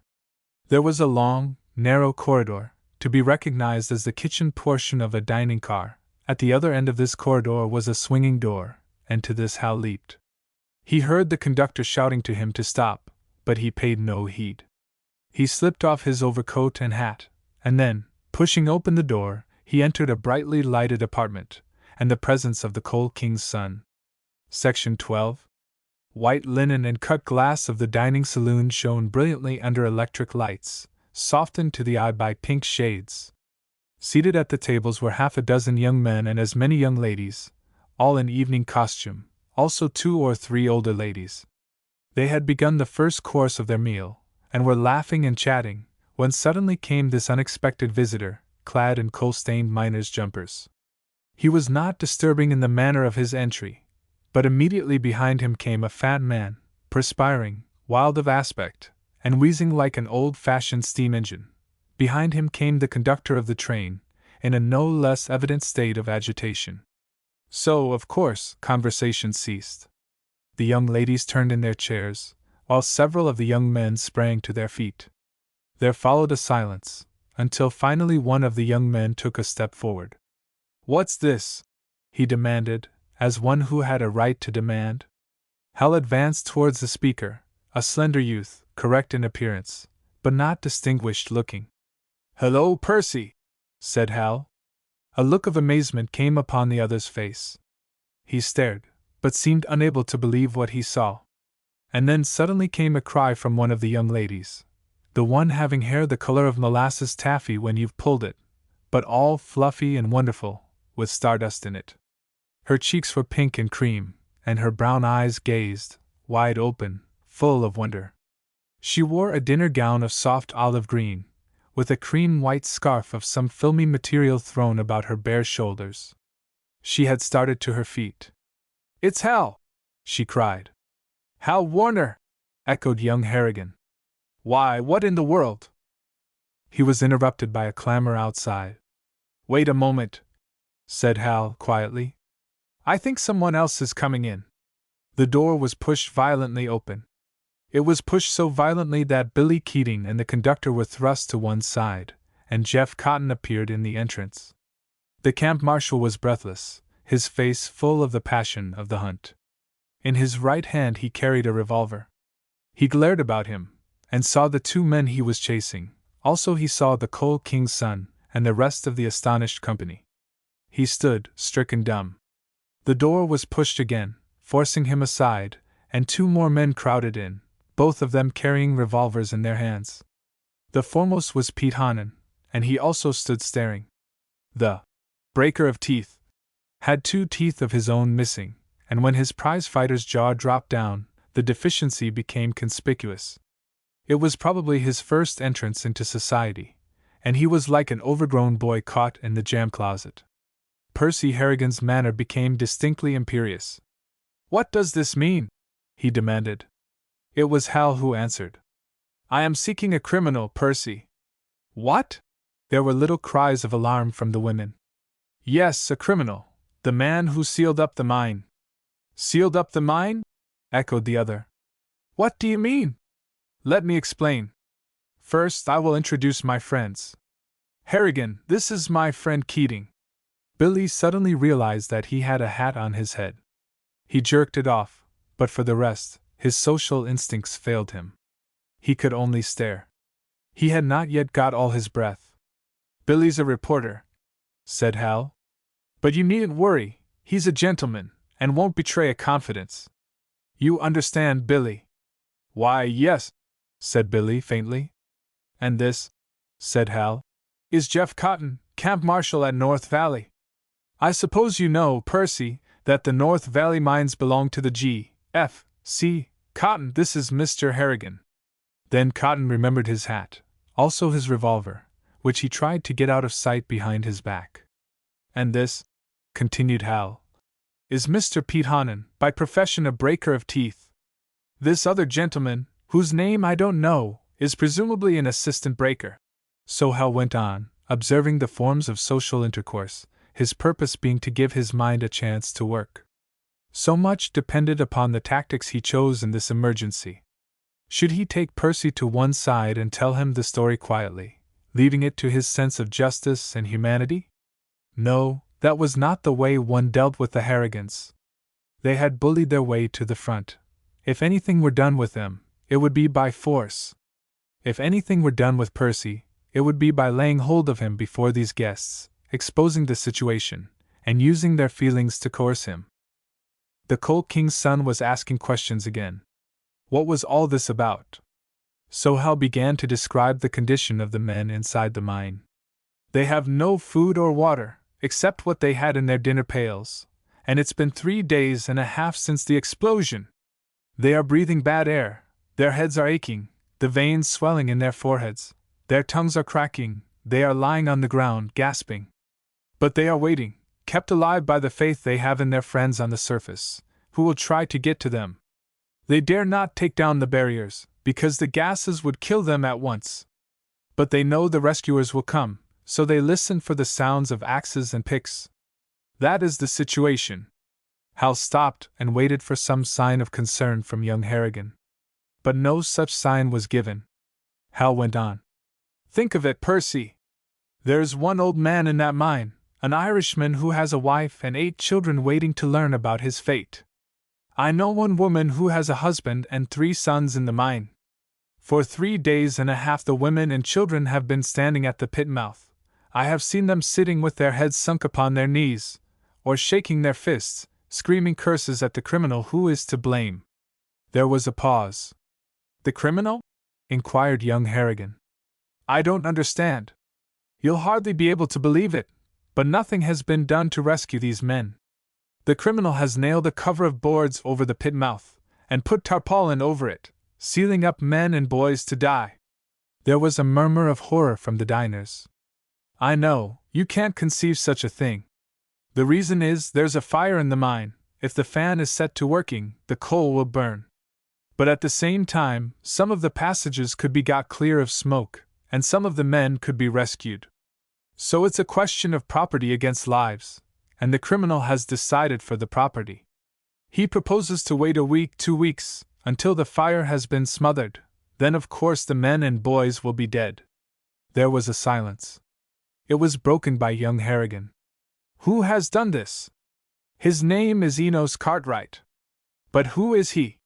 "Just now when I said that I was seeking the criminal, I misled you a little, Percy. I did it because I wanted to collect my thoughts." Hal paused. When he continued, his voice was sharper, his sentences falling like blows. "The criminal I've been telling you about is the superintendent of the mine, a man employed and put in authority by the General Fuel Company.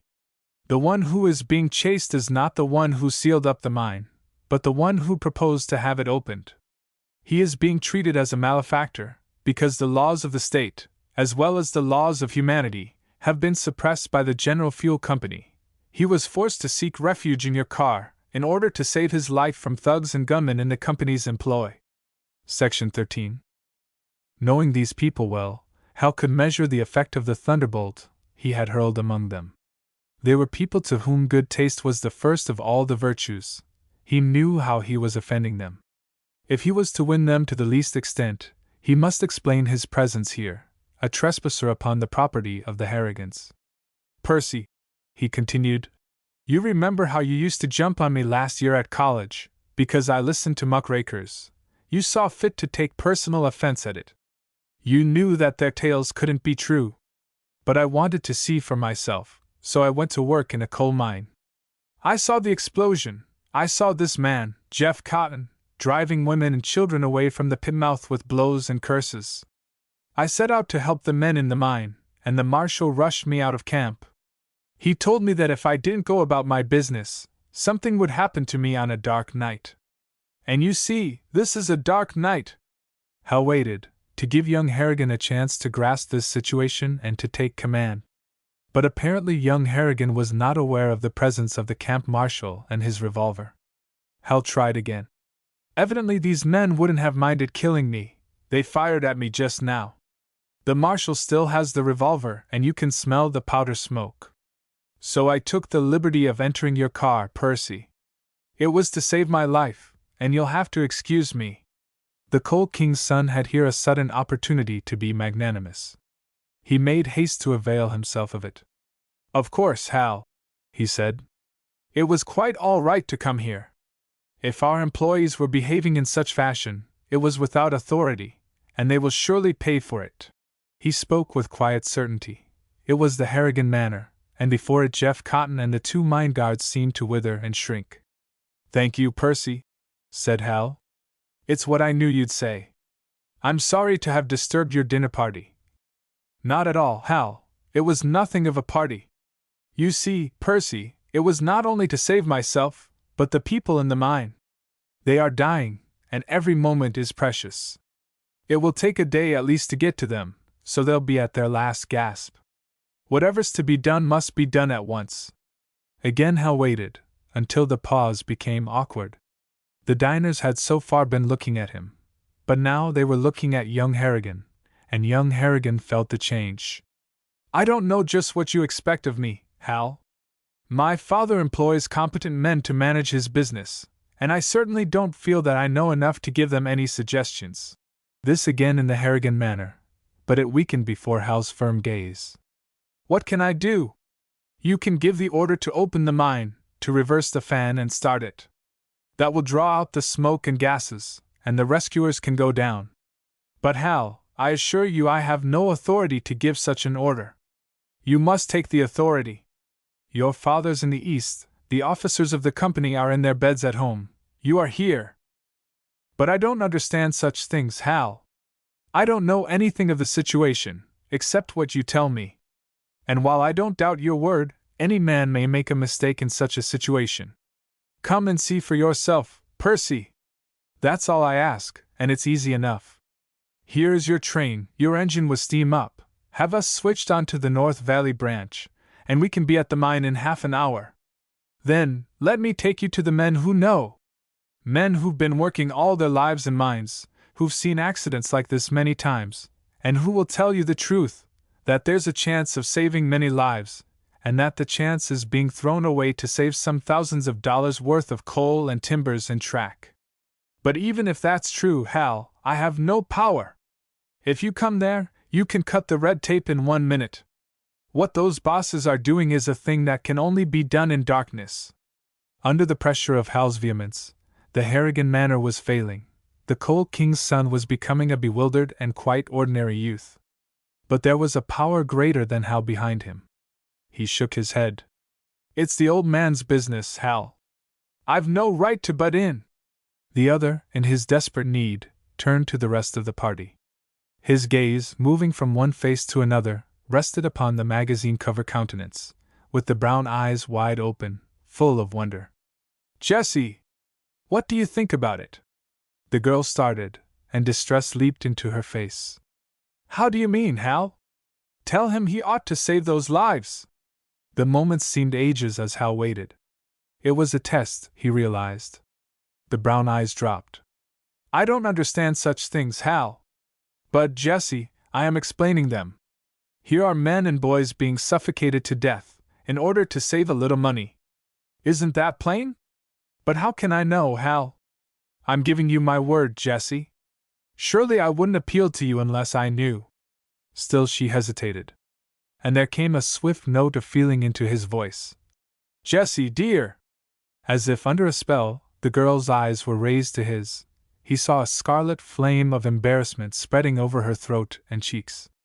Jessie, I know, it seems an intolerable thing to ask. You've never been rude to a friend. But I remember once you forgot your good manners, when you saw a rough fellow on the street beating an old drudge horse. Don't you remember how you rushed at him, like a wild thing?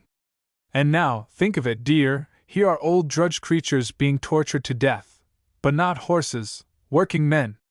Still the girl gazed at him. He could read grief, dismay in her eyes. He saw tears steal from them, and stream down her cheeks. Oh, I don't know, she cried, and hid her face in her hands, and began to sob aloud. Section 14. There was a painful pause. Hal's gaze traveled on, and came to a gray-haired lady in a black dinner gown, with a rope of pearls about her neck. Mrs. Curtis! Surely you will advise him! The gray-haired lady started. Was there no limit to his impudence? She had witnessed the torturing of Jessie. But Jessie was his fiancée. He had no such claim upon Mrs. Curtis. She answered, with iciness in her tone. I could not undertake to dictate to my host in such a matter. Mrs. Curtis, you have founded a charity for the helping of stray cats and dogs. These words rose to Hal's lips, but he did not say them. His eyes moved on. Who else might help to bully a Harrigan? Next to Mrs. Curtis sat Reggie Porter, with a rose in the buttonhole of his dinner jacket. Hal knew the role in which Reggie was there, a kind of male chaperone, an assistant host, an admirer to the wealthy, a solace to the bored. Poor Reggie lived other people's lives, his soul perpetually aquiver with other people's excitements, with gossip, preparations for tea parties, praise of tea parties past. And always the soul was pushing, calculating, measuring opportunities, making up in tact and elegance for distressing lack of money. Hal got one swift glimpse of the face. The sharp little black mustaches seemed standing up with excitement, and in a flash of horrible intuition Hal read the situation. Reggie was expecting to be questioned, and had got ready an answer that would increase his social capital in the Harrigan family bank. Across the aisle sat Genevieve Halsey, tall, erect, built on the scale of a statue. You thought of the ox-eyed Juno, and imagined stately emotions, but when you came to know Genevieve, you discovered that her mind was slow, and entirely occupied with herself. Next to her was Bob Creston, smooth-shaven, rosy-cheeked, exuding well-being, what is called a good fellow, with a wholesome ambition to win cups for his athletic club and to keep up the score of his rifle team of the state militia. Jolly Bob might have spoken, out of his good heart, but he was in love with a cousin of Percy's, Betty Gunnison, who sat across the table from him, and Hal saw her black eyes shining, her little fists clenched tightly, her lips pressed white. Hal understood Betty. She was one of the Harrigans, working at the Harrigan family task of making the children of a pack peddler into leaders in the younger set. Next sat Vivie Cass, whose talk was of horses and dogs and such ungirlish matters. Hal had discussed social questions in her presence, and heard her view expressed in one flashing sentence. "If a man eats with his knife, I consider him my personal enemy." Over her shoulder peered the face of a man with pale eyes and yellow mustaches, Bert Atkins, cynical and world-weary, whom the papers referred to as a clubman, and whom Hal's brother had called a tame cat. There was Dickie Everson, like Hal, a favorite of the ladies, but nothing more. Billy Harris, son of another coal man, Daisy, his sister, and Blanche Vagelman, whose father was old Peter's head lawyer, whose brother was the local counsel and publisher of the Pedro Star. So Hal's eyes moved from face to face, and his mind from personality to personality. It was like the unrolling of a scroll, a panorama of a world he had half forgotten. He had no time for reflection, but one impression came to him, swift and overwhelming. Once he had lived in this world and taken it as a matter of course. He had known these people, gone about with them. They had seemed friendly, obliging, a good sort of people on the whole. And now, what a change! They seemed no longer friendly. Was the change in them? Or was it Hal who had become cynical, so that he saw them in this terrifying new light, cold and unconcerned as the stars about men who were dying a few miles away? Hal's eyes came back to the Coal King's son, and he discovered that Percy was white with anger. "I assure you, Hal, there's no use going on with this. I have no intention of letting myself be bulldozed." Percy's gaze shifted with sudden purpose to the camp marshal. "Cotton, what do you say about this? Is Mr. Warner correct in his idea of the situation?" "You know what such a man would say, Percy," broke in Hal. "I don't," was the reply. "I wish to know." "What is it, Cotton?" "He's mistaken, Mr. Harrigan." The marshal's voice was sharp and defiant. "In what way?" "The company's doing everything to get the mine open, and has been from the beginning." "Oh!" And there was triumph in Percy's voice. "What is the cause of the delay?" "The fan was broken, and we had to send for a new one. It's a job to set it up. Such things can't be done in an hour." Percy turned to Hal. "You see, there are two opinions, at least." "Of course," cried Betty Gunnison, her black eyes snapping at Hal. She would have said more, but Hal interrupted, stepping closer to his host. "Percy," he said in a low voice, "come back here, please. I have a word to say to you alone." There was just a hint of menace in Hal's voice. His gaze went to the far end of the car, a space occupied only by two Negro waiters.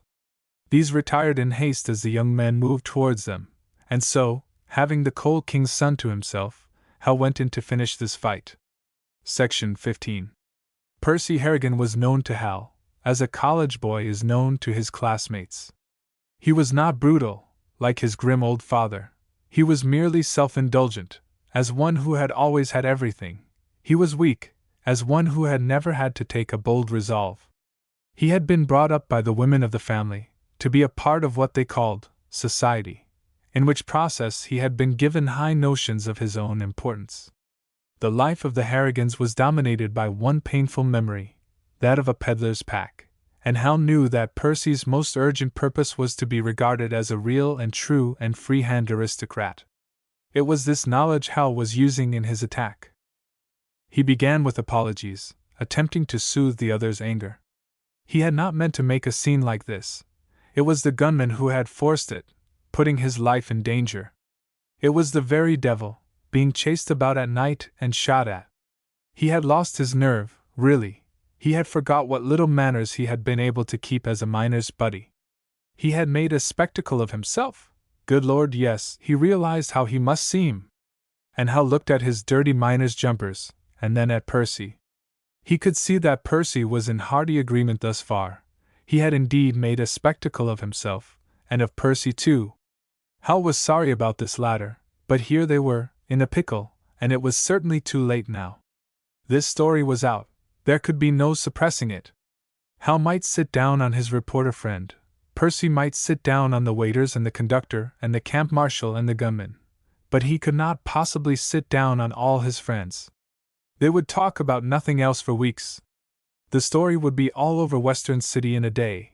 This amazing, melodramatic, 10, 20, 30 story of a miner's buddy in the private car of the Coal King's son. And you must see, Percy, Hal went on. It's the sort of thing that sticks to a man. It's the thing by which everybody will form their idea of you as long as you live. I'll take my chances with my friend's criticism, said the other, with some attempt at the Harrigan manner. You can make it whichever kind of story you choose, continued Hal, implacably.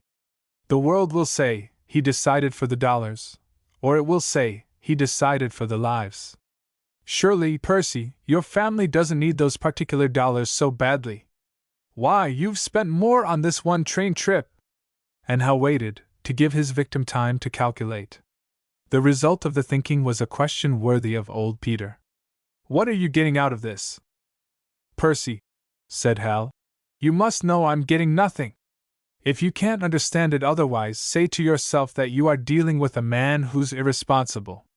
I've seen so many terrible things. I've been chased around so much by camp marshals. Why, Percy, that man Cotton has 6 notches on his gun. I'm simply crazy. And into the brown eyes of this miner's buddy came a look wild enough to convince a stronger man than Percy Harrigan. I've got just one idea left in the world, Percy, to save those miners. You make a mistake unless you realize how desperate I am. So far I've done this thing incognito. I've been Joe Smith, a miner's buddy. If I'd come out and told my real name, well, maybe I wouldn't have made them open the mine, but at least I'd have made a lot of trouble for the G.F.C. But I didn't do it. I knew what a scandal it would make, and there was something I owed my father. But if I see there's no other way, if it's a question of letting those people perish, I'll throw everything else to the winds. Tell your father that. Tell him I threatened to turn this man Keating loose and blow the thing wide open, denounce the company, appeal to the governor, raise a disturbance and get arrested on the street, if necessary, in order to force the facts before the public. You see, I've got the facts, Percy. I've been there and seen with my own eyes. Can't you realize that? The other did not answer, but it was evident that he realized. On the other hand, see how you can fix it if you choose. You were on a pleasure trip when you heard of this disaster. You rushed up and took command, you opened the mine, you saved the lives of your employees. That is the way the papers will handle it. Hal, watching his victim intently, and groping for the path to his mind, perceived that he had gone wrong. Crude as the Harrigans were, they had learned that it is not aristocratic to be picturesque. All right then, said Hal, quickly. If you prefer, you needn't be mentioned. The bosses up at the camp have the reporters under their thumbs, they'll handle the story any way you want it. The one thing I care about is that you run your car up and see the mine opened. Won't you do it, Percy? Hal was gazing into the other's eyes, knowing that life and death for the miners hung upon his nod. Well? What is the answer? Hal, exclaimed Percy. My old man will give me hell. All right, but on the other hand I'll give you hell, and which will be worse? Again there was a silence. Come along, Percy! For God's sake! And Hal's tone was desperate, alarming. And suddenly the other gave way. All right. Hal drew a breath. But mind you, he added, you're not going up there to let them fool you. They'll try to bluff you out, they may go as far as to refuse to obey you. But you must stand by your guns, for, you see, I'm going along, I'm going to see that mine open. I'll never quit till the rescuers have gone down. Will they go, Hal? Will they go? Good God, man, they're clamoring for the chance to go. They've almost been rioting for it. I'll go with them, and you too, Percy. The whole crowd of us idlers will go. When we come out, we'll know something about the business of coal mining. All right, I'm with you, said the Coal King's son. Section 16. Hal never knew what Percy said to Cartwright that night. He only knew that when they arrived at the mine the superintendent was summoned to a consultation, and half an hour later Percy emerged smiling, with the announcement that Hal Warner had been mistaken all along. The mine authorities had been making all possible haste to get the fan ready, with the intention of opening the mine at the earliest moment. The work was now completed, and in an hour or two the fan was to be started, and by morning there would be a chance of rescuers getting in. Percy said this so innocently that for a moment Hal wondered if Percy himself might not believe it. Hal's position as guest of course required that he should graciously pretend to believe it, consenting to appear as a fool before the rest of the company. Percy invited Hal and Billy Keating to spend the night in the train, but this Hal declined. He was too dirty, he said. Besides, he wanted to be up at daylight, to be one of the first to go down the shaft. Percy answered that the superintendent had vetoed this proposition. He did not want anyone to go down but experienced men, who could take care of themselves. When there were so many on hand ready and eager to go, there was no need to imperil the lives of amateurs. At the risk of seeming ungracious, Hal declared that he would hang around and see them take the cover off the pit mouth. There were morning parties in some of the cabins, where women would gather together who could not sleep, and it would be an act of charity to take them the good news. Hal and Keating set out. They went first to the Raffertys, and saw Mrs. Rafferty spring up and stare at them, and then scream aloud to the Holy Virgin, waking all the little Raffertys to frightened clamor. When the woman had made sure that they really knew what they were talking about, she rushed out to spread the news, and so pretty soon the streets were alive with hurrying figures, and a crowd gathered once more at the pit mouth. Hal and Keating went on to Jerry Minetti's. Out of a sense of loyalty to Percy, Hal did no more than repeat Percy's own announcement, that it had been Cartwright's intention all along to have the mine opened. It was funny to see the effect of this statement, the face with which Jerry looked at Hal. But they wasted no time in discussion. Jerry slipped into his clothes and hurried with them to the pit mouth. Sure enough, a gang was already tearing off the boards and canvas. Never since Hal had been in North Valley had he seen men working with such a will. Soon the great fan began to stir, and then to roar, and then to sing, and there was a crowd of 100 people, roaring and singing also. It would be some hours before anything more could be done, and suddenly Hal realized that he was exhausted. He and Billy Keating went back to the Minetti cabin, and spreading themselves a blanket on the floor, lay down with sighs of relief. As for Billy, he was soon snoring, but to Hal there came sudden reaction from all the excitement, and sleep was far from him. An ocean of thoughts came flooding into his mind, the world outside, his world, which he had banished deliberately for several months, and which he had so suddenly been compelled to remember. It had seemed so simple, what he had set out to do that summer, to take another name, to become a member of another class, to live its life and think its thoughts, and then come back to his own world with a new and fascinating adventure to tell about. The possibility that his own world, the world of Hal Warner, might find him out as Joe Smith, the miner's buddy, that was a possibility which had never come to his mind. He was like a burglar, working away at a job in darkness, and suddenly finding the room flooded with light. He had gone into the adventure, prepared to find things that would shock him. He had known that somehow, somewhere, he would have to fight the system. But he had never expected to find himself in the thick of the class war, leading a charge upon the trenches of his own associates. Nor was this the end, he knew. This war would not be settled by the winning of a trench. Lying here in the darkness and silence, Hal was realizing what he had got himself in for.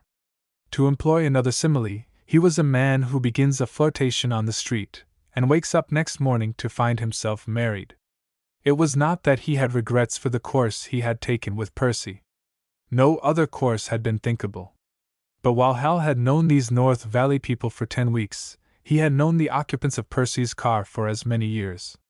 So these latter personalities loomed large in his consciousness, and here in the darkness their thoughts about him, whether actively hostile or passively astonished, laid siege to the defenses of his mind. Particularly, he found himself wrestling with Jessie Arthur. Her face rose up before him, appealing, yearning. She had one of those perfect faces, which irresistibly compelled the soul of a man. Her brown eyes, soft and shining, full of tenderness, her lips, quick to tremble with emotion, her skin like apple blossoms, her hair with stardust in it. Hal was cynical enough about co-operators and mine guards, but it never occurred to him that Jessie's soul might be anything but what these bodily charms implied. He was in love with her, and he was too young, too inexperienced in love to realize that underneath the sweetness of girlhood, so genuine and so lovable, might lie deep, unconscious cruelty, inherited and instinctive, the cruelty of caste, the hardness of worldly prejudice. A man has to come to middle age, and to suffer much, before he understands that the charms of women, those rare and magical perfections of eyes and teeth and hair, that softness of skin and delicacy of feature, have cost labor and care of many generations, and imply inevitably that life has been feral, that customs and conventions have been murderous and inhuman. Jessie had failed Hal in his desperate emergency. But now he went over the scene, and told himself that the test had been an unfair one. He had known her since childhood, and loved her, and never before had he seen an act or heard a word that was not gracious and kind. But, so he told himself, she gave her sympathy to those she knew, and what chance had she ever had to know working people? He must give her the chance. He must compel her, even against her will, to broaden her understanding of life. The process might hurt her, it might mar the unlined softness of her face, but nevertheless, it would be good for her. It would be a growing pain. So, lying there in the darkness and silence, Hal found himself absorbed in long conversation with his sweetheart. He escorted her about the camp, explaining things to her, introducing her to this one and that. He took others of his private car friends and introduced them to his North Valley friends. There were individuals who had qualities in common, and would surely hit it off. Bob Creston, for example, who was good at a song and dance, he would surely be interested in. Blinky, the vaudeville specialist of the camp. Mrs. Curtis, who liked cats, would find a bond of sisterhood with old Mrs. Nagel, who lived next door to the Minettis, and kept 5. And even Vivie Cass, who hated men who ate with their knives. She would be driven to murder by the table manners of Remenitsky's boarders, but she would take delight in Dago Charlie, the tobacco-chewing mule which had once been Hal's pet. Hal could hardly wait for daylight to come, so that he might begin these efforts at social amalgamation. Section 17. Towards dawn Hal fell asleep. He was awakened by Billy Keating, who sat up yawning, at the same time grumbling and bewailing. Hal realized that Billy also had discovered troubles during the night. Never in all his career as a journalist had he had such a story. Never had any man had such a story. And it must be killed. Cartwright had got the reporters together late the night before and told them the news, that the company had at last succeeded in getting the mine ready to be opened, also that young Mr. Harrigan was there in his private train, prompted by his concern for the entombed miners. The reporters would mention his coming, of course, but were requested not to play it up, nor to mention the names of Mr. Harrigan's guests. Needless to say, they were not told that the buddy, who had been thrown out of camp for insubordination, had turned out to be the son of Edward S. Warner, the coal magnate. A fine, cold rain was falling, and Hal borrowed an old coat of Jerry's and slipped it on. Little Jerry clamored to go with him, and after some controversy Hal wrapped him in a shawl and slung him onto his shoulder. It was barely daylight, but already the whole population of the village was on hand at the pit mouth. The helmet men had gone down to make tests, so the hour of final revelation was at hand. Women stood with wet shawls about their hunched shoulders, their faces white and strained, their suspense too great for any sort of utterance. A ghastly thought it was, that while they were shuddering in the wet, their men below might be expiring for lack of a few drops of water. The helmet men, coming up, reported that lights would burn at the bottom of the shaft, so it was safe for men to go down without helmets, and the volunteers of the first rescue party made ready. All night there had been a clattering of hammers, where the carpenters were working on a new cage. Now it was swung from the hoist, and the men took their places in it. When at last the hoist began to move, and the group disappeared below the surface of the ground, you could hear a sigh from 1,000 throats, like the moaning of wind in a pine tree. They were leaving women and children above, yet not one of these women would have asked them to stay. Such was the deep, unconscious bond of solidarity which made these toilers of 20 nations one. It was a slow process, letting down the cage. On account of the danger of gas, and the newness of the cage, it was necessary to proceed a few feet at a time, waiting for a pull upon the signal cord to tell that the men were all right. After they had reached the bottom, there would be more time, no one could say how long, before they came upon survivors with signs of life in them. There were bodies near the foot of the shaft, according to the reports of the helmetmen, but there was no use delaying to bring these up, for they must have been dead for days. Hal saw a crowd of women clamoring about the helmetmen, trying to find out if these bodies had been recognized. Also he saw Jeff Cotton and Bud Adams at their old duty of driving the women back. The cage returned for a second load of men. There was less need of caution now, the hoist worked quickly, and group after group of men with silent, set faces, and pickaxes and crowbars and shovels in their hands, went down into the pit of terror. They would scatter through the workings, testing everywhere ahead of them with safety lamps, and looking for barriers erected by the imprisoned men for defense against the gases. As they hammered on these barriers, perhaps they would hear the signals of living men on the other side, or they would break through in silence, and find men too far gone to make a sound, yet possibly with the spark of life still in them. One by one, Hal's friends went down, Big Jack, David, and Resmack, the Bohemian, Klowoski, the Pole, and finally Jerry Minetti. Little Jerry waved his hand from his perch on Hal's shoulder, while Rosa, who had come out and joined them, was clinging to Hal's arm, silent, as if her soul were going down in the cage. There went blue-eyed Tim Rafferty to look for his father, and black-eyed Andy, the Greek boy, whose father had perished in a similar disaster years ago. There went Rivetta, and Carmino, the pit boss, Jerry's cousin. One by one their names ran through the crowd, as of heroes marching out to battle. Section 18. Looking about, Hal saw some of the guests of the Harrigan party.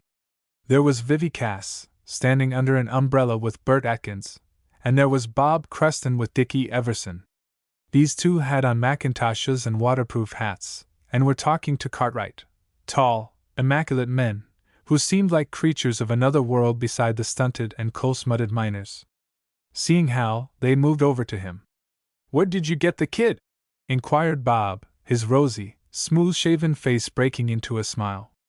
"I picked him up," said Hal, giving little Jerry a toss and sliding him off his shoulder. "Hello, kid," said Bob. And the answer came promptly.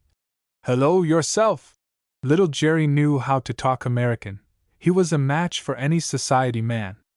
"My father's went down in that cage," said he, looking up at the tall stranger, his bright black eyes sparkling. "Is that so?" replied the other. "Why don't you go?" "My father'll get him out. He ain't afraid o' nothin', my father." "What's your father's name?" "Big Jerry." "Oh ho! And what'll you be when you grow up?" "I'm going to be a shot firer." "In this mine?" "You bet not." "Why not?" Little Jerry looked mysterious. "I ain't tellin' all I know," said he. The two young fellows laughed. Here was education for them. "Maybe you'll go back to the old country?" put in Dickie Everson. "No, sirree," said little Jerry. "I'm American. Maybe you'll be president some day." "That's what my father says," replied the little chap. "President of a miners' union." Again they laughed. But Rosa gave a nervous whisper and caught at the child's sleeve. That was not the sort of thing to say to mysterious and rich-looking strangers. "This is little Jerry's mother, Mrs. Minetti," put in Hal, by way of reassuring her. "Glad to meet you, Mrs. Minetti," said the two young men, taking off their hats with elaborate bows. They stared, for Rosa was a pretty object as she blushed and made her shy response. She was much embarrassed, having never before in her life been bowed to by men like these. And here they were greeting Joe Smith as an old friend, and calling him by a strange name. She turned her black Italian eyes upon Hal in inquiry, and he felt a flush creeping over him. It was almost as uncomfortable to be found out by North Valley as to be found out by Western City. The men talked about the rescue work, and what Cartwright had been telling of its progress. The fire was in one of the main passages, and was burning out the timbering, spreading rapidly under the draft from the reverse fan. There could be little hope of rescue in this part of the mine, but the helmet men would defy the heat and smoke in the burned-out passages. They knew how likely was the collapse of such portions of the mine, but also they knew that men had been working here before the explosion. "I must say they're a game lot," remarked Dickie. A group of women and children were gathered about to listen, their shyness overcome by their torturing anxiety for news. They made one think of women in wartime, listening to the roar of distant guns and waiting for the bringing in of the wounded. Hal saw Bob and Dickie glance now and then at the ring of faces about them. They were getting something of this mood, and that was a part of what he had desired for them. "Are the others coming out?" he asked. "I don't know," said Bob. "I suppose they're having breakfast. It's time we went in." "Won't you come with us?" added Dickie. "No, thanks," replied Hal. "I've an engagement with the kid here," and he gave little Jerry's hand a squeeze. "But tell some of the other fellows to come. They'll be interested in these things." "All right," said the two, as they moved away. Section 19. After allowing a sufficient time for the party in the dining car to finish breakfast, Hal went down to the tracks, and induced the porter to take in his name to Percy Harrigan. He was hoping to persuade Percy to see the village under other than company chaperonage. He heard with dismay the announcement that the party had arranged to depart in the course of a couple of hours. "But you haven't seen anything at all," Hal protested. "They won't let us into the mine," replied the other. "What else is there we can do? I wanted you to talk to the people and learn something about conditions here. You ought not to lose this chance, Percy." "That's all right, Hal, but you might understand this isn't a convenient time. I've got a lot of people with me, and I've no right to ask them to wait." "But can't they learn something also, Percy?" "It's raining," was the reply. "And ladies would hardly care to stand round in a crowd and see dead bodies brought out of a mine." Hal got the rebuke. Yes, he had grown callous since coming to North Valley. He had lost that delicacy of feeling, that intuitive understanding of the sentiments of ladies, which he would surely have exhibited a short time earlier in his life. He was excited about this disaster. It was a personal thing to him, and he lost sight of the fact that to the ladies of the Harrigan party it was, in its details, merely sordid and repelling. If they went out in the mud and rain of a mining village and stood about staring, they would feel that they were exhibiting, not human compassion, but idle curiosity.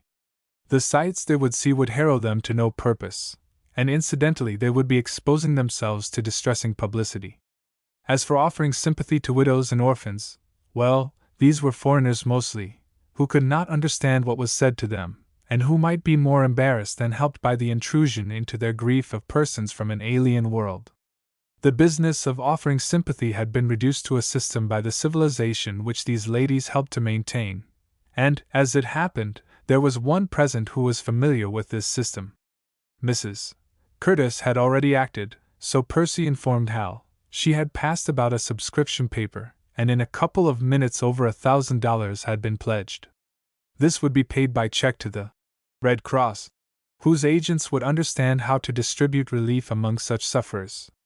So the members of Percy's party felt that they had done the proper and delicate thing, and might go their ways with a quiet conscience.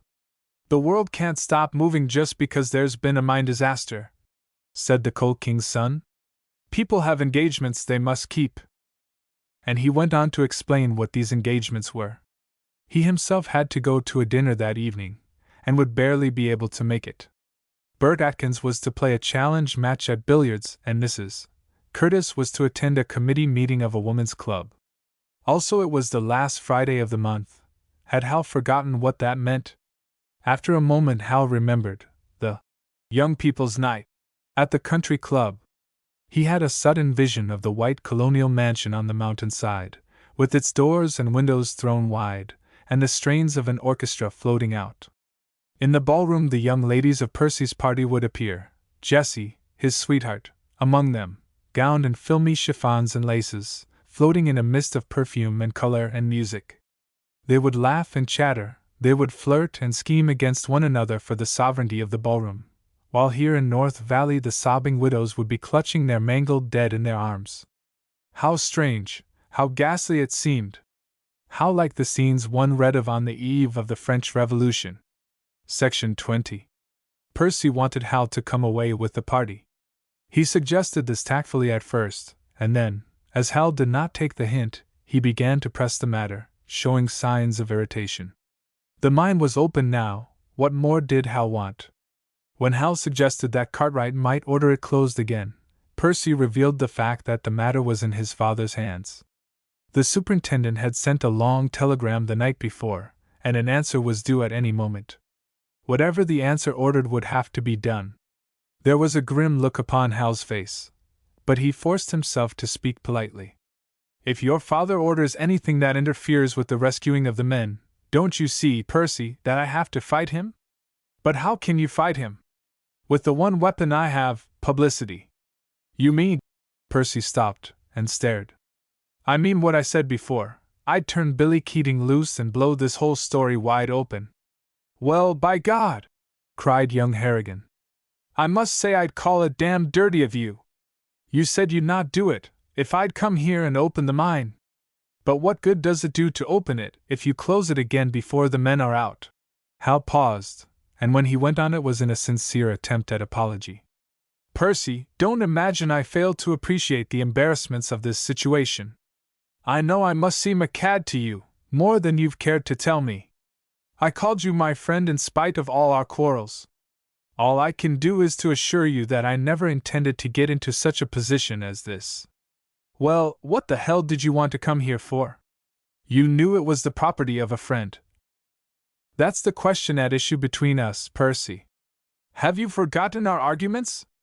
I tried to convince you what it meant that you and I should own the things by which other people have to live. I said we were ignorant of the conditions under which our properties were worked, we were a bunch of parasites and idlers. But you laughed at me, called me a crank, an anarchist, said I swallowed what any muckraker fed me.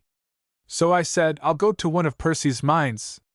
Then, when he tries to argue with me, I'll have him. That was the way the thing started, as a joke.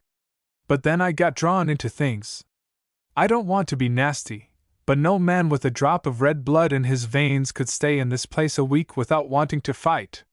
That's why I want you to stay. You ought to stay, to meet some of the people and see for yourself. Well, I can't stay, said the other coldly. And all I can tell you is that I wish you'd go somewhere else to do your sociology. But where could I go, Percy? Somebody owns everything. If it's a big thing, it's almost certain to be somebody we know, said Percy. If I might make a suggestion, you could have begun with the coal mines of the Warner Company. Hal laughed. You may be sure I thought of that, Percy. But see the situation. If I was to accomplish my purpose, it was essential that I shouldn't be known. And I had met some of my father's superintendents in his office, and I knew they'd recognize me. So I had to go to some other mines. Most fortunate for the Warner Company, replied Percy, in an ugly tone. Hal answered gravely, Let me tell you, I don't intend to leave the Warner Company permanently out of my sociology. Well, replied the other, all I can say is that we pass one of their properties on our way back, and nothing would please me better than to stop the train and let you off. Section 21. Hal went into the drawing-room car. There were Mrs. Curtis and Reggie Porter, playing bridge with Genevieve Halsey and young Everson. Bob Creston was chatting with Betty Gunnison, telling her what he had seen outside, no doubt. Bert Atkins was looking over the morning paper, yawning. Hal went on, seeking Jessie Arthur, and found her in one of the compartments of the car, looking out of the rain-drenched window, learning about a mining camp in the manner permitted to young ladies of her class. He expected to find her in a disturbed state of mind, and was prepared to apologize. But when he met the look of distress she turned upon him, he did not know just where to begin. He tried to speak casually, He had heard she was going away. But she caught him by the hand, exclaiming, "Hal, you are coming with us!" He did not answer for a moment, but sat down by her. "Have I made you suffer so much, Jessie?" He saw tears start into her eyes. "Haven't you known you were making me suffer? Here I was as Percy's guest, and to have you put such questions to me. What could I say? What do I know about the way Mr. Harrigan should run his business?" "Yes, dear," he said humbly. "Perhaps I shouldn't have drawn you into it. But the matter was so complicated and so sudden. Can't you understand that, and forgive me? Everything has turned out so well." But she did not think that everything had turned out well. "In the first place, for you to be here, in such a plight. And when I thought you were hunting mountain goats in Mexico." He could not help laughing, but Jessie had not even a smile. "And then, to have you drag our love into the thing, there before every one. Was that really so terrible, Jessie?" She looked at him with amazement. That he, Hal Warner, could have done such a thing, and not realize how terrible it was. To put her in a position where she had to break either the laws of love or the laws of good breeding. Why, it had amounted to a public quarrel. It would be the talk of the town. There was no end to the embarrassment of it. "But, sweetheart," argued Hal, "try to see the reality of this thing. Think about those people in the mine. You really must do that." She looked at him, and noticed the new, grim lines that had come upon his youthful face. Also, she caught the note of suppressed passion in his voice. He was pale and weary-looking, in dirty clothes, his hair unkempt and his face only half-washed. It was terrifying, as if he had gone to war. "Listen to me, Jessie," he insisted. "I want you to know about these things. If you and I are ever to make each other happy, you must try to grow up with me. That was why I was glad to have you here. You would have a chance to see for yourself. Now I ask you not to go without seeing." "But I have to go, Hal. I can't ask Percy Harrigan to stay and inconvenience everybody." "You can stay without him.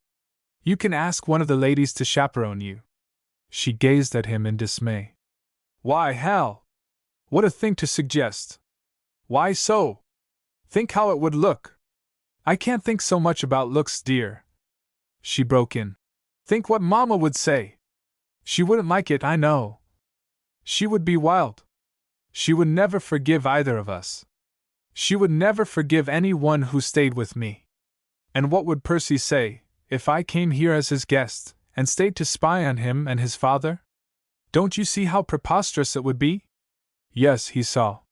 He was defying all the conventions of her world, and it seemed to her a course of madness. She clutched his hands in hers, and the tears ran down her cheeks. "Hal," she cried, "I can't leave you in this dreadful place. You look like a ghost, and a scarecrow, too. I want you to go and get some decent clothes and come home on this train." But he shook his head. "It's not possible, Jessie." "Why not?" "Because I have a duty to do here. Can't you understand, dear? All my life, I've been living on the labor of coal miners, and I've never taken the trouble to go near them, to see how my money was got." "But, Hal, these aren't your people. They are Mr. Harrigan's people." "Yes," he said, "but it's all the same. They toil, and we live on their toil, and take it as a matter of course.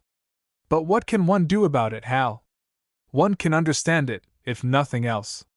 And you see what I was able to do in this case, to get the mine open." "Hal," she exclaimed, "I can't understand you. You've become so cynical, you don't believe in anyone. You're quite convinced that these officials meant to murder their working people. As if Mr. Harrigan would let his mines be run that way. Mr. Harrigan, Jessie? He passes the collection plate at St. George's. That's the only place you've ever seen him, and that's all you know about him. I know what everybody says, Hal. Papa knows him, and my brothers, yes, your own brother, too. Isn't it true that Edward would disapprove what you're doing?" "Yes, dear, I fear so." "And you set yourself up against them, against everybody you know. Is it reasonable to think the older people are all wrong, and only you are right? Isn't it at least possible you're making a mistake? Think about it, Honestly, Hal, for my sake. She was looking at him pleadingly, and he leaned forward and took her hand. Jessie, he said, his voice trembling, I know that these working people are oppressed. I know it, because I have been one of them. And I know that such men as Peter Harrigan, and even my own brother, are to blame. And they've got to be faced by someone. They've got to be made to see. I've come to see it clearly this summer. That's the job I have to do. She was gazing at him with her wide-open, beautiful eyes. Underneath her protests and her terror, she was thrilling with awe at this amazing man and she loved. They will kill you, she cried. No, dearest, you don't need to worry about that. I don't think they'll kill me. But they shot at you. No, they shot at Joe Smith, a miner's buddy. They won't shoot at the son of a millionaire, not in America, Jessie. But some dark night. Set your mind at rest, he said. I've got Percy tied up in this, and everybody knows it. There's no way they could kill me without the whole story's coming out, and so I'm as safe as I would be in my bed at home. Section 22. Hal was still possessed by his idea that Jessie must be taught. She must have knowledge forced upon her, whether she would or no. The train would not start for a couple of hours, and he tried to think of some use he could make of that precious interval. He recalled that Rosa Minetti had returned to her cabin to attend to her baby. A sudden vision came to him of Jessie in that little home. Rosa was sweet and good, and assuredly little Jerry was a winner. Sweetheart, he said, I wish you'd come for a walk with me. But it's raining, Hal. It won't hurt you to spoil one dress, you have plenty. I'm not thinking of that. I wish you'd come. I don't feel comfortable about it, Hal. I'm here as Percy's guest, and he mightn't like. I'll ask him if he objects to your taking a stroll, he suggested, with pretended gravity. No, no! That would make it worse. Jessie had no humor whatever about these matters. Well, Vivie Cass was out, and some of the others are going. He hasn't objected to that. I know, Hal. But he knows they're all right. Hal laughed. Come on, Jessie. Percy won't hold you for my sins. You have a long train journey before you, and some fresh air will be good for you. She saw that she must make some concession to him, if she was to keep any of her influence over him. All right, she said, with resignation, and disappeared and returned with a heavy veil over her face, to conceal her from prying reportorial eyes, also an equipment of mackintosh, umbrella and overshoes, against the rain. The two stole out of the car, feeling like a couple of criminals. Skirting the edge of the throng about the pit mouth, they came to the muddy, unpaved quarter in which the Italians had their homes. He held her arm, steering her through the miniature sloughs and creeks. It was thrilling to him to have her with him thus, to see her sweet face and hear her voice full of love. Many a time he had thought of her here, and told her in his imagination of his experiences. He told her now, about the Minetti family, and how he had met Big and Little Jerry on the street, and how they had taken him in, and then been driven by fear to let him go again. He told his Checkwaymans story, and was telling how Jeff Cotton had arrested him, but they came to the Minetti cabin, and the terrifying narrative was cut short. It was Little Jerry who came to the door, with the remains of breakfast distributed upon his cheeks. He stared in wonder at the mysteriously veiled figure. Entering, they saw Rosa sitting in a chair nursing her baby. She rose in confusion, but she did not quite like to turn her back upon her guests, so she stood trying to hide her breast as best she could, blushing and looking very girlish and pretty. Hal introduced Jessie, as an old friend who was interested to meet his new friends, and Jessie threw back her veil and sat down. Little Jerry wiped off his face at his mother's command, and then came where he could stare at this incredibly lovely vision. I've been telling Miss Arthur what good care you took of me, said Hal to Rosa. She wanted to come and thank you for it. Yes, added Jessie, graciously. Anybody who is good to Hal earns my gratitude. Rosa started to murmur something, but Little Jerry broke in, with his cheerful voice. Why you call him Hal? His name's Joe. SSH, cried Rosa. But Hal and Jessie laughed, and so the process of Americanizing Little Jerry was continued. I've got lots of names, said Hal. They called me Hal when I was a kid like you. Did she know you then? Inquired little Jerry. Yes, indeed. Is she your girl? Rosa laughed shyly, and Jessie blushed and looked charming. She realized vaguely a difference in manners. These people accepted the existence of girls, not concealing their interest in the phenomenon. It's a secret, warned Hal. Don't you tell on us. I can keep a secret, said little Jerry. After a moment's pause he added, dropping his voice. You gotta keep secrets if you work in North Valley. You bet your life, said Hal. My father's a socialist, continued the other, addressing Jessie. Then, since one thing leads on to another, my father's a shot firer. What's a shot firer? Asked Jessie, by way of being sociable. Jesus! Exclaimed little Jerry. Don't you know nothing about minnin'? No, said Jessie. You tell me. You couldn't get no coal without a shot firer, declared little Jerry. You gotta get a good one too, or maybe you bust up the mine. My father's the best they got. What does he do? Well, they got a drill, long, like this, all the way across the room, and they turn it and bore holes in the coal. Sometimes they got machines to drill, only we don't like them machines, 'cause it takes the men's jobs. When they got the holes, then the shot firer comes and sets off the powder. You gotta have. And here little Jerry slowed up, pronouncing each syllable very carefully. Permissibly powder, what don't make no flame. And you gotta know just how much to put in. If you put in too much, you smash the coal, and the miner raises hell. If you don't put in enough, you make too much work for him, and he raises hell again. So you gotta get a good shot firer.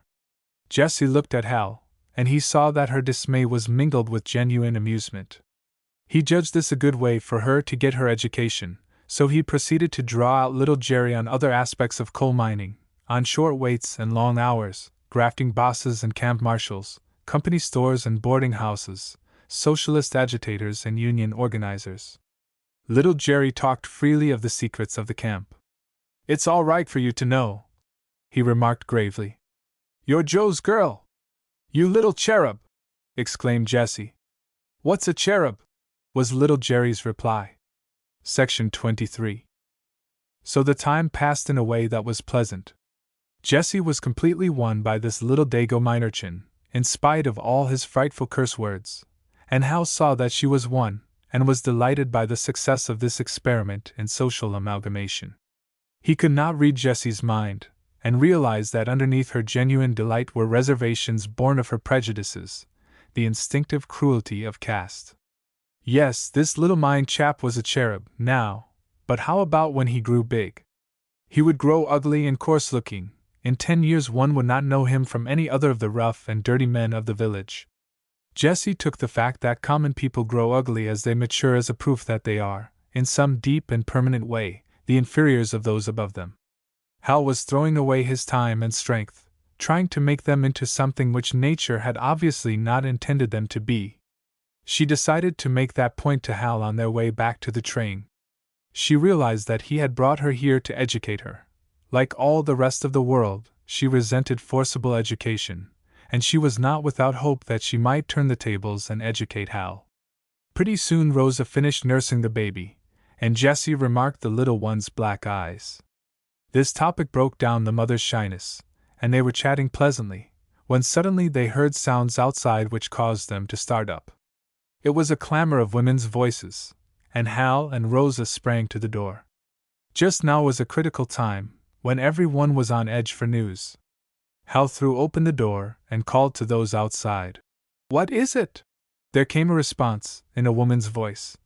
They've found Rafferty. Alive? Nobody knows yet. Where? In room 17. 11 of them, Rafferty, and young Flanagan, and Johansson the Swede. They're near dead, can't speak, they say. They won't let anybody near them. Other voices broke in, but the one which answered Hal had a different quality. It was a warm, rich voice, unmistakably Irish, and it held Jessie's attention. They've got them in the tipple room, and the women want to know about their men, and they won't tell them. They're beating them back like dogs. There was a tumult of weeping, and Hal stepped out of the cabin, and in a minute or so he entered again, supporting on his arm a girl, clad in a faded blue calico dress, and having a head of very conspicuous red hair. She seemed half fainting, and kept moaning that it was horrible, horrible. Hal led her to a chair, and she sank into it and hid her face in her hands, sobbing, talking incoherently between her sobs. Jessie stood looking at this girl. She felt the intensity of her excitement, and shared it, yet at the same time there was something in Jessie that resented it. She did not wish to be upset about things like this, which she could not help.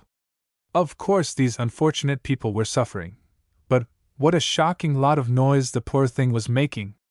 A part of the poor thing's excitement was rage, and Jessie realized that, and resented it still more. It was as if it were a personal challenge to her, the same as Hal's fierce social passions, which so bewildered and shocked her. "They're beatin' the women back like dogs," the girl repeated. "Mary," said Hal, trying to soothe her, "the doctors will be doing their best. The women couldn't expect to crowd about them." "Maybe they couldn't, but that's not it, Joe, and ye know it. They been bringin' up dead bodies, some they found where the explosion was, blown all to pieces. And they won't let anybody see them." "Is that because of the doctors?" "No, it ain't. It's because they want to tell lies about the number killed. They want to count 4 or 5 legs to a man. And that's what's drivin' the women crazy. I saw Mrs. Zamboni tryin' to get into the shed, and Pete Hannon caught her by the breasts and shoved her back. 'I want my man,' she screamed. 'Well, what do you want him for? He's all in pieces.' 'I want the pieces.' 'What good'll they do you? Are you going to eat him?' There were cries of horror now, even from Jessie, and the strange girl hid her face in her hands and began to sob again. Hal put his hand gently on her arm. "Mary," he pleaded, "it's not so bad. At least they're getting the people out." "How do ye know what they're doin'? They might be sealin' up parts of the mine down below. That's what makes it so horrible. Nobody knows what's happenin'. You should have heard poor Mrs. Rafferty screamin'. Joe, it went through me like a knife. Just think, it's been half an hour since they brought him up, and the poor lady can't be told if her man is alive." Section 24. Hal stood for a few moments in thought. He was surprised that such things should be happening while Percy Harrigan's train was in the village. He was considering whether he should go to Percy, or whether a hint to Cotton or Cartwright would not be sufficient. "Mary," he said in a quiet voice, "you needn't distress yourself so. We can get better treatment for the women, I'm sure." But her sobbing went on. "What can ye do? They're bound to have their way." "No," said Hal. "There's a difference now. Believe me, something can be done. I'll step over and have a word with Jeff Cotton." He started towards the door, but there came a cry. "Hal!" It was Jessie, whom he had almost forgotten in his sudden anger at the bosses. At her protest he turned and looked at her, then he looked at Mary. He saw the latter's hands fall from her tear-stained face, and her expression of grief give way to one of wonder. "Hal!" "Excuse me," he said quickly. "Miss Burke, this is my friend, Miss Arthur." Then, not quite sure if this was a satisfactory introduction, he added, "Jessie, this is my friend, Mary." Jessie's training could not fail in any emergency. "Miss Burke," she said, and smiled with perfect politeness. But Mary said nothing, and the strained look did not leave her face. In the first excitement she had almost failed to notice this stranger, but now she stared, and realization grew upon her. Here was a girl, beautiful with a kind of beauty hardly to be conceived of in a mining camp, reserved, yet obviously expensive, even in a mackintosh and rubber shoes. Mary was used to the expensiveness of Mrs. O'Callaghan, but here was a new kind of expensiveness, subtle and compelling, strangely unconscious. And she laid claim to Joe Smith, the miner's buddy. She called him by a name hitherto unknown to his North Valley associates. It needed no word from little Jerry to guide Mary's instinct. She knew in a flash that here was the other girl. Mary was seized with sudden acute consciousness of the blue calico dress, patched at the shoulder and stained with grease spots, of her hands, big and rough with hard labor, of her feet, clad in shoes worn sideways at the heel, and threatening to break out at the toes. And as for Jessie, she too had the woman's instinct. She too saw a girl who was beautiful, with a kind of beauty of which she did not approve, but which she could not deny, the beauty of robust health, of abounding animal energy. Jessie was not unaware of the nature of her own charms, having been carefully educated to conserve them, nor did she fail to make note of the other girl's handicaps: the patched and greasy dress, the big rough hands, the shoes worn sideways. But even so, she realized that Red Mary had a quality which she lacked, that beside this wild rose of a mining camp, she, Jessie Arthur, might possibly seem a garden flower, fragile and insipid. She had seen Hal lay his hand upon Mary's arm, and heard her speak to him. She called him Joe, and a sudden fear had leaped into Jessie's heart. Like many girls who have been delicately reared, Jessie Arthur knew more than she admitted, even to herself. She knew enough to realize that young men with ample means and leisure are not always saints and ascetics. Also, she had heard the remark many times made that these women of the lower orders had no morals. Just what did such a remark mean? What would be the attitude of such a girl as Mary Burke, full-blooded and intense, dissatisfied with her lot in life, to a man of culture and charm like Hal? She would covet him, of course. No woman who knew him could fail to covet him.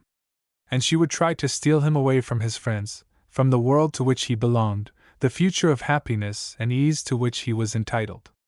She would have powers, dark and terrible powers, all the more appalling to Jessie because they were mysterious.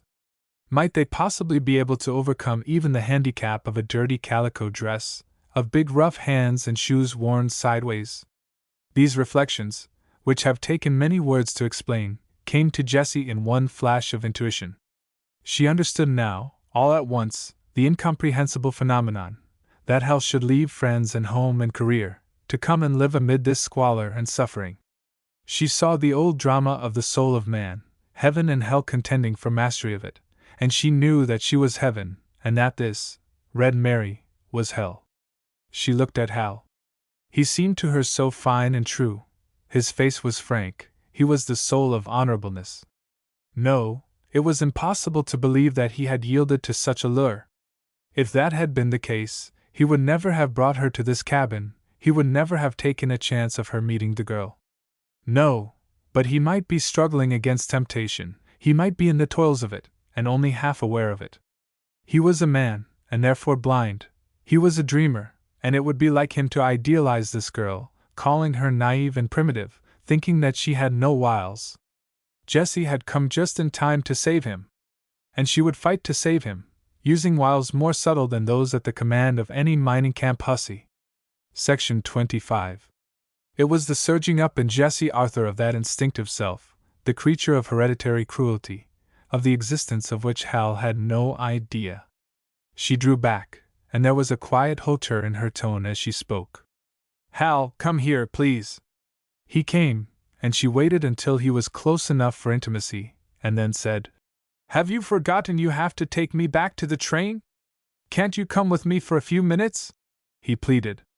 "It would have such a good effect if you did." "I can't go into that crowd," she answered, and suddenly her voice trembled, and the tears came into her sweet brown eyes. "Don't you know, Hal, that I couldn't stand such terrible sights? This poor girl, she is used to them, she is hardened. But oh, take me away, dear Hal!" This cry of a woman for protection came with a familiar echo to Hal's mind. He did not stop to think, he was moved by it instinctively. Yes, he had exposed the girl he loved to suffering. He had meant it for her own good, but even so, it was cruel. He stood close to her, and saw the love-light in her eyes, he saw the tears, the trembling of her sensitive chin. She swayed to him, and he caught her in his arms, and there, before these witnesses, she let him press her to him, while she sobbed and whispered her distress. She had been shy of caresses hitherto, watched and admonished by an experienced mother. Certainly she had never before made what could by the remotest stretch of the imagination be considered an advance towards him. But now she made it, and there was a cry of triumph in her soul as she saw that he responded to it. He was still hers, and these low people should know it, this other girl should know it. Yet, in the midst of this very exultation, Jessie Arthur really felt the grief she expressed for the women of North Valley. She really felt horror at the story of Mrs. Zamboni's man. So intricate is the soul of woman, so puzzling that faculty, older than the ages, which enables her to be hysterical, and at the same time to be guided in the use of that hysteria by deep and infallible calculation. But she made Hal realize that it was necessary for him to take her away. He turned to Mary Burke and said, "Miss Arthur's train is leaving in a short time. I'll have to take her hack, and then I'll go to the pit mouth with you and see what I can do." "Very well," Mary answered, and her voice was hard and cold. But Hal did not notice this. He was a man, and not able to keep up with the emotions of one woman, to say nothing of two women at the same time. He took Jessie out, and all the way hack to the train she fought a desperate fight to get him away from here. She no longer even suggested that he get decent clothing. She was willing for him to come as he was, in his coal-stained mining jumpers, in the private train of the Coal King's son. She besought him in the name of their affection. She threatened him that if he did not come, this might be the last time they would meet. She even broke down in the middle of the street, and let him stand there in plain sight of miners' wives and children, and of possible newspaper reporters, holding her in his arms and comforting her. Hal was much puzzled, but he would not give way. The idea of going off in Percy Harrigan's train had come to seem morally repulsive to him. He hated Percy Harrigan's train, and Percy Harrigan also, he declared. And Jessie saw that she was only making him unreasonable, that before long he might be hating her. With her instinctive savoir-faire, she brought up his suggestion that she might find someone to chaperone her, and stay with him at North Valley until he was ready to come away. Hal's heart leaped at that. He had no idea what was in her mind, the certainty that no one of the ladies of the Harrigan party would run the risk of offending her host by staying under such circumstances. "You mean it, sweetheart?" he cried happily. She answered, "I mean that I love you, Hal." "All right, dear," he said. "We'll see if we can arrange it." But as they walked on, she managed, without his realizing it, to cause him to reflect upon the effect of her staying. She was willing to do it, if it was what he wanted, but it would injure, perhaps irrevocably, his standing with her parents. They would telegraph her to come at once, and if she did not obey, they would come by the next train. So on, until at last Hal was moved to withdraw his own suggestion. After all, what was the use of her staying, if her mind was on the people at home, if she would simply keep him in hot water? Before the conversation was over, Hal had become clear in his mind that North Valley was no place for Jessie Arthur, and that he had been a fool to think he could bring the two together. She tried to get him to promise to leave as soon as the last man had been brought out of the mine. He answered that he intended to leave then, unless some new emergency should arise. She tried to get an unqualified promise, and failing in that, when they had nearly got to the train, she suddenly made a complete surrender.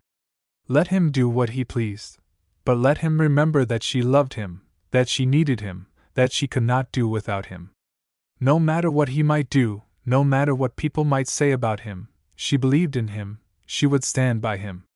Hal was deeply touched, and took her in his arms again and kissed her tenderly under the umbrella, in the presence of the wondering stares of several urchins with coal-smutted faces.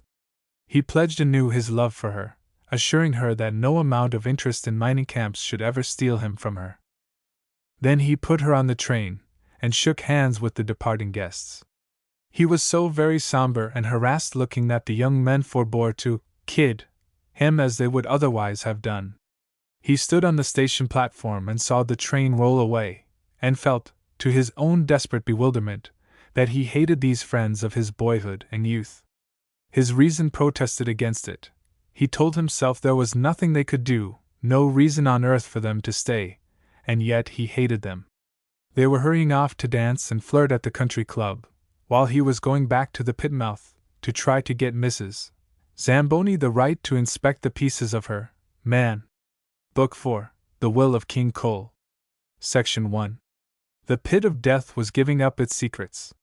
The hoist was busy, and cageload after cageload came up, with bodies dead and bodies living and bodies only to be classified after machines had pumped air into them for a while. Hal stood in the rain and watched the crowd and thought that he had never witnessed a scene so compelling to pity and terror. The silence that would fall when anyone appeared who might have news to tell. The sudden shriek of anguish from some woman whose hopes were struck dead. The moans of sympathy that ran through the crowd, alternating with cheers at some good tidings, shaking the souls of the multitude as a storm of wind shakes a reed field. And the stories that ran through the camp, brought up from the underground world, stories of incredible sufferings, and of still more incredible heroisms. Men who had been 4 days without food or water, yet had resisted being carried out of the mine, proposing to stay and help rescue others. Men who had lain together in the darkness and silence, keeping themselves alive by the water which seeped from the rocks overhead, taking turns lying face upwards where the drops fell, or wetting pieces of their clothing and sucking out the moisture. Members of the rescue parties would tell how they knocked upon the barriers, and heard the faint answering signals of the imprisoned men, how madly they toiled to cut through, and how, when at last a little hole appeared, they heard the cries of joy, and saw the eyes of men shining from the darkness, while they waited, gasping, for the hole to grow bigger, so that water and food might be passed in. In some places they were fighting the fire. Long lines of hose had been sent down, and men were moving forward foot by foot, as the smoke and steam were sucked out ahead of them by the fan. Those who did this work were taking their lives in their hands, yet they went without hesitation. There was always hope of finding men in barricaded rooms beyond. Hal sought out Jeff Cotton at the entrance to the tipple room, which had been turned into a temporary hospital. It was the first time the two had met since the revelation in Percy's car, and the camp marshal's face took on a rather sheepish grin. "Well, Mr. Warner, you win," he remarked, and after a little arguing he agreed to permit a couple of women to go into the tipple room and make a list of the injured, and go out and give the news to the crowd. Hal went to the Manettis to ask Mary Burke to attend to this, but Rosa said that Mary had gone out after he and Miss Arthur had left, and no one knew where she was. So Hal went to Mrs. David, who consented to get a couple of friends, and do the work without being called a committee. "I won't have any damned committees," the camp marshal had declared. So the night passed, and part of another day. A clerk from the office came to Hal with a sealed envelope, containing a telegram, addressed in care of Cartwright. "I most urgently beg of you to come home at once. It will be distressing to Dad if he hears what has happened, and it will not be possible to keep the matter from him for long." As Hal read, he frowned. Evidently the Harrigans had got busy without delay. He went to the office and telephoned his answer. "Am planning to leave in a day or two. Trust you will make an effort to spare Dad until you have heard my story." This message troubled Hal. It started in his mind long arguments with his brother, and explanations and apologies to his father. He loved the old man tenderly. What a shame if some emissary of the Harrigans were to get to him to upset him with misrepresentations. Also, these ideas had a tendency to make Hal homesick. They brought more vividly to his thoughts the outside world, with its physical allurements, there being a limit to the amount of unwholesome meals and dirty beds and repulsive sights a man of refinement can force himself to endure. Hal found himself obsessed by a vision of a club dining room, with odors of grilled steaks and hot rolls, and the colors of salads and fresh fruits and cream. The conviction grew suddenly strong in him that his work in North Valley was nearly done. Another night passed, and another day. The last of the bodies had been brought out, and the corpses shipped down to Pedro for one of those big wholesale funerals which are a feature of mine life. The fire was out, and the rescue crews had given place to a swarm of carpenters and timbermen, repairing the damage and making the mine safe. The reporters had gone, Billy Keating having clasped Hal's hand, and promised to meet him for luncheon at the club. An agent of the Red Cross was on hand, and was feeding the hungry out of Mrs. Curtis's subscription list. What more was there for Hal to do, except to bid goodbye to his friends, and assure them of his help in the future? First among these friends was Mary Burke, whom he had had no chance to talk to since the meeting with Jessie. He realized that Mary had been deliberately avoiding him. She was not in her home, and he went to inquire at the Raffertys, and stopped for a goodbye chat with the old woman whose husband he had saved. Rafferty was going to pull through. His wife had been allowed in to see him, and tears rolled down her shrunken cheeks as she told about it. He had been 4 days and nights blocked up in a little tunnel, with no food or water, save for a few drops of coffee which he had shared with other men. He could still not speak, he could hardly move a hand, but there was life in his eyes, and his look had been a greeting from the soul she had loved and served these 30 years and more. Mrs. Rafferty sang praises to the Rafferty God, who had brought him safely through these perils. It seemed obvious that he must be more efficient than the Protestant God of Johansson, the giant Swede, who had lain by Rafferty's side and given up the ghost. But the doctor had stated that the old Irishman would never be good to work again, and Hal saw a shadow of terror cross the sunshine of Mrs. Rafferty's rejoicing. How could a doctor say a thing like that? Rafferty was old, to be sure, but he was tough. And could any doctor imagine how hard a man would try who had a family looking to him? Sure, he was not the one to give up for a bit of pain now and then. Besides him, there was only Tim who was earning, and though Tim was a good lad, and worked steady, any doctor ought to know that a big family could not be kept going on the wages of one 18-year-old pit boy. As for the other lads, there was a law that said they were too young to work. Mrs. Rafferty thought there should be someone to put a little sense into the heads of them that made the laws, for if they wanted to forbid children to work in coal mines, they should surely provide some other way to feed the children. Hal listened, agreeing sympathetically, and meantime watching her, and learning more from her actions than from her words. She had been obedient to the teachings of her religion, to be fruitful and multiply. She had fed 3 grown sons into the maw of industry, and had still 8 children and a man to care for. Hal wondered if she had ever rested a single minute of daylight in all her 54 years. Certainly not while he had been in her house. Even now, while praising the Rafferty God and blaming the capitalist lawmakers, she was getting a supper, moving swiftly, silently, like a machine. She was lean as an old horse that has toiled across a desert. The skin over her cheekbones was tight as stretched rubber, and cords stood out in her wrists like piano wires.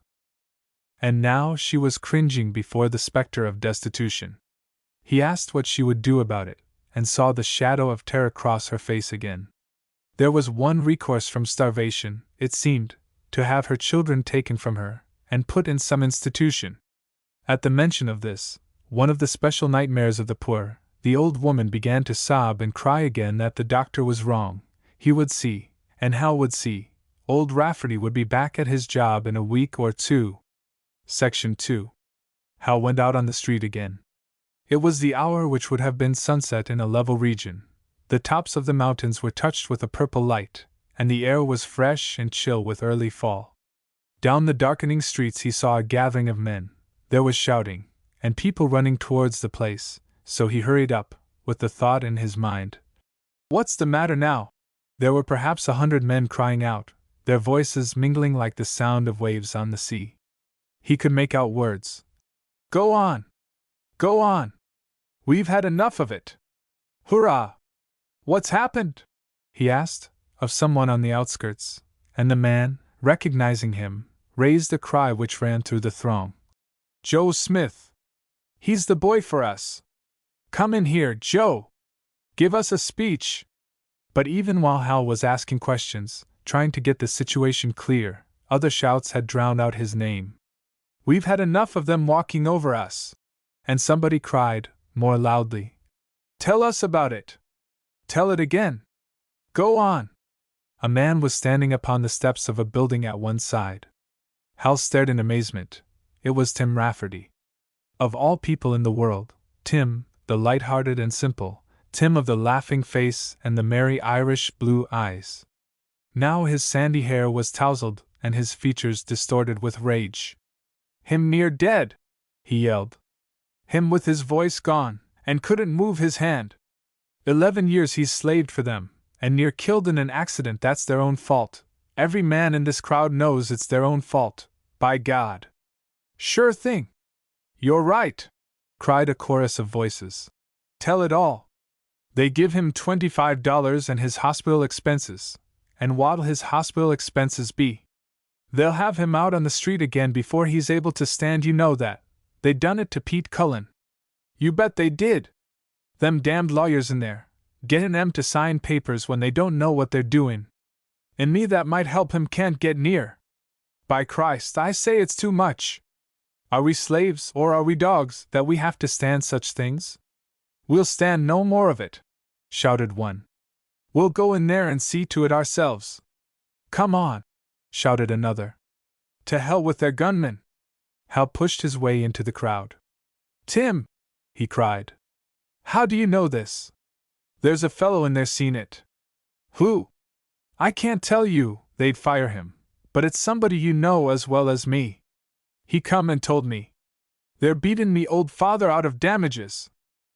They do it all the time, shouted Wauchope, an English miner at Hal's side. That's why they won't let us in there. They done the same thing to my father, put in another voice. Hal recognized Andy, the Greek boy. And they want to start number 2 in the morning, yelled Tim. Who'll go down there again? And with Alex Stone, him that damns the men and saves the mules. We'll not go back in them mines till they're safe, shouted Wauchope. Let them sprinkle them, or I'm done with the whole business. And let 'em give us our weights, cried another. We'll have a checkweighmen, and we'll get what we earn. So again came the cry. Joe Smith. Give us a speech, Joe. Soak it to 'em. You're the boy. Hal stood helpless, dismayed. He had counted his fight won, and here was another beginning. The men were looking to him, calling upon him as the boldest of the rebels. Only a few of them knew about the sudden change in his fortunes. Even while he hesitated, the line of battle had swept past him. The Englishman, Wauchope, sprang upon the steps and began to address the throng. He was one of the bowed and stunted men, but in this emergency he developed sudden lung power. Hal listened in astonishment. This silent and dull-looking fellow was the last he would have picked for a fighter. Tom Olson had sounded him out, and reported that he would hear nothing, so they had dismissed him from mind. And here he was, shouting terrible defiance. They're a set of robbers and murderers. They rob us everywhere we turn. For my part, I've had enough of it. Have you? There was a roar from every one within reach of his voice. They had all had enough. All right, then, we'll fight them. Hurrah! Hurrah! We'll have our rights. Jeff Cotton came up on the run, with Bud Adams and 2 or 3 of the gunmen at his heels. The crowd turned upon them, the men on the outskirts clenching their fists, showing their teeth like angry dogs. Cotton's face was red with rage, but he saw that he had a serious matter in hand. He turned and went for more help, and the mob roared with delight. Already they had begun their fight. Already they had won their first victory. Section 3. The crowd moved down the street, shouting and cursing as it went. Someone started to sing the Marseillaise, and others took it up, and the words mounted to a frenzy. There were the oppressed of many nations in this crowd. They sang in a score of languages, but it was the same song. They would sing a few bars, and the yells of others would drown them out. March on! March on! All hearts resolved! Some rushed away in different directions to spread the news, and very soon the whole population of the village was on the spot. The men waving their caps, the women lifting up their hands and shrieking, or standing terrified, realizing that babies could not be fed upon revolutionary singing. Tim Rafferty was raised up on the shoulders of the crowd and made to tell his story once more. While he was telling it, his old mother came running, and her shrieks rang above the clamor. Tim! Tim! Come down from there! What's the matter wid ye? She was twisting her hands together in an agony of fright. Seeing Hal, she rushed up to him. Get him out of there, Joe! Sure, the lad's gone crazy. They'll turn us out of the camp, they'll give us nothing at all, and what'll become of us? Mother of God, what's the matter with the BY? She called to Tim again, but Tim paid no attention, if he heard her. Tim was on the march to Versailles. Someone shouted that they would go to the hospital to protect the injured men from the damned lawyers. Here was something definite, and the crowd moved in that direction, Hal following with the stragglers, the women and children, and the less bold among the men. He noticed some of the clerks and salaried employees of the company. Presently he saw Jeff Cotton again, and heard him ordering these men to the office to get revolvers. Big Jack, David came along with Jerry Minetti, and Hal drew back to consult with them. Jerry was on fire. It had come, the revolt he had been looking forward to for years. Why were they not making speeches, getting control of the men and organizing them? Jack David voiced uncertainty. They had to consider if this outburst could mean anything permanent. Jerry answered that it would mean what they chose to make it mean. If they took charge, they could guide the men and hold them together. Wasn't that what Tom Olson had wanted? No, said the big Welshman. Olson had been trying to organize the men secretly, as preliminary to a revolt in all the camps. That was quite another thing from an open movement, limited to one camp. Was there any hope of success for such a movement? If not, they would be foolish to start. They would only be making sure of their own expulsion. Jerry turned to Hal. What did he think? And so at last Hal had to speak. It was hard for him to judge, he said. He knew so little about labor matters. It was to learn about them that he had come to North Valley. It was a hard thing to advise men to submit to such treatment as they had been getting. But on the other hand, any one could see that a futile outbreak would discourage everybody, and make it harder than ever to organize them. So much Hal spoke, but there was more in his mind, which he could not speak. He could not say to these men, I am a friend of yours, but I am also a friend of your enemy, and in this crisis I cannot make up my mind to which side I owe allegiance. I'm bound by a duty of politeness to the masters of your lives. Also, I'm anxious not to distress the girl I am to marry. No, he could not say such things. He felt himself a traitor for having them in his mind, and he could hardly bring himself to look these men in the eye. Jerry knew that he was in some way connected with the Harrigans. Probably he had told the rest of Hal's friends, and they had been discussing it and speculating about the meaning of it. Suppose they should think he was a spy? So Hal was relieved when Jack David spoke firmly. They would only be playing the game of the enemy if they let themselves be drawn in prematurely. They ought to have the advice of Tom Olson. Where was Olson? Hal asked, and David explained that on the day when Hal had been thrown out of camp, Olson had got his time and set out for Sheridan, the local headquarters of the Union, to report the situation. He would probably not come back. He had got his little group together. He had planted the seed of revolt in North Valley. They discussed back and forth the problem of getting advice. It was impossible to telephone from North Valley without everything they said being listened to. But the evening train for Pedro left in a few minutes, and Big Jack declared that someone ought to take it. The town of Sheridan was only 15 or 20 miles from Pedro, and there would be a Union official there to advise them, or they might use the long-distance telephone and persuade one of the Union leaders in Western City to take the midnight train and be in Pedro next morning. Hal, still hoping to withdraw himself, put this task off on Jack David. They emptied out the contents of their pockets, so that he might have funds enough, and the big Welshman darted off to catch the train. In the meantime, Jerry and Hal agreed to keep in the background, and to seek out the other members of their group and warn them to do the same. Section 4. This program was a convenient one for Hal, but as he was to find almost at once, it had been adopted too late. He and Jerry started after the crowd, which had stopped in front of one of the company buildings, and as they came nearer they heard someone making a speech. It was the voice of a woman, the tones rising clear and compelling. They could not see the speaker, because of the throng, but Hal recognized her voice, and caught his companion by the arm. "It's Mary Burke!" Mary Burke it was, for a fact, and she seemed to have the crowd in a kind of frenzy. She would speak one sentence, and there would come a roar from the throng. She would speak another sentence, and there would come another roar. Hal and Jerry pushed their way in, to where they could make out the words of this litany of rage. Would they go down into the pit themselves, do ye think? They would not. Would they be dressed in silks and laces, do ye think? They would not. Would they have such fine soft hands, do ye think? They would not.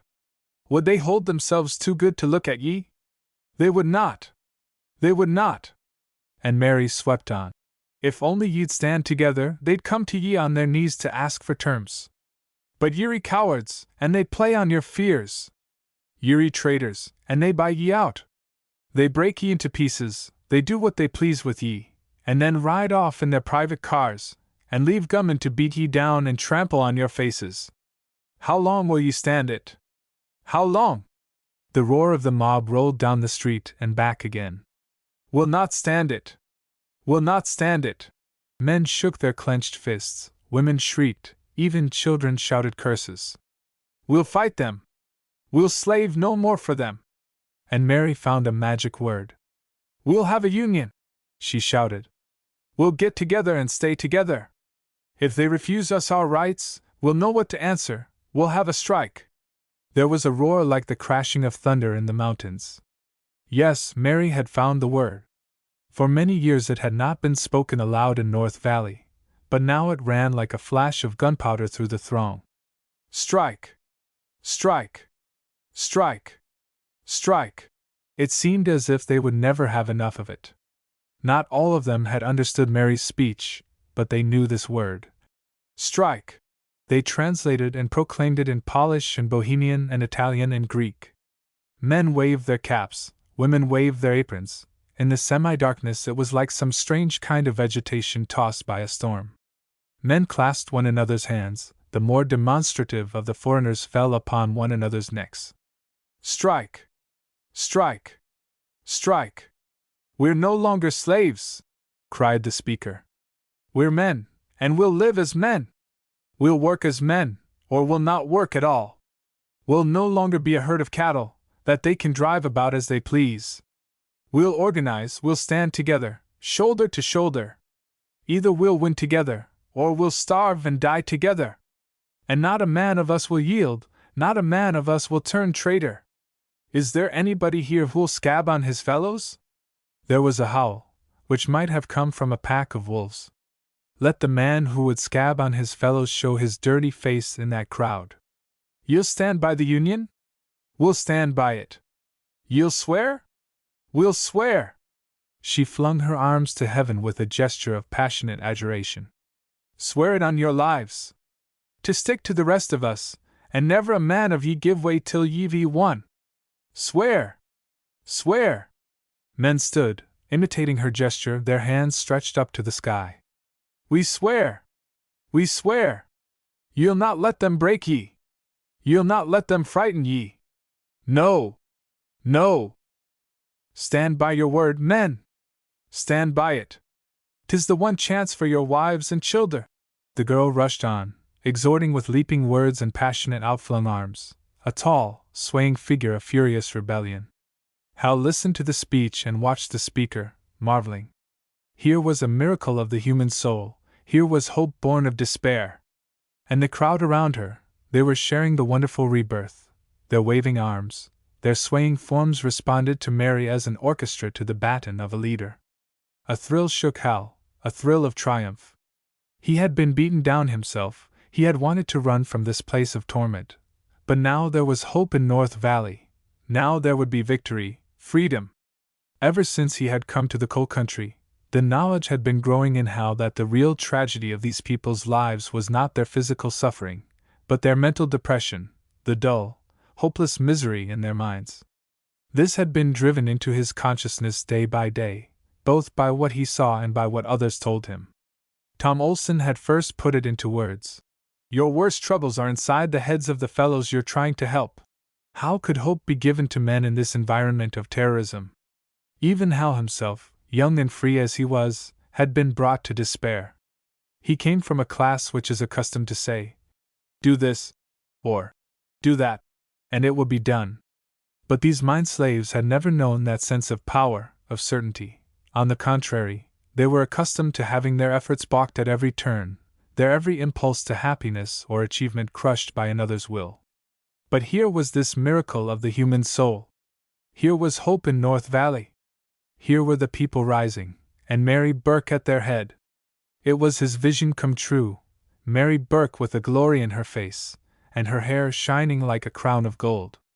Mary Burke mounted upon a snow-white horse, wearing a robe of white, soft and lustrous, like Joan of Arc, or a leader in a suffrage parade. Yes, and she was at the head of a host, he had the music of its marching in his ears. Underneath Hal's jesting words had been a real vision, a real faith in this girl. Since that day when he had first discovered her, a wild rose of the mining camp taking in the family wash, he had realized that she was no pretty young working girl, but a woman with a mind and a personality. She saw farther, she felt more deeply than the average of these wage slaves. Her problem was the same as theirs, yet more complex.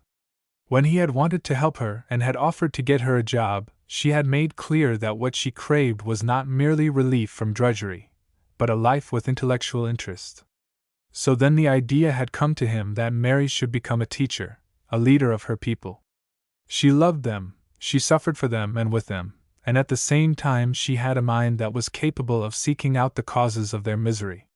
But when he had gone to her with plans of leadership, he had been met by her corroding despair.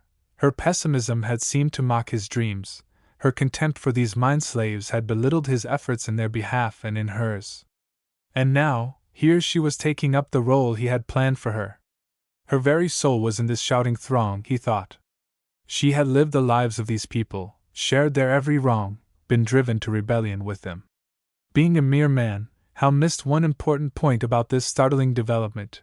He did not realize that Mary's eloquence was addressed, not merely to the Raffertys and the Wauchopes, and the rest of the North Valley mine slaves, but to a certain magazine cover girl, clad in a mackintosh and a pale green hat and a soft and filmy and horribly expensive motoring veil. Section 5. Mary's speech was brought to a sudden end. A group of the men had moved down the street, and there arose a disturbance there. The noise of it swelled louder, and more people began to move in that direction. Mary turned to look, and all at once the whole throng surged down the street. The trouble was at the hospital. In front of this building was a porch, and on it Cartwright and Alex Stone were standing, with a group of the clerks and office employees, among whom Hal saw Predovich, Johnson, the postmaster, and S.I. Adams. At the foot of the steps stood Tim Rafferty, with a swarm of determined men at his back. He was shouting, "We want them lawyers out of there!" The superintendent himself had undertaken to parley with him. "There are no lawyers in here, Rafferty. We don't trust you." And the crowd took up the cry, "We'll see for ourselves." "You can't go into this building," declared Cartwright. "I'm going to see my father," shouted Tim. "I've got a right to see my father, ain't I?" "You can see him in the morning. You can take him away, if you want to. We've no desire to keep him. But he's asleep now, and you can't disturb the others. You weren't afraid to disturb them with your damned lawyers." And there was a roar of approval, so loud that Cartwright's denial could hardly be heard. "There have been no lawyers near him, I tell you." "It's a lie!" shouted Wauchope. "They've been in there all day, and you know it. We mean to have them out." "Go on, Tim!" cried Andy, the Greek boy, pushing his way to the front. "Go on!" cried the others, and thus encouraged, Rafferty started up the steps. "I mean to see my father!" As Cartwright caught him by the shoulder, he yelled, "Let me go, I say!" It was evident that the superintendent was trying his best not to use violence. He was ordering his own followers back at the same time that he was holding the boy.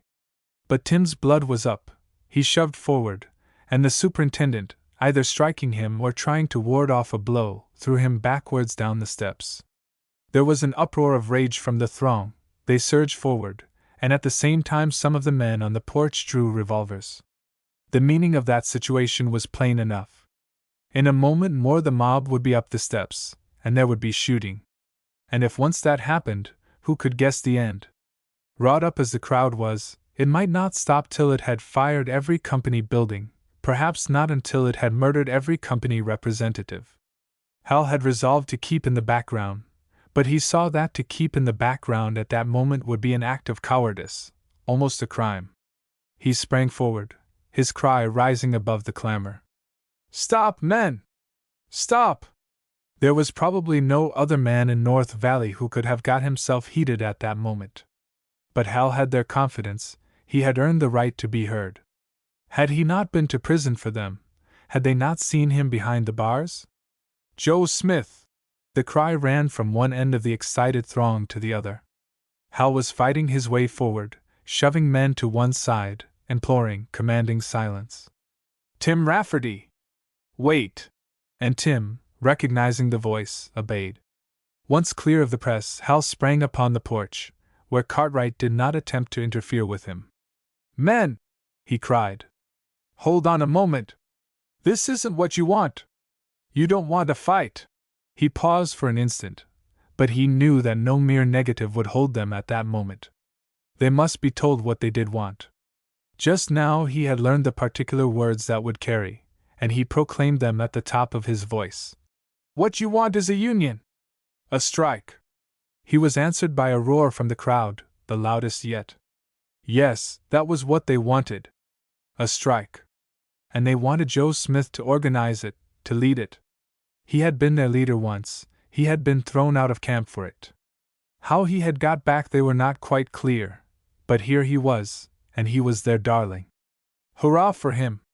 They would follow him to hell and back. And wasn't he the boy with the nerve? Standing there on the porch of the hospital, right under the very noses of the bosses, making a union speech to them, and the bosses never daring to touch him. The crowd, realizing this situation, went wild with delight. The English-speaking men shouted assent to his words, and those who could not understand shouted because the others did. They did not want fighting, of course not. Fighting would not help them. What would help them was to get together, and stand a solid body of free men. There would be a union committee, able to speak for all of them, to say that no man would go to work any more until justice was secured. They would have an end to the business of discharging men because they asked for their rights, of blacklisting men and driving them out of the district because they presumed to want what the laws of the state awarded them. Section 6. How long could a man expect to stand on the steps of a company building, with a super and a pit boss at his back, and organize a union of mine workers?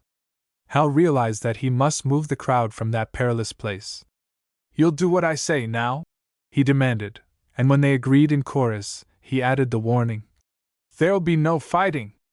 And no drinking. If you see any man drunk tonight, sit on him and hold him down. They laughed and cheered. Yes, they would keep straight. Here was a job for sober men, you bet. And now, Hal continued, the people in the hospital. We'll have a committee go in and see about them. No noise, we don't want to disturb the sick men. We only want to make sure nobody else is disturbing them. Someone will go in and stay with them. Does that suit you? Yes, that suited them. All right, said Hal. Keep quiet for a moment. And he turned to the superintendent. Cartwright, said he, we want a committee to go in and stay with our people. Then, as the superintendent started to expostulate, he added, in a low voice, Don't be a fool, man. Don't you see I'm trying to save your life? The superintendent knew how bad it would be for discipline to let Hal carry his point with the crowd, but also he saw the immediate danger, and he was not sure of the courage and shooting ability of bookkeepers and stenographers. Be quick, man! Exclaimed Hal. I can't hold these people long. If you don't want hell breaking loose, come to your senses. All right, said Cartwright, swallowing his dignity. And Hal turned to the men and announced the concession. There was a shout of triumph. Now who's to go? Said Hal, when he could be heard again, and he looked about at the upturned faces. There were Tim and Wauchope, the most obvious ones, but Hal decided to keep them under his eye. He thought of Jerry Minetti and of Mrs. David, but remembered his agreement with Big Jack to keep their own little group in the background. Then he thought of Mary Burke. She had already done herself all the harm she could do, and she was a person the crowd would trust. He called her, and called Mrs. Ferris, an American woman in the crowd. The two came up the steps, and Hal turned to Cartwright. Now, let's have an understanding, he said. These people are going in to stay with the sick men, and to talk to them if they want to, and nobody's going to give them any orders but the doctors and nurses. Is that right? All right, said the superintendent sullenly. Good, said Hal. And for God's sake have a little sense and stand by your word. This crowd has had all it can endure, and if you do any more to provoke it, the consequences will be on you. And while you're about it, see that the saloons are closed and kept closed until this trouble is settled. And keep your people out of the way. Don't let them go about showing their guns and making faces. Without waiting to hear the superintendent's reply, Hal turned to the throng and held up his hand for silence. Men, he said, we have a big job to do. We're going to organize a union. And we can't do it here in front of the hospital. We've made too much noise already. Let's go off quietly and have our meeting on the dump in back of the powerhouse. Does that suit you? They answered that it suited them, and Hal, having seen the two women pass safely into the hospital, sprang down from the porch to lead the way. Jerry Minetti came to his side, trembling with delight, and Hal clutched him by the arm and whispered excitedly, "Sing, Jerry! Sing them some Dago song!" Section 7. They got to the place appointed without any fighting. And meantime Hal had worked out in his mind a plan for communicating with this polyglot horde. He knew that half the men could not understand a word of English, and that half the remainder understood very little. Obviously, if he was to make matters clear to them, they must be sorted out according to nationality, and a reliable interpreter found for each group. The process of sorting proved a slow one, involving no end of shouting and good-natured jostling, Polish here, Bohemian here, Greek here, Italian here. When this job had been done, and a man found from each nationality who understood enough English to translate to his fellows, Hal started in to make a speech. But before he had spoken many sentences, pandemonium broke loose. All the interpreters started interpreting at the same time, and at the top of their lungs. It was like a parade with the bands close together. Hal was struck dumb. Then he began to laugh, and the various audiences began to laugh. The orators stopped, perplexed. Then they too began to laugh. So wave after wave of merriment rolled over the throng. The mood of the assembly was changed all at once, from rage and determination to the wildest hilarity. Hal learned his first lesson in the handling of these hordes of childlike people, whose moods were quick, whose tempers were balanced upon a fine point. It was necessary for him to make his speech through to the end, and then move the various audiences apart, to be addressed by the various interpreters. But then arose a new difficulty. How could any one control these floods of eloquence? How be sure that the message was not being distorted? Hal had been warned by Olson of company detectives who posed as workers, gaining the confidence of men in order to incite them to violence. And certainly some of these interpreters were violent-looking, and one's remarks sounded strange in their translations. There was the Greek orator, for example, a wild man, with wild hair and eyes, who tore all his passions to tatters. He stood upon a barrel-head, with the light of 2 pit lamps upon him, and some 20 of his compatriots at his feet. He waved his arms, he shook his fists, he shrieked, he bellowed. But when Hal, becoming uneasy, went over and asked another English-speaking Greek what the orator was saying, the answer was that he was promising that the law should be enforced in North Valley. Hal stood watching this perfervid little man, a study in the possibilities of gesture. He drew back his shoulders and puffed out his chest, almost throwing himself backwards off the barrel-head. He was saying that the miners would be able to live like men. He crouched down and bowed his head, moaning. He was telling them what would happen if they gave up. He fastened his fingers in his long black hair and began tugging desperately. He pulled, and then stretched out his empty hands. He pulled again, so hard that it almost made one cry out with pain to watch him. Hal asked what that was for, and the answer was, "He say, stand by Union. Pull one hair, he come out, pull all hairs, no come out." It carried one back to the days of Aesop and his fables. Tom Olson had told Hal something about the technique of an organizer, who wished to drill these ignorant hordes. He had to repeat and repeat, until the dullest in his audience had grasped his meaning, had got into his head the all-saving idea of solidarity. When the various orators had talked themselves out, and the audiences had come back to the cinder heap, Hal made his speech all over again, in words of one syllable, in the kind of pidgin English which does duty in the camps. Sometimes he would stop to reinforce it with Greek, or Italian, or Slavish words he had picked up. Or perhaps his eloquence would inflame some one of the interpreters afresh, and he would wait while the man shouted a few sentences to his compatriots. It was not necessary to consider the possibility of boring any one, for these were patient and long-suffering men, and now desperately in earnest. They were going to have a union. They were going to do the thing in regular form, with membership cards and officials chosen by ballot. So Hal explained to them, step by step. There was no use organizing unless they meant to stay organized. They would choose leaders, one from each of the principal language groups, and these leaders would meet and draw up a set of demands, which would be submitted in mass meeting, and ratified, and then presented to the bosses with the announcement that until these terms were granted, not a single North Valley worker would go back into the pits. Jerry Minetti, who knew all about unions, advised Hal to enroll the men at once. He counted on the psychological effect of having each man come forward and give in his name. But here at once they met a difficulty encountered by all would-be organizers: lack of funds. There must be pencils and paper for the enrollment, and Hal had emptied his pockets for Jack David. He was forced to borrow a quarter and send a messenger off to the store. It was voted by the delegates that each member, as he joined the union, should be assessed a dime. There would have to be some telegraphing and telephoning if they were going to get help from the outside world. A temporary committee was named, consisting of Tim Rafferty, Wauchope, and Hal, to keep the lists and the funds, and to run things until another meeting could be held on the morrow. Also, a bodyguard of a dozen of the sturdiest and most reliable men were named to stay by the committee. The messenger came back with pads and pencils, and sitting on the ground by the light of pit lamps, the interpreters wrote down the names of the men who wished to join the union, each man in turn pledging his word for solidarity and discipline. Then the meeting was declared adjourned till daylight of the morrow, and the workers scattered to their homes to sleep, with a joy and sense of power such as few of them had ever known in their lives before. Section 8. The committee and its bodyguard repaired to the dining room of Remenitsky's, where they stretched themselves out on the floor. No one attempted to interfere with them, and while the majority snored peacefully, Hal and a small group sat writing out the list of demands which were to be submitted to the bosses in the morning.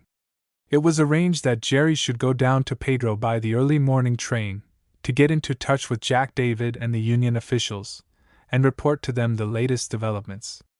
Because the officials were sure to have detectives following them, Hal warned Jerry to go to McKellar's house, and have McKellar bring Big Jack to meet him there.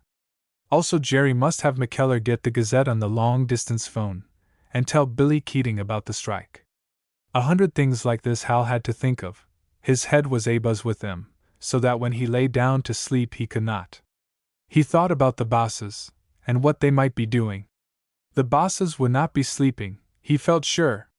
And then came thoughts about his private car friends, about the strangeness of this plight into which he had got himself.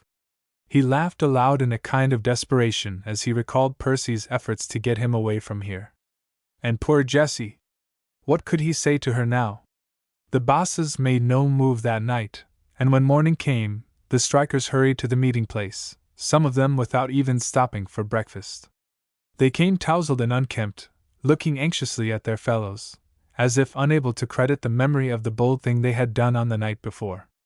But finding the committee and its bodyguard on hand and ready for business, their courage revived. They felt again the wonderful sentiment of solidarity which had made men of them. Pretty soon speech-making began, and cheering and singing, which brought out the laggards and the cowards. So in a short while the movement was in full swing, with practically every man, woman and child among the workers present. Mary Burke came from the hospital, where she had spent the night. She looked weary and bedraggled, but her spirit of battle had not slumped. She reported that she had talked with some of the injured men, and that many of them had signed releases, whereby the company protected itself against even the threat of a lawsuit. Others had refused to sign, and Mary had been vehement in warning them to stand out. 2 other women volunteered to go to the hospital, in order that she might have a chance to rest. But Mary did not wish to rest. She did not feel as if she could ever rest again. The members of the newly organized union proceeded to elect officers. They sought to make Hal president, but he was shy of binding himself in that irrevocable way, and succeeded in putting the honor off on Wauchope. Tim Rafferty was made treasurer and secretary. Then a committee was chosen to go to Cartwright with the demands of the men. It included Hal, Wauchope, and Tim, an Italian named Marcelli, whom Jerry had vouched for, a representative of the Slavs and one of the Greeks, Ruzik and Zamakis, both of them solid and faithful men. Finally, with a good deal of laughter and cheering, the meeting voted to add Mary Burke to this committee. It was a new thing to have a woman in such a role, but Mary was the daughter of a miner and the sister of a breaker boy, and had as good a right to speak as any one in North Valley. Section 9. Hal read the document which had been prepared the night before. They demanded the right to have a union without being discharged for it. They demanded a checkweightman, to be elected by the men themselves. They demanded that the mines should be sprinkled to prevent explosions, and properly timbered to prevent falls. They demanded the right to trade at any store they pleased. Hal called attention to the fact that every one of these demands was for a right guaranteed by the laws of the state. This was a significant fact, and he urged the men not to include other demands. After some argument, they voted down the proposition of the radicals, who wanted a 10% increase in wages. Also, they voted down the proposition of a syndicalist anarchist, who explained to them in a jumble of English and Italian that the mines belonged to them, and that they should refuse all compromise and turn the bosses out forthwith. While this speech was being delivered, young Ravetta pushed his way through the crowd and drew Hal to one side. He had been down by the railroad station and seen the morning train come in. From it had descended a crowd of 30 or 40 men, of that hard citizen type which every miner in the district could recognize at the first glance. Evidently the company officials had been keeping the telephone wires busy that night. They were bringing in, not merely this trainload of guards, but automobile loads from other camps, from the northeastern down the canyon, and from Barella, in a side canyon over the mountain. Hal told this news to the meeting, which received it with howls of rage. So that was the boss's plan. Hotheads sprang upon the cinder heap, half a dozen of them trying to make speeches at once. The leaders had to suppress these two impetuous ones by main force. Once more Hal gave the warning of no fighting. They were going to have faith in their union. They were going to present a solid front to the company, and the company would learn the lesson that intimidation would not win a strike. So it was agreed, and the committee set out for the company's office, Wauchope carrying in his hand the written demands of the meeting. Behind the committee marched the crowd in a solid mass.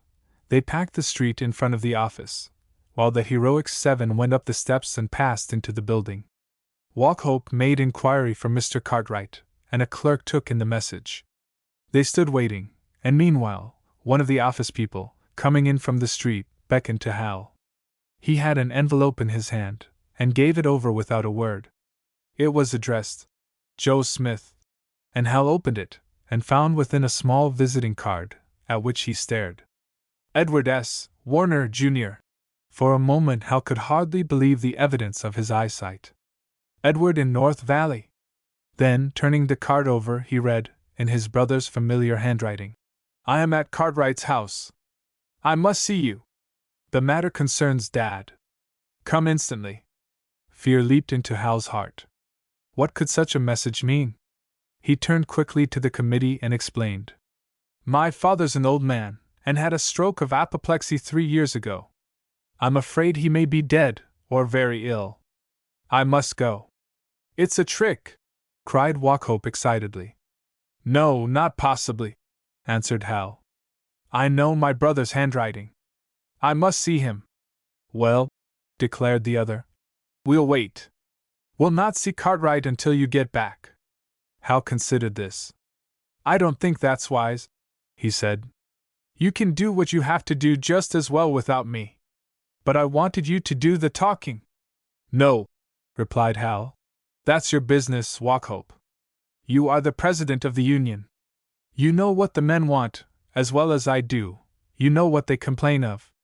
And besides, there's not going to be any need of talking with Cartwright. Either he's going to grant our demands or he isn't. They discussed the matter back and forth. Mary Burke insisted that they were pulling Hal away just at the critical moment. He laughed as he answered. She was as good as any man when it came to an argument. If Wauchope showed signs of weakening, let her speak up. Section 10. So Hal hurried off, and climbed the street which led to the superintendent's house, a concrete bungalow set upon a little elevation overlooking the camp. He rang the bell, and the door opened, and in the entrance stood his brother. Edward Warner was 8 years older than Hal, the perfect type of the young American businessman. His figure was erect and athletic, his features were regular and strong, his voice, his manner, everything about him spoke of quiet decision, of energy precisely directed. As a rule, he was a model of what the tailor's art could do, but just now there was something abnormal about his attire as well as his manner. Hal's anxiety had been increasing all the way up the street. "What's the matter with Dad?" he cried. "Dad's all right," was the answer. "That is, for the moment." "Then what?" "Peter Harrigan's on his way back from the East. He's due in Western City tomorrow. You can see that something will be the matter with Dad unless you quit this business at once." Hal had a sudden reaction from his fear. "So that's all!" he exclaimed. His brother was gazing at the young miner, dressed in sooty blue overalls, his face streaked with black, his wavy hair all mussed. "You wired me you were going to leave here, Hal." "So I was, but things happened that I couldn't foresee." "There's a strike." "Yes, but what's that got to do with it?" Then, with exasperation in his voice, "For God's sake, Hal, how much farther do you expect to go?" Hal stood for a few moments, looking at his brother. Even inattention as he was, he could not help laughing. "I know how all this must seem to you, Edward. It's a long story.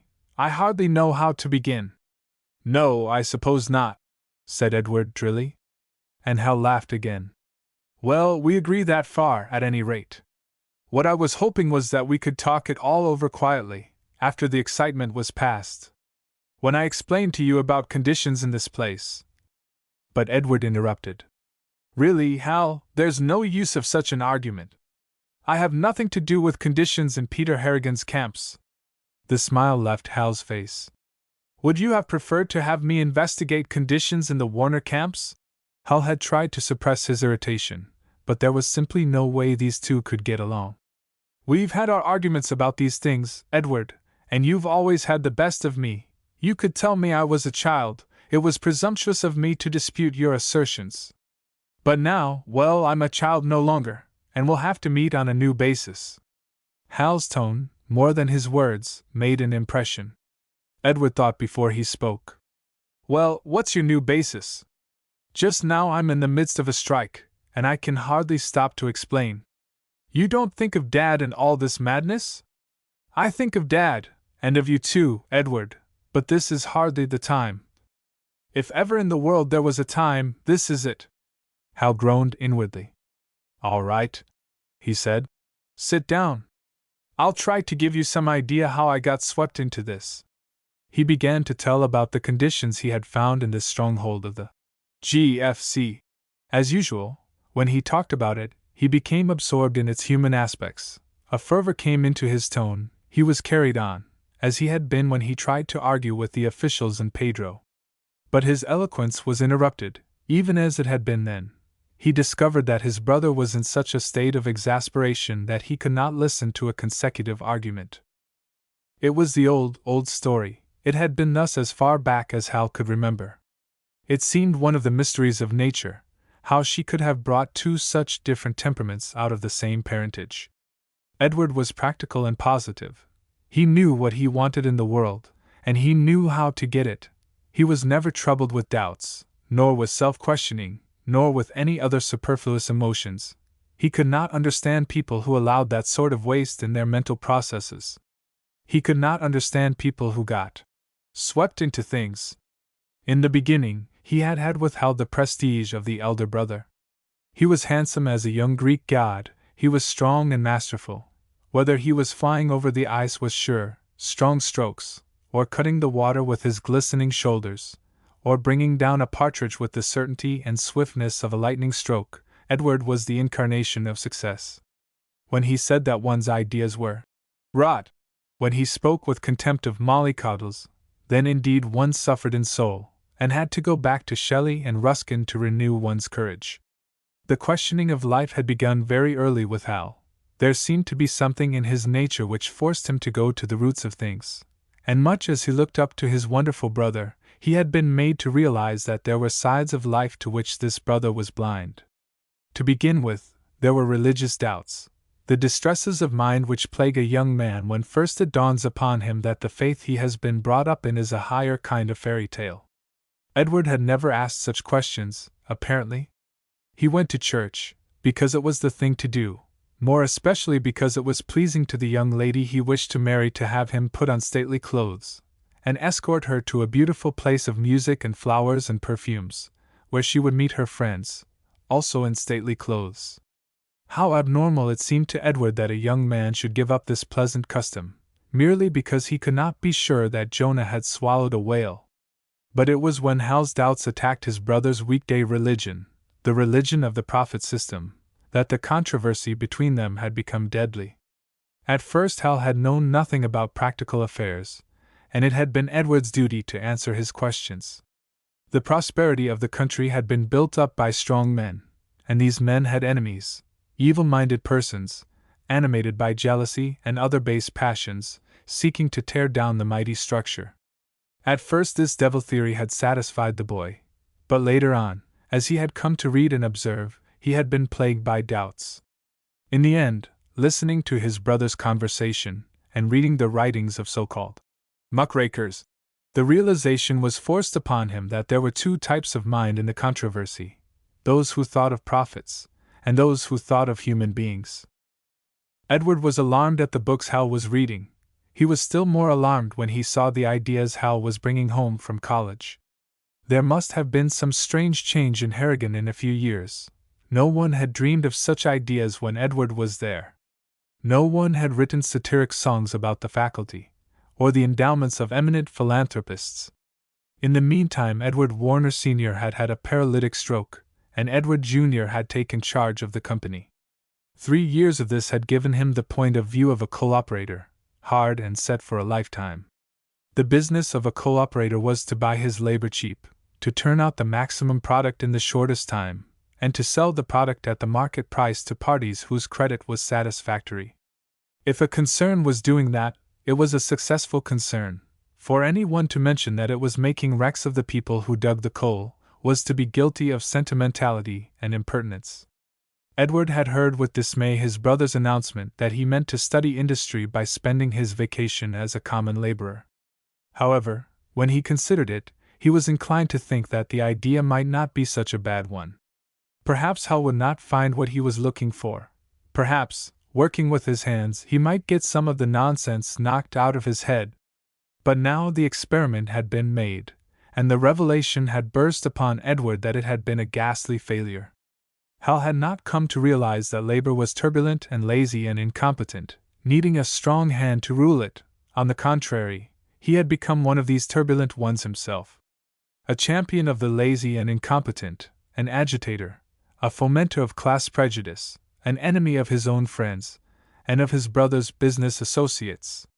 Never had Hal seen Edward in such a state of excitement. There was something really abnormal about him, Hal realized. It puzzled him vaguely while he talked, but he did not understand it until his brother told how he had come to be here. He had been attending a dinner dance at the home of a friend, and Percy Harrigan had got him on the telephone at 11:30 at night. Percy had had a message from Cartwright, to the effect that Hal was leading a riot in North Valley.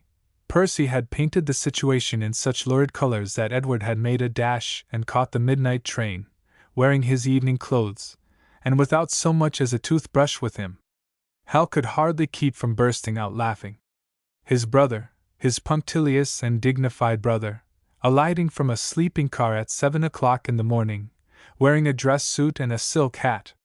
And here he was, Edward Warner Jr., the fastidious, who never paid less than $150 for a suit of clothes clad in a hand-me-down, for which he had expended $12.48 in a Jew store, in a coal town.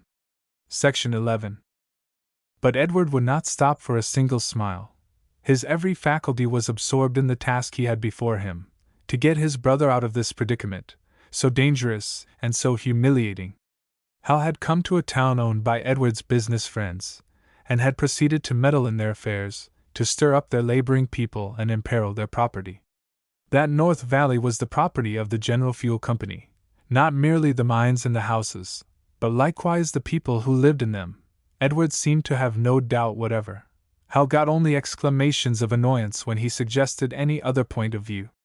Would there have been any town of North Valley, if it had not been for the capital and energy of the General Fuel Company? If the people of North Valley did not like the conditions which the General Fuel Company offered them, they had one simple and obvious remedy: to go somewhere else to work. But they stayed. They got out the General Fuel Company's coal, they took the General Fuel Company's wages. Well, they've stopped taking them now, put in Hal. All right, that was their affair, replied Edward. But let them stop because they wanted to, not because outside agitators put them up to it. At any rate, let the agitators not include a member of the Warner family. The elder brother pictured old Peter Harrigan on his way back from the East, the state of unutterable fury in which he would arrive, the storm he would raise in the business world of Western City. Why, it was unimaginable. Such a thing had never been heard of. And right when we're opening up a new mine, when we need every dollar of credit we can get. Aren't we big enough to stand off Peter Harrigan? Inquired Hal. We have plenty of other people to stand off, was the answer. We don't have to go out of our way to make enemies. Edward spoke, not merely as the elder brother, but also as the money man of the family. When the father had broken down from overwork, and had been changed in one terrible hour from a driving man of affairs into a childish and pathetic invalid, Hal had been glad enough that there was one member of the family who was practical. He had been perfectly willing to see his brother shoulder these burdens, while he went off to college, to amuse himself with satiric songs. Hal had no responsibilities. No one asked anything of him, except that he would not throw sticks into the wheels of the machine his brother was running. You are living by the coal industry. Every dollar you spend comes from it. I know it. I know it, cried Hal. That's the thing that torments me. The fact that I'm living upon the bounty of such wage slaves. Oh, cut it out, cried Edward. That's not what I mean. I know, but it's what I mean. From now on I mean to know about the people who work for me, and what sort of treatment they get. I'm no longer your kid brother, to be put off with platitudes. You know ours are union mines, Hal. Yes, but what does that mean? How do we work it? Do we give the men their weights? Of course. They have their checkweighman. But then, how do we compete with the operators in this district, who pay for a ton of £3,000? We manage it by economy. Economy? I don't see Peter Harrigan wasting anything here. Hal paused for an answer, but none came. Do we buy the checkweighman? Do we bribe the labor leaders? Edward colored slightly. What's the use of being nasty, Hal? You know I don't do dirty work. I don't mean to be nasty, Edward, but you must know that many a businessman can say he doesn't do dirty work, because he has others do it for him. What about politics, for instance? Do we run a machine, and put our clerks and bosses into the local offices? Edward did not answer, and Hal persisted. I mean to know these things. I'm not going to be blind any more. All right, Hal, you can know anything you want, but for God's sake, not now. If you want to be taken for a man, show a man's common sense. Here's old Peter getting back to Western City tomorrow night. Don't you know that he'll be after me, raging like a mad bull? Don't you know that if I tell him I can do nothing, that I've been down here and tried to pull you away, don't you know he'll go after Dad? Edward had tried all the arguments, and this was the only one that counted. You must keep him away from Dad, exclaimed Hal. You tell me that, retorted the other. And when you know old Peter, don't you know he'll get at him, if he has to break down the door of the house? He'll throw the burden of his rage on that poor old man. You've been warned about it clearly. You know it may be a matter of life and death to keep Dad from getting excited. I don't know what he'd do. Maybe he'd fly into a rage with you, maybe he'd defend you. He's old and weak, he's lost his grip on things. Anyhow, he'd not let Peter abuse you, and like as not he'd drop dead in the midst of the dispute. Do you want to have that on your conscience, along with the troubles of your workingmen friends? Section 12. Hal sat staring in front of him, silent. Was it a fact that every man had something in his life which palsied his arm, and struck him helpless in the battle for social justice? When he spoke again, it was in a low voice. Edward, I'm thinking about a young Irish boy who works in these mines. He, too, has a father, and this father was caught in the explosion. He's an old man, with a wife and 7 other children. He's a good man, the boy's a good boy. Let me tell you what Peter Harrigan has done to them. Well, said Edward, whatever it is, it's all right, you can help them. They won't need to starve. I know, said Hal, but there are so many others, I can't help them all. And besides, can't you see, Edward, what I'm thinking about is not charity but justice. I'm sure this boy, Tim Rafferty, loves his father just exactly as much as I love my father, and there are other old men here, with sons who love them. Oh, Hal, for Christ's sake! Exclaimed Edward, in a sort of explosion. He had no other words to express his impatience. Do you expect to take all the troubles in the world on your shoulders? And he sprang up and caught the other by the arm. Boy, you've got to come away from here. Hal got up, without answering. He seemed irresolute, and his brother started to draw him towards the door. I've got a car here. We can get a train in an hour. Hal saw that he had to speak firmly. No, Edward, he said. I can't come just yet. I tell you, you must come. I can't. I made these men a promise. In God's name, what are these men to you? Compared with your own father? I can't explain it, Edward. I've talked for half an hour, and I don't think you've even heard me. Suffice it to say that I see these people caught in a trap, and one that my whole life has helped to make. I can't leave them in it. What's more, I don't believe Dad would want me to do it, if he understood. The other made a last effort at self-control. I'm not going to call you a sentimental fool. Only, let me ask you one plain question. What do you think you can do for these people? I think I can help to win decent conditions for them. Good God! Cried Edward. He sighed, in his agony of exasperation. In Peter Harrigan's mines!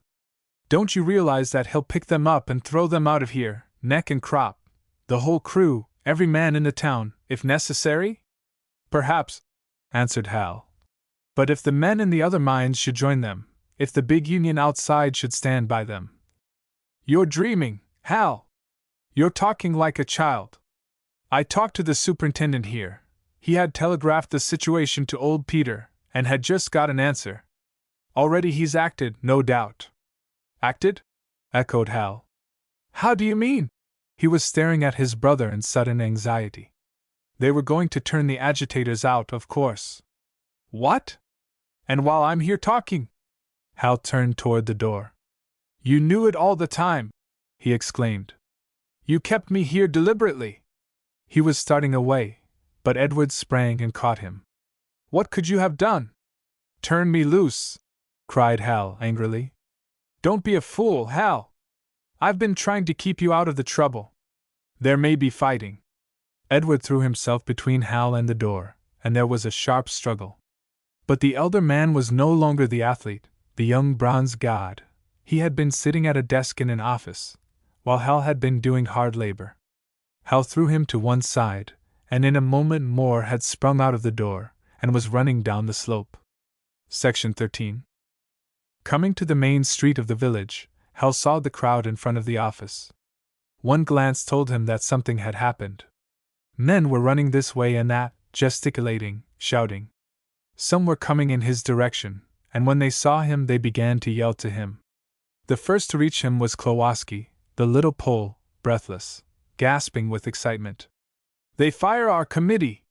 Fire them? Fire him out! Down canyon! The little man was waving his arms in wild gestures. His eyes seemed about to start out of his head. Take 'em off! Whole bunch fellers, gunmen! People see them, come out back door. Got everybody's arm tied. Gunmen fellers hold 'em, don't let 'em holler, can't do nothin'. Got them cars waitin', what you call? Automobiles? Sure, got 3. Put everybody in, quick like that, they go down road like wind. Go down canyon, all gone.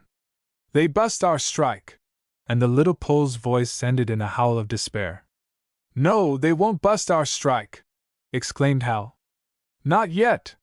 Suddenly he was reminded of the fact that his brother had followed him, puffing hard, for the run had been strenuous. He caught Hal by the arm, exclaiming, Keep out of this, I tell you! Thus while Hal was questioning Klowoski, he was struggling half unconsciously to free himself from his brother's grasp. Suddenly the matter was forced to an issue, for the little Polak emitted a cry like an angry cat, and went at Edward with fingers outstretched like claws. Hal's dignified brother would have had to part with his dignity, if Hal had not caught Klowoski's onrush with his other arm. Let him alone, he said. It's my brother! Whereupon the little man fell back and stood watching in bewilderment. Hal saw Androkulos running to him. The Greek boy had been in the street back of the office, and had seen the committee carried off. 9 people had been taken: Wauchope, Tim Rafferty, and Mary Burke, Marcelli, Zamakis and Ruzik, and 3 others who had served as interpreters on the night before. It had all been done so quickly that the crowd had scarcely realized what was happening. Now, having grasped the meaning of it, the men were beside themselves with rage. They shook their fists, shouting defiance to a group of officials and guards who were visible upon the porch of the office building. There was a clamor of shouts for revenge. Hal could see instantly the dangers of the situation. He was like a man watching the burning fuse of a bomb. Now, if ever, this polyglot horde must have leadership, wise and cool and resourceful leadership. The crowd, discovering his presence, surged down upon him like a wave. They gathered round him, howling. They had lost the rest of their committee, but they still had Joe Smith. Joe Smith! Hurrah for Joe! Let the gunmen take him, if they could. They waved their caps, they tried to lift him upon their shoulders, so that all could see him. There was clamor for a speech, and Hal started to make his way to the steps of the nearest building, with Edward holding on to his coat. Edward was jostled. He had to part with his dignity, but he did not part with his brother. And when Hal was about to mount the steps, Edward made a last desperate effort, shouting into his ear, Wait a minute! Wait! Are you going to try to talk to this mob? Of course. Don't you see there'll be trouble if I don't? You'll get yourself killed! You'll start a fight, and get a lot of these poor devils shot. Use your common sense, Hal. The company has brought in guards, and they are armed, and your people aren't. That's exactly why I have to speak. The discussion was carried on under difficulties, the elder brother clinging to the younger's arm, while the younger sought to pull free, and the mob shouted with a single voice, Speech! Speech! There were some nearby who, like Klowoski, did not relish having this stranger interfering with their champion, and showed signs of a disposition to mix in, so at last Edward gave up the struggle, and the orator mounted the steps and faced the throng. Section 14. Hal raised his arms as a signal for silence. Boys, he cried, they've kidnapped our committee. They think they'll break our strike that way, but they'll find they've made a mistake. They will. Right you are, roared a score of voices. They forget that we've got a union. Hurrah for our North Valley Union! Hurrah! Hurrah! The cry echoed to the canyon walls. And hurrah for the big union that will back us, the United Mine Workers of America! Again the yell rang out, again and again. Hurrah for the union! Hurrah for the United Mine Workers! A big American miner, Ferris, was in the front of the throng, and his voice beat in Hal's ears like a steam siren. Boys, Hal resumed, when at last he could be heard, use your brains a moment. I warned you they would try to provoke you. They would like nothing better than to start a scrap here, and get a chance to smash our union. Don't forget that, boys. If they can make you fight, they'll smash the union, and the union is our only hope. Again came the cry. Hurrah for the union! Hal let them shout it in 20 languages, until they were satisfied. Now, boys, he went on at last, they've shipped out our committee. They may ship me out in the same way. No, they won't! Shouted voices in the crowd. And there was a bellow of rage from Ferris, Let them try it. We'll burn them in their beds. But they can ship me out, argued Hal. You know they can beat us at that game. They can call on the sheriff, they can get the soldiers, if necessary. We can't oppose them by force. They can turn out every man, woman, and child in the village if they choose. What we have to get clear is that even that won't crush our union. Nor the big union outside, that will be backing us. We can hold out, and make them take us back in the end. Some of Hal's friends, seeing what he was trying to do, came to his support. No fighting! No violence! Stand by the union! And he went on to drive the lesson home. Even though the company might evict them, the big union of the 450,000 mine workers of the country would feed them. It would call out the rest of the workers in the district in sympathy. So the bosses, who thought to starve and cow them into submission, would find their minds lying permanently idle. They would be forced to give way, and the tactics of solidarity would triumph. So Hal went on, recalling the things Olsen had told him, and putting them into practice. He saw hope in their faces again, dispelling the mood of resentment and rage. Now, boys, said he, I'm going in to see the superintendent for you. I'll be your committee, since they've shipped out the rest. The steam siren of Ferris bellowed again. You're the boy. Joe Smith. All right, men, now mind what I say. I'll see the super, and then I'll go down to Pedro, where there'll be some officers of the United Mine Workers this morning. I'll tell them the situation, and ask them to back you. That's what you want, is it? That was what they wanted. Big union. All right. I'll do the best I can for you, and I'll find some way to get word to you. And meantime you stand firm. The bosses will tell you lies, they'll try to deceive you, they'll send spies and troublemakers among you, but you hold fast, and wait for the big union. Hal stood looking at the cheering crowd. He had time to note some of the faces upturned to him. Pitiful, toil-worn faces they were, each making its separate appeal, telling its individual story of deprivation and defeat. Once more they were transfigured, shining with that wonderful new light which he had seen for the first time the previous evening. It had been crushed for a moment, but it flamed up again. It would never die in the hearts of men, once they had learned the power it gave. Nothing Hal had yet seen moved him so much as this new birth of enthusiasm. A beautiful, a terrible thing it was. Hal looked at his brother, to see how he had been moved. What he saw on his brother's face was satisfaction, boundless relief. The matter had turned out all right. Hal was coming away. Hal turned again to the men. Somehow, after his glance at Edward, they seemed more pitiful than ever. For Edward typified the power they were facing, the unseeing, uncomprehending power that meant to crush them. The possibility of failure was revealed to Hal in a flash of emotion, overwhelming him. He saw them as they would be, when no leader was at hand to make speeches to them. He saw them waiting, their lifelong habit of obedience striving to reassert itself, 1,000 fears besetting them, 1,000 rumors preying upon them, wild beasts set on them by their cunning enemies.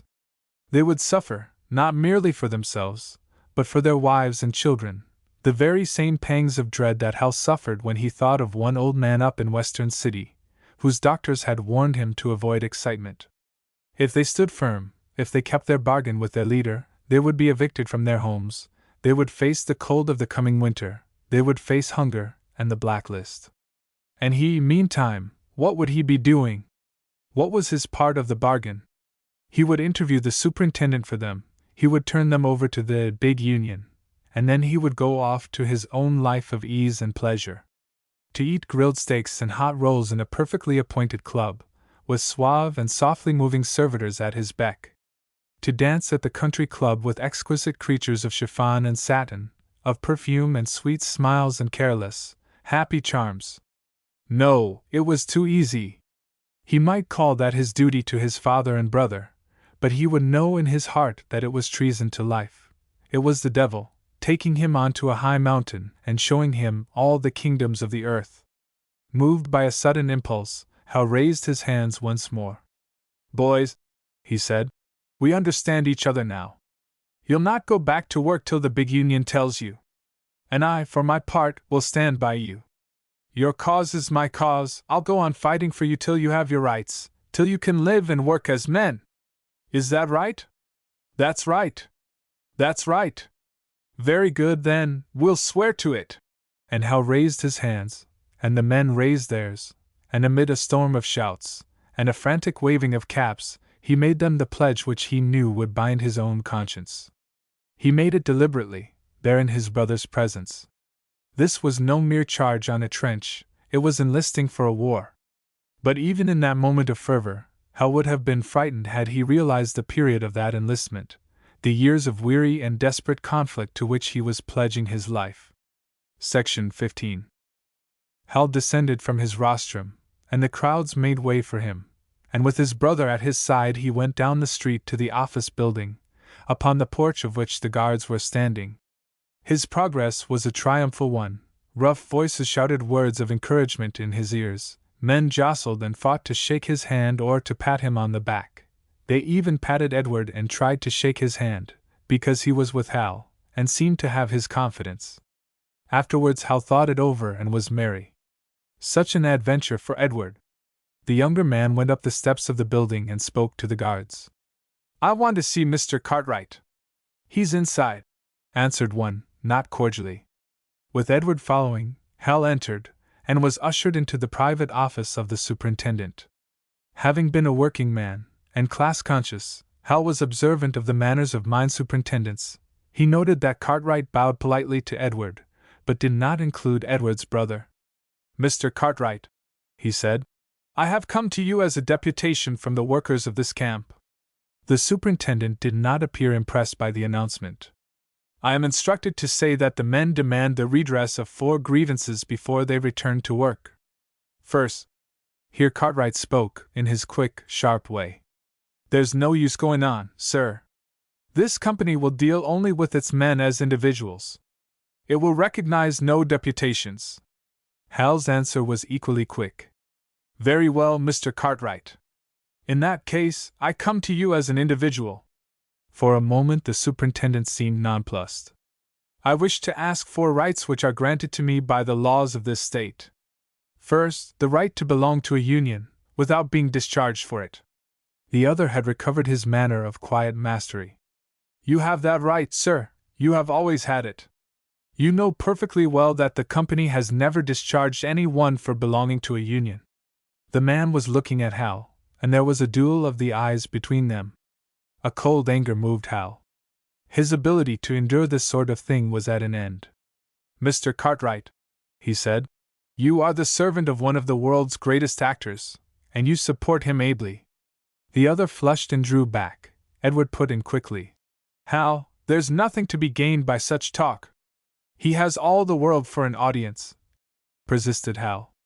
"He plays the most stupendous farce, and he and all his actors wearing such solemn faces." "Mr. Cartwright," said Edward with dignity, "I trust you understand that I have done everything I can to restrain my brother."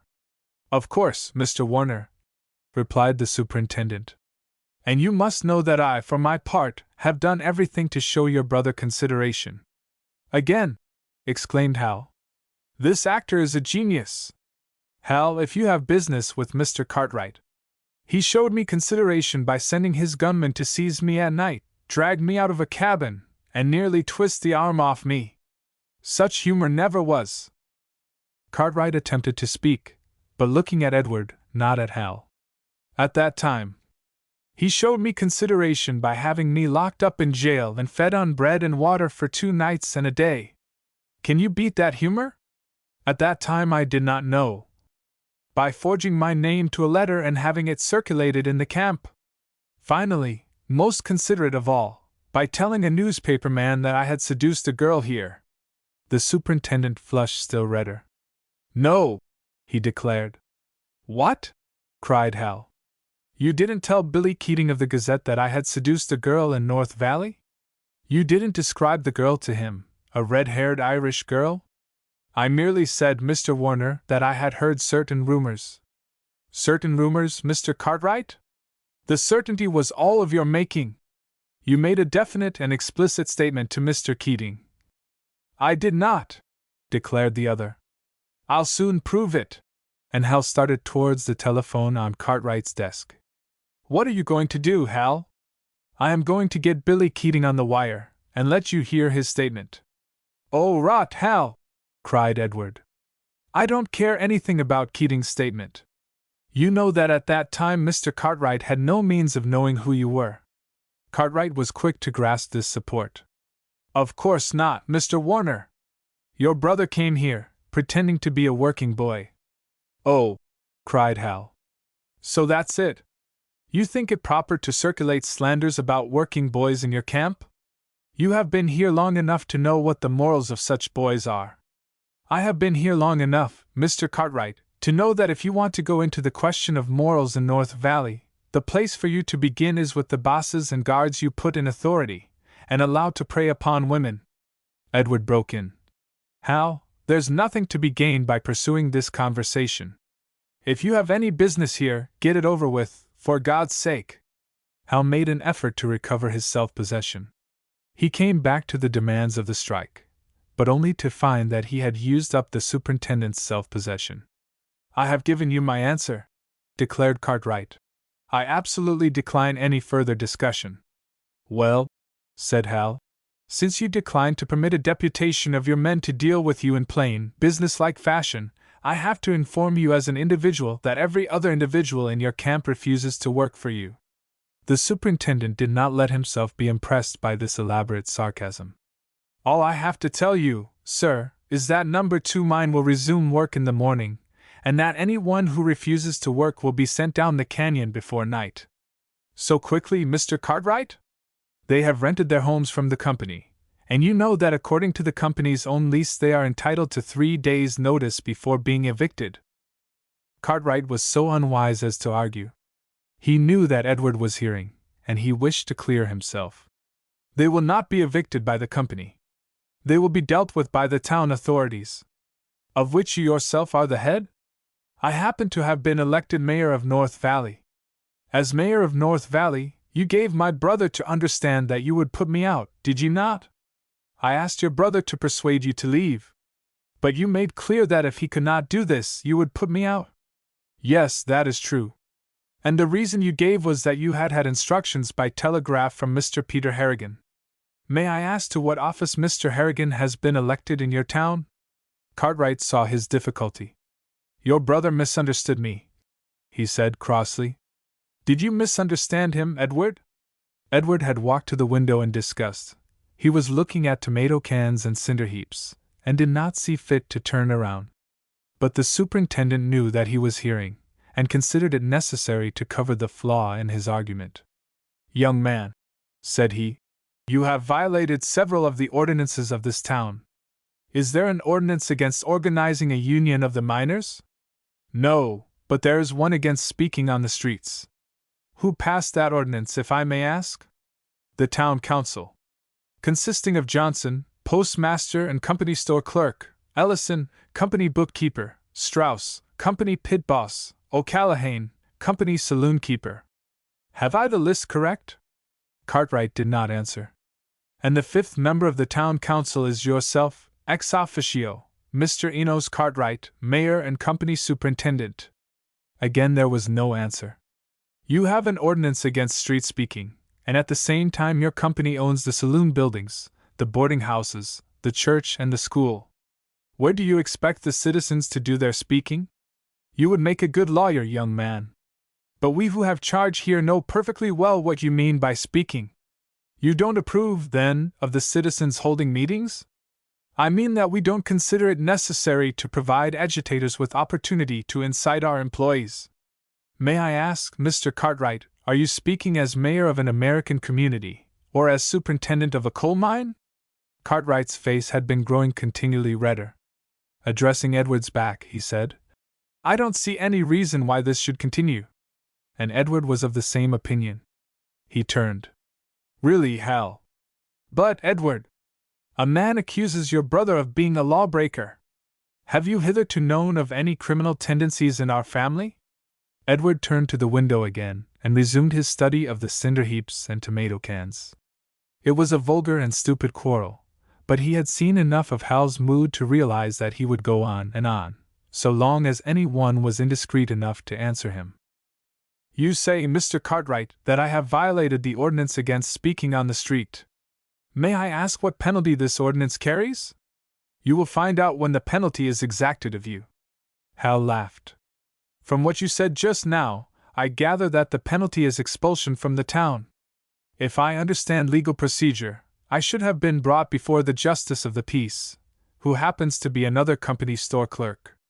Instead of that, I am sentenced by the mayor, or is it the company superintendent? May I ask how that comes to be? It is because of my consideration. When did I ask consideration? Consideration for your brother, I mean. Oh. Then your ordinance provides that the mayor, or is it the superintendent, may show consideration for the brother of a lawbreaker, by changing his penalty to expulsion from the town. Was it consideration for Tommy Burke that caused you to have his sister sent down the canyon? Cartwright clenched his hands. I've had all I'll stand of this. He was again addressing Edward's back, and Edward turned and answered. I don't blame you, sir. Then to Hal. I really think you've said enough. I hope I've said enough, replied Hal, to convince you that the pretense of American law in this coal camp is a silly farce, an insult and a humiliation to any man who respects the institutions of his country. You, Mr. Warner, said the superintendent to Edward, have had experience in managing coal mines. You know what it means to deal with ignorant foreigners, who have no understanding of American law. Hal burst out laughing. So you're teaching them American law? You're teaching them by setting at naught every law of your town and state, every constitutional guarantee, and substituting the instructions you get by telegraph from Peter Harrigan. Cartwright turned and walked to the door. Young man, said he, over his shoulder, it will be necessary for you to leave North Valley this morning. I only hope your brother will be able to persuade you to leave without trouble. And the bang of the door behind him was the superintendent's only farewell.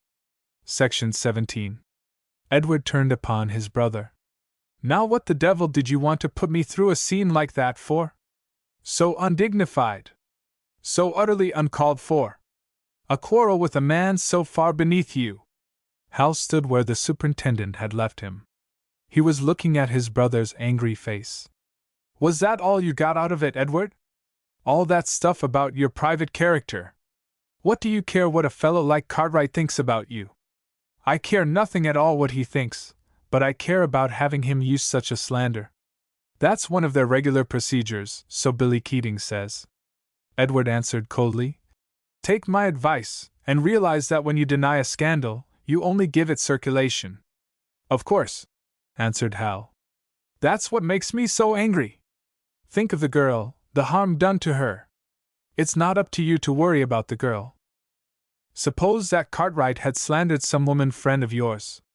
Would you have felt the same indifference? He'd not have slandered any friend of mine. I choose my friends more carefully. Yes, of course. What that means is that you choose them among the rich. But I happen to be more democratic in my tastes. Oh, for heaven's sake! Cried Edward. You reformers are all alike. You talk and talk and talk. I can tell you the reason for that, Edward. A man like you can shut his eyes, but he can't shut his ears. Well, can't you let up on me for a while, long enough to get out of this place? I feel as if I were sitting on the top of a volcano, and I've no idea when it may break out again. Hal began to laugh. All right, he said. I guess I haven't shown much appreciation of your visit. I'll be more sociable now. My next business is in Pedro, so I'll go that far with you. There's one thing more. What is it? The company owes me money. What money? Some I've earned. It was Edward's turn to laugh. Enough to buy you a shave and a bath? He took out his wallet and pulled off several bills, and Hal, watching him, realized suddenly a change which had taken place in his own psychology. Not merely had he acquired the class consciousness of the working man, he had acquired the money consciousness as well. He was actually concerned about the dollars the company owed him. He had earned those dollars by back and heartbreaking toil, lifting lumps of coal into cars. The sum was enough to keep the whole Rafferty family alive for a week or two. And here was Edward, with a smooth brown leather wallet full of $10 and $20 bills, which he peeled off without counting, exactly as if money grew on trees, or as if coal came out of the earth and walked into furnaces to the sound of a fiddle and a flute. Edward had of course no idea of these abnormal processes going on in his brother's mind. He was holding out the bills. "Get yourself some decent things," he said. "I hope you don't have to stay dirty in order to feel democratic?" "No," answered Hal, and then, "How are we going?" "I've a car waiting back of the office." "So you had everything ready?" But Edward made no answer, afraid of setting off the volcano again. Section 18. They went out by the rear door of the office, entered the car, and sped out of the village, unseen by the crowd. And all the way down the canyon Edward pleaded with Hal to drop the controversy and come home at once. He brought up the tragic question of Dad again. When that did not avail, he began to threaten. Suppose Hal's money resources were to be cut off, suppose he were to find himself left out of his father's will, what would he do then? Hal answered without a smile, "I can always get a job as organizer for the United Mine Workers." So Edward gave up that line of attack. "If you won't come," he declared, "I'm going to stay by you till you do." "All right," said Hal. He could not help smiling at this dire threat. "But if I take you about and introduce you to my friends, you must agree that what you hear shall be confidential." The other made a face of disgust. "What the devil would I want to talk about your friends for? I don't know what might happen," said Hal. "You're going to meet Peter Harrigan and take his side, and I can't tell what you might conceive it your duty to do." The other exclaimed, with sudden passion, "I'll tell you right now. If you try to go back to that coal camp, I swear to God I'll apply to the courts and have you shut up in a sanitarium. I don't think I'd have much trouble in persuading a judge that you're insane." "No," said Hal, with a laugh. "Not a judge in this part of the world." Then, after studying his brother's face for a moment, it occurred to him that it might be well not to let such an idea rest unimpeached in Edward's mind. "Wait," said he, "till you meet my friend Billy Keating, of the Gazette, and hear what he would do with such a story. Billy is crazy to have me turn him loose to play up my fight with old Peter." The conversation went no farther, but Hal was sure that Edward would put that in his pipe and smoke it. They came to the McKellar home in Pedro, and Edward waited in the automobile while Hal went inside. The old Scotchman welcomed him warmly, and told him what news he had. Jerry Minetti had been there that morning, and McKellar at his request had telephoned to the office of the Union in Sheridan, and ascertained that Jack David had brought word about the strike on the previous evening. All parties had been careful not to mention names, for leaks in the telephone were notorious, but it was clear who the messenger had been. As a result of the message, Johann Hartmann, president of the local union of the miners, was now at the American Hotel in Pedro, together with James Moylan, secretary of the district organization, the latter having come down from Western City on the same train as Edward. This was all satisfactory, but McKellar added a bit of information of desperate import. The officers of the union declared that they could not support a strike at the present time. It was premature, it could lead to nothing but failure and discouragement to the larger movement they were planning. Such a possibility Hal had himself realized at the outset. But he had witnessed the new birth of freedom at North Valley, he had seen the hungry, toil-worn faces of men looking up to him for support. He had been moved by it, and had come to feel that the union officials must be moved in the same way. "They've simply got to back it," he exclaimed. "Those men must not be disappointed. They'll lose all hope, they'll sink into utter despair. The labor men must realize that. I must make them." The old Scotchman answered that Minetti had felt the same way. He had flung caution to the winds, and rushed over to the hotel to see Hartmann and Moylan. Hal decided to follow, and went out to the automobile. He explained matters to his brother, whose comment was, of course. It was what he had foretold. The poor, misguided miners would go back to their work, and their would-be leader would have to admit the folly of his course. There was a train for Western City in a couple of hours. It would be a great favor if Hal would arrange to take it. Hal answered shortly that he was going to the American Hotel. His brother might take him there, if he chose. So Edward gave the order to the driver of the car. Incidentally, Edward began asking about clothing stores and Pedro. While Hal was in the hotel, pleading for the life of his newly born labor union, Edward would seek a costume in which he could feel like a human being. Section 19. Hal found Jerry Minetti with the two officials in their hotel room, Jim Moylan, district secretary, a long, towering Irish boy, black-eyed and black-haired, quick and sensitive, the sort of person one trusted and liked at the first moment, and Johann Hartmann, local president, a gray-haired miner of German birth, reserved and slow-spoken, evidently a man of much strength, both physical and moral. He had need of it, any one could realize, having charge of a Union headquarters in the heart of this empire of Raymond. Hal first told of the kidnapping of the committee. This did not surprise the officials, he found. It was the thing the companies regularly did when there was threat of rebellion in the camps. That was why efforts to organize openly were so utterly hopeless. There was no chance for anything but a secret propaganda, maintained until every camp had the nucleus of an organization. "So you can't back this strike?" exclaimed Hal. "Not possibly," was Moylan's reply. "It would be lost as soon as it was begun." There was no slightest hope of success until a lot of organization work had been done.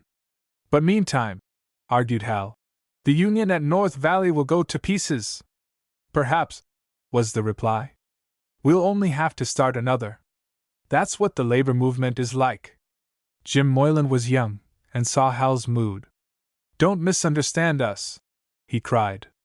"It's heartbreaking, but it's not in our power to help. We are charged with building up the Union, and we know that if we supported everything that looked like a strike, we'd be bankrupt the first year. You can't imagine how often the same thing happens, hardly a month we're not called on to handle such a situation." "I can see what you mean," said Hal.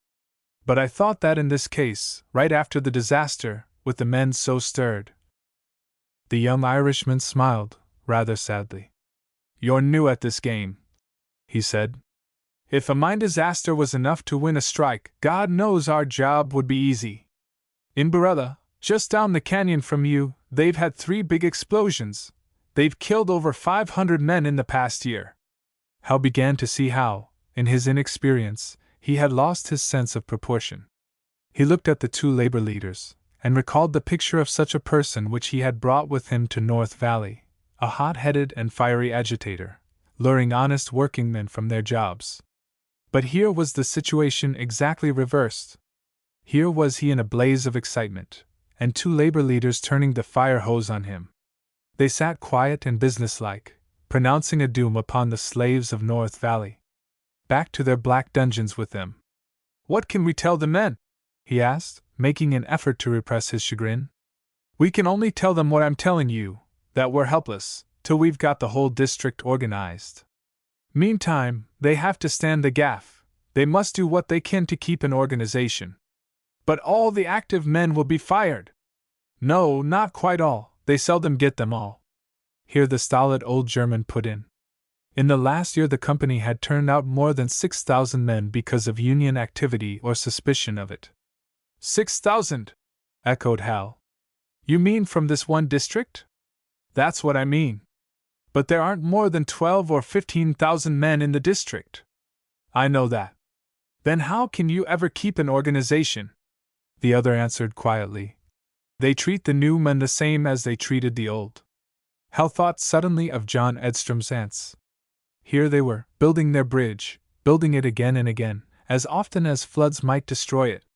They had not the swift impatience of a youth of the leisure class, accustomed to having his own way, accustomed to thinking of freedom and decency and justice as necessities of life. Much as Hal learned from the conversation of these men, he learned more from their silences, the quiet, matter-of-fact way they took things which had driven him beside himself with indignation. He began to realize what it would mean to stand by his pledge to those poor devils in North Valley. He would need more than one blaze of excitement. He would need brains and patience and discipline. He would need years of study and hard work. Section 20. Hal found himself forced to accept the decision of the labor leaders. They had had experience, they could judge the situation. The miners would have to go back to work, and Cartwright and Alex Stone and Jeff Cotton would drive them as before. All that the rebels could do was to try to keep a secret organization in the camp. Jerry Minetti mentioned Jack David. He had gone back this morning, without having seen the labor leaders. So he might escape suspicion, and keep his job, and help the union work. "How about you?" asked Hal. "I suppose you've cooked your goose." Jerry had never heard this phrase, but he got its meaning. "Sure thing," said he. "Cooked him plenty." "Didn't you see the Dicks downstairs in the lobby?" inquired Hartman. "I haven't learned to recognize them yet." "Well, you will, if you stay at this business. There hasn't been a minute since our office was open that we haven't had half a dozen on the other side of the street. Every man that comes to see us is followed back to his camp and fired that same day. They've broken into my desk at night and stolen my letters and papers. They've threatened us with death 100 times. I don't see how you make any headway at all. They can never stop us. They thought when they broke into my desk, they'd get a list of our organizers. But you see, I carry the lists in my head. No small task either," put in Moylan. "Would you like to know how many organizers we have at work?" 97. "And they haven't caught a single one of them." Hal heard him, amazed. Here was a new aspect of the labor movement. This quiet, resolute old Dutchie, whom you might have taken for a delicatessen proprietor, this merry-eyed Irish boy, whom you would have expected to be escorting a lady to a fireman's ball, they were captains of an army of sappers who were undermining the towers of Peter Harrigan's Fortress of Greed. Hartman suggested that Jerry might take a chance at this sort of work. He would surely be fired from North Valley, so he might as well send word to his family to come to Pedro. In this way he might save himself to work as an organizer, because it was the custom of these company spotters to follow a man back to his camp and there identify him. If Jerry took a train for Western City, they would be thrown off the track, and he might get into some new camp and do organizing among the Italians. Jerry accepted this proposition with alacrity. It would put off the evil day when Rosa and her little ones would be left to the mercy of chance.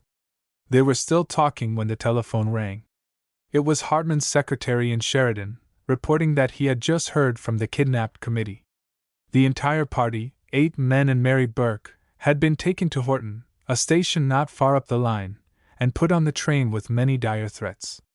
But they had left the train at the next stop, and declared their intention of coming to Pedro. They were due at the hotel very soon. Hal desired to be present at this meeting, and went downstairs to tell his brother. There was another dispute, of course. Edward reminded Hal that the scenery of Pedro had a tendency to monotony, to which Hal could only answer by offering to introduce his brother to his friends. They were men who could teach Edward much, if he would consent to learn. He might attend the session with the committee, 8 men and a woman who had ventured an act of heroism and been made the victims of a crime. Nor were they bores, as Edward might be thinking.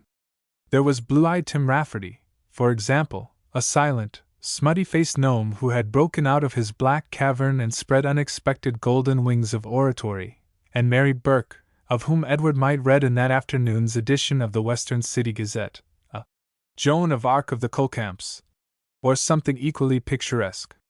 But Edward's mood was not to be enlivened. He had a vision of his brother's appearance in the paper as the companion of this high-hernaine Joan. Hal went off with Jerry Minetti to what his brother described as a hash house, while Edward proceeded in solitary state to the dining room of the American Hotel. But he was not left in solitary state. Pretty soon a sharp-faced young man was ushered to a seat beside him, and started up a conversation. He was a drummer, he said. His line was hardware. What was Edward's? Edward answered coldly that he had no line, but the young man was not rebuffed. Apparently his line had hardened his sensibilities. Perhaps Edward was interested in coal mines? Had he been visiting the camps? He questioned so persistently, and came back so often to the subject, that at last it dawned over Edward what this meant. He was receiving the attention of a spotter. Strange to say, the circumstance caused Edward more irritation against Peter Harrigan's regime than all his brother's eloquence about oppression at North Valley. Section 21. Soon after dinner the kidnapped committee arrived, bedraggled in body and weary in soul. They inquired for Johann Hartmann, and were sent up to the room, where there followed a painful scene. 8 men and a woman who had ventured an act of heroism and been made the victims of a crime could not easily be persuaded to see their efforts and sacrifices thrown on the dump heap, nor were they timid in expressing their opinions of those who were betraying them. "You've been trying to get us out," cried Tim Rafferty. "Ever since I can remember you been at my old man to help you, and here, when we do what you ask, you throw us down." "We never asked you to go on strike," said Moylan. "No, that's true. You only asked us to pay dues so you fellows could have fat salaries." "Our salaries aren't very fat," replied the young leader, patiently. "You'd find that out if you investigated." "Well, whatever they are, they go on, while ours stop. We're on the streets, we're done for. Look at us, and most of us has got families, too. I got an old mother and a lot of brothers and sisters, and my old man done up and can't work. What do you think's to become of us?" "We'll help you out a little, Rafferty." "To hell with you," cried Tim. "I don't want your help. When I need charity, I'll go to the county. They're another bunch of grafters, but they don't pretend to be friends to the working man." Here was the thing Tom Olson had told Hal at the outset. The workingmen bedeviled, not knowing whom to trust, suspecting the very people who most desired to help them.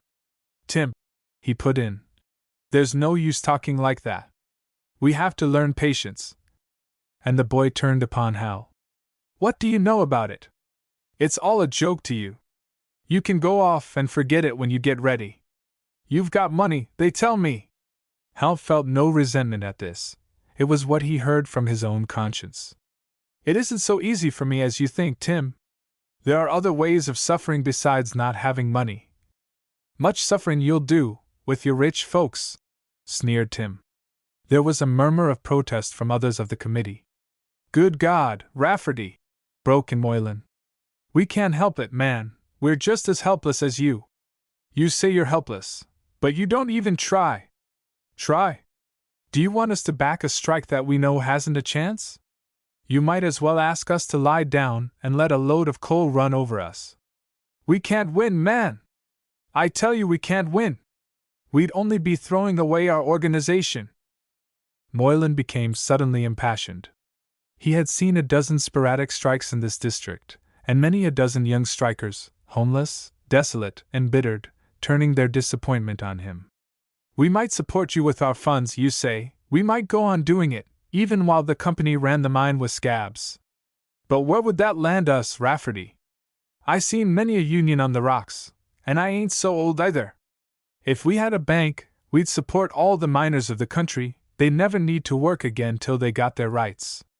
But this money we spend is the money that other miners are earning, right now, down in the pits, Rafferty, the same as you and your old man. They give us this money, and they say, use it to build up the union. Use it to help the men that aren't organized, take them in, so they won't beat down our wages and scab on us. But don't waste it, for God's sake, we have to work hard to make it, and if we don't see results, you'll get no more out of us. Don't you see how that is, man? And how it weighs on us, worse even than the fear that maybe we'll lose our poor salaries, though you might refuse to believe anything so good of us. You don't need to talk to me like I was Peter Harrigan's son. I was a spraggier when I was 10 years old, and I ain't been out of the pits so long that I forgot the feeling. I assure you, the thing that keeps me awake at night ain't the fear of not getting a living, for I give myself a bit of education, working nights, and I know I could always turn out and earn what I need. But it's wondering whether I'm spending the miners' money the best way, whether maybe I mightn't save them a little misery if I hadn't a done this or had a done that. When I come down on that sleeper last night, here's what I was thinking, Tim Rafferty. All the time I listened to the train bumping, now I got to see some more of the suffering, I got to let some good men turn against us, because they can't see why we should get salaries while they get the sack. How am I going to show them that I'm working for them, working as hard as I know how, and that I'm not to blame for their trouble?" Here Wauchope broke in. "There's no use talking any more. I see we're up against it. We'll not trouble you, Moylan." "You trouble me," cried Moylan, "unless you stand by the movement. The other laughed bitterly. You'll never know what I do. It's the road for me, and you know it. Well, wherever you go, it'll be the same. Either you'll be fighting for the Union, or you'll be a weight that we have to carry. The young leader turned from one to another of the committee, pleading with them not to be embittered by this failure, but to turn it to their profit, going on with the work of building up the solidarity of the miners. Every man had to make his sacrifices, to pay his part of the price. The thing of importance was that every man who was discharged should be a spark of unionism, carrying the flame of revolt to a new part of the country. Let each one do his part, and there would soon be no place to which the masters could send for scabs. Section 22. There was one member of this committee whom Hal watched with especial anxiety, Mary Burke. She had not yet said a word. While the others argued and protested, she sat with her lips set and her hands clenched. Hal knew what rage this failure must bring to her. She had risen and struggled and hoped, and the result was what she had always said it would be: nothing. Now he saw her, with eyes large and dark with fatigue, fixed on this fiery young labor leader. He knew that a war must be going on within her. Would she drop out entirely now? It was the test of her character, as it was the test of the characters of all of them. If only we're strong enough and brave enough, Jim Moylan was saying, we can use our defeats to educate our people and bring them together. Right now, if we can make the men at North Valley see what we're doing, they won't go back beaten, they won't be bitter against the Union, they'll only go back to wait. And ain't that a way to beat the bosses, to hold our jobs, and keep the Union alive, till we've got into all the camps, and can strike and win? There was a pause, then Mary spoke. How are you meaning to tell the men? Her voice was without emotion, but nevertheless, Hal's heart leaped. Whether Mary had any hope or not, she was going to stay in line with the rest of the ants. Johann Hartmann explained his idea. He would have circulars printed in several languages and distributed secretly in the camp, ordering the men back to work. But Jerry met this suggestion with a prompt no. The people would not believe the circulars, they would suspect the bosses of having them printed. Hadn't the bosses done worse than that, framing up a letter from Joe Smith to balk the Checkwamen movement? The only thing that would help would be for some of the committee to get into the camp and see the men face to face. And it got to be quick, Jerry insisted. They get notice to work in morning, and them that don't be fired. They be the best men too, men we want to save. Other members of the committee spoke up, agreeing with this. Said Ruzik, the Slav, slow-witted and slow-spoken. Them fellers get mighty damn sore if they lose their job and don't got no strike. And Zamakis, the Greek, quick and nervous. We say strike. We got to say no strike. What could they do? There was, in the first place, the difficulty of getting away from the hotel, which was being watched by the spotters. Hartman suggested that if they went out all together and scattered, the detectives could not follow all of them. Those who escaped might get into North Valley by hiding in the empties, which went up to the mine. But Moylan pointed out that the company would be anticipating this, and Ruzik, who had once been a hobo, put in. They sure search them cars. They give us plenty hell, too, when they catch us. Yes, it would be a dangerous mission. Mary spoke again. Maybe a lady could do it better. They'd beat a lady, said Minetti. I know, but maybe a lady might fool them. There's some widows that came to Pedro for the funerals, and they're wearin' veils that hide their faces. I might pretend to be one of them and get into the camp. The men looked at one another. There was an idea. The scowl which had stayed upon the face of Tim Rafferty ever since his quarrel with Moylan gave place suddenly to a broad grin. I seen Mrs. Zamboni on the street, said he. She had on black veils enough to hide the lot of us. And here Hal spoke, for the first time since Tim Rafferty had silenced him. Does anybody know where to find Mrs. Zamboni? She stay with my friend, Mrs. Swajka, said Ruzik. Well, said Hal, there's something you people don't know about this situation. After they had fired you, I made another speech to the men, and made them swear they'd stay on strike. So now I've got to go back and eat my words. If we're relying on veils and things, a man can be fixed up as well as a woman. They were staring at him. They'll beat you to death if they catch you, said Wauchope. No, said Hal. I don't think so. Anyhow, it's up to me. He glanced at Tim Rafferty. Because I'm the only one who doesn't have to suffer for the failure of our strike. There was a pause. I'm sorry I said that, cried Tim impulsively. That's all right, old man, replied Hal. What you said is true, and I'd like to do something to ease my conscience. He rose to his feet, laughing. I'll make a peach of a widow, he said. I'm going up and have a tea party with my friend Jeff Cotton. Section 23. Hal proposed going to find Mrs. Zamboni at the place where she was staying, but Moylan interposed, objecting that the detectives would surely follow him. Even though they should all go out of the hotel at once, the one person the detective would surely stick to was the arch-rebel and troublemaker, Joe Smith. Finally they decided to bring Mrs. Zamboni to the room. Let her come with Mrs.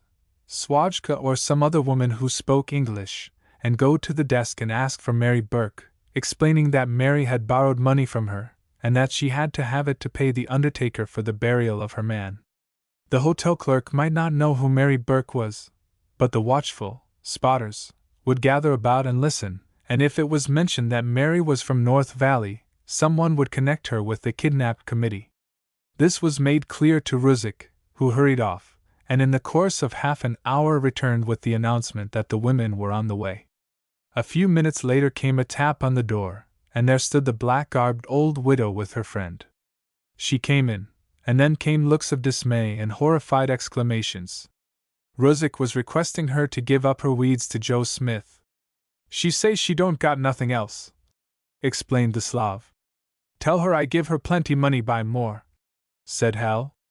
Ai! Jesu! Cried Mrs. Zamboni, pouring out a sputtering torrent. She say she don't got nothing to put on. She say it ain't good to go no clothes. Hasn't she got on a petticoat? She say petticoat got holes. There was a burst of laughter from the company, and the old woman turned scarlet from her forehead to her ample throat. Tell her she wrap up in blankets, said Hal. Mary Burke buy her new things. It proved surprisingly difficult to separate Mrs. Zamboni from her widow's weeds, which she had purchased with so great an expenditure of time and tears. Never had a respectable lady who had borne 16 children received such a proposition, to sell the insignia of her grief, and here in a hotel room, crowded with a dozen men. Nor was the task made easier by the unseemly merriment of the men. Ai! Jesu! Cried Mrs. Zamboni again. Tell her it's very, very important, said Hal. Tell her I must have them. And then, seeing that Ruzick was making poor headway, he joined in the compromise English one learns in the camps. Got to have. Sure thing. Got to hide. Quick. Get away from boss. See? Get killed if no go. So at last the frightened old woman gave way. She say all turn backs, said Ruzick. And everybody turned, laughing in hilarious whispers, while, with Mary Burke and Mrs. Swajka for a shield, Mrs. Zamboni got out of her waist and skirt, putting a blanket round her red shoulders for modesty's sake. When Hal put the garments on, there was a foot to spare all round, but after they had stuffed 2 bed pillows down in the front of him, and drawn them tight at the waistline, the disguise was judged more satisfactory. He put on the old lady's ample if ragged shoes, and Mary Burke set the widow's bonnet on his head and adjusted the many veils. After that Mrs. Zamboni's own brood of children would not have suspected the disguise. It was a merry party for a few minutes. Worn and hopeless as Mary had seemed, she was possessed now by the spirit of fun. But then quickly the laughter died. The time for action had come. Mary Burke said that she would stay with what was left of Mrs. Zamboni, to answer the door in case any of the hotel people or the detectives should come. Hal asked Jim Moylan to see Edward, and say that Hal was writing a manifesto to the North Valley workers, and would not be ready to leave until the midnight train. These things agreed upon, Hal shook hands all round, and the 11 men left the room at once, going downstairs and through the lobby, scattering in every direction on the streets. Mrs. Swajka and the pseudo Mrs. Zamboni followed a minute later, and, as they anticipated, found the lobby swept clear of detectives. Section 24. Bidding Mrs. Swatchka farewell, Hal set out for the railroad station. But before he had gone a block from the hotel, he ran into his brother, coming straight towards him. Edward's face wore a bored look. His very manner of carrying the magazine under his arm said that he had selected it in a last hopeless effort against the monotony of Pedro.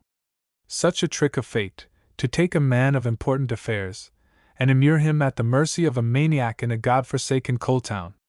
What did people do in such a hole? Pay a nickel to look at moving pictures of cowboys and counterfeiters? Edward's aspect was too much for Hal's sense of humor. Besides, he had a good excuse. Was it not proper to make a test of his disguise, before facing the real danger in North Valley? He placed himself in the path of his brother's progress, and in Mrs. Zamboni's high, complaining tones, began. Mr. Edward stared at the interrupting black figure. Mr. You Joe Smith's brother, hey? The question had to be repeated before Edward gave his grudging answer. He was not proud of the relationship. Mr. continued the whining voice. My old man got blow up in mine. I get 5 pieces from my man what I got to bury yesterday in graveyard. I got to pay $30 for bury them pieces, and I don't got no more money left. I don't got no money from them company fellers. They come lawyer feller, and he say maybe I get money for bury my man, if I don't jay too much. But, mister, I got 11 children I got to feed, and I don't got no more man, and I don't find no new man for old woman like me. When I go home I hear them children crying and I don't got no food, and them company stores don't give me no food. I think maybe you Joe Smith's brother you good man, maybe you sorry for poor widow woman, you maybe give me some money, mister, so I buy some food for them children. All right, said Edward. He pulled out his wallet and extracted a bill, which happened to be for $10. His manner seemed to say, For heaven's sake, here! Mrs. Zamboni clutched the bill with greedy fingers, but was not appeased. You got plenty money, mister! You rich man, hey! You maybe give me all them monies, so I got plenty feed them children? You don't know them company stores, mister, them prices is way up high like mountains. Them children is hungry, they cry all day and night, and 1 piece money don't last so long. You give me some more piece monies, mister, hey? I'll give you 1 more, said Edward. I need some for myself. He pulled off another bill. What you need so much, mister? You don't got so many children, hey? And you got plenty more money home, maybe? That's all I can give you, said the man. He took a step to one side, to get round the obstruction in his path. But the obstruction took a step also, and with surprising agility. Mister, I thank you for them moneys. I tell them children I get moneys from good man. I like you, Mr. Smith, you give money for poor widow woman, you nice man. And the dreadful creature actually stuck out one of her paws, as if expecting to pat Edward on the cheek, or to chuck him under the chin. He recoiled, as from a contagion, but she followed him, determined to do something to him, he could not be sure what. He had heard that these foreigners had strange customs. It's all right. It's nothing, he insisted, and fell back, at the same time glancing nervously about, to see if there were spectators of this scene. Nice man, mister! Nice man! Cried the old woman, with increasing cordiality. Maybe some day I find man like you, Mr. Edward Smith, so I don't stay widow woman no more. You think maybe you like to marry nice slavish woman, got plenty nice children? Edward, perceiving that the matter was getting desperate, sprang to one side. It was a spring which should have carried him to safety, but to his dismay the slavish widow sprang also. Her claws caught him under the armpit, and fastening in his ribs, gave him a ferocious pinch. After which the owner of the claws went down the street, not looking back, but making strange gobbling noises, which might have been the weeping of a bereaved widow in slavish, or might have been almost anything else. Section 25. The train up to North Valley left very soon, and Hal figured that there would be just time to accomplish his errand and catch the last train back. He took his seat in the car without attracting attention, and sat in his place until they were approaching their destination, the last stop up the canyon. There were several of the miners' women in the car, and Hal picked out one who belonged to Mrs. Zamboni's nationality, and moved over beside her. She made place, with some remark, but Hal merely sobbed softly, and the woman felt for his hand to comfort him. As his hands were clasped together under the veils, she patted him reassuringly on the knee. At the boundary of the stockade village the train stopped, and Bud Adams came through the car, scrutinizing every passenger. Seeing this, Hal began to sob again, and murmured something indistinct to his companion, which caused her to lean towards him, speaking volubly in her native language. Bud passed by. When Hal came to leave the train, he took his companion's arm. He sobbed some more, and she talked some more, and so they went down the platform, under the very eyes of Pete Honan, the breaker of teeth. Another woman joined them, and they walked down the street, the women conversing in Slavish, apparently without a suspicion of Hal. He had worked out his plan of action. He would not try to talk with the men secretly. It would take too long, and he might be betrayed before he had talked with a sufficient number. One bold stroke was the thing. In half an hour it would be supper time, and the feeders would gather in Remenitsky's dining room. He would give his message there. Hal's two companions were puzzled that he passed the Zamboni cabin, where presumably the Zamboni brood were being cared for by neighbors. But he let them make what they could of this, and went on to the Minetti home. To the astonished Rosa he revealed himself, and gave her husband's message, that she should take herself and the children down to Pedro, and wait quietly until she heard from him. She hurried out and brought in Jack David, to whom Hal explained matters. Big Jack's part in the recent disturbance had apparently not been suspected. He and his wife, with Revetta, Resmack, and Klowoski, would remain as a nucleus through which the Union could work upon the men. The supper hour was at hand, and the pseudo Mrs. Zamboni emerged and toddled down the street. As she passed into the dining room of the boarding house, men looked at her, but no one spoke. It was the stage of the meal where everybody was grabbing and devouring, in the effort to get the best of his grabbing and devouring neighbors. The black-clad figure went to the far end of the room. There was a vacant chair, and the figure pulled it back from the table and climbed upon it. Then a shout rang through the room. "Boys! Boys!" The feeders looked up, and saw the widow's weeds thrown back, and their leader, Joe Smith, gazing out at them. "Boys! I've come with a message from the Union!" There was a yell. Men leaped to their feet, chairs were flung back, falling with a crash to the floor. Then, almost instantly, came silence. You could have heard the movement of any man's jaws, had any man continued to move them. "Boys! I've been down to Pedro and seen the Union people. I knew the bosses wouldn't let me come back, so I dressed up, and here I am." It dawned upon them, the meaning of this fantastic costume. There were cheers, laughter, yells of delight. But Hal stretched out his hands, and silence fell again. "Listen to me! The bosses won't let me talk long, and I've something important to say. The Union leaders say we can't win a strike now." Consternation came into the faces before him. There were cries of dismay. He went on. "We are only one camp, and the bosses would turn us out. They'd get in scabs and run the mines without us. What we must have is a strike of all the camps at once. One big union and one big strike. If we walked out now, it would please the bosses, but we'll fool them, we'll keep our jobs, and keep our union too. You are members of the Union, you'll go on working for the Union. Hooray for the North Valley Union!" For a moment there was no response. It was hard for men to cheer over such a prospect. Hal saw that he must touch a different chord. "We mustn't be cowards, boys. We've got to keep our nerve. I'm doing my part. It took nerve to get in here. In Mrs. Zamboni's clothes, and with 2 pillows stuffed in front of me." He thumped the pillows, and there was a burst of laughter. Many in the crowd knew Mrs. Zamboni. It was what comedians call a local gag. The laughter spread, and became a gale of merriment. Men began to cheer. "Hurrah for Joe! You're the girl! Will you marry me, Joe?" And so, of course, it was easy for Hal to get a response when he shouted, Hurrah for the North Valley Union! Again he raised his hands for silence, and went on again. Listen, men. They'll turn me out, and you're not going to resist them. You're going to work and keep your jobs, and get ready for the big strike. And you'll tell the other men what I say.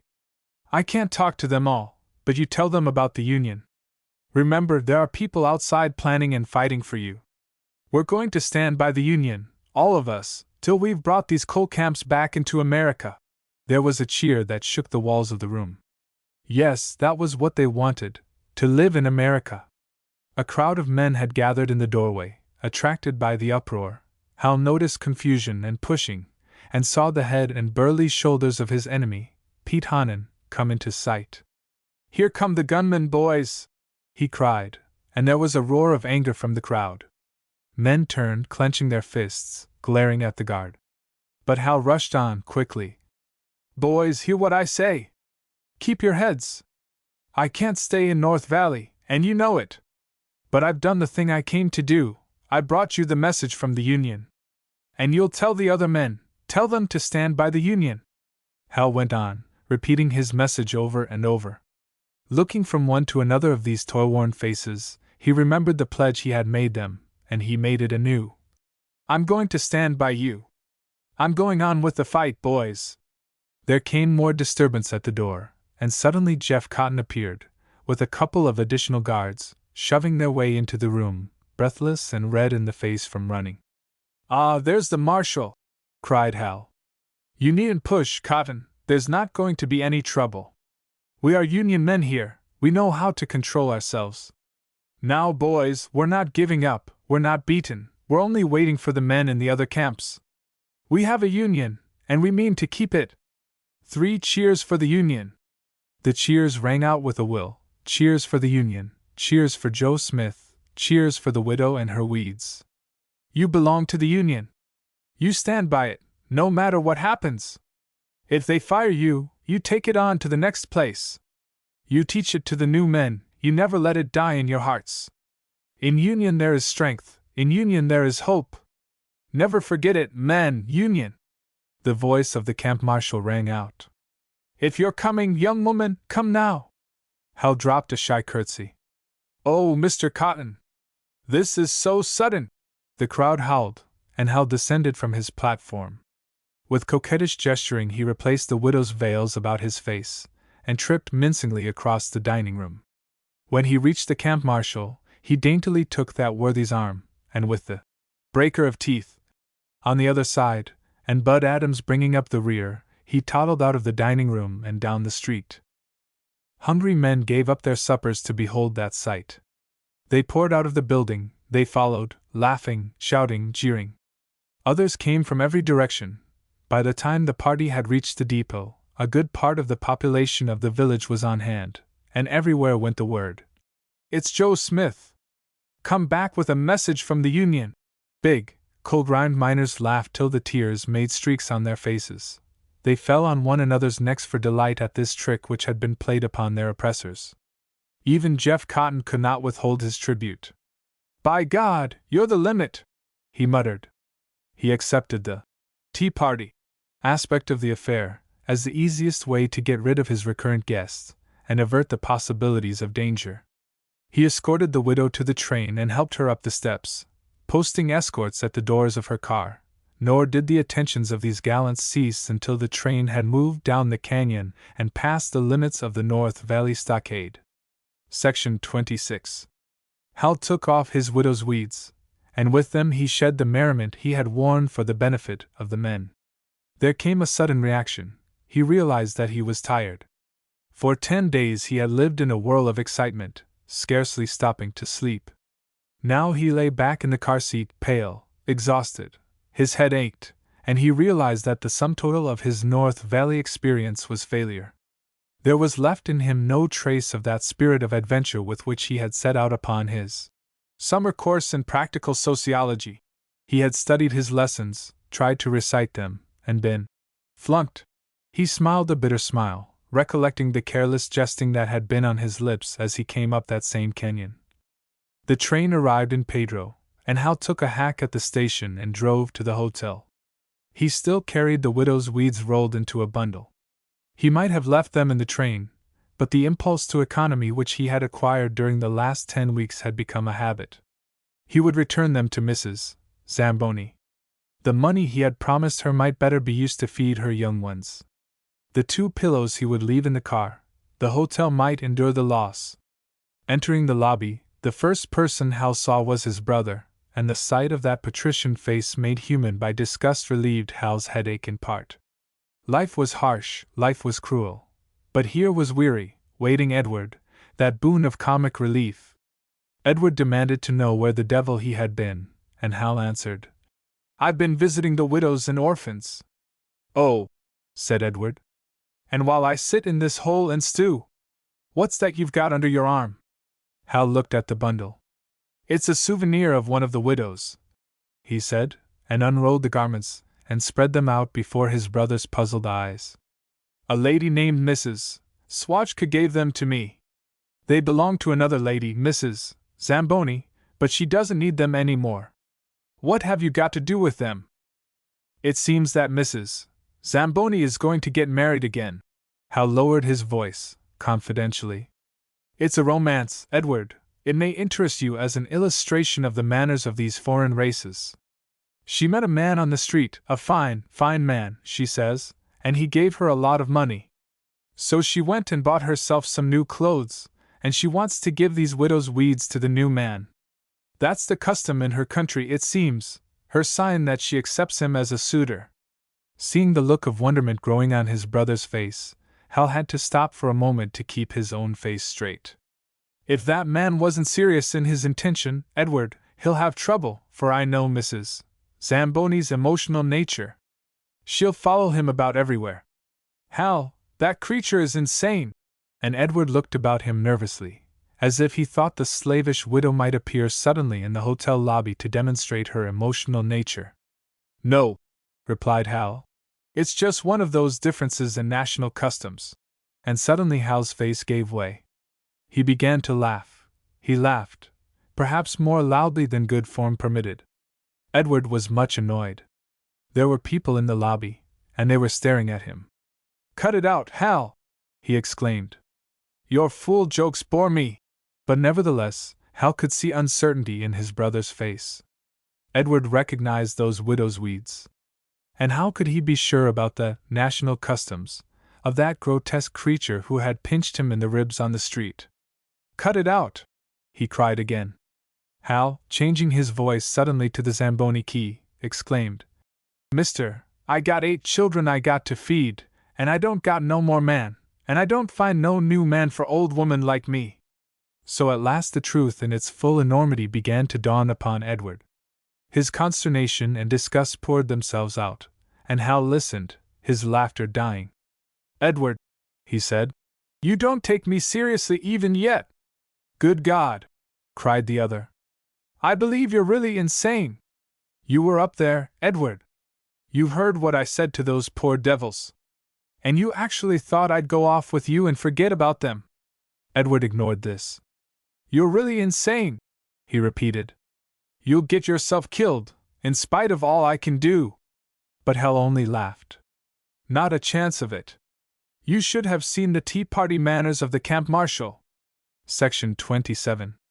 Edward would have endeavored to carry his brother away forthwith, but there was no train until late at night, so Hal went upstairs, where he found Moylan and Hartman with Mary Burke and Mrs. Zamboni, all eager to hear his story. As the members of the committee, who had been out to supper, came straggling in, the story was told again, and yet again. They were almost as much delighted as the men in Remenitsky's. If only all strikes that had to be called off could be called off as neatly as that.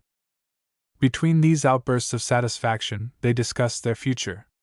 Moylan was going back to Western City, Hartman to his office in Sheridan, from which he would arrange to send new organizers into North Valley.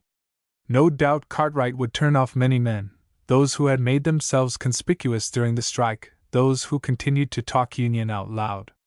But such men would have to be replaced, and the union knew through what agencies the company got its hands. The North Valley miners would find themselves mysteriously provided with union literature in their various languages. it would be slipped under their pillows, or into their dinner pails, or the pockets of their coats while they were at work. Also, there was propaganda to be carried on among those who were turned away, so that, wherever they went, they would take the message of unionism.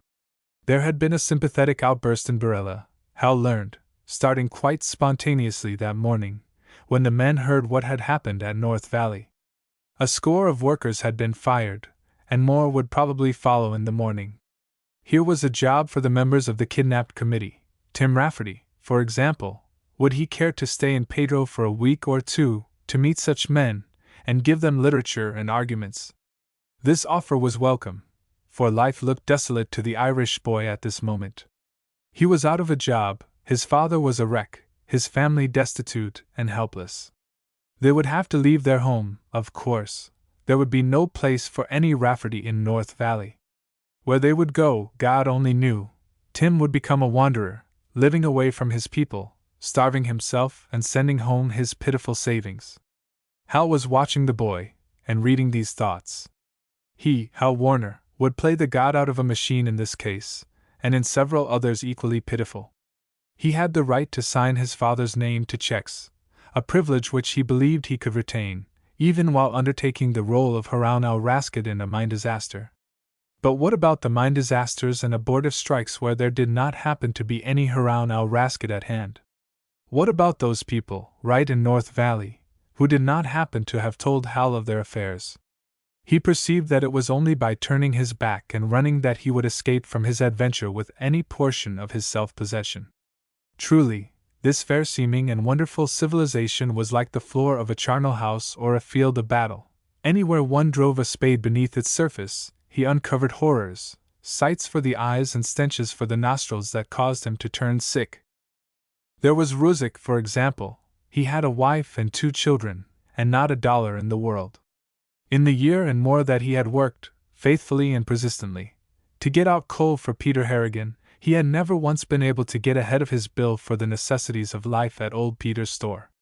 All his belongings in the world could be carried in a bundle on his back, and whether he ever saw these again would depend upon the whim of old Peter's camp marshal and guards. Ruzik would take to the road, with a ticket purchased by the union. Perhaps he would find a job and perhaps not. In any case, the best he could hope for in life was to work for some other Harrigan, and run into debt at some other company store. There was Hobianish, a Serbian, and Hernandez, a Mexican, of whom the same things were true, except that one had 4 children and the other 6. Bill Wauchope had only a wife. Their babies had died, thank heaven, he said. He did not seem to have been much moved by Jim Moylan's pleadings. He was down and out. He would take to the road, and beat his way to the east and back to England. They called this a free country. By God, if he were to tell what had happened to him, he could not get an English miner to believe it. Hal gave these men his real name and address, and made them promise to let him know how they got along. He would help a little, he said. In his mind he was figuring how much he ought to do. How far shall a man go in relieving the starvation about him, before he can enjoy his meals in a well-appointed club? What casuist will work out this problem, telling him the percentage he shall relieve of the starvation he happens personally to know about, the percentage of that which he sees on the streets, the percentage of that about which he reads in government reports on the rise in the cost of living? To what extent is he permitted to close his eyes, as he walks along the streets on his way to the club? To what extent is he permitted to avoid reading government reports before going out to dinner dances with his fiancée? Problems such as these the masters of the higher mathematics have neglected to solve. The wise men of the academies and the holy men of the churches have likewise failed to work out the formulas. And Hal, trying to obtain them by his crude mental arithmetic, found no satisfaction in the results. Section 28. Hal wanted a chance to talk to Mary Burke. They had had no intimate talk since the meeting with Jessie Arthur, and now he was going away, for a long time. He wanted to find out what plans Mary had for the future, and, more important yet, what was her state of mind.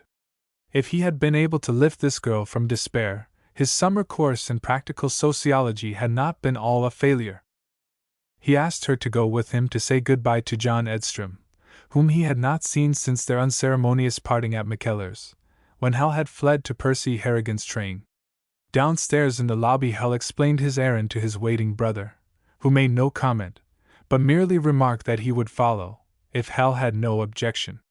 He did not care to make the acquaintance of the Hibernian Joan of Arc, and would not come close enough to interfere with Hal's conversation with the lady, but he wished to do what he could for his brother's protection. So there set out a moonlight procession, first Hal and Mary, then Edward, and then Edward's dinner-table companion, the hardware drummer. Hal was embarrassed in beginning his farewell talk with Mary.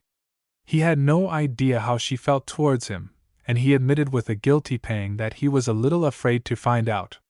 He thought it best to be cheerful, so he started to tell her how fine he thought her conduct during the strike.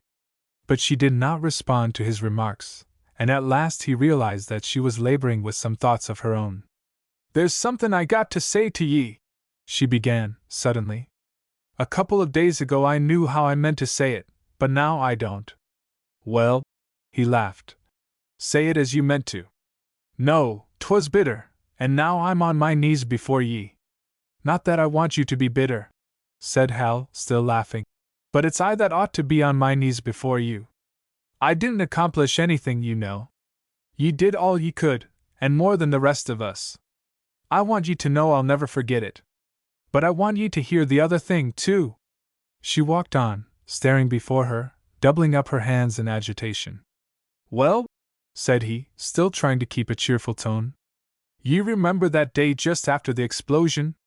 Ye remember what I said about going away with ye?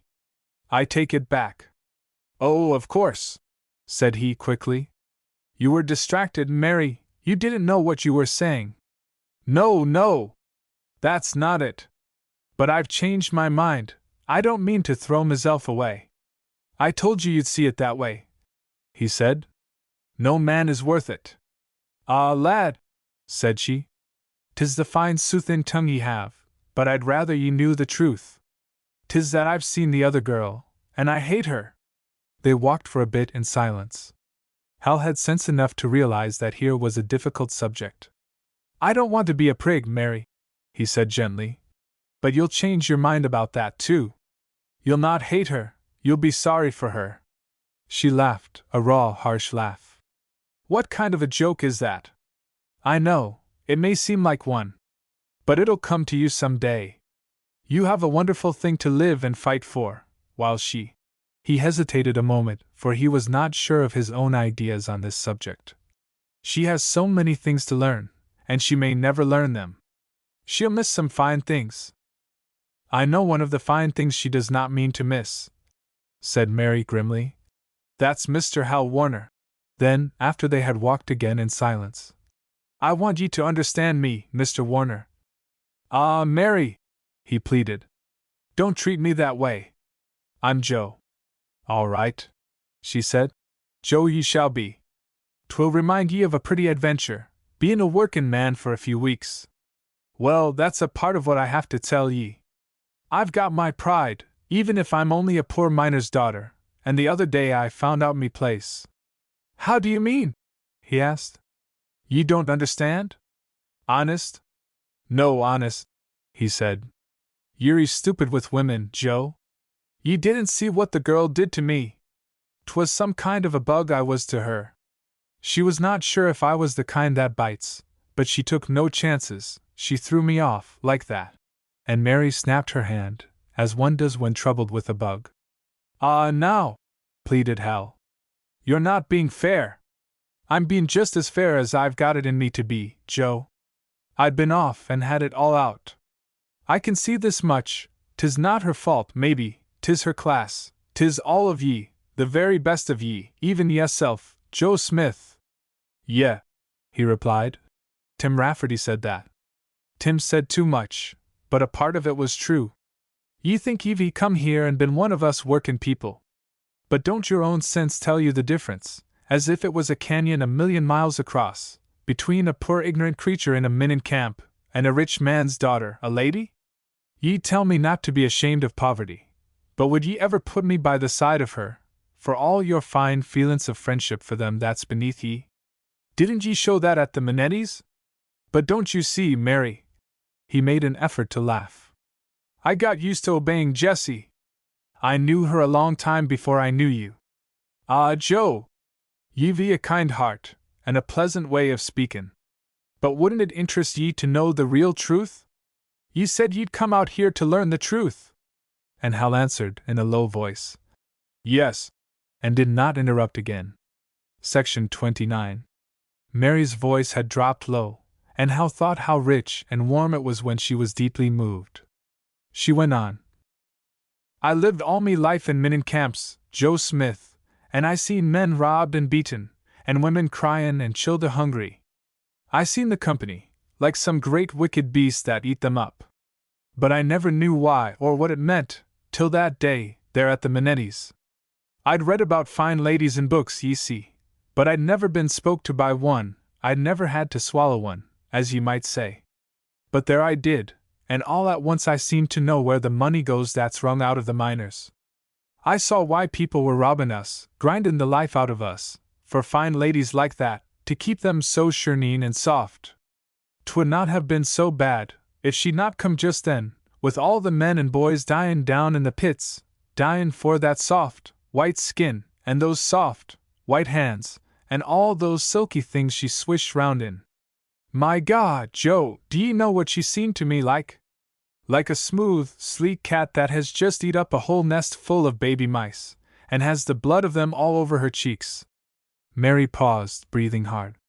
Hal kept silence, and she went on again.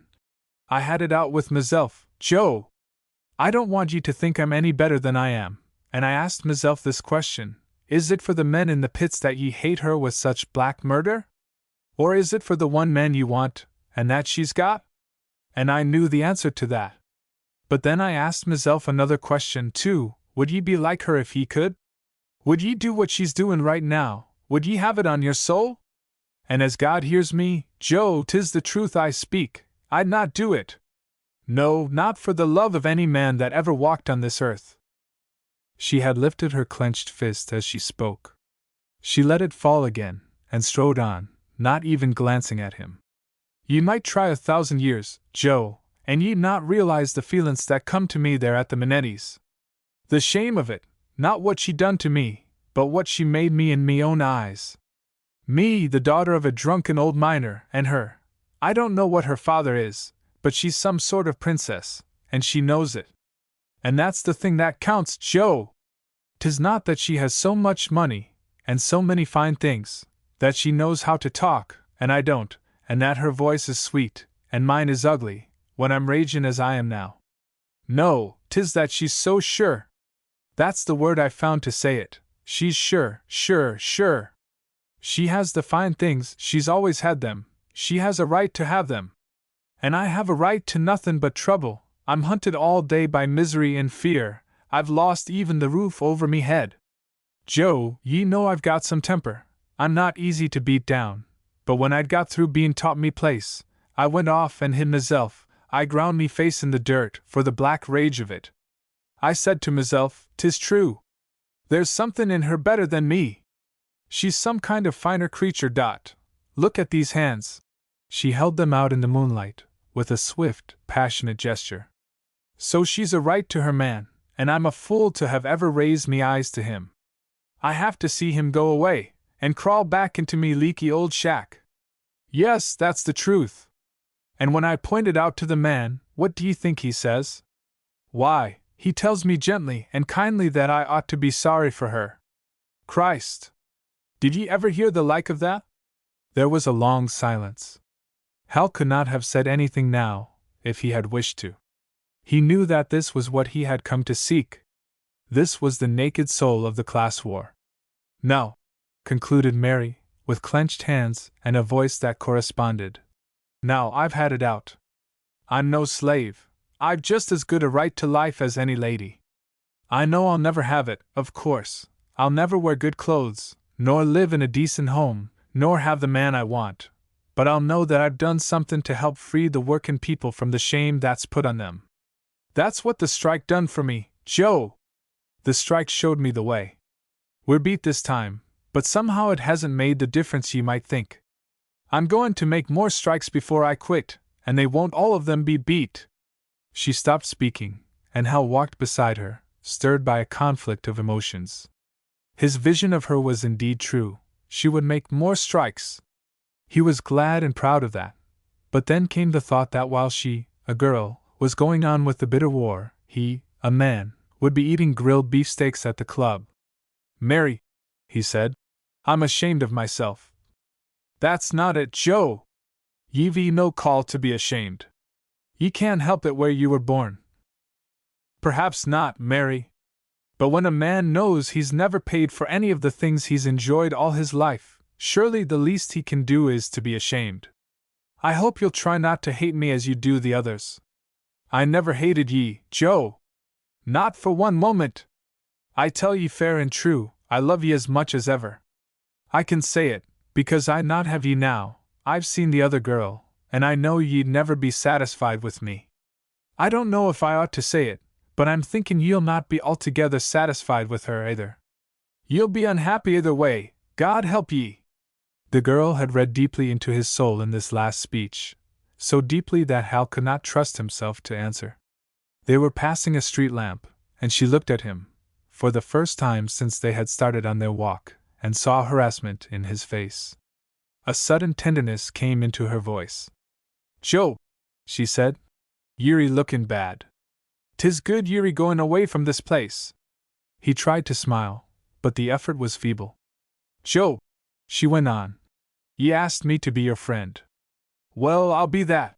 And she held out the big, rough hand. He took it. "We'll not forget each other, Mary," he said. There was a catch in his voice. "Sure, lad," she exclaimed. "We'll make another strike some day, just like we did at North Valley." Hal pressed the big hand, but then suddenly, remembering his brother stalking solemnly in the rear, he relinquished the clasp, and failed to say all the fine things he had in his mind. He called himself a rebel, but not enough to be sentimental before Edward. Section 30. They came to the house where John Edstrom was staying. The laboring man's wife opened the door. In answer to Hal's question, she said, "The old gentleman's pretty bad. What's the matter with him? Didn't you know he was hurt?" "No, how?" "They beat him up, sir. Broke his arm, and nearly broke his head." Hal and Mary exclaimed in chorus. "Who did it? When?" "We don't know who did it. It was 4 nights ago." Hal realized it must have happened while he was escaping from McKellar's. "Have you had a doctor for him?" "Yes, sir, but we can't do much, because my man is out of work, and I have the children and the boarders to look after." Hal and Mary ran upstairs. Their old friend lay in darkness, but he recognized their voices and greeted them with a feeble cry. The woman brought a lamp, and they saw him lying on his back, his head done up in bandages, and one arm bound in splints. He looked really desperately bad, his kindly old eyes deep sunken and haggard, and his face, Hal remembered what Jeff Cotton had called him. "That dough-faced old preacher." They got the story of what had happened at the time of Hal's flight to Percy's train. Edstrom had shouted a warning to the fugitives, and set out to run after them, when one of the mine guards, running past him, had fetched him a blow over the eye, knocking him down. He had struck his head upon the pavement, and lain there unconscious for many hours. When finally someone had come upon him, and summoned a policeman, they had gone through his pockets, and found the address of this place where he was staying written on a scrap of paper. That was all there was to the story, except that Edstrom had refrained from sending to McKellar for help, because he had felt sure they were all working to get the mine open, and he did not feel he had the right to put his troubles upon them. Hal listened to the old man's feeble statements, and there came back to him a surge of that fury which his North Valley experience had generated in him. It was foolish, perhaps, for to knock down an old man who had been making trouble was a comparatively slight exercise of the functions of a mine guard. But to Hal it seemed the most characteristic of all the outrages he had seen. It was an expression of the company's utter blindness to all that was best in life.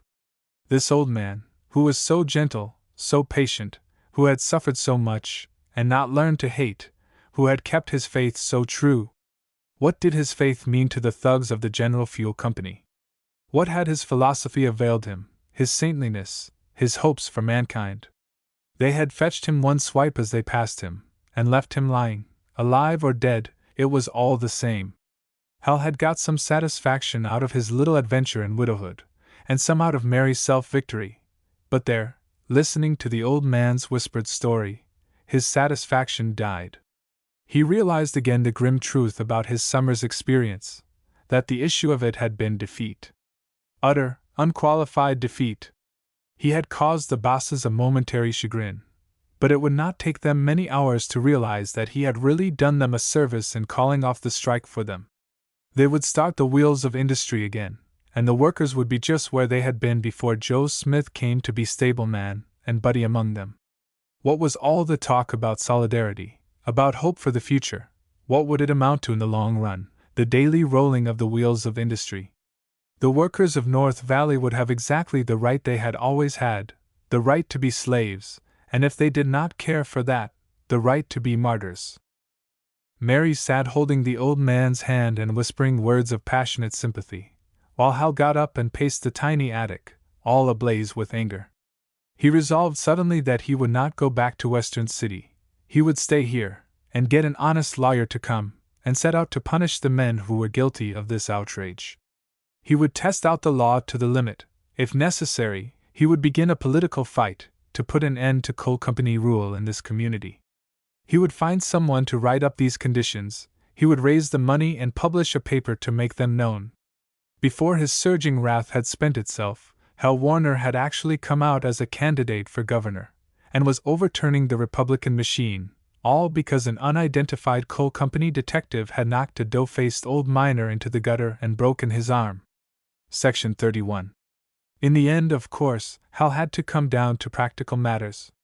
He sat by the bed and told the old man tactfully that his brother had come to see him, and had given him some money.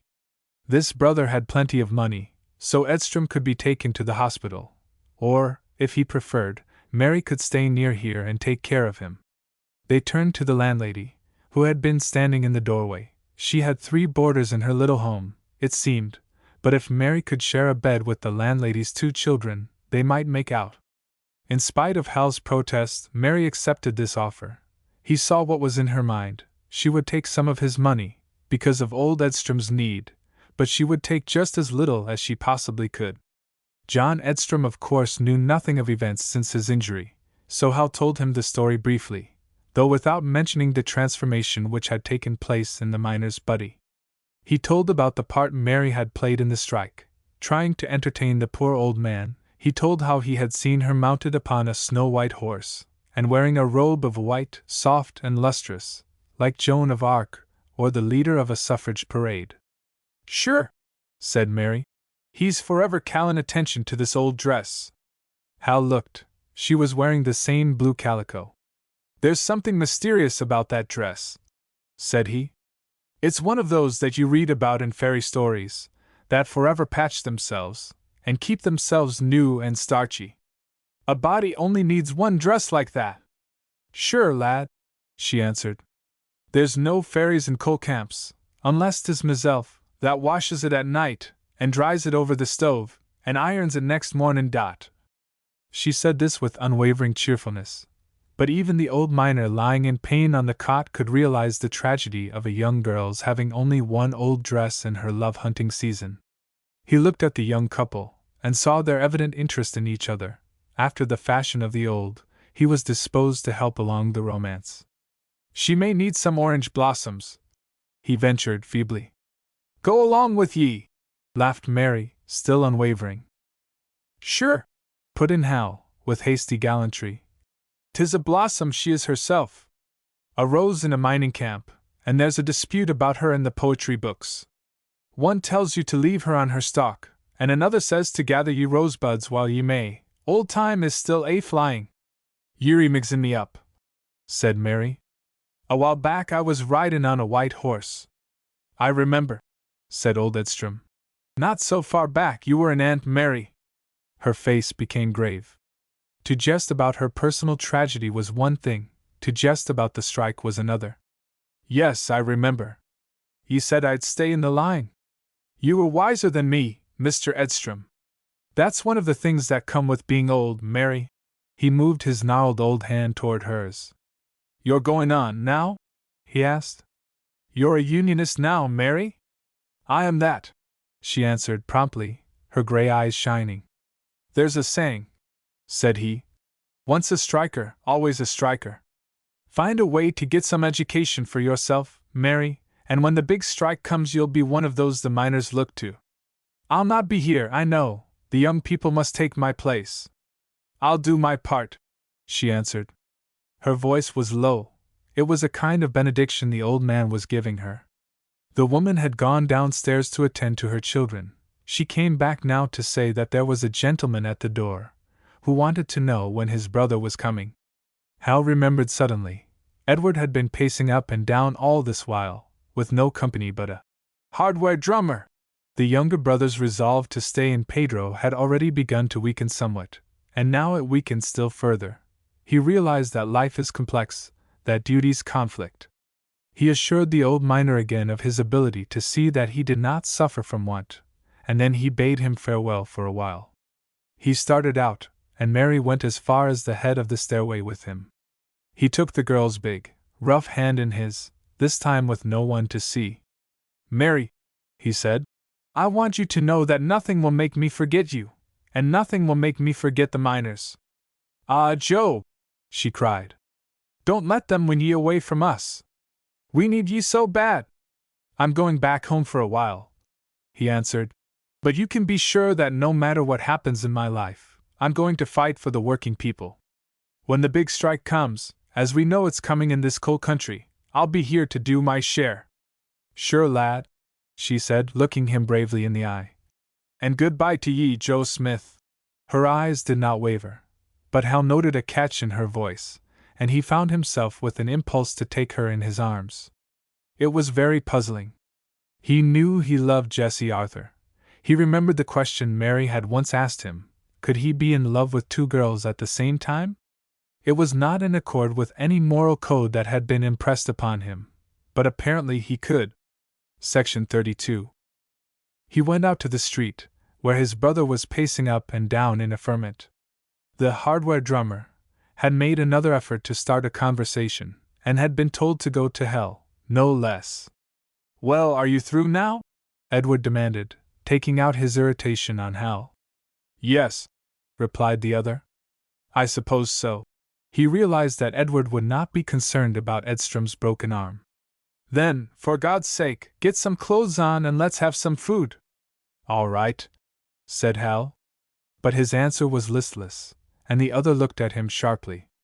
Even by the moonlight Edward could see the lines in the face of his younger brother, and the hollows around his eyes. For the first time he realized how deeply these experiences were cutting into the boy's soul. You poor kid! He exclaimed, with sudden feeling. But Hal did not answer. He did not want sympathy. He did not want anything. Edward made a gesture of despair. God knows, I don't know what to do for you. They started back to the hotel, and on the way Edward cast about in his mind for a harmless subject of conversation. He mentioned that he had foreseen the shutting up of the stores, and had purchased an outfit for his brother. There was no need to thank him, he added grimly. He had no intention of traveling to Western City in company with a hobo. So the young miner had a bath, the first real one in a long time. Never again would it be possible for ladies to say in Hal Warner's presence that the poor might at least keep clean. He had a shave. He trimmed his fingernails, and brushed his hair, and dressed himself as a gentleman. In spite of himself he found his cheerfulness partly restored. A strange and wonderful sensation, to be dressed once more as a gentleman. He thought of the saying of the old Negro, who liked to stub his toe, because it felt so good when it stopped hurting. They went out to find a restaurant, and on the way one last misadventure befell Edward. Hal saw an old miner walking past, and stopped with a cry. Mike! He forgot all at once that he was a gentleman. The old miner forgot it also.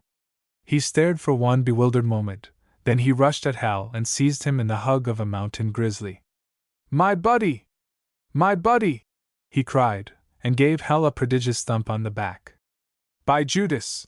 And he gave him a thump with the other hand. Hey! You old son of a gun! And he gave him a hairy kiss. But in the very midst of these raptures it dawned over him that there was something wrong about his buddy. He drew back, staring. "You got good clothes. You got rich, hey?" Evidently the old fellow had heard no rumor concerning Hal's secret. "I've been doing pretty well," Hal said. "What you work at, hey?" "I've been working at a strike in North Valley." "What's that? You make money working at strike?" Hal laughed, but did not explain. "What you working at?" "I work at strike too, all alone strike." "No job?" "I work 2 days on railroad. Got busted track up there. Pay me $2.25 a day. Then no more job." "Have you tried the mines?" "What? Me? They got me all right. I go up to San Jose. Pit boss say, 'Get the hell out of here, you old groucher. You don't get no more jobs in this district.'" Hal looked Mike over, and saw that his dirty old face was drawn and white, belying the feeble cheerfulness of his words. "We're going to have something to eat," he said. "Won't you come with us?" "Sure thing," said Mike, with alacrity. "I go easy on grub now." Hal introduced. "Mr. Edward Warner," who said, "How do you do?" He accepted gingerly the callous paw which the old Slovak held out to him, but he could not keep the look of irritation from his face. His patience was utterly exhausted. He had hoped to find a decent restaurant and have some real food, but now, of course, he could not enjoy anything, with this old gobbler in front of him. They entered an all-night lunchroom, where Hal and Mike ordered cheese sandwiches and milk, and Edward sat and wondered at his brother's ability to eat such food. Meantime the two cronies told each other their stories, and old Mike slapped his knee and cried out with delight over Hal's exploits. "Oh, you buddy!" he exclaimed, then, to Edward, "Ain't he a daisy, hey?" And he gave Edward a thump on the shoulder. "By Judas, they don't beat my buddy!" Mike Sikoria had last been seen by Hal from the window of the North Valley jail, when he had been distributing the copies of Hal's signature, and Bud Adams had taken him in charge. The mine guard had marched him into a shed in back of the powerhouse, where he had found Causa and Kalavac, 2 other fellows who had been arrested while helping in the distribution. Mike detailed the experience with his usual animation. "Hey, Mr. Bud, I say, if you're going to send me down canyon, I want to get my things." "You go to hell for your things," says he. And then I say, "Mr. Bud, I want to get my time," and he says, "I give you plenty time right here," and he punch me and throw me over. Then he grab me up again and pull me outside, and I see big automobile waiting, and I say, "Holy Judas." I get ride in automobile. Here I am, old fellow 57 years old, never been in automobile ride all my days. I think always I'd die and never get in automobile ride. We go down canyon, and I look round and see them mountains, and feel nice cool wind in my face, and I say, "Bully for you, Mr. Bud, I don't never forget this automobile. I don't have such good time any day all my life." And he say, "Shut your face, you old wop." Then we come out on prairie, we go up in Black Hills, and they stop, and say, "Get out here, you sons o' guns," and they leave us there all alone. They say, "You come back again, we catch you and we rip the guts out of you." They go away fast, and we got to walk 7 hours, us fellers, before we come to a house. But I don't mind that, I begged some grub, and then I got job mending track, only I don't find out if you get out of jail, and I think maybe I lose my buddy and never see him no more. Here the old man stopped, gazing affectionately at Hal. "I write you letter to North Valley, but I don't hear nothing, and I got to walk all the way on railroad track to look for you. How was it?" Hal wondered. He had encountered naked horror in this cold country, yet here he was, not entirely glad at the thought of leaving it. He would miss old Mike Sikoria, his hairy kiss and his grizzly bear hug. He struck the old man dumb by pressing a $20 bill into his hand. Also he gave him the address of Edstrom and Mary, and a note to Johann Hartmann, who might use him to work among the Slovaks who came down into the town. Hal explained that he had to go back to Western City that night, but that he would never forget his old friend, and would see that he had a good job. He was trying to figure out some occupation for the old man on his father's country place. A pet grizzly. Train time came, and the long line of dark sleepers rolled in by the depot platform. It was late, after midnight, but nevertheless there was old Mike. He was in awe of Hal now, with his fine clothes and his $20 bills, but nevertheless, under stress of his emotion, he gave him one more hug, and one more hairy kiss. "Goodbye, my buddy!" he cried. "You come back, my buddy! I don't forget my buddy!" And when the train began to move, he waved his ragged cap, and ran along the platform to get a last glimpse, to call a last farewell. When Hal turned into the car, it was with more than a trace of moisture in his eyes. Postscript. From previous experiences, the writer has learned that many people, reading a novel such as King Cole, desire to be informed as to whether it is true to fact. They write to ask if the book is meant to be so taken. They ask for evidence to convince themselves and others. Having answered thousands of such letters in the course of his life, it seems to the author the part of common sense to answer some of them in advance. King Cole is a picture of the life of the workers in unorganized labor camps in many parts of America. The writer has avoided naming a definite place, for the reason that such conditions are to be found as far apart as West Virginia, Alabama, Michigan, Minnesota, and Colorado. Most of the details of his picture were gathered in the last named state, which the writer visited on 3 occasions during and just after the Great Coal Strike of 1913-14. The book gives a true picture of conditions and events observed by him at this time. Practically all the characters are real persons, and every incident which has social significance is not merely a true incident, but a typical one. The life portrayed in King Cole is the life that is lived today by hundreds of thousands of men, women, and children in this land of the free. The reader who wishes evidence may be accommodated. There was never a strike more investigated than the Colorado coal strike. The material about it in the writer's possession cannot be less than 8 million words, the greater part of its sworn testimony taken under government supervision. There is, first, the report of the Congressional Committee, a government document of 3,000 closely printed pages, about 2 million words, an equal amount of testimony given before the U.S. Commission on Industrial Relations, also a government document, a special report on the Colorado strike, prepared for the same commission, a book of 189 pages. Supporting every contention of this story, about 400,000 words of testimony given before a committee appointed at the suggestion of the governor of Colorado, a report made by the Rev. Henry A.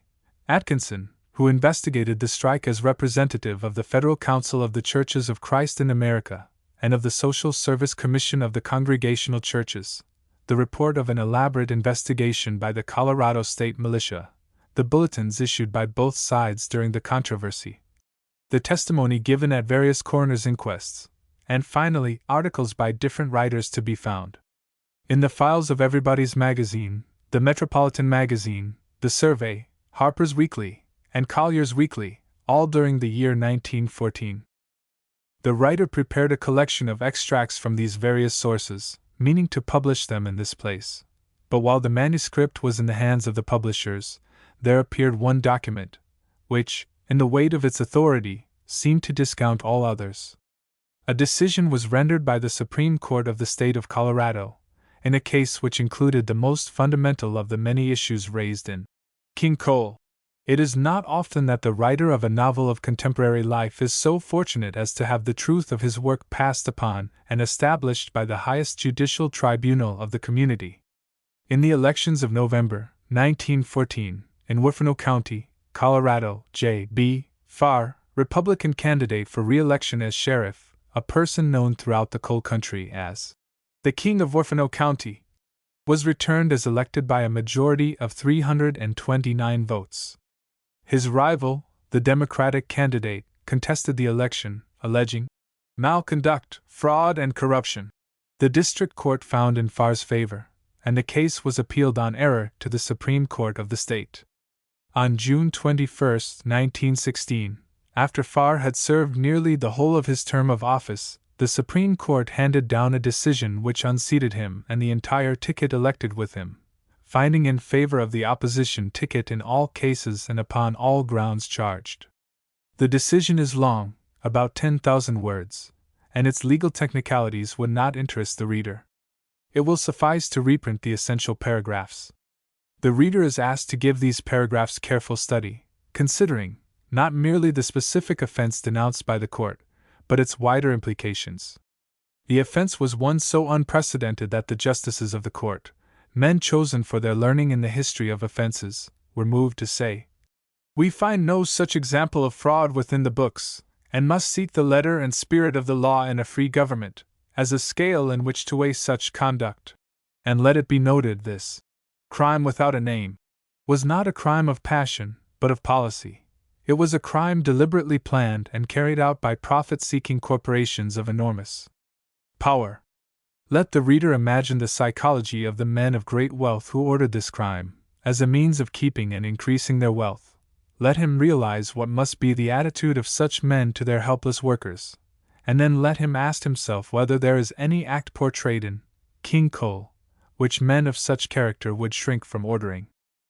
The court decision first gives an outline of the case, using for the most part the statements of the counsel for the defendant, Farr, so that for practical purposes the following may be taken as the coal company's own account of their domain. Round the shaft of each mine are clustered the tipple, the mine office, the shops, sheds and outbuildings, and huddled close by, within a stone's throw, cottages of the miners built on the land of, and owned by, the mining company. All the dwellers in the camp are employees of the mine. There is no other industry. This is the camp. Of the 8 closed camps, it appears that practically the same conditions existed in all of them, and those conditions were in general that members of the United Mine Workers of America, their organizers or agitators, were prevented from coming into the camps, so far as it was possible to keep them out, and to this end guards were stationed about them. Of the 8 closed camps, one of them, Walson, was, and at the time of the trial still was, enclosed by a fence erected at the beginning of the strike in October 1913. Rouse and Cameron were partly, but never entirely, enclosed by fences. It is admitted that all persons entering these camps and precincts were required by the companies to have passes, and it is contended that this was an industrial necessity. The court then goes on as follows. The federal troops entered the district in May of 1914, and the testimony is in agreement that no serious acts of violence occurred thereafter, and that order was preserved up to and subsequent to the election, and to the time of this trial. It was under this condition that in July 1914, the Board of County Commissioners changed certain of the election precincts so as to constitute each of such camps an election precinct, and with but one exception where a few ranches were included, these precincts were made to conform to the fences and lines around each camp, protected by fences in some instances and with armed guards in all cases. Thus each election precinct by this unparalleled act of the commissioners was placed exclusively within and upon the private grounds and under the private control of a coal corporation, which autocratically declared who should and who should not enter upon the territory of this political entity of the state, so purposely bounded by the county commissioners. With but one exception, all the lands and buildings within each of these election precincts as so created were owned or controlled by the coal corporations. Every person resident within such precincts was an employee of these private corporations or their allied companies, with the single exception, every judge, clerk, or officer of election with the exception of a saloon keeper and partner of Farr, was an employee of the coal companies. The polling places were upon the grounds, and in the buildings of these companies. The registration lists were kept within the private offices or buildings of such companies, and used and treated as their private property. Thus were the public election districts and the public election machinery turned over to the absolute domination and imperial control of private coal corporations, and used by them as absolutely and privately as were their mines, to and for their own private purposes, and upon which public territory no man might enter for either public or private purpose, save and except by the express permission of these private corporations. This right to determine who should enter such so-called election precincts appears from the record to have been exercised as against all classes, merchants, tradesmen, or what not, and whether the business of such person was public or private. Indeed, it appears that in one instance the governor and adjutant general of the state, while on official business, were denied admission to one of these closed camps, and that on the day of election, the Democratic watchers and challengers for Walson Mine Precinct one of which was Neil Lay, the Democratic candidate for sheriff, were forced to seek and secure a detail of federal soldiers to escort them into the precinct and to the polls, and that such soldiers remained as such guard during the day and a part of the night. But if there was any doubt concerning the condition of the closed camps and precincts, and the exclusion of representatives of the Democratic Party from discussing the issues of the campaign within the precincts comprising the closed camps, it is entirely removed by the testimony of the witness Weitzel, for contesty far.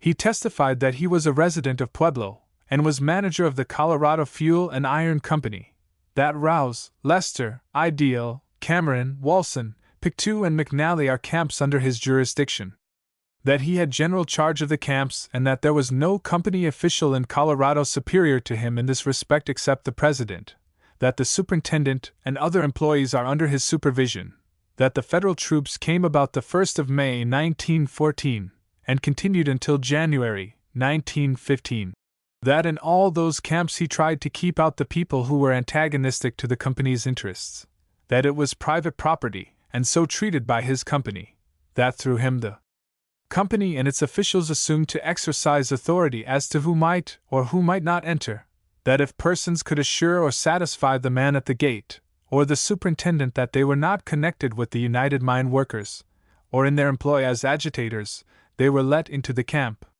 that no one we were fighting against got in for social intercourse or any other, that he and officials under him assumed to pass upon the question of whether or not any person coming there came for the purpose of agitation, that Mr. Mitchell, the chairman of the Democratic Committee, as he recalled it, was identified with the agitators, ran a newspaper and was connected either directly or indirectly with the United Mine Workers, that Mr. Neil Lay, Democratic candidate for sheriff, was identified with the strikers, and that he would be considered as an objectionable character, that when the federal troops came, they restored peace and normal conditions.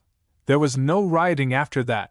There was no fear on the part of the company when the federal soldiers were here, except fear of agitation. Asked if he guarded the camp against discussion, against the espousal of the cause of the company, he replied, "We didn't encourage it. The company would not encourage organizers to come into the camp, no matter how peacefully they conducted themselves.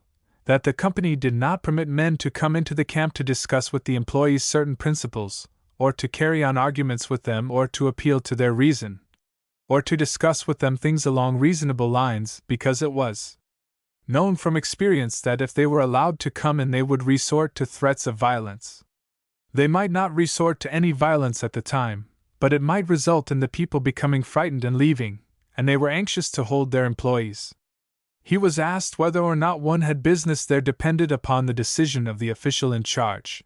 He replied that the superintendent probably would inquire of him what his business was. That any one that far asked for a permit to enter the camp would likely get it. There was but one attempt to hold a political meeting in the closed precincts. Joseph Patterson, who attempted to hold this meeting, testifies concerning it as follows. Was at a political meeting at Oakview. Had been a warm, personal friend of Mr. Jones, the assistant superintendent of the Oakview mine, and had written him a letter asking the courtesy of holding a political meeting. On Saturday evening received a letter that he could hold such meeting. On the day previous to the meeting, witness received a phone message from the assistant superintendent, in which the latter inquired whether witness was coming up there to cause any trouble, and witness replied, "Certainly not, and if the superintendent felt that way they would not come." Had advised the superintendent that he and others were going to hold a political meeting for the Democratic Party. Jones, the superintendent, stated that witness should come to the office that night before he went to the schoolhouse for the purpose of the meeting. When witness arrived at the meeting there were about 6 or 8 English-speaking people and a dozen to 14 Mexicans. The superintendent, Mr. Morgan, and Mr. Price were outside of the door most of the time. Witness noticed that the first few fellows that came toward the schoolhouse, the superintendent stopped and talked with them, and they turned back to the camp. This happened several times. As soon as they talked with Morgan they turned back. After he saw that, witness went into the schoolhouse and said that it was no use to hold any meeting, that it seemed that nobody was allowed to come. This meeting was supposed to be in a public schoolhouse on the company property. Had to get permission from the superintendent of the Oakview Mining Company to hold said political meeting. It appears that the number of registered voters in the closed precincts was very largely in excess of the number of votes cast, and this of itself was sufficient to demand an open and fair investigation as to the qualifications of the alleged voters. It appears from the testimony that in these closed precincts many of those who voted were unable to speak or read the English language, and that in numerous instances, the election judges assisted such, by marking the ballots for them in violation of the law. Again, it appears that the ballots were printed so that. The decision here goes on to explain in detail a device whereby the ballot was so printed that voting could be controlled with the help of a card device. Thus, such voters were not choosing candidates, but under the direction of the companies, were simply placing the cross where they found the particular letter R on the ballot, so that the ballot was not an expression of opinion or judgment, not an intelligent exercise of suffrage, but plainly a dictated coal company vote, as much so as if the agents of these companies had marked the ballots without the intervention of the voter. No more fraudulent and infamous prostitution of the ballot is conceivable. Counsel contend that the closed precincts were an industrial necessity, and for such reason the conduct of the coal companies during the campaign was justified. However such conduct may be viewed when confined to the private property of such corporations in their private operation, the fact remains that there is no justification when they were dealing with such territory after it had been dedicated to a public use, and particularly involving the right of the people to exercise their duties and powers as electors in a popular government. The fact appears that the members of the Board of County Commissioners and all other county officers were Republicans, and as stated by counsel for the contestees, the success of the Republican candidates was considered by the coal companies vital to their interests. The close relationship of the coal companies and the Republican officials and candidates appears to have been so marked both before and during the campaign, as to justify the conclusion that such officers regarded their duty to the coal companies as paramount to their duty to the public service. To say that the closed precincts were not so created to suit the convenience and interests of these corporations, or that they were not so formed with the advice and consent of these corporations, is to discredit human intelligence, and to deny human experience. The plain purpose of the formation of the new precincts was that the coal companies might have opportunity to conduct and control the elections therein, just as such elections were conducted. The irresistible conclusion is that these close precincts were so formed by the county commissioners with the connivance of the representatives of the coal companies, if not by their express command. There can be no free, open, and fair election as contemplated by the Constitution, where private industrial corporations so throttle public opinion, deny the free exercise of choice by sovereign electors, dictate and control all election officers, prohibit public discussion of public questions, and imperially command what citizens may and what citizens may not, peacefully and for lawful purposes, enter upon election or public territory. We find no such example of fraud within the books, and must seek the letter and spirit of the law in a free government, as a scale in which to weigh such conduct. The denial of the right of peaceful assemblage can have been for no other purpose than to influence the election. There was no disturbance in any of these precincts after they were created, up to the time of the election, and up to the time of this trial. The federal troops were present at all times to preserve the peace and to protect life and property.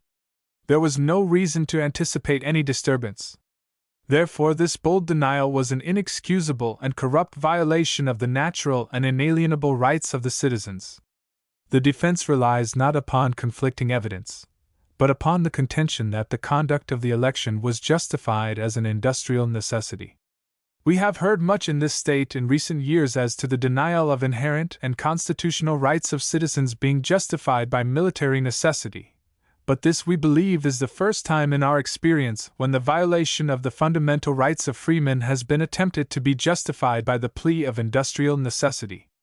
Even if we were to concede that there may be some palliation in the plea of military necessity on the theory that such acts purport to be acts of the government itself, through its military arm and with the purpose of preserving the public peace and safety, yet that a private corporation, with its privately armed forces, may violate the most sacred right of the citizenship of the state, and find lawful excuse in the plea of private industrial necessity savors too much of anarchy to find approval by courts of justice. This case clearly comes within another exception to the rule, in that it is plain that the findings were influenced by the bias and prejudice of the trial judge. A careful reading of the record discloses the rejection by the court of so much palpably pertinent and competent testimony offered by the contestors, as to force the conclusion that the trial judge was influenced by bias and prejudice, to the extent at least charged in the application for a change of venue, and sufficient in itself to justify a reversal of judgment. For the foregoing reasons, the judgment of the court in each case before us is reversed, and the entire poll in the said precincts of Niggerhead, Ravenwood, Walson Mine, Oakview, Pryor, Rouse, and Cameron is annulled, and held for naught, and the election in each of said precincts is hereby set aside. This leaves a substantial and unquestioned majority for each of the contestors in the county, and which entitles each contestor to be declared elected to the office for which he was a candidate. We find further that J. B. Farr, the defendant in error, was not and is not the duly elected sheriff of Wiffenogh County, and that E.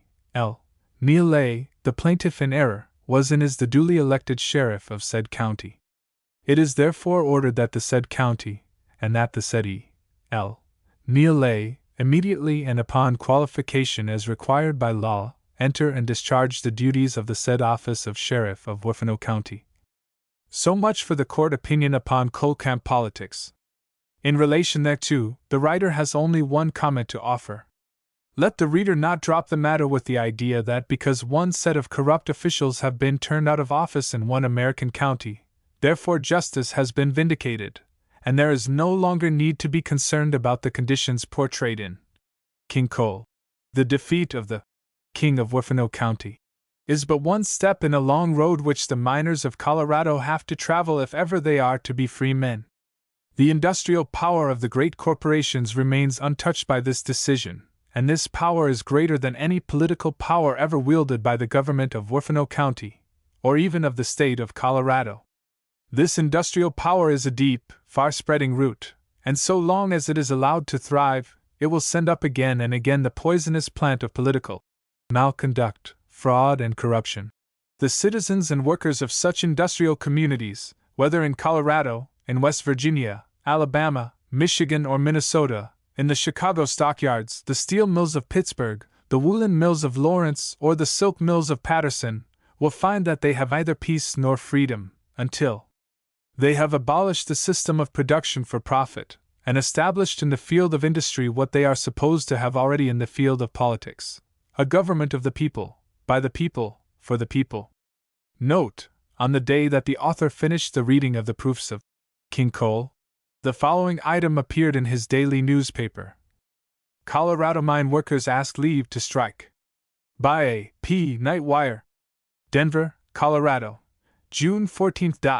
Officers of the United Mine Workers representing members of that organization employed by the Colorado Fuel and Iron Company have telegraphed their national officers asking permission to strike. At the morning session, a resolution was adopted expressing disapprobation of the action of J. F.